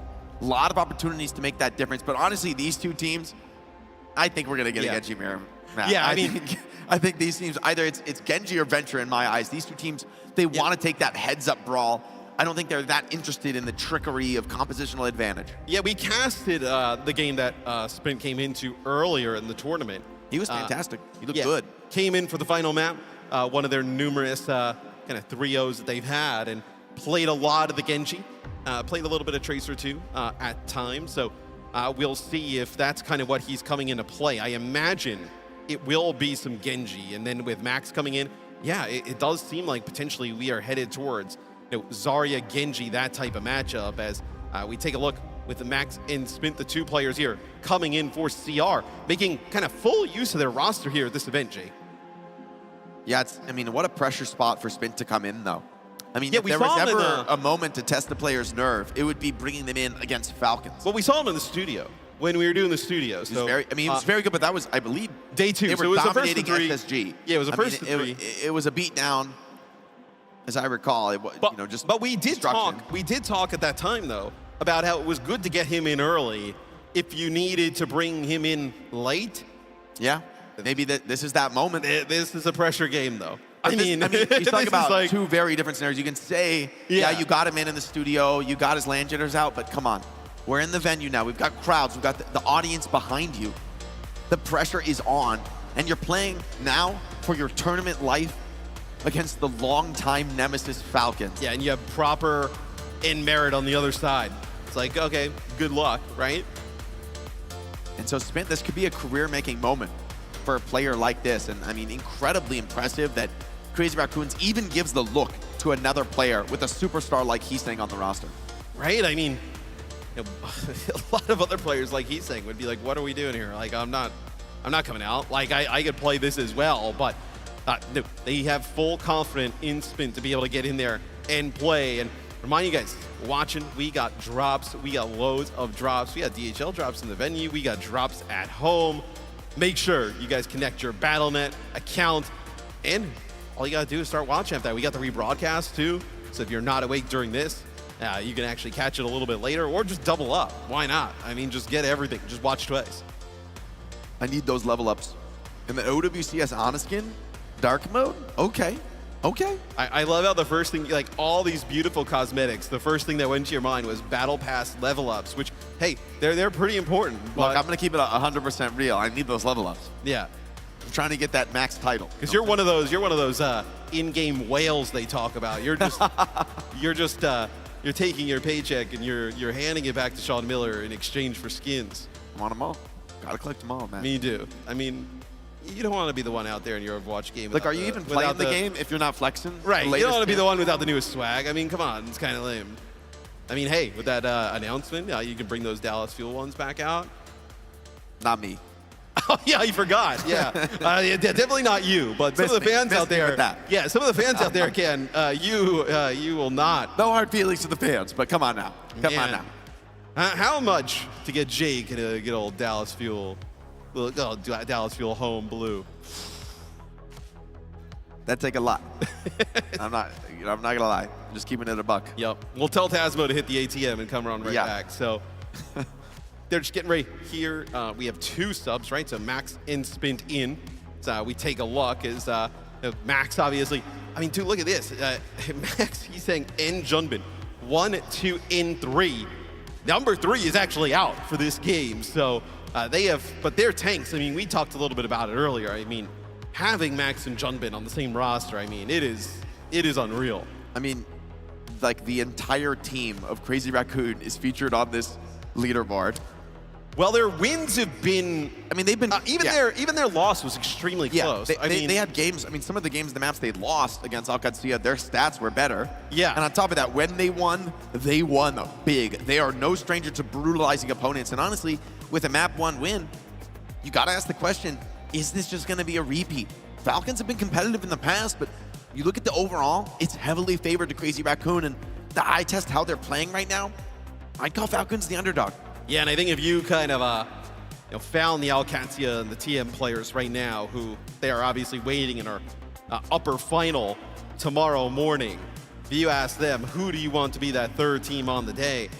They're hoping it's Falcons. They're hoping Falcons. They're hoping Falcons does them a salad right now. That is no shade on Falcons. Are really world beaters throughout 2 years here of Overwatch, but. Crazy Raccoon with some momentum going into tomorrow, some time to watch some more film, cook up some different stuff. That is something neither of those teams really wants tomorrow. You can see some of their matchups here. 2025, incredibly competitive, incredibly close. This finals. Yeah, so this is these two teams at this final right here. So you can see Falcons obviously almost like a 50-50 in terms of maps, right? I know they've kind of dropped maps all over the board. It doesn't seem like it's a great meta for either team, right? But it feels like Crazy Raccoon has found enough stuff that works. I think really for Crazy Raccoon, what they've fallen back on time and time again is that Ramattra. Being able to pilot that Ramattra. I wonder if we see Falcons even go to a Ramattra ban at some point throughout this. Just to remind you guys, it is a Falcons map pick. They take us to New Junk City. They decide to defer the first ban, so the first ban goes to Crazy Raccoon, and they get rid of the Tracer. Very possible Ramattra could be featured here. We talked about the potency of Zarya, but could be a hard matchup in the Ram. Yeah. Zarya Genji into a Ramattra comp could be difficult to make work here. It is wild to see those two logos next to the word lower semi-final. That like some text error in production. Yeah. No, surely this is the grand final. Surely this is, or at least the lower final for the World Championship. Yeah, but it is much earlier than these teams would have liked to be squaring off as New Junk City gets ready to kick off. We'll see how these kind of bans affect the game. Whether we end up seeing some Genji with Spint in the lineup, seems what it'll be. Ready. Definitely a test for these Crazy Raccoon players.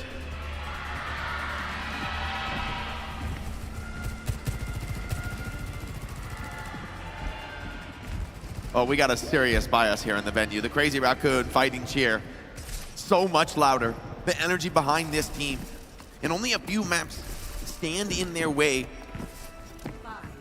The chance to have a new life in this tournament. A new chance.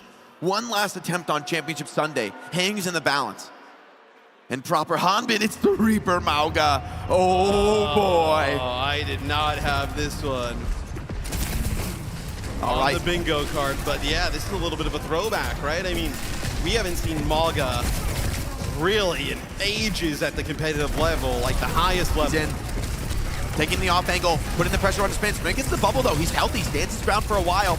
Big nade onto the backline. Falcons dropping low. Supports pushed out by that nade, and Spin punishes proper. Now Hanbin forced into a desperation move, and CR bat that rush away with ease.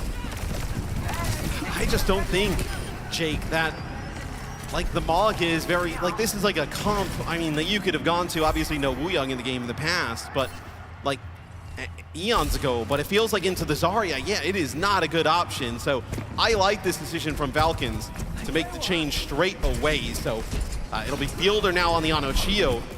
Will pick up playing the Wuyong, and then we will have Proper here on the Genji. So and it is Spin to play that Venture. You talked about it. Maybe it's Venture, the option here for CR. Spin, the young gun for Crazy Raccoon, looking to make his name. Showing up here against one of the best flex DPS to ever do it. Constantly in the face of the Falcons, making them work for every inch of ground. And as the clock ticks up, I mean, Falcons playing patiently, but They don't have so much time to work with. Maybe they need some urgency spin. Low has to fall back for the moment. And Falcons maybe have found their opportunity. So it'll be a nano boost here on the spins, and it's going to start doing a ton of damage here on the Venture. It is Max who just finishes off Hanman. Spin goes right past, takes down Fielder. I mean, what? Proper gets one, but it does not feel like it's going to be that impactful. This point's over. I mean, Matt, this was 2 fights, but just Falcons felt stuck in the mud. They felt slow, and that is just not the Falcons we're used to as a team. Yeah, I mean, it feels like they're just kind of searching for anything that will work here against CR. Now, Jake, I mean, this is bad, right? Crazy Raccoon, you actually get here to the point you're going to fight for this high ground, but they're going to end up having their grab, their overclock to kind of push in. This Tectonic Shock, I mean, they're in a spot where they could easily snowball into a second flashpoint right away. Nano could be a big difference maker. The Wu Ying heals are massive, keeping Spin healthy. But space created for Falcons to walk up. Proper wins that battle on the flank, comes to assist towards in the main, looking for a dash in. Spin already takes down Hanman, but Chio gives it right back. Max is low, still winnable. Proper pulls the blade down, and Chio's found 2. Looking for more, has to back down from Chorong. And that Tidal Blast, Max, desperate now, looks for more kills, but they nano Chio, they're just keeping him alive. Yeah. Oh, and he puts down some damage too. All right, Max, have to reset quick after that one. Falcons, they had to drop everything to win that fight though, Matt. That's expensive. Yes, I mean, it was a must-win fight though, Jake, right? Absolutely. I mean, they absolutely need to win that one there. And even though Spin actually takes out Hanman first, which typically you get rid of the tank on the other side first, you're in a pretty good spot. A lot invested into Proper there, and it pays off. Merritt trying to hold this flank. Lip steps up to test him. Spins is also in his face. Proper naded down. Chu gets that kill. Spins left by Fielder. Oh, now it's a tech shock. Yeah, that was while he had the tech shot going, so that's a huge sleep there by Fielder. And Lip fights Fielder though. Sojourn still has that OC. Hanman trying to stay alive on point, but just too low on the heels. And Lip wants to lock this down with the overclock. Takes down Chio. Searching for more targets. Maybe a wasted OC though. Maybe didn't need it. So even one of the vets here showing a little bit of nerves. Yeah, I mean, maybe, but I also feel like if you're Crazy Raccoon, you feel like now, right, you have this nano, you can use it, whether it be on a max or spins, maybe you get another fight, and then you feel like if you win this flashpoint, you easily go up 2-0 in the series, right? You kind of take all the momentum away, potentially, for Falcons if they were building towards any. Venture, a terrifying Euro on a corner with the grab to punish. Beautifully played. Now CR playing this one slow. They have the nano to defend with. Almost a certainty that they'll use it here. Max has energy. He's going to fight it out on point. They're looking for value on these off angles. Ally bubbles are good. Hanman keeping the team alive, but there's just too much damage, and Nano Max runs down the back line. Chio takes out his counterpart. Lip falls to Proper, and now Falcons secure the flip with the later Nano. Yeah, I mean, they're going to chase down Max. They're going to blow through this bubble, take him out. They're going to try and stagger him as long as possible. So maybe you were right. Maybe the OC was a little bit wasted. Maybe if Lip has it there, it's a little bit different, but Falcons, a must-win flashpoint right there. They tie it up at 1 apiece. Beautiful grab onto the Venture there. I think if you grab Zarya, she just gets the nano, she survives through it. But to take out Venture, a much more achievable target. And of course, once they're locked down, well, no ability to use those movement skills. And I don't think Spin wanted to go around the corner. Like, you went around the corner to go check, and then everybody's around it. And I think they realized, oh, this is a great opportunity to catch the Venture off guard. And it's an easy first kill. Merritt. Oh, he's eating up. I mean, that's a backbreaking kill. Without Chu, surely you don't fight this. Yes, CR. Rapid retreat forced. Merritt, he heated up on map 1.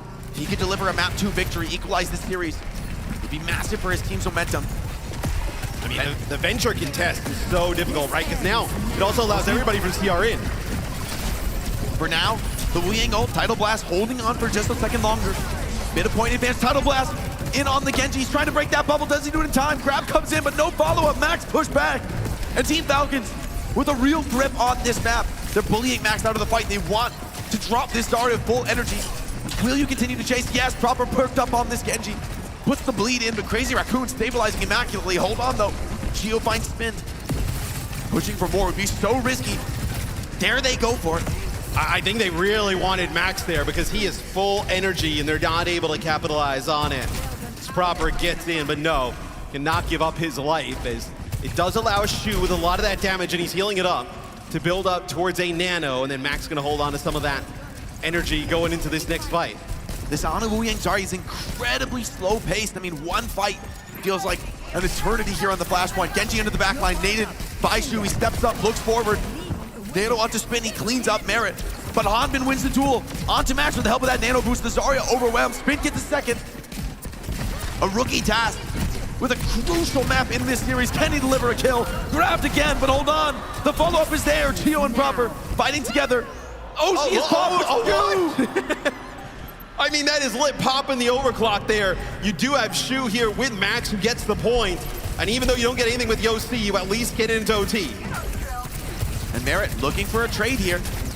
Not too afraid of Max. Disrespecting this Zarya, bullying him back off the point. Creating space and time for Falcons to step up, walk forward onto this point. Now it slows down just a little bit. Merit, though, finds yet another. He keeps doing it again and again. The Tidal Blast detonation doesn't find anything. Tech Shock also. No joy in this fight. Player advantage for Falcons. Looking to move forward, looking to close out this flashpoint. It's going to be up to Spin to hold on, but Proper, he keeps going. Takes out Lip. Max drops low. Hanbin, boot on the neck of the Raccoons right now. They're falling out. Yeah, and that was a Tidal Blast, Jake, that goes on. I believe to Max, and they're not actually able to keep him alive. He just gets taken out. They lost Tidal Blast. They're all gone. Proper hunting. And even the deflected headshot bird. And now it feels like Falcons most certainly in control. Off of the venture, Spin's gonna go over and play Genji here. Proper's done so much. Dude, this blade from Proper Merit as should well. be enormous. I mean, you have the overclock too, and now he's gonna get high ground. I mean, so many first kills have come out of Merit. Now Blade comes in from Proper, dives in over the top. CR completely disengaging it. Could be enough for now. Fighting the Zarya, a risky proposition as Genji. Shu putting some counter damage in, but Hanbin finds Spin. A slip up from the rookie to be punished now by the Falcons. They're looking forward. Proper, perfect ally bubble.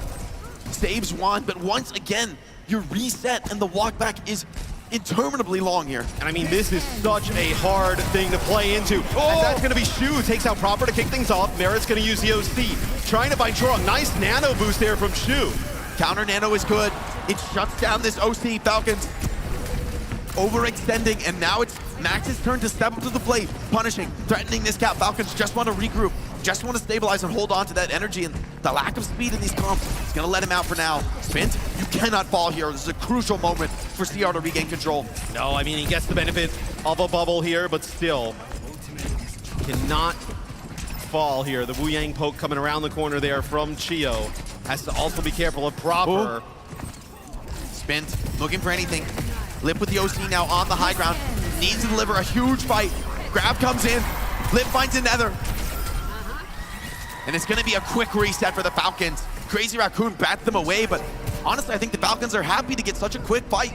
2 big ultimates out. Right, the fight happens really fast. It doesn't get drawn out. It allows them to make some changes. Lip does take out Merit there on the exit, so you're going to have to wait a little bit. You're going to get back in the fight as now, look at this. I mean, CR, they've pushed up. You are going to have the Tidal Blast. Tidal Blast plus maybe the Genji diving in. You also get closer to a Blade. That could close out this. Oh, you cannot die there as Shu gets taken out by Merit. Lip's going to take a gamble. Looking for something. Merit steps into his sightline. He was ready for that. Hanbin, though, continuing to push up. Spin takes that Tidal Blast. Can he get kills? Does stun Hanbin, but he's got the health to keep this fight going. Proper takes out Lip. The Genji from Falcons, the hero this time. And Chio getting the edge here in the Wu Yang battle. Falcons just have to hold off. Maybe just one more fight to equalize this series. Yeah, and you see the Life Weaver out there just to kind of grip a player out of the spawn, but and now with 2 players, they get the speed boost as well, get both of them. Oh, they're grabbing the Zarya. Yeah, they know he's a little bit in front. Can they save Max? No. He steps around the choke, overcommits the sleeve! Fielder! You madman! Sending the rookie home in a box. Now it's just Chorong, desperation touch, no shot to clutch this out. Falcons, they are here to play. They will not go down so easy. They take us to New Junk City. They defer that ban over. is a little bit interesting. They still come out on top. So when you watch that game, it's so difficult for Spin, right? You're playing that bench early on, then over to the Genji. But like we talked about in the pregame, it's much different than playing over in the studio. It's much different against some of that other competition. You are now playing up against Falcons here on the stage, the crowd. Not saying they played into it, but hey, a little bit of a rough one there for Spink. It never really seemed like he found his footing there on the Genji like we saw the other day. Fielder with that sleep on the blade. I mean, that's insult to injury.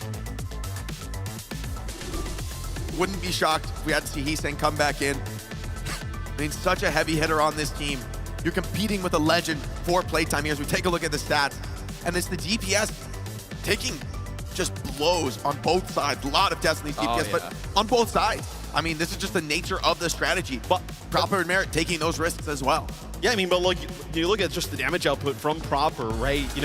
Like 2,300, a little bit more than Spin. So much more impactful. I thought Spin, when he started to get the nanos on the venture early on, that looked good for a few fights. But it felt like once Falcons figured out how to play against that here with this Genji, right? They come out early with a Maga type of look, maybe trying to catch them off guard, doesn't exactly pan out in their favor.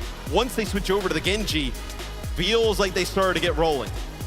I gotta say, Chio as well kind of crushed this map on the Wu Yang. I mean, hugely impactful damage from this Wu Yang. Chio, known as an incredibly mechanically talented player who's often playing, the Lucio, the Juno, not the heroes that let him really show what he's capable of. But here on the Wu Yang, finally, a character that can take over the game a little bit more, that can carry in some of these clutch engagements. You gotta give a lot of credit to Hanbin as well. Just, someone who's been at the top of the world on Zarya for almost a decade now, and has just never loosened his grip. And I thought even Max on the other side, we saw some really nice uses of the grabs, right? Like not going for these big, you're at home in ranked, you're going for these massive grabs, right? You find the player out, you're able to, like right there in the last sequence, right, they were able to see that Max is maybe pushed up a little bit too far. He stepped just a foot past the choke. Because they're also, he knows that there's two players dead in spawn. They know that they need to speed those players back. So you know that best there's one support there, and you're able to just, okay, let's grab Max, let's just burn him down, 3-on-1 type of scenario, and he's never back in that fight. And he crucially grabs him around the corner, so you can't even have LOS to the Zarya from your safe position. Shu's helpless. Nothing he can contribute in that spot. It's such a minor misstep from Max, but it's just instantly pounced upon by the Falcons. Oh, okay, so CR takes us to Dorado. Obviously, Dorado is a very good dive map. I was like, why wouldn't they take us to Shambali with the double flex support where you could have Shu and Chorong kind of play that type of style? We've seen that work against Falcons all tournament long, but because we just saw Falcons end up playing Dorado, although they do lose it to honestly, TM, it was a very close game. They've got to have some bad feelings about Dorado. They lost to Twisted Minds with Sim Band, I believe. UB was playing Tracer. UB was on May, right? And May at the end, that's not normal on Dorado. Like, that is not a comp that Falcons should feel like they should win that every time, and instead they lose it. So CR may be saying, hey, maybe this is a weakness we can exploit. And on a high mobility comp, a map where a hero like Ana has incredible sightlines. Shu's Ana has been defining for Crazy Raccoon this tournament, and this is another place where there's a chance it could come out. It's going to depend on the ban stuff. Yeah, you ended up in that game with TM. It was like Yubi on second point defense, Dorado playing some May, not exactly the go-to spot for that hero, but they were able to make it work with that Sim ban. So we'll see what bans come through here. Interesting though, Jake, CR stays with Max and Spint in the lineup. So potentially some more Genji here for Crazy Raccoon. So the Diva will be gone, so that for Hanbin is off the table. But the Wuyang ban, that is something that Crazy Raccoon, they have definitely used throughout the series and the tournament. I'm almost a little surprised by the Wu Yang ban because I really liked what Chio was showing in that last map. Then again, it's about even with a player like Chorong on the other side. I don't know that there's a clear advantage one way or the other, and maybe it enables the Genji a bit more. We'll have to see deeper into this style. I also wonder though, Genji, very powerful on New Junk City, a lot of close ranges, a lot of spots where Genji can kind of come over the walls. But Echo on Dorado is a really compelling pick, especially with Diva banned. It's like you're missing a key tool to disrupt Echo's burst with those sticky bombs. Yeah, I mean, it feels like, okay, so we do have some stuff. Okay. So Junbin is in for Max. We'll see now. They're going to play Winston. Yeah, we'll see if With actually... the Diva ban and Junbin coming in, they're going to play Winston. So now I'm curious, so are we actually going to get Heesang back, right? So we'll take a look here in a second. So Are we going to get the Han Winston? I mean, The Han Winston would go crazy here. We did see it against TM. It was definitely more of a meme in the past, not as much anymore, right? I mean, he's good, but you've got someone on the bench. I mean, come on now. Like, be real. Okay. If you're going to a Winston map and Heesang does come back in. So this makes a little bit more sense here for CR. It's not as surprising. So Heesang does come back in for Spint. Junbin comes back in for Max. Because it's not like, Heesang can play some Genji as well, right? Yeah, and it's not the best Genji map, I think, at this level. I'd rather see the Echo and the Tracer. Genji sometimes finds the sight lines just a little bit too long. Some of the angles just a little bit too difficult. Yeah, without the Diva, I mean, the Echo could be pretty sick here. Maybe it just comes down to the Tracer, which is a spot where, I mean, we've seen the respect ban in the first map of the series. Well, I mean, Tracer historically hasn't been like amazing on Dorado. Like, it wouldn't, I mean, you can play it, right? We've obviously seen it. And I mean, there's metas where we saw Tracer everywhere, right? But like, yeah, could you play Tracer? Are we going to see some Ashe here from Merit and Lip? I think that is something that... I think so. The Ashe pick has been, pretty popular at this event, especially against teams that don't really want to play the sim, right? When teams want to play the sim, it's a lot of the Sojourn, right, to use some of that mobility to get out of the way. Even then, some of those games we've seen with the sim in the mix, right? They are playing like, Ashe and Echo into that and things along those lines. So the sight lines here on Dorado, very good for Ashe. Absolutely. I mean, this is Dorado we're talking about. Hitscan is king. We have to talk about this Lip versus Merit matchup. Lip's been around for years and years. He's lifted trophy after trophy, has been at the top of the sport for almost as long as he's been playing. Merit, a few years into his career, has had impressive results, but I think he's still looking to add a few more rings. Yeah, I mean, Merit has been, since he's kind of, come onto the scene, just a phenomenal hit scan player, and Lip in his own right as well. It does feel like, though, we're seeing more, maybe it's just because we kind of take Lip for granted, right? But like, it feels like we've seen some more of these dominant games from, the Merits, the Prouds, the Quartz. I mean, the Quartz today was just... unreal. It was like, I was like, is he the best player in the world right now? And I mean, we've seen that from Lip, and maybe we've just gotten used to it, but in a game like this, it feels like it is prime for him to be able to try and take over. So we take a look at Team Falcons and their Dorado Escort results at 1 loss to Twisted Minds a little bit earlier in the day.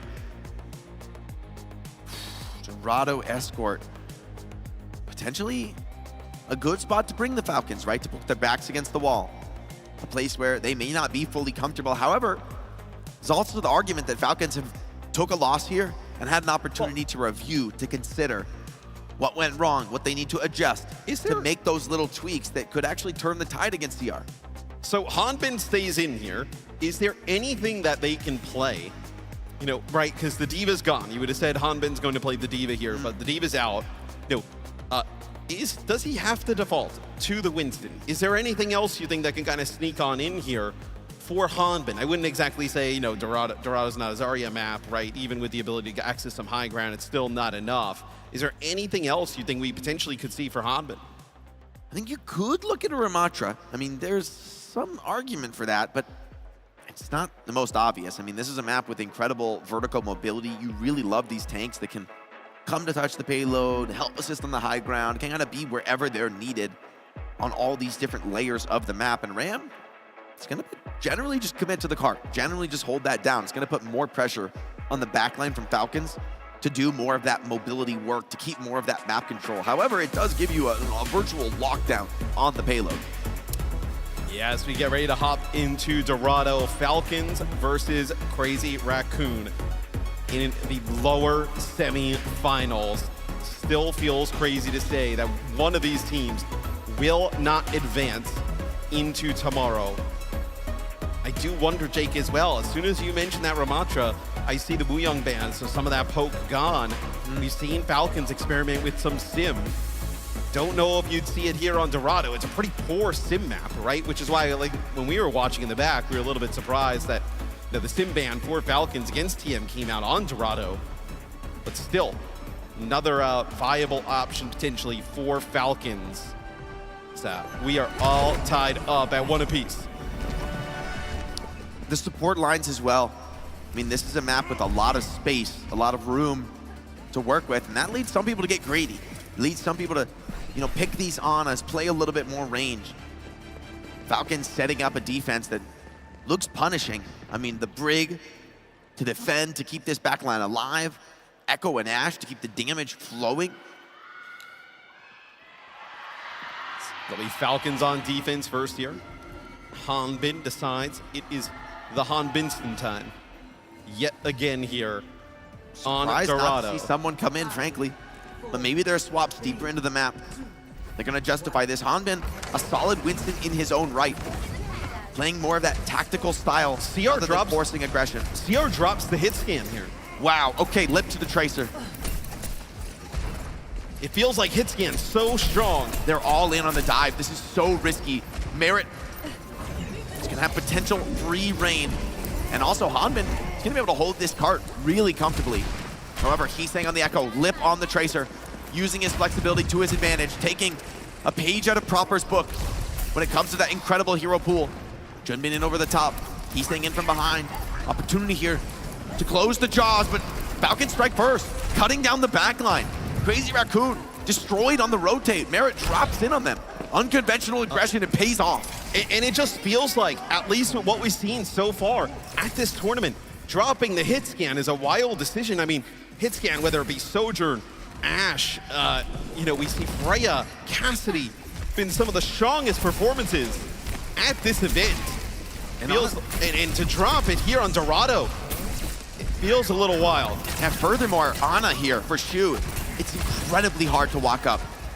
You have pretty much only the nade to keep you alive. Dives can come in from any angle from the Falcons. Echo constantly harassing.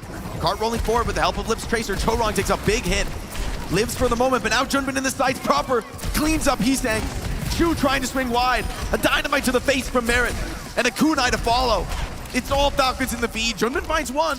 It's something, but it's not much to write home about, Matt. It's just not enough. And I wonder if you're Crazy Raccoon, you have to move off of this. It's getting to the point where you're stuck. I mean, can you really swap now? Well, You've right, got to because try with this ultimate cycle. I think Lip is in Falcon's spawn, looking for a setup flank. Yeah, and I think you're at that kind of breaking point, right? With like 1 minute and 30 seconds when this next fight's going to kick off. If you swap now and lose a fight, as you are, right, Lip behind enemy lines, I mean, take the big hit.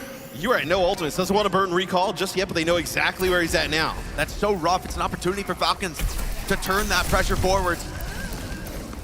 Hanbin bullies out Heesang, marking this Echo. All the ultimates starting to come online though. Crazy Raccoon ready to rip it in. A 10 ultimate fight potentially on the cards. Yeah, but it might just be one fight that decides this offense for CR. Rush comes out. Is it enough from Fielder? Stabilizing here. Junbin priming, forcing back. 1-for-1 trade for now. Neither team too upset about this. The Nano comes in onto Junbin, but he's struggling for the moment to get purchased, struggling to get this aggression, and Merit wastes no time. Straight to the back line. Proper and Merit defeat the opposing DPS. And Junbin just can't get anything done in the back line. Support's falling now too. It's only dude. Winston, and is he caught behind?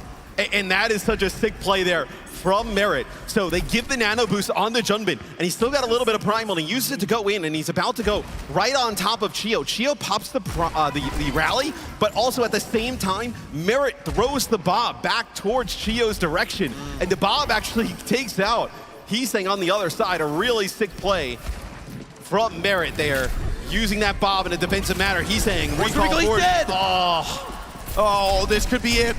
Crazy Raccoon on their map pick. They need to close this one out. Junbin lands on Merit's head. Stomps him into oblivion. He's low though. Proper knows it. Goes to the Winston copy. Shu now in the sights. Rally to protect him. Keeping him alive. You'd love to get a primal online. So close, 97, but he can't get it there. And Junbin stays alive on a sliver of hell. Turns the kills around. How is Shu keeping him alive? I mean, this is insane. Oh, Merit! Kills them both. Hunma with the primal. He can hold this. Just a few seconds of delay could be enough. Falcons coming back so strong on the spawn, but there's no one here to touch the cart. And Lip on the signature Cassidy closes out the first strike point. Dude, Shu is insane. The fact that he's able to keep Chorong alive that long enough is mental. Let's go to listen in for Crazy Raccoon to see if they can keep this offense rolling. 나눠 있어. 일단 이거 차 싸움부터 세게 해봐. 희망이 펼치면서 오른쪽 내가 볼게. 이거 화물 이거 안 하면 나 밀어줄게. 오른쪽 시야 내가 탈게. 오른쪽 아무 내가 밀어도 되긴 해 이거. 아니 오른쪽 아무도 없어. 차 운영부터 해봐. 나눠 먹기로 갈 거지? 여기도 있어. 여기도 있어. 흘려. 야 차 밀어 차가. 얘들아 사실 화물 잡을 사람 없어. 키만 캡 빼봐. 얘들아 이 세상 하지 마봐. 그럼 나 왼쪽 갈게. 그럼 나 왼쪽 갈게. 같이 밀자. 에코 보여. 야 계속 밀어봐 너가. 좀 천천히 해볼래? 날려봐. 나 랠리 빠르거든 이거? 얘네 하나 3, 2 나 이거 앞에 2,000원 한번 쓸게. 기다려 날려봐. 아직 한번 없어? 죽지 마. 화물 계속 가. 나 랠리 빨라. 계속 가. 자 계속 가. 나도 내가 콜할게. 열심히 계속 얘네 앞 질러놨다. 얘네 급하다. 내려봐. 나도 나 못 정할게. 이제 더블 집중 갈게. 나 다이브 셋업해봐. 차 너 그냥 많이 밀었어. 다이브 셋업해봐. 기다려. 나 형 세개 봐줘. 제너 기다려. 다이브 돼. 야 시프트 뺐다. 야 성준이 할게. 같이 뺄게. 나 3, 2, 조. 브리. 나 렐라 브리 잡아하지 않나? 브리 잡아야 되잖아. 나랑 브리야. Another huge bank of ultimates. Crazy Raccoon trying to make the most of it. But Chio's rally holds strong. 2 dive ultimates deployed. And this push has been absolutely sent home. Lip perked up on the Cassidy, still fighting. Took a lot of ultimates to make that defense possible. Chorong with the rally, but it's not able to come in time. Proper just burst down Junbin. And now, Crazy Raccoon sent packing, only 45 seconds off the clock. Lip looking to go down soon, and let's send it to a listen and let's hear how Falcons try to close out Dorado. 그냥 랠리 석양. 나 이층 안게. 나 트랙 한번 칠게 지금. 들어겠다. 방향 조심해 들어. 나 앞에서 먼저 되긴 하는데 윙고. 야 걷던 내가 볼게. 씨발. 내가 걷어볼게. 또 하나. 야 동야 코레지 이거 왼쪽 하나. 태워. 브리 나거든. 하나 볼 거야 하나. 기다려 내가 코레지. 하나. 뒤 앞에 하나. 살아.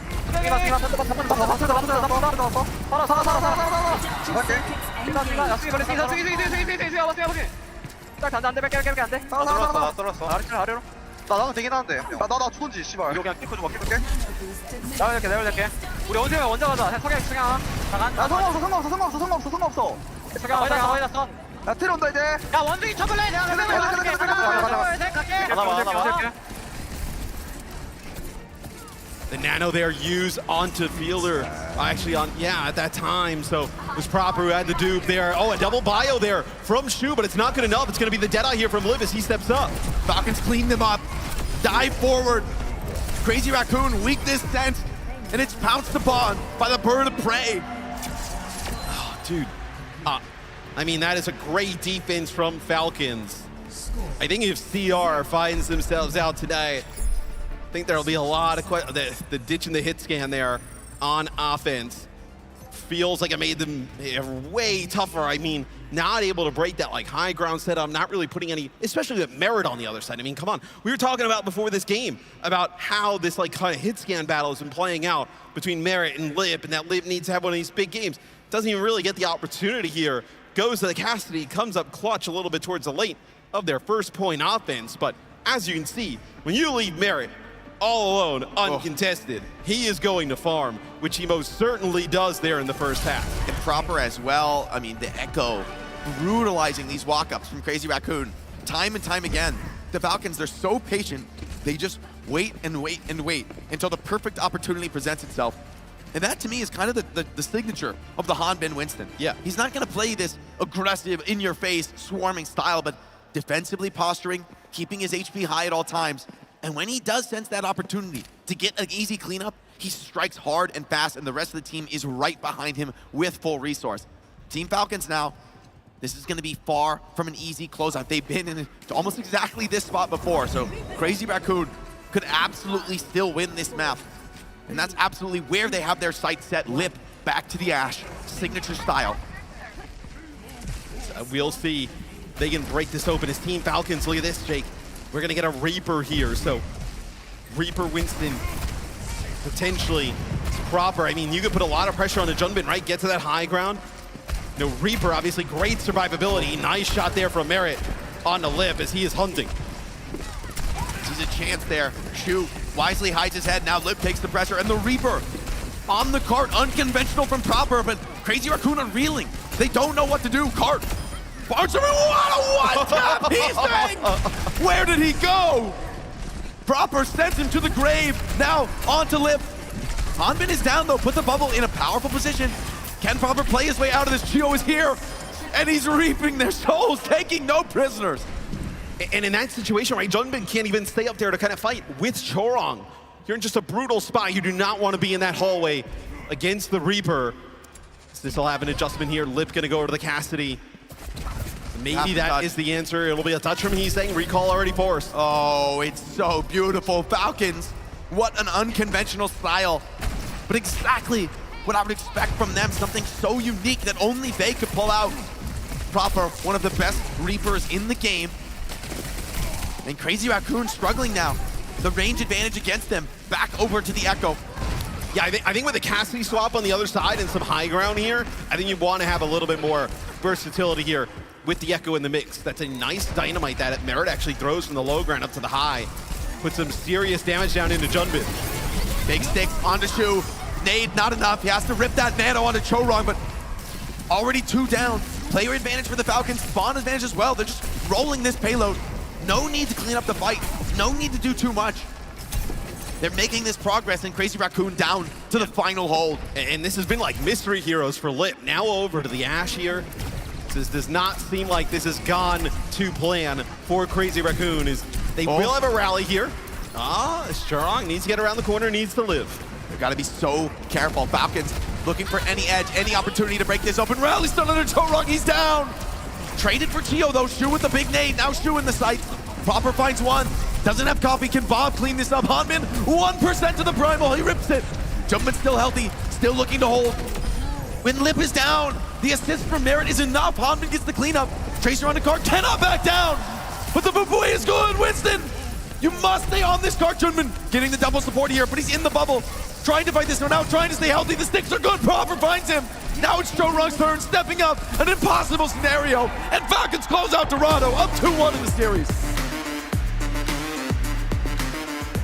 A huge bounce back from Falcons. As I got a little dicey there towards the end, right? Junbin's got the primal. You have Chorong get back into the fight. You see some of those, brig packs going over towards him. You have Shu back as well, but I will say Hanbin and Proper do a tremendous job there, comboing together, putting so much pressure. Realizing, I think, when you watch CR, it's obviously like, it kind of starts once you can get towards Shu, right? And you can really make his life difficult. You can deal with the rest, right? You just have to be on the offensive. And they are here. If you take a look at some of our stats, really what stands out to me, Merit dominating the server like we talked about in the pregame. It was, these hit scan players need to step up. I believe this is the stats from New Junk City. Oh, well, yeah, it does say New Junk City on the top, so we'll see if that is actually accurate. That's a good call. So we do have Spinton, yeah. So I think this is the stats from the last map. So Draws also dominant. And you got to think about this. Right. I mean, the fact that they're able to come up here, and here we see dominant yet again. Still dominant. They still have Spinton, so we'll see. I mean, honestly, Proper had Heesang's number. Yeah. He had him on speed dial this map. What did you think of no hit scan at the start? It feels like... I didn't like it. Because, I mean, if that's been a strength for CR that they have the option to pull it out. But I think this isn't the metaphor in this. Let's see this. This is like a flick here across, and my God. Heesang just walks directly into the Reaper shotgun. He doesn't just walk in. I mean, he like blinks around the corner. And it's just, one of the best to ever do it in Proper, waiting on the other side. Fielder getting down and dirty in this composition as well, and the Hanbin lays his mark on this match. Yeah, and it was a really nice play we saw before, right when Hanbin goes to the high ground, the TP there from Fielder, they lay the Kitsune rush down, and even with the bio grenade from Shu, it's still not enough to keep players up there for Crazy Raccoon. And now you have Dorado down, New Junk City here as well. We have one more map selection here for Crazy Raccoon. You still do have Hybrid available. You do have Runesapi, so we've seen teams go to in the past. I'm curious what they go to. I think you probably go Hybrid, one of those, whether it be Kings Row, we haven't really seen Blizzard World at all, but maybe this is a kind of Blizzard World-like scenario where you would want to play something like that. You could play a little bit more aggressive. In theory, I like Blizzard World for Crazy Raccoon. I mean, is it crazy to play the Wrecking Ball? Maybe. It's sort of viable on the map. Not the right meta for it, though. It's just tough because, to me, this is sort of going beyond map pick right now. Yeah. Right? This is Falcons having the better read, having the more comfortable style, and honestly, I think it's merit and proper having the better games today. And it's crazy because, like, if you were, watching, obviously, coming into this, like, Falcons has looked up and down at times, or Crazy Raccoon, obviously, they lose to Alcatia, and it is extremely close, like, down to the wire. Otherwise, they've just been blowing out everybody. And to just kind of bow out to Falcons, I mean, this is a game where it feels like Falcons is, like, rising to the occasion, and maybe CR is not. But I am curious what the desk's thoughts are on those first 3 maps. Thank you so much, Jake and Matt. Zoe here, back with Necra and Avril to break it all down. All right, we have a series on our hands, and quite frankly, looking at map 1, it looked like Crazy Raccoon got it all figured out. Like, they were quite dominant in the victory on map 1. So smooth. A lot of this is coming down to the matchup as well. I mean, a lot of just Perma-Diva from Hanbin, Ramacha on the opposite end for Junbin. Obviously, looking at Bruce Time, would be staying away from a lot of the Winston stuff. But yeah, it was quite dominant coming through. I mean, I think Hanbin is going to struggle a little bit in that matchup, but expected a bit more from Falcons going in. Well, I mean, Cast has also talked about this, but Crazy Raccoon coming into this game have kind of looked like they were in better form. However, then you start moving away from map 1, and it's not quite as clear, and Falcons, they get that comeback. In map number 1, it was great to see Shu be able to perform on the Kiriko, especially when that Ana had been banned out. And then we move over to New Junk City, and we get a chance to see one of the rising stars of Crazy Raccoon slot into the roster, Spint. A player that we didn't end up seeing a whole lot of in OWCS Stage 3, but was great to see Spint make his international debut during Route 66 in Crazy Raccoon's match versus Space Station, where we saw a lot of that Tracer and Genji. But unfortunately, the Tracer was banned out for this map. And we didn't see the Genji come out from Spint until way later. Yeah, I want to ask you, Avril, about that, because you're heading into Falcon's potential best map in the pool here. Why, if you're Crazy Raccoon, do you take such a risk and bring in Max and Spint? Well, typically for Spint so far, I mean, first of all, he actually debuted in his opening game for Crazy Raccoon against Falcons in the regular season. They 3-0'd them, and part of that was Spint playing the Genji. He's been kind of the Genji specialist for the team. That's been one area that he's saying has traditionally kind of had a disadvantage against Proper. So when it comes to that, Tracer's been banned away. Spint actually kind of makes sense in that sort of situation. But he played a lot of Venture, didn't expect that, and then only played Genji towards the end when that probably should have been his primary thing. I'm actually a little bit more concerned about the map 3 as we take a look at some of these stats here as well, because for map 3, it's Winston, Mirror, and Han Vincent wins again. He beats Yushrei and Jubbin. Is this guy like the GOAT Winston now? Has Fearless just like Nero linked into Hanbin's brain and playing for him? We just didn't know. He had it all along in the back pocket. Hanbin Winston, who would have thought? It is something that he's worked on, though, and I think we have to give a lot of credit to Hanbin, just being able to show that flexibility throughout this match. Already shown Diva, Mauga, Zarya, now the Winston as well on Dorado. And I think this really does put Team Falcons in a lot of a driver's seat for the rest of the series, because you can't ban him out. The problem is, now you have a situation where if it comes down to another dive mirror, you have to be like, well, are we able to beat, if you're Crazy Raccoon, are we able to beat Hanbin on the Winston? That becomes a concern now. So he has to start moving forward in the series and consider maybe we go back to sort of more of the Ramacha gameplay. Proper, obviously, look at his stat line. It's going to be really strong. He's the standout player on his particular team. But moving forward to map 4 and beyond, I think you got to shake up that tank matchup more. Yeah, let's chat about the map choices we have here then. I think casters, I touched on it at the very end of the cast there as well. Like, where do you want to take us next? I believe the caster's choice here went to Blizzard World. That could potentially be a good pick for them. Necra, what would you like to see? I would like to see the Blizzard World. I just want to kind of piggyback off of the point that the caster did make. I don't really want to see the Wrecking Ball here. I don't think that it's looked particularly good, especially, even though Junbin is actually a very good Wrecking Ball player. I just think it's not the right meta for it, and especially when you're going to be going up against somebody like Proper who could just kind of bypass that, or maybe it's the Wrecking Ball is a little too slow to set up. I would like to see them play something else. So the real two choices here are either, in my mind, I would think that more likely it's going to be King's Row, because Crazy Raccoon always go to King's Row, regardless of how well they do there or not. But that's the other thing, right? I feel like they haven't really tested the Ram mirror yet. The other choice is to snipe away New Queen Street so that Falcons don't get Runasapi. Falcons have traditionally been very strong on Runasapi. They like to default into that map. So if you just go for the push now, you can take New Queen Street and make sure the Runasapi's out of the pool. Well, let's find out where the Raccoon are taking us for this map number 4 and send it back over to our casters. Thank you so much, Zoe. And as this, I mean, we're facing what could be the final map for Crazy Raccoon. I mean, going down in the last 2. Oh, I mean, in brutal fashion on Dorado. And I mean, with how they fared, right? Like you think about, I know, EWC, not exactly the result they would have liked there. And then coming in here and losing. Okay, so they take us to New Queen Street. This is a really good like ball dive type of map, right? So this is kind of like, we've seen this from other teams throughout the event, maybe playing some ball here on New Queen Street. So do you think they actually ban a tank here to protect off the rip? I mean, there's a big question of whether Junbin comes in, and I think he did.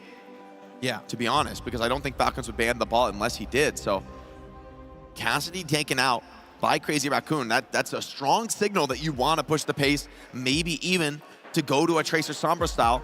Yeah, but now with the ball gone, I mean, you still play with the Winston, right? You still play with the Winston. As Junbin stays in, most likely, but it's not as, maybe you're not as worried. I mean, if you're Falcons, you just dealt with the Winston-based comp. Obviously a different level of pace compared to whether it be like a Sombra Tracer on the other side, but still, for me, I love how that played out there for Falcons. Yeah, I think they're going to be happy coming into this one. And honestly, I think if Crazy Raccoon, if they do go back to this Tracer Sombra, it's worked for them in the past. They've made it work when no one else has. And yet, this tournament, to let Merit be the only hit scan on the server, potentially unanswered, you can't go down. It's so risky, right? You can't go down. Crazy. I mean, you can't go down like that. I mean, you have to. I mean, Merit Ash on this map, of all maps, like this is a place where Merit so comfortable. I mean, Falcons was feeding him almost every nano. I mean, in a Winston comp on this map. Yeah, and we've seen, like, think about, you know, the performances from Lambda and Proud in court, like hit scan players, you know, have been kind of the driving forces for a lot of their teams throughout this event thus far, and to kind of take that out of Lip hands potentially here would be quite brutal. So Junbin stays in, Cassidy ban, ball ban. The ball ban is definitely a target for Crazy Raccoon. It looks like here, with that ball gone though, you'll have a Ramatra comp here for CR. Proper Sojourn? Merit is just playing Sim. Huh? I'm sorry, what? This is usually the other way around. Yes. Okay. Merit's gonna get his chance on the Symmetra. Lip is low, Proper.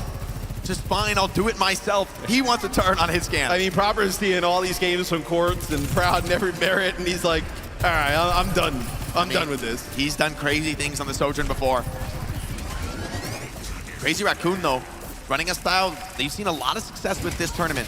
A very tanky front line, letting Heesang and Lip, in theory, have room to work with. The Proper takes out Heesang.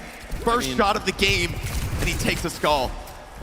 So, you know, Falcons does have like a double hit scan look they go to at times, like with the Sojourn and the Freya. I don't know if you'd want to run it here, but maybe they want that flexibility if need be, but definitely a huge adjustment here for potentially the end of the game as Lip taking a railgun shot there from Proper.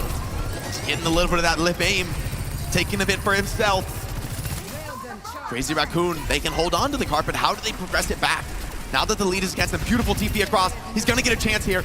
Caught behind the box on the Ash, giving some fire back the other way, making Proper think twice about that position, and it cut down. That is a sick whip shot there from Chorong. I don't think they expected Chorong to push into the room, knocks Proper off course. Sends him back into the firing line of the rest of Crazy Raccoon. Beautiful catch from the main support. Now it's CR's turn to make a bit of progress. Junbin wants more than progress. He wants a dominant team fight. Merit's playing this one so patiently on the Sim. Heesang finds Fielder on the retreat, and Falcons struggling to regroup, giving up a lot of card time. An uncharacteristic mistake from them. That's a bad spot for Hanbin to die as well. I mean, now you're gonna have to walk off the side. Heesang with 2. So you may end up, you're gonna get very close to checkpoint here, Jake. And the way they're doing it, right, they win these fights off picks. So now, not only are they in the advantage, but as we come to this checkpoint fight, they're gonna have everything into this engagement. Falcons gonna be able to match. And so this is gonna be a pivotal fight, one that could potentially determine the outcome of the game, and the Falcons would like the series. I think if you see Falcons lose this fight, they may want to make some changes. You're gonna have the symbol open things up on Lip, finds Fielder. And that was, Fielder has a Kitsune Rush, you're not gonna obviously invest it. I will say, 2 support ults deployed for Crazy Raccoon. Those are incredibly significant in this type of a meta. And so Falcons have a potentially unanswered overclock, a beat to defend with. Incredible challenge here for CR. They want to keep this ball rolling. Instead, they're going to get super aggressive. The beat is too late. Merit is down. Junbin keeping this one possible, forcing this map 5, but Shio has found Heesang. Hanmin self-destructing for the reset. But he does go down to the bomb in the meantime, and Lip continues to cut them down as they push. Lip finds another. You still have Junbin here alive. So they get the bot a little bit away from their spawn, but it is not enough to wipe CR. So now, Crazy Raccoon, they're going to get players off of spawn here. Nothing obviously to work with. Proper over to the Widow. You're going to have Merrick pick up the Ashe. Let's see what Proper decides to go to. Going to go over to Echo. So a lot of questions about why they just kind of changed roles here, potentially on New Queen Street. Maybe they had an idea to go to something else after this, but they kind of go back to what's been tried and trusted. Yeah, I can't blame him for it. But now, significantly in the hole, and Crazy Raccoon, desperate for a map 5, desperate for a continuation of this series. This time, Lip picks with the Ashe and is sent packing. Merit defends, Shio punishes for the kill. And Falcons need to turn this map around now, need to start finding these kills. Junman goes for the backflank, but gets punished. Heesang, though, has found Proper this time, turning the tables on the Echo Mirror.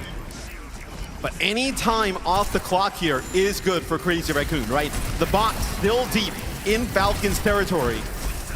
Jorong came deep to save Junbin, but seems to be able to get out with his life. Heesang now very low. Merit trading in the front line. But these fights on this side of the map are great for Crazy Raccoon, regardless how it goes. It burns clock and obviously pushes the bot slightly deeper towards the Falcons side of that, where Falcons, they don't even have checkpoint. Chu taking risks, forced into a rush. See if Falcons can kite this one back. They can get out of this fight. It's a huge boon to them. There's a lot of time to work with. And a team of vets, such as the Falcons, they're willing to squeeze out every advantage, but they squeeze too hard, and Lip punishes, finds that kill. Heesang with it next. And this is going to turn into a blowout advantage for Crazy Raccoon. Yeah, I mean, you do get the kill on a Heesang here, who does have the duplicate, but the bot going closer and closer towards the spawn door. Potentially a full map run here for Crazy Raccoon. You're gonna have a rally. You're also going to have that Annihilation to work with and another Bob. So for CR though, I like this shake. They back up just a little bit. Make sure to get Heesang back in the fight. The old bank is in a fantastic spot for the Falcons, but they need to leverage it. They need to push, and honestly, Crazy Raccoon has caught up. The chaos of those last fights has turned against them. Echo Stickies, put a bit of damage onto Merit, but for now, Heesang has to fall out. Look for another opportunity, maybe to deploy this copy. So respectful of Merit, knows what this Ashe can do. Merit sends the Bob in. Both Bobs are in, Lips instantly bursted down by Proper. And Fielder's rush for now is just zoning away CR, but they're happy to drain that out of the bank. Junbin rips the Annihilation straight into the backline, right on top of them. Cuts them to pieces. Proper gets the beam kill, but that's all he can find. And now it's only Fielder, and caught behind the Raccoon. We have played this entire round what feels like basically in front of Team Falcons spawn door. So now for Crazy Raccoon, I don't even think you can really want to push up, right? You're going to allow some players to get back. We're going to see the same type of thing, right? Go here, see if you can get a pick. Maybe we'll bounce back just a little bit, but they're making meaningful progress now, deeper and deeper. And they are playing for this rush, right? So now you have this control here with Heesang, and you're going to have this rush. This might be enough to close it. Fielder goes on but a full cap would be exactly what the Doctor ordered to reset this momentum in the series. They're on to Proper, he's forced into the copy, gets that ram, exactly what he's hoping for. Lip, again and again, it's Lip in the feed. 2 more for the Warlord. He looks to close out this map, force a game 5, and send a message to the Falcons. Yeah, Hanbin with an Annihilation. It's not even really gonna come into play here, Jake. As Crazy Raccoon, they tie it up, and they will send us to a game 5. The full cap on push at this level of play. And we're gonna look back at those opening rollouts and just think, what was going on? Yeah, why? I mean, Merit on the Sim and then Proper on the Soj.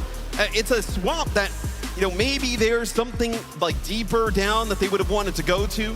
that would have been necessity for that. Like I think like maybe if you wanted Merit to play the Freya and you were looking at like a double hit scan type of setup, but that never comes to be. You just get pushed all the way back, and then you have to make so many swaps to make things work, and it all kind of falls apart for Falcons in the end. Actually, all right, I think I understand. I suspect that Falcons anticipated a Winston comp. And they could have played double hits. They wanted to play, actually, I think they wanted to play Sim into Winston, and they wanted to just, you know, do what was shown to be successful against the Winston matchups. Just get torqued. Yeah, but then why wouldn't you down just the Winston? But then why wouldn't you just have proper? Yeah, why wouldn't you have proper play the Sim? They do that's play a question that remains unanswered. Yeah, they do play Freya with the Soj sometimes, and maybe they thought it was going to be a Winston comp, right? And if you use the Sim early on, doesn't work out, you can go to that double hit scan look. If we take a look at some of the highlights, because the stats were ugly for the Falcons. I mean, Lip opened up on them on this map. I mean, we were talking about, has he missed? Has he lost a step? That's frankly the question we were starting to ask with some of these other hit scan staking their claim on this tournament, eyeing up that trophy, and Lip demands one last look, one last chance here on what will be a decisive map 5. So a hybrid map. Hybrid will be the map here that will close it out. Potentially we can draw here. Map type, right? It's a very powerful pick. Kings Row has been, feels like the lion's share of teams have gone to Kings Row, and maybe Falcons will just feel the most comfortable with that. There's also the chance to throw a monkey wrench into the works. Ana, Kiri, Wu Yang, and Ball. So many bans have been deployed, right? Are the bans from CR, I believe. No, actually, yeah, I think it was. So we'll see what they decide to do. It's actually the Ball that goes for Falcon. So those are the Falcons bans. Falcon obviously get first ban here. I want to see them ban Ram. Unless they try and defer. Moment. Yeah, and then what? And play Zarya. Put it all in. Hanmin, you've trusted him time and time again. They could go back and play like Zarya Genji. Absolutely. It's looked fantastic. Would you ban Genji if you're a Crazy Raccoon? Maybe, but I think Falcons can live with that. You know, I think Proper, the hero pool he has, you take away one and it feels like the other, it just gets stronger. Yeah, and I mean, we'll see. It looks like we do have a sub here potentially in the tank spot. So Max coming coming in here for Junbin. An embarrassment of riches on the CR roster. I mean, I think they just suspect they need the option to play a mirror. I mean, there's too many powerful picks for Falcons. There's too many ways to force Junbin onto an awkward spot, especially with I think a Ram ban on any map would really put Junbin in a weird place. Where, like, what is his next hero? Is he just going to end up playing Zarya or just something that's uncomfortable for him? So I think this is actually, it's really smart to bring Max in. I think there's too many bans left. Junbin has done his duty in this series. It has to be Max to close it out. Feels like potentially a Ramatra ban on the table here for Falcons. So we'll take a look. It will be Kings Row. So we had discussed that maybe if it was CR picking, they would have wanted to play a little bit more dive, go towards like a Blizzard World potentially. Kings Row, though, a fan favorite of everybody, every region across the OWCS. With Falcons picking this map, obviously they have the ability to defer the ban like they did on Dorado, but most likely will not be the case. The Ramatra ban makes a ton of sense here. We've wanted to see it from other teams in the past, and they've strayed away. See what Falcons thinks is going to give them the biggest advantage for maybe one of the most consequential maps of these teams' histories. I mean, to fall out now, to fail to even reach the top 3, these are teams who set the standard at lifting the trophy. I mean, a second place is a failure for them. So to not appear on Championship Sunday is unimaginable. I mean, this is also, as some of these players are some of the more historic players in Overwatch Esports, you never know when it's the final time, right? And you do not want to go out on a loss to your rival. It's a lot riding on this match. Obviously, the winner of this goes to tomorrow. Tomorrow will not be easy for whoever makes it there, right? As there's two heavy hitter EMEA squads that have both delivered beatdowns, sending the message that their strat is the meta. So here are the hybrid stats between these two teams. So 2-1 records for both of them. So Falcons, they have their loss there against Twisted Minds. So still, Falcons though, up and down performance throughout the weekend. And I think both those EMEA teams would love to see Crazy Raccoon go, but Also, as we say that, Jake, it's not exactly like, proper merit on Championship Sunday is something you want to be walking into. Either of these teams going to definitely be heard from tomorrow. I gotta say, if you're a Falcons player right now, the palms have got to be sweating with Lip finding his peak form in that most recent map, and they will ban the Ramatra. The Lucio ban response from Crazy Raccoon to take some of the venom out of a potential Zarya comp. Yeah, I mean, that definitely, so Zarya, no mobility at all in terms of obviously speed, right? There is some now with the perk that you can get a little bit more, high ground control. But with no team speed, that is going to be an odd one to play potentially. Obviously, there's also Juno in the mix, but not seen Juno much since we've gotten to the arena. We did see a little bit when we were in studio. Always an option. Not exactly a one-to-one in terms of replacement for speed, but I think we both agree the Ramatra ban, that one was coming from a mile away. I'm glad to see it. Had the same read as Falcons. And now this is going to be a tough test for Max, because put to the test in a Zarya mirror, I think Hanbin is going to be very happy to be entrusted with a series like this, and Max is going to be starting to feel the pressure, frankly. Yeah, but with no Lucio, though, now this kind of frees up. You can play that double flex support that is really strong. It has been. For Shu and Chorong, right? Could you play like on a Wuyang here?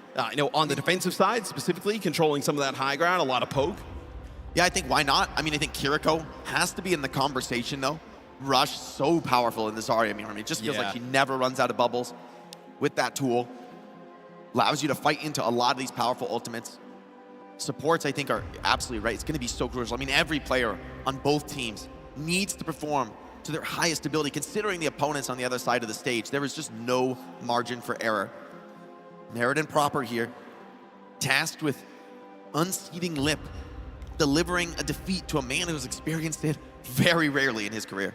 And I mean, really, a defining map for both of these teams, regardless of what happens the rest of the way. The final matchup between these two teams this season, maybe with these iterations of these rosters, right, as we head into the offseason. Obviously, they have played a ton during the regular season at OWCS events, but really here at the World Finals, this will be the one that everybody remembers. This will be the one that everybody talks about. Obviously, many legendary series between these two teams, but this one map, probably what we end up all talking about at the end of the day. It all comes to this. Crazy Raccoon, they opened the series so strong, looking like they could potentially just run away with this one. Falcons respond, incredible patience, surviving, dominating 2 maps of their own, and then CR just completely turned the momentum of the series, stopping Falcons in their tracks. Falcons try to get cute, playing that Symmetra, and they get punished. It feels like they won't make that mistake again. So much riding on this game. Let's take a look at the bracket. This is the loser semifinals that we're currently in. Everybody thought it would be impossible, but both EMEA teams, our number 1 and 2, Alcatia and Twisted Minds, took out our teams from Korea, Falcons and Crazy Raccoon. Since they've gotten here in the lower bracket, though, they have run through T1, destroyed Weibo Gaming, but now just kind of throwing haymakers at each other here going to a Game 5. Feels like this one just has to go to 5, Matt. Maybe we should have been expecting it the whole time. In Kings Row, an iconic place to conclude this series. Feels like the right place to end it. The Ramatra gone here from Falcons. They get rid of it. Feels like that is Max is one of the more potent heroes that he looks to go to. Frees up the Diva for Hanbin. Hanbin also fantastic on the Zarya. Puts him in a great position. But that Lucio ban takes a little bit of the juice out of that Zarya comp. So a nice response there from Crazy Raccoon. We'll see how it plays out. Chio and Chorong, neither of them can play the Lucio in this map. Often central to the composition. Should slow things down a lot, create more opportunities, in particular for the DPS and the flex support to play. But also, I mean, we've seen characters like Wuyang be dominant, have huge impact kills especially when it gets down to those chaotic final moments. So significant here on King's Row in particular, where there's a lot of space to work with, a lot of room to maneuver. Without that speed, could be much harder to play that Zarya a little bit slower. Ooh. Okay, so the only time we've seen Sig has been T1 playing it with the Sim. We've had a little bit of conversations, not on stream, but that kind of poke comps with this Sigma have kind of died.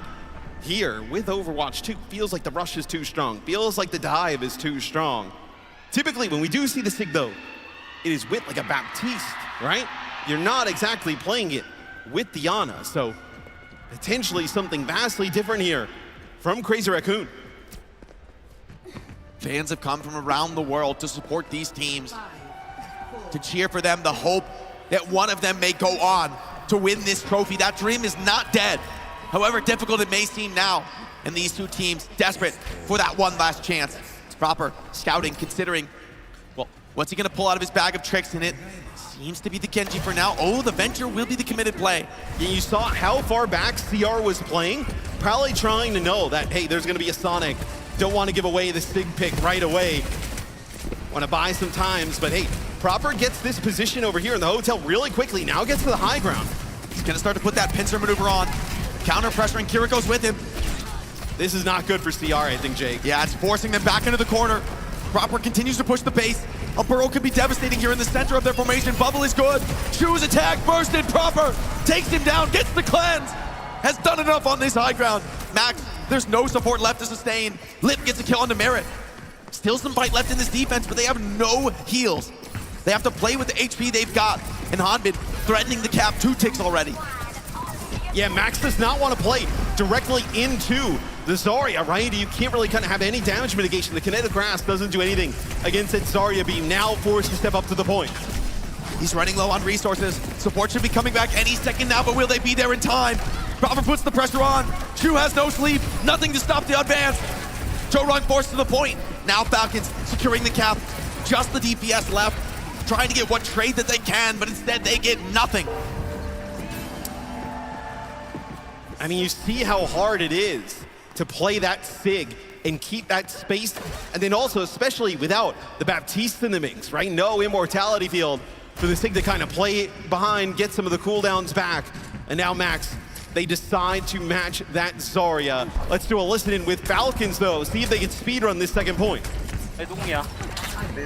메이플이 왼쪽 온것 같아. 여기서 화물 밀어볼래? 화물 밀어볼래? 화물 밀고 내가 딜라인 쭉 갈게. 키링까지 그냥 받을 생각하고 그냥 본대 세게 치러볼래? 그러게. 오케이. 그렇지. 세게 해야 돼. 본대 세게 해야 돼. 화물 밀다가. 동해 어글 때 2층에 씬. 아 시간 봐줄게 동현아. 그러봐. 나 구속해. 10. 하나 빠진 메이 앞에. 하면서 뒤에 있어. 나 시간 너무 없거든. 나 진짜 야간 건데. 갈게. 에시. 에시 나 공이 동현아 공이 있어. 나 불렀어 근데 나 없어. 살아. 나로 빠짐. 아 밀래? 나 없어. 갈게 한번. 나 민대 쪽 갈게 민대 쪽. 맨 먼저 봐 주방만. 뺐다. 야 어렵지. 셀빈 잘해 피걸려. 갈게. 하나 피.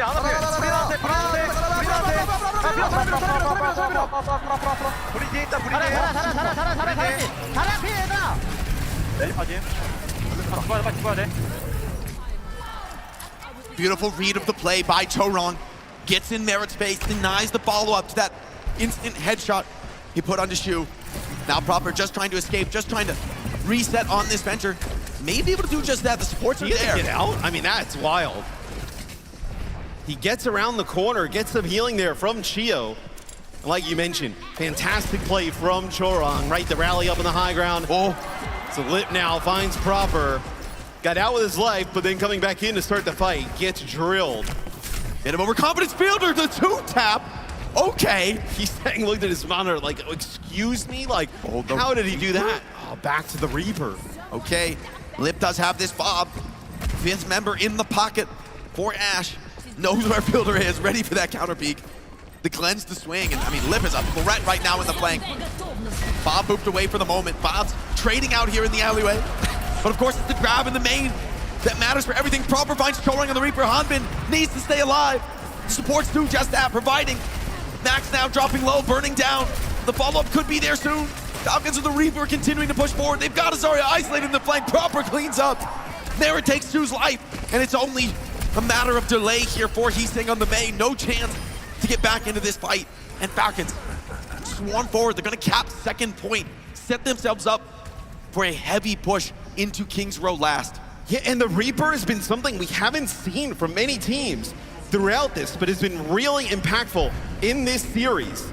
So Proper goes to the Reaper here. Also, with Heesang going over to the Mage, Reaper actually plays pretty well into the Mei, right? When the freeze starts to come in, you can use the Wraith Form to go away. One of the only DPS that can kind of stand toe-to-toe with the Mei and battle it out. Fielder, ice in his veins on the flank. Heesang has learned his lesson, playing this one more carefully. Proper on the high ground, though, threatening anyone who dares step forward. Now a TP to the flank. Gets on top of Lip, pushes him back. Just the threat of his presence is enough. Mayball isolates Hanbin.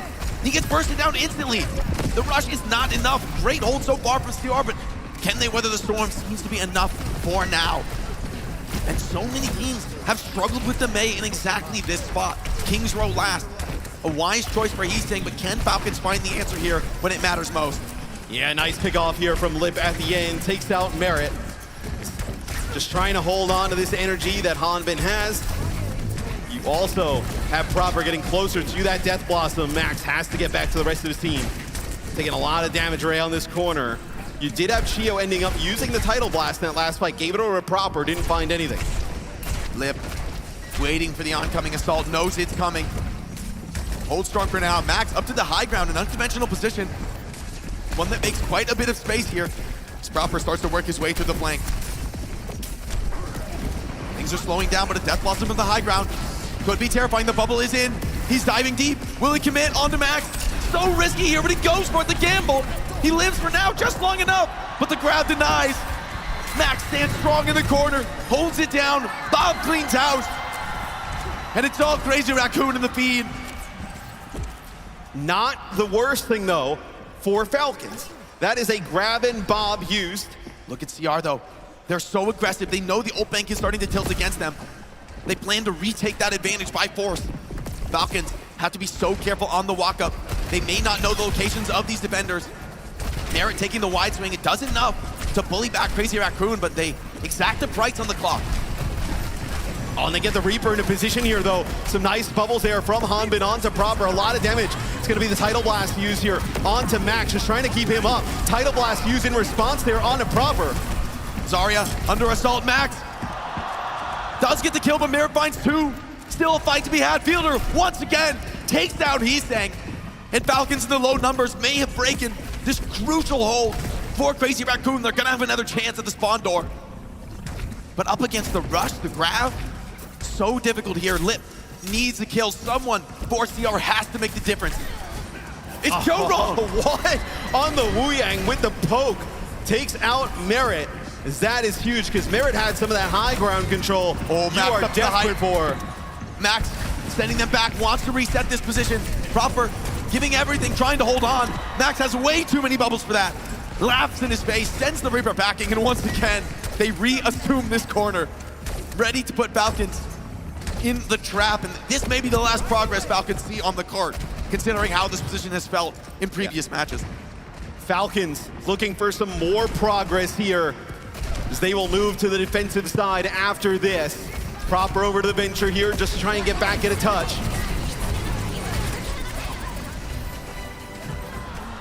Forward grab, it's enough to slow things down. Crazy Raccoon, though, on the verge of closing out this defense, and it seems to be the case. Fielder with the rush, but it's just not enough. Tidal Blast over the top. A later commitment, though, from the Falcons. Merit finds Heesang. Chio putting down so much damage right now. It's starting to slip away. Hanbin is low, but he's not going down. Merit, he's in the spawn. He's retaken the defender position. So awkward now for Crazy Raccoon. How do they come out into this? Lip with the Bob. Could be part of that success. Bob is touching cart, stalling overtime for now, but once again, Merit, look at him. Irremovable from this position, and a Bob to control the payload. Surely CR can't get this done. Bailed comes out, freezing. The Zarya on cart, she's frozen, no bubbles left. Max, hold on, the C9 is there! And Falcons cannot touch. Proper can't make it back. Almost some heroics there from Merit. He gets a little bit of an off angle there. Rotates all the way around, takes that high ground, pushes all the way down towards that spawn door on that right-hand side. Gets there with Fielder, using the TP, getting there in that position. Almost enough to get them over the line. That Blizzard, though, at the end, just pushes them off of the point. And Crazy Raccoon, they hold on D. I mean, Merit taking that position, so fearless. And it almost yields them the point, but Crazy Raccoon, man, they are down, but they are never out. And now they've set a win condition. If Falcons cannot hold this third point, their tournament life will be over. They have to stop this Crazy Raccoon. And we've seen so many teams be able to make it through that Kings Row offense. It really does come down to that one corner on third point. Yeah. Feels to me that that's more than likely where this series will be decided. I mean, Falcons, I mean, both these teams, a tremendous series, as usual. Chio on the Buyong, I'm looking at that on the defense, Jake. He was putting down crazy damage at the end there, almost enough with him, Fielder, and Merit to get it done on offense. But now, on the defensive side of things, as the gates open, they'll be proper on the Mei here, so they want to run that Mei probably for most of the map. Mei from the start, and he's saying, gonna respond with the Echo, utilizing some of that untaken space in the sky. Pressure on Merit to be able to stifle both his enemy hitscan and he's saying at the same time. A challenge for anyone. Maybe Merit can rise to the occasion. Hanbin forward on this high ground, but Max ignores him, just steps up to the point. What can Proper do on the other side? Trying to poke back, trying to put this pressure down, but it's difficult. I mean, Max takes a lot of damage. Choron's deep behind. Oh, this could be a problem. Wu Ying in the back. He's on top of Chio, the wave force. Counter wave is good, but Chio is down. Lip finds the angle to get the cleanup. And a Wu Ying in the spawn. That is it's not what Falcons expected. Not the person you expect on the flank. Oh, Hanbin, though, hold on, Hanbin and Merit. They kill the front line, Proper, push forward. And Hanbin winning that fight changes everything. The kills are for naught. Late deaths here. Oh, this one is so important. Ah, Merit gets the kill. 4 HP, the bubble as well, it keeps him alive. And Falcons hold strong. It looks so good from Choron. What an innovative look to take that back flank. But Team Falcons sense weakness in the front line.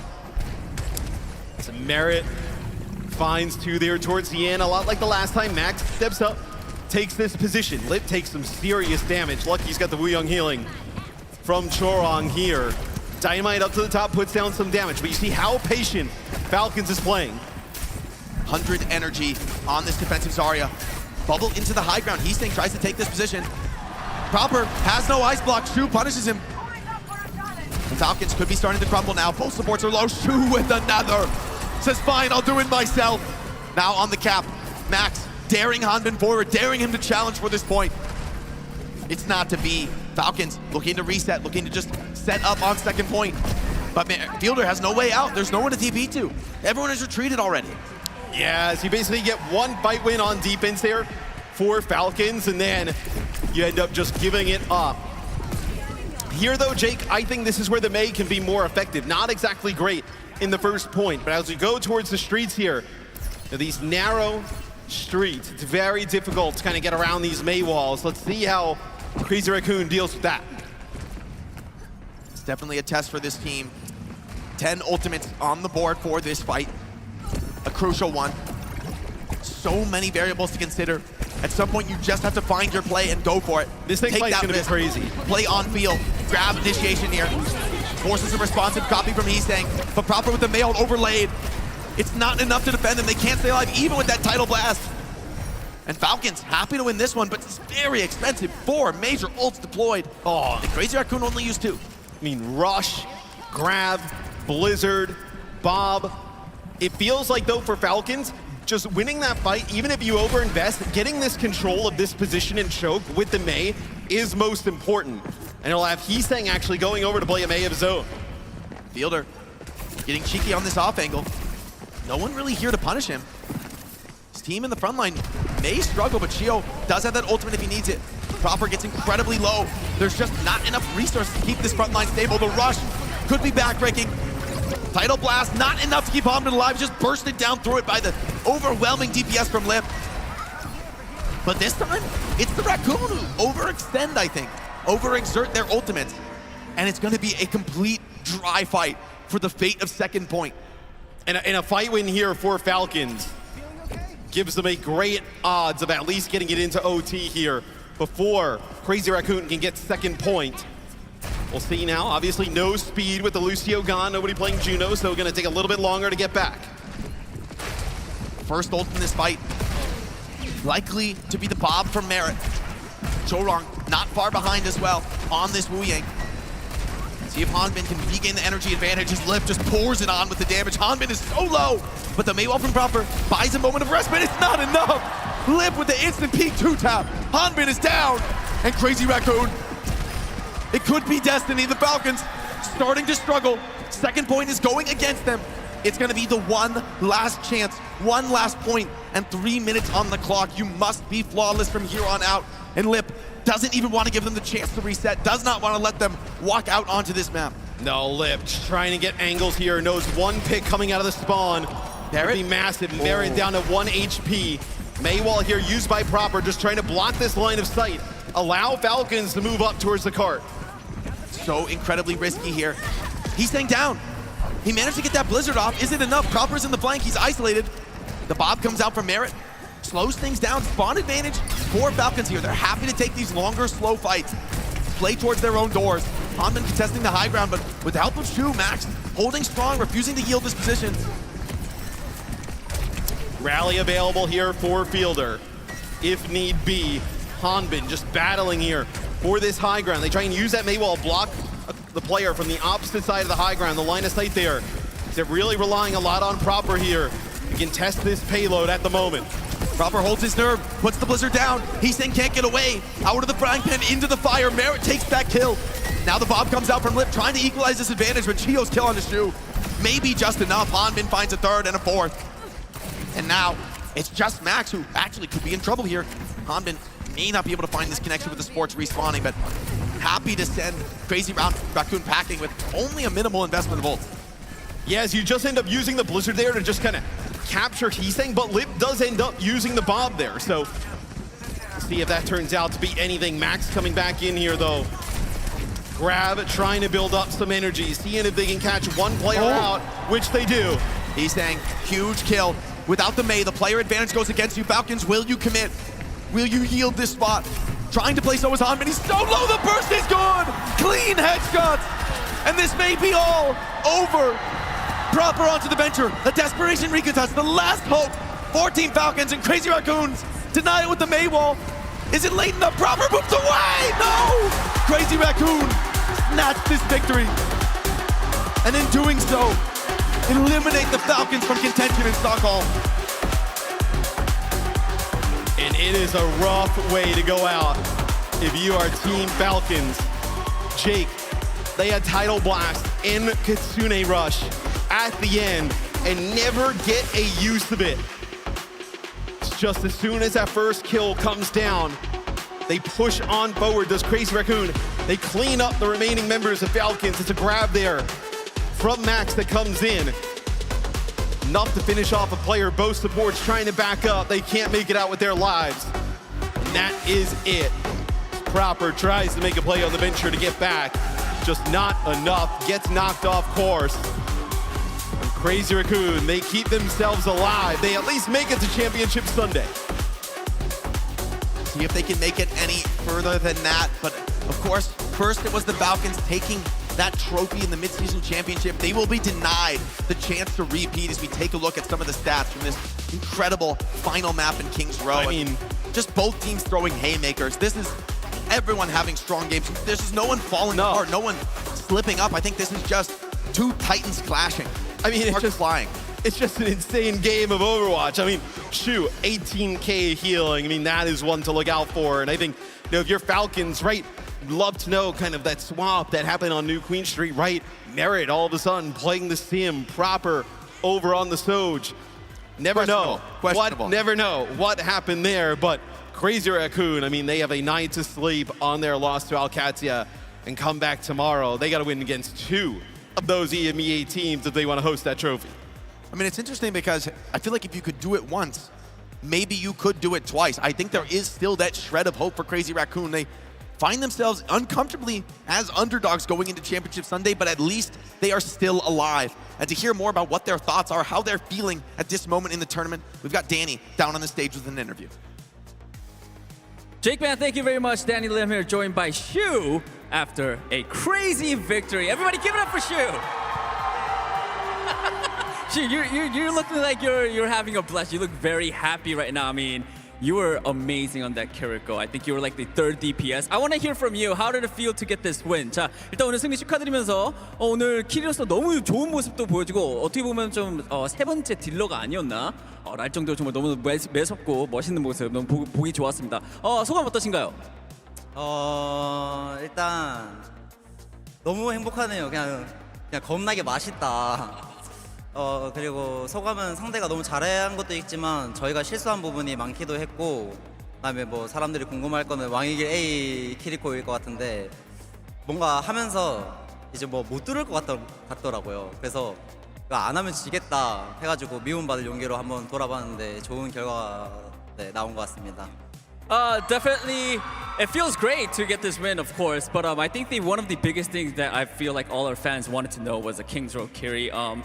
We had all our doubts, but I feel like if I didn't pull this out, there was not a lot of way for us to penetrate the defense. So I took the gamble, and I think it worked out perfectly. And it did work out perfectly, right, guys?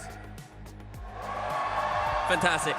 One more question. I mean, Crazy Raccoon, you guys are going into the lower bracket finals, and if you guys want to win it all, you have to win against 2 EMEA teams to become the world champions. Shu, are you worried at all that you have to face them up against 2 EMEA teams that are currently looking very dangerous? 자, 두 번째 질문으로는 슈 선수가 보셨을 때 아무래도 이번에 또 우승을 위해서는 지금 좀 유럽 쪽 우리 또 트마와 알카시아를 두 팀 다 이겨야 되는데 그거에 대한 걱정이나 좀 이런 건 없나요? 아무래도 두 팀 다 너무나도 지금 좀 무서워 보이는 팀이라고 저는 생각을 하거든요.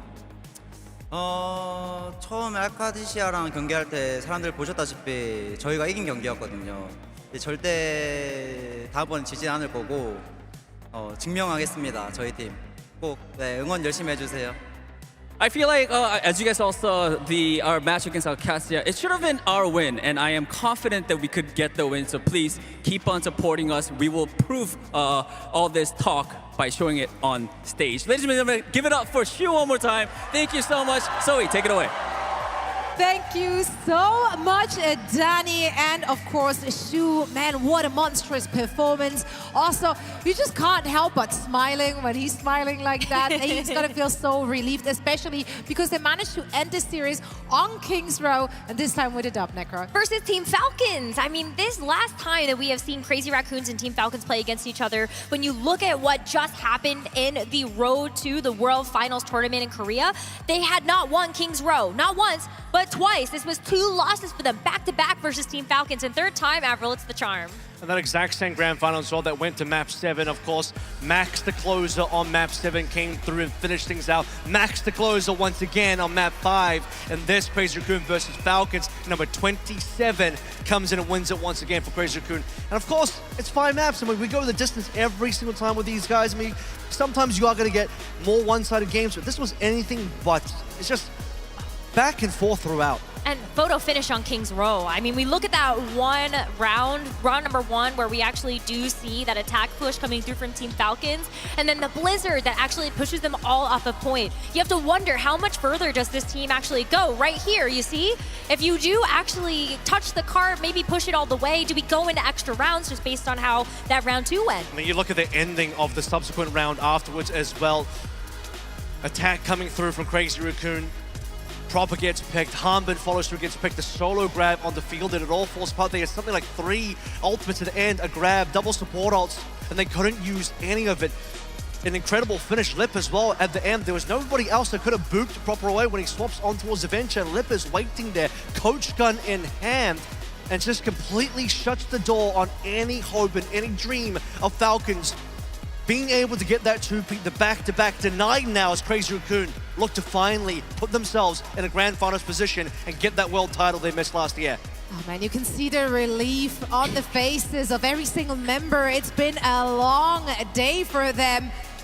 A long series to end it as well and continue their run in the lower bracket. Now with an opportunity to get the grudge match against OWCS potentially there as well. And now this is the second time in a post-match interview that they mentioned it. So I feel like that loss against OWCS, that stung. I mean, it has to hurt because you end up winning that very first map of the series, Busan. You have Junbin and actually plays the Doomfist. You have such a great read to actually bring out kind of off-meta hero in the tank role to be able to take that win versus OWCS. And then every single map after that ends up going OWCS' way. Yeah, now you also have a situation where if Crazy Raccoon are going to make the entire lower bracket journey through, and they're very scared in the lower bracket, as we can see here, no matter which way you cut it, they'll have to face both OWCS and Twisted Minds, no matter who wins in that upper bracket final. So both of these EMEA teams that have taken them down, you have to remember, mid-season as well, TM, they beat Crazy Raccoon, actually eliminated Crazy Raccoon from that mid-season championship. Here, OWCS dropped them to the lower bracket. Crazy Raccoon, it's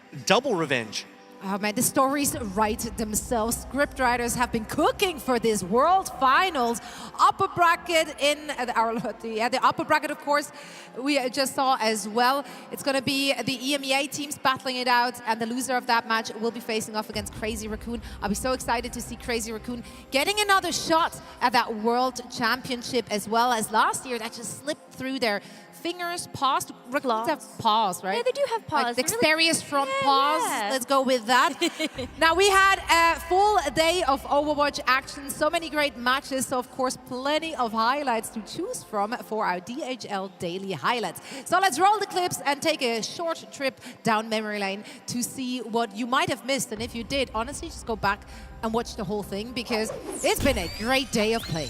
It has. We even had Cargo briefly join us on the back part of the desk. We've been And blessed. We want more Cargo, that's for sure. And hopefully in these clips as well, Necro, you'll get to choose your C9 of the day. Oh, Of course, we had a couple of those. to we choose did from. actually have a couple. Yep.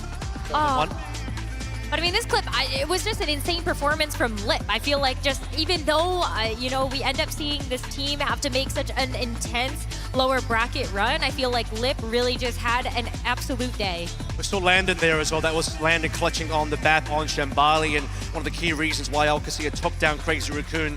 Following that through, we had the Twisted Minds Falcons game as well. So both those EMEA teams winning against the Korean teams, and Courts, unbelievable 5K clutch. What was this? Just like one of the best plays we've ever seen from any player in one of the most intense situations you could possibly find yourself in as a pro player. The Sojourns today, I want to know exactly how they ended up training for today, for which just kind of like the feeling, the arena, maybe giving them a lot of excitement and confidence to be able to pull off performances like this.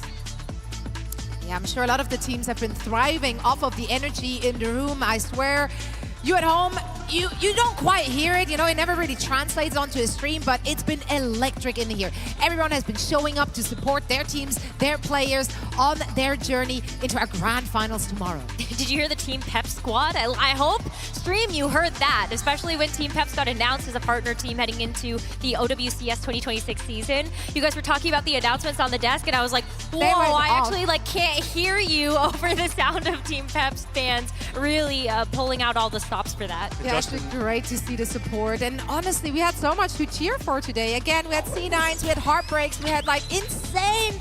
We had a call-out today? Was that today? Was that yesterday? I don't know. Like we just had so many incredible moments on this stage. Do you have a personal highlight moment? Yeah, Court's 5K clutch. It's got to be the best play we've seen all day. Maybe that may be the play of the tournament for World Finals so far for me.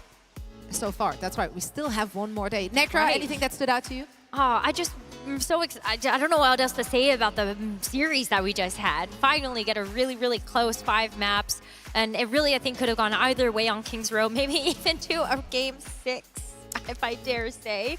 Could have been drawable, I think, is like the scenario I have worked out in my head. So I hope tomorrow we get a nice 7-map grand finals. Well, we're certainly lined up for very good storylines. Let's take a look at tomorrow's schedule, everyone, as we still have one more day of action here at DreamHack Stockholm. Tomorrow, we're going to kick things off in the upper bracket. It's going to be Twisted Minds and OWCS.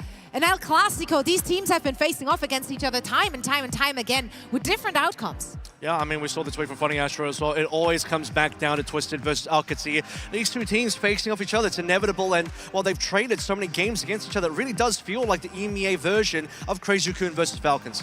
especially nowadays. And as we have kind of like half joked about, but also in all seriousness, with how good EMEA has gotten over the course of the season, Alcatia making it to the second place at the mid-season championships, this might be their time to actually strike, take over Korea as the dominant region in OWCS, and make history as a winner in the 2025 OWCS Finals. It'd be absolutely incredible. And to do so as well here at the DreamHack in Stockholm, it's going to be loud. It's going to be so much fun. For now, though, it is a good night and a goodbye for us. Thank you all so much for watching and joining us throughout the last couple of days. We have one more to go, so make sure to tune in tomorrow. We have so much stuff coming your way. We have an exclusive dev update featuring the voice actress of Vendetta. We also have a show match on the stage. We will be having a live performance of Hold Your Ground here as well, right before the conclusion of the 2025 OWCS World Finals,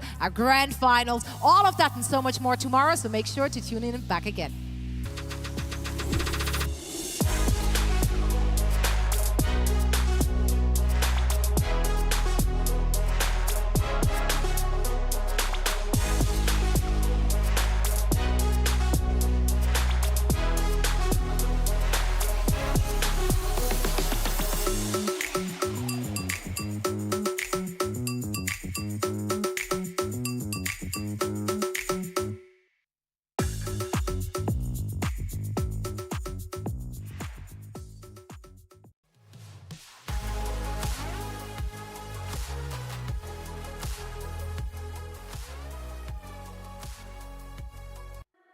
Remember the time when our hearts were synced and our thoughts connected, expanding our size. We can clear the cache, burn it all to ashes. And attack our energy back and charging forward, losing track of what has failed us. We can be heroes, let our fear go, no time to play. You're not alone, no stops in the road, the fallen pave our way. We can clear the mess with 1,000 marching steps. Nothing stays broken, nothing ever stays broken. While the world is burning broken, keep your unity loaded. While the world is burning, keep your head held proud. When the cities crumble, screaming out loud. When the world quakes, hold your ground.